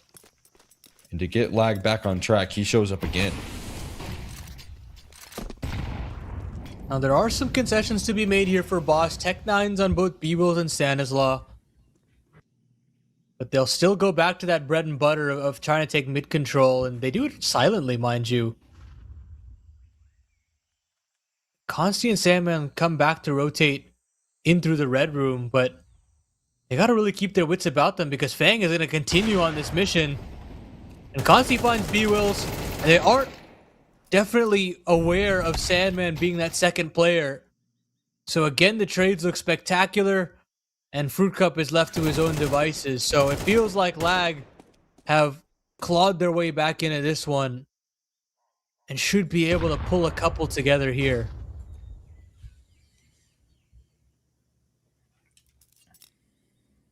Not a lot that Fruit Cup can stand in this one. We're going to take a slower approach here, not fully committing on the play through B, but instead routing this one towards middle. Don't think that'll create much more opportunities for him, to be honest with you. His way down, finds the isolated duel into Cameron quickly. The op is up next, but Consti will not miss. And Lags start to fight back here ever so slightly. 2 rounds in a row. They break the economy. They clean things up consistently in these two without losing too many bodies. So you got a little bit of belief here going for you in the Lag department. And this round should continue that conversation here. It is a couple of flashes, a smoke for Stan. It's about all the utility that they really have available. We'll try to get through this utility, but that grenade is going to pack a serious punch. TJ is there as well, and I mean, they'd love to get anything out of this, but they're not going to. I get that fourth. And Boss now slowly feeling the inch back here from the CT side.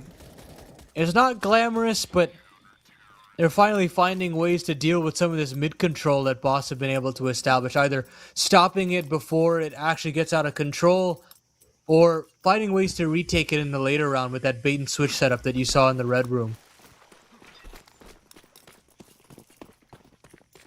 Well, it's not glamorous. Maybe it is effective here, and the economy is so well established. 9K already built up for Consti, who has an op still. So they're making big strides back into this one, and Consti is on the scene. Ready with the AWP here to strike when necessary. The flash is going to be avoided here and misses a shot. It goes high above the heads of the Boss members, and that ultimately gets punished. Cameron still able to fight here from the cave side and in towards the back of default. How do you plant the bomb here as they continue to constrict access on this site? The HP bar is dwindling on this T side, and it's just Fang and Stan left to try and fight back into this round here. Fang getting ticked by the molly and a double swing coming through. There's one that Stan will punish, but the rest of the collapse is inbound, and Lag will now tie things up. I mean, I admire the speed out of Boss to get into this A site and cause some chaos, but I mean, these rotations from Lag are just as swift, if not quicker to the punch here. And now you're starting to see a little bit more confidence out of players like DJ to go swinging a little wider out of temple instead of giving so much space. And this is all off the back of a Consti that isn't necessarily looking like 100% right now. So having that support while he tries to get back online is huge. Boss are going to try to rerun this back, though. This time Stanislaw getting a little bit more entrenched. Itchy to blow open the smoke, but the molly to block the play. Bomb being planted all the while. And a 5v5 post here, not for long though. Wolf will find one through the smoke. And this becomes a huge challenge, one that Fang will look to make easier by picking up a rifle and covering the flank. Everyone tucked in towards the temple side of things here. A little bit constricted for Boss in the post plant, but the Tech 9, the time for Stan was becoming in. Here's Fang now with the rifle, needs to offer up the resistance inside the smoke, diffusing. The knife goes wild, and it won't find its target here. It's a sneaky defuse from Sandman, and it's quick kills from Wolf. Everyone falls on the side of Boss as the defense takes control. And they can't run this one back either, Boss. Got everything that they could ask for in that round there, but just these clutch defuses are working splendidly for this defense. And now you get one more chance for Boss. I think they'll still be happy with how they've been able to navigate this T side, but the momentum very much has swung back the other way. Now another 5-on-4 for Lag to hang their hat on. And no mid control taken off the back of all of that utility. It was Fang to be that guy that takes all that space on his own. Yeah, that utility just completely nullifying Fang's chance to open things up. Forces a later play here out of the mid attack. As much as you would, in this man advantage, like to maybe fall back into these more passive approach and trust in the site defense, they're still fighting forward here, maybe to the detriment, though. DJ was the one I was mentioning here, and he takes it a step too far. Will cost him his life and equalize. That free pick onto Fang early doesn't last long, but it's a double up in the red room. Well, keep things positive here. Consti just gets walked in on by Fruit Cup, and it's Wolf feeling the heat of this B-site defense, one that he'll be up to the task for. Turns around for B-Wills as well. And it is 7 rounds in total here. Wolf starting things off hot, able to finish strong as well. That's 6 in a row on the comeback here for Lag. It completely shifts the tone of this game. And again, you'll still be happy with the round collection that you have if you're Boss. 5 on the T side, no big deal. But for Lag, you're just happy that you're able to get your heads back into this game after some crushing losses to start off this map and the end of the previous. And now they're going to try to up the tempo, set the pace into this B bomb site, into B-Wills' duelable Berettas who find nothing. Stan and Fruit Cup are both here, but even they can't find anything. DJ is the one to find 3 kills in the round. And now, sure, you've got this slight lurk, but it doesn't matter. Sandman is there to cut it off. And Lag now got themselves 8 rounds.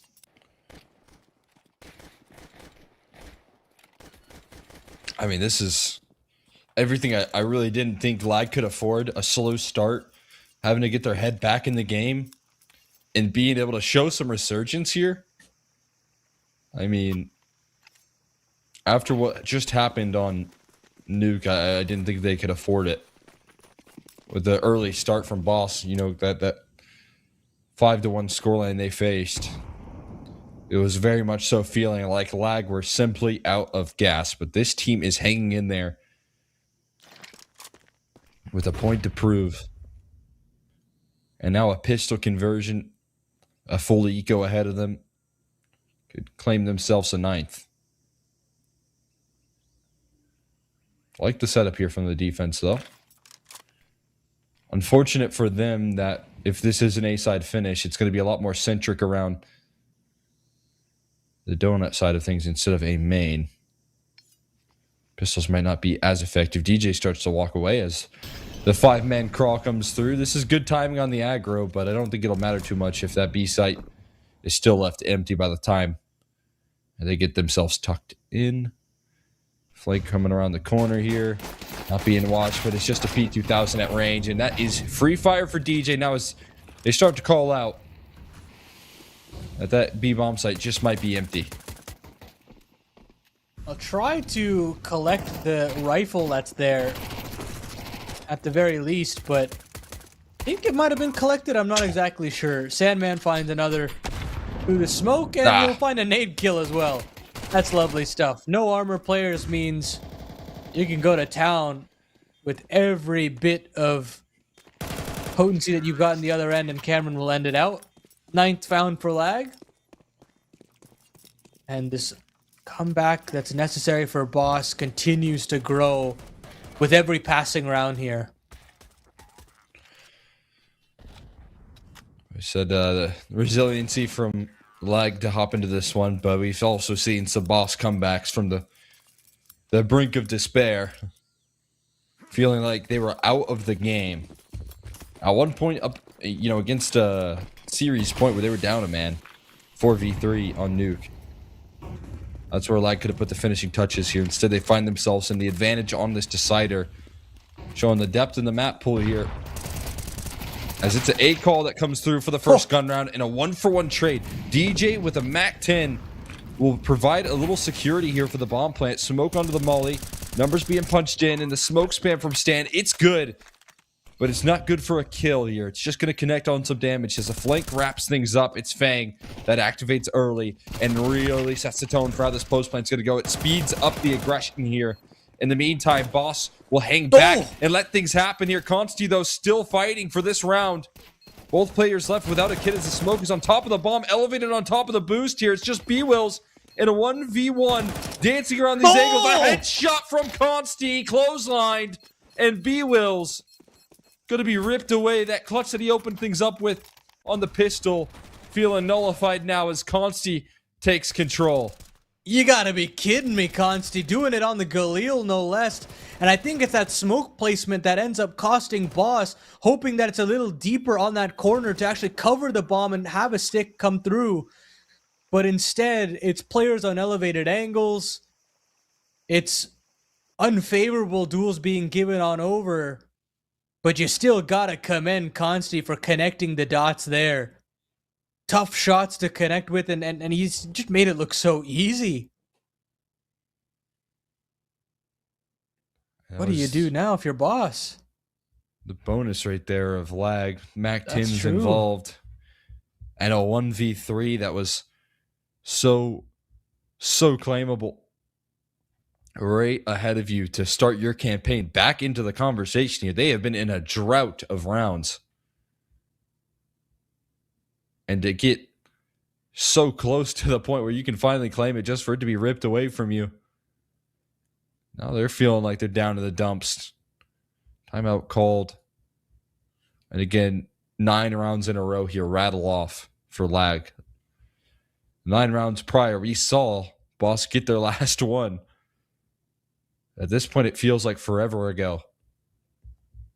And you have Consti to thank for that conversation to continue. Timeout taken from Boss, and this is one of those last opportunities that you can really see what you can do. These 5.7s can still be dangerous on a map like Ancient. We're talking close range crossfires on the cave. If you can get pressed up against those mid smokes, maybe. And they will have that cave set up. Locked and loaded, but mid control the name of the game for lag, and they will be able to bypass some of these B traps that are being set from Boss on the defense here. I say that, and they're actually going to crunch back in the other way. Sandman now having to do some damage here with this MAC-10.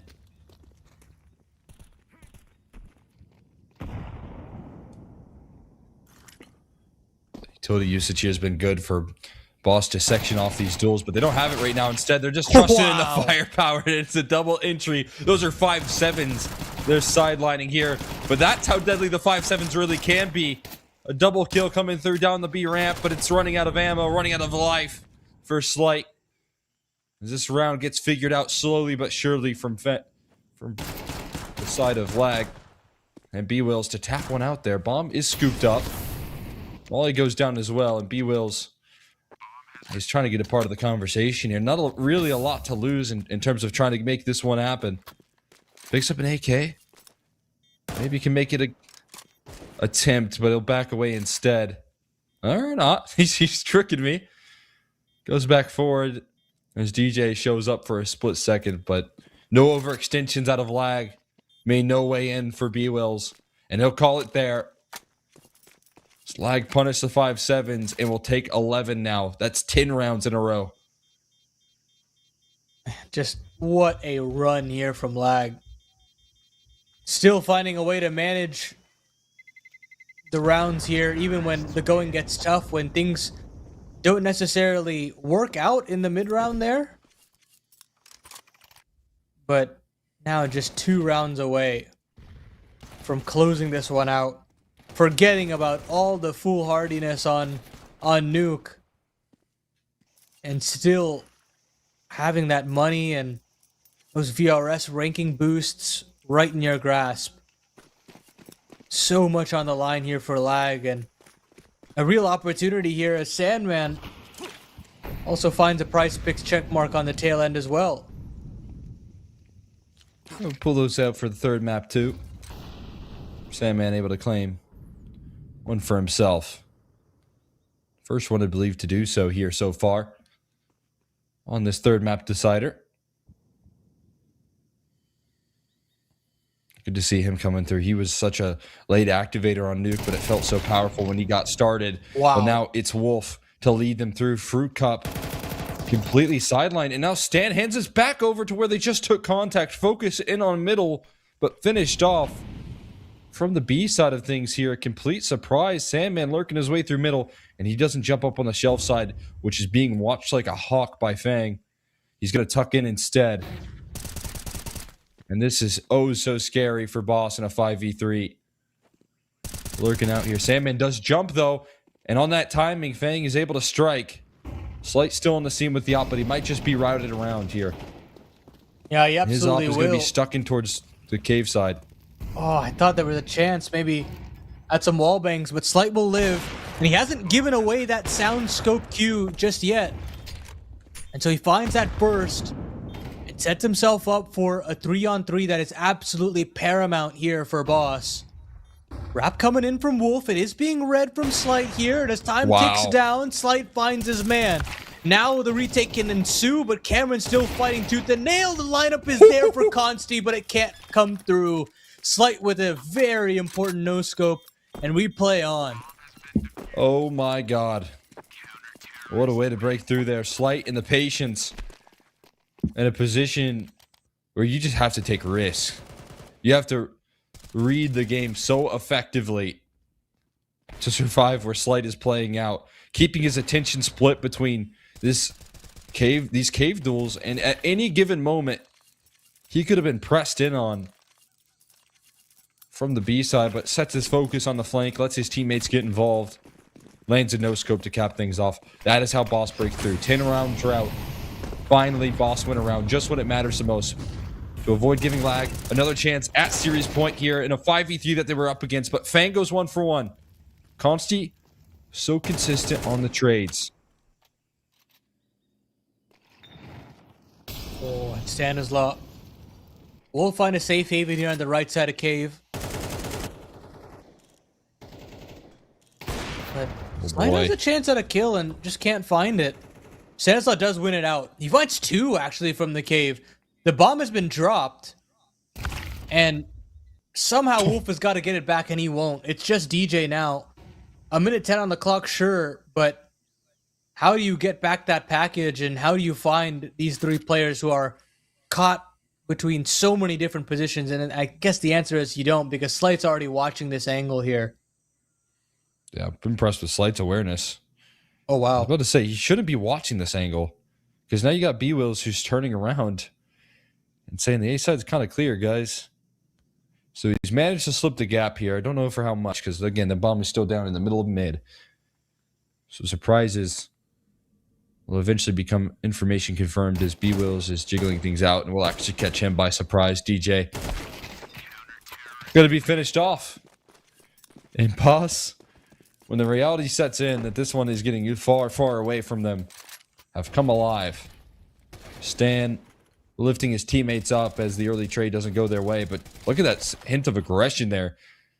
He's playing with nothing to lose in this round, and nets him a double. Other side of the equation, Wolf has gotten his prize pick check mark on map number 3. More than 14.5 kills here on Ancient. There's this Eco that's going to try to do some work here. Consti just ekes out enough HP to turn the corner, but not enough to find any real impact. Slight now on this AWP to find another. Does miss a shot, but will not miss the second time of asking. This pistol buy to try and rush down this A bomb site does not work out. And Boss will inch this one to a 3-round deficit.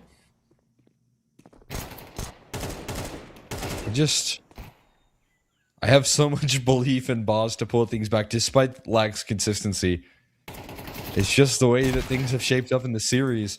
Yeah. Where I think Lag have a little bit of a mental hurdle at the breakthrough before I want to get too comfortable with trying to end things off. And losing a 5v3 when you could have claimed 12 off the back of it is one of those rounds where a little thought creeps into the back of your mind. Is it going to happen again?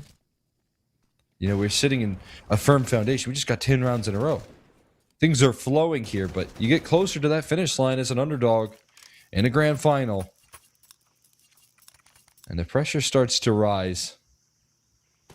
That's where you trust a lot more in Boss's experience, as opposed to some of these young guns on Lag. Still got some experienced members of their own, don't get me wrong, but Boss are on another level here.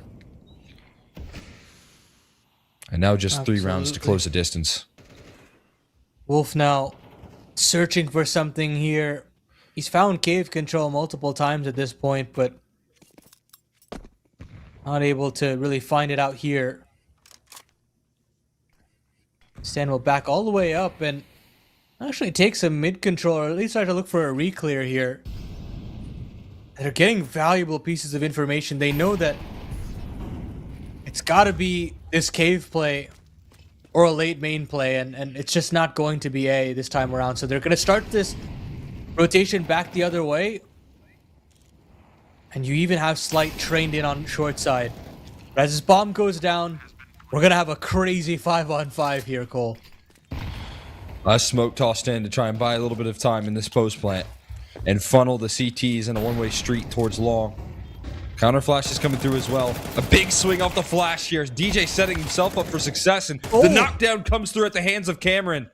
Stan is going to trade things out, but a chance for Lag now to claim 12 as Wolf slinks back into the smoke here, trying to find some safety, set up a crossfire, and Wolf capitalizes on it. B-Wills can't sustain, and Lag, despite all the pressure mounting in this comeback effort, are able to put 2 and 2 together and make it 12.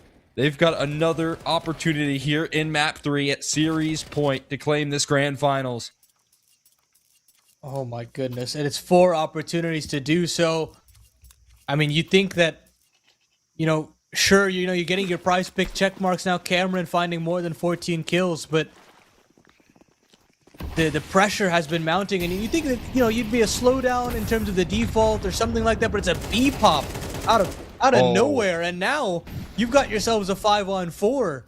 This is it. This is the chance for Lag to put this one away. Just about seeing that killer instinct come through now. Do they have that available to them?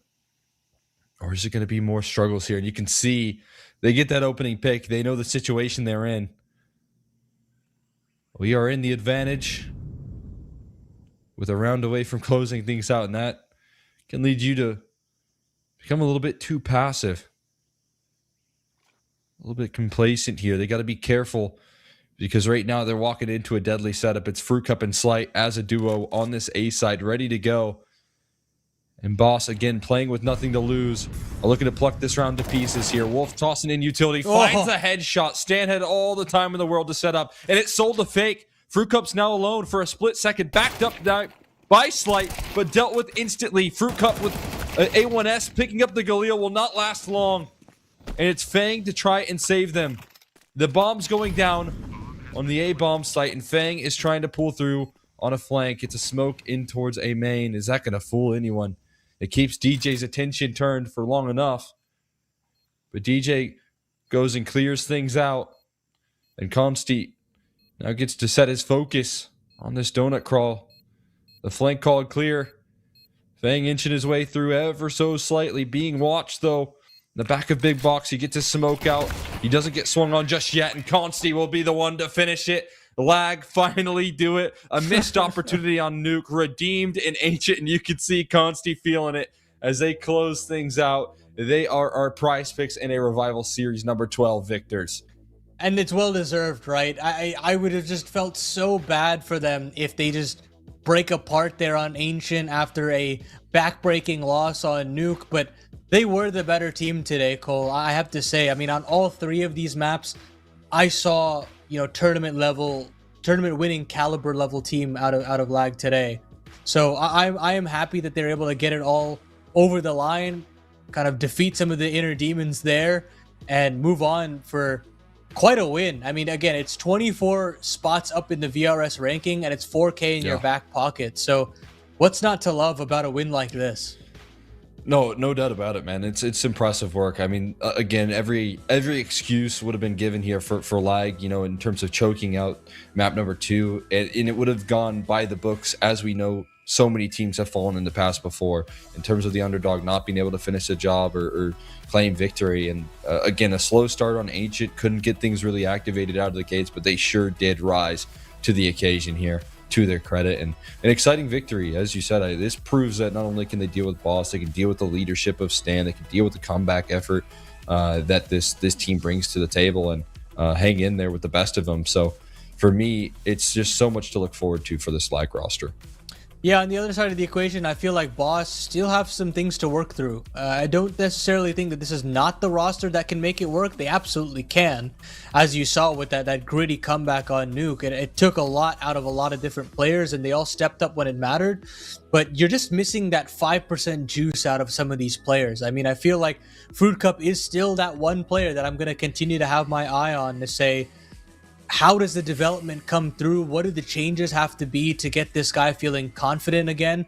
Because as you saw throughout even Ancient, not top of the table, but some of his entries were blinding and fantastic work in terms of opening up some of these rounds. But again, it's the concept of consistency with this guy, is that you're getting some of these big entries, but sometimes they just don't work out necessarily. So I'm very curious to see how that development is going to continue. And I think that's really what makes this Boss team live or die, and whether or not we'll see more out of them at the top level, or whether we'll continue to see them in this kind of area of North America for the time being.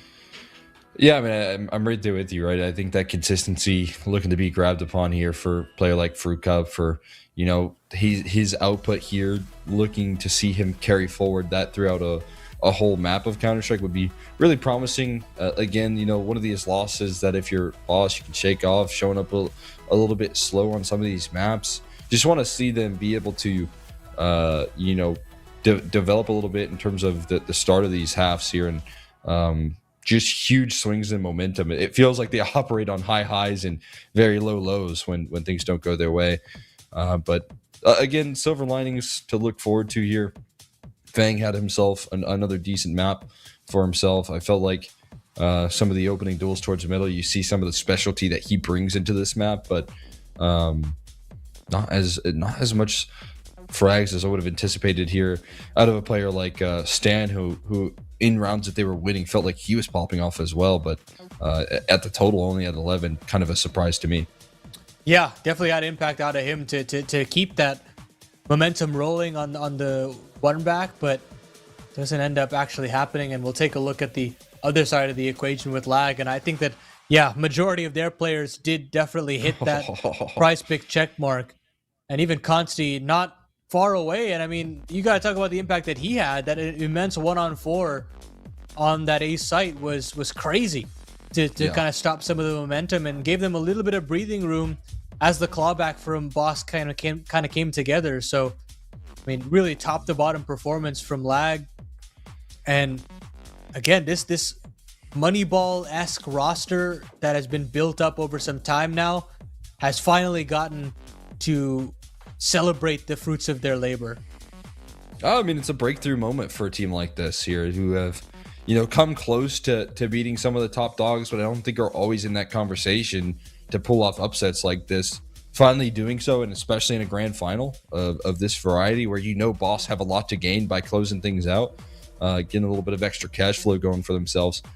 It's a stunning victory, and I got to give credit to players like Cameron, who I would say is the finals MVP here in terms of the impact that he brought over all three maps. Just super, super impressive what he was able to bring to the table. Massive credit to what he's doing here for the Lag squad, showing up when the pressure was rising. Yeah, I'm really happy with what I saw from him. He's a guy that probably has the least amount of pressure out of any player in the server today. He's not supposed to be at this point this quickly, and I mean, the expectations for him are, let's just see what we can do at this position. And I think a similar conversation goes for many of these Lag players, but for him specifically, it's like anything that I can do here would be a great thing. And he definitely stepped up beyond what I personally expected from him. And that netted them a huge victory today. I hope that we can see that level out of him on a regular basis, because if that's the case, then this rifle core gets mighty scary, mighty fast. Yeah, no doubt about it there. That is for sure. That being said here, it comes to an end. It's been one hell of a run here with all of these prize picks in a revival series. This is all the way up to 12 as we look to cap things off in an exciting fashion. We got to see some new faces enter into the victors column. Very excited for Lag to enter into that conversation with the likes of NRG and Wildcard, all of that nature. But before we close off, I do want to give one last shout out to PrizePicks, our lovely sponsors of the NA Revival Series. The best North American Counter-Strike players are competing right now. I guess they're not any longer, but they will be soon. You can join PrizePicks, though, to get in on the action. It is super easy to get started. All you have to do is select 2 or more players when you choose your lineup on their stat projections to build your squad. Then sit back and watch the lineup stats rack up. For a limited time, click the link below. Use code REVIVAL when making an account. Playing a $5 lineup to receive $50. Whether you win or lose, it's a guaranteed win for all new PrizePicks users. Thank you again to PrizePicks for partnering with Complexity and Mythic League to host the NA Revival Series. Of course, big shout out to them for making this possible. It has been a fantastic run. It's been awesome to be here with you, with John, with all the hardworking production staff that has been putting in the hours in the back rooms there as well. Want to thank you all for watching as well as we send things off here. Wonderful rest of your all's night, and we will see you on a broadcast very soon.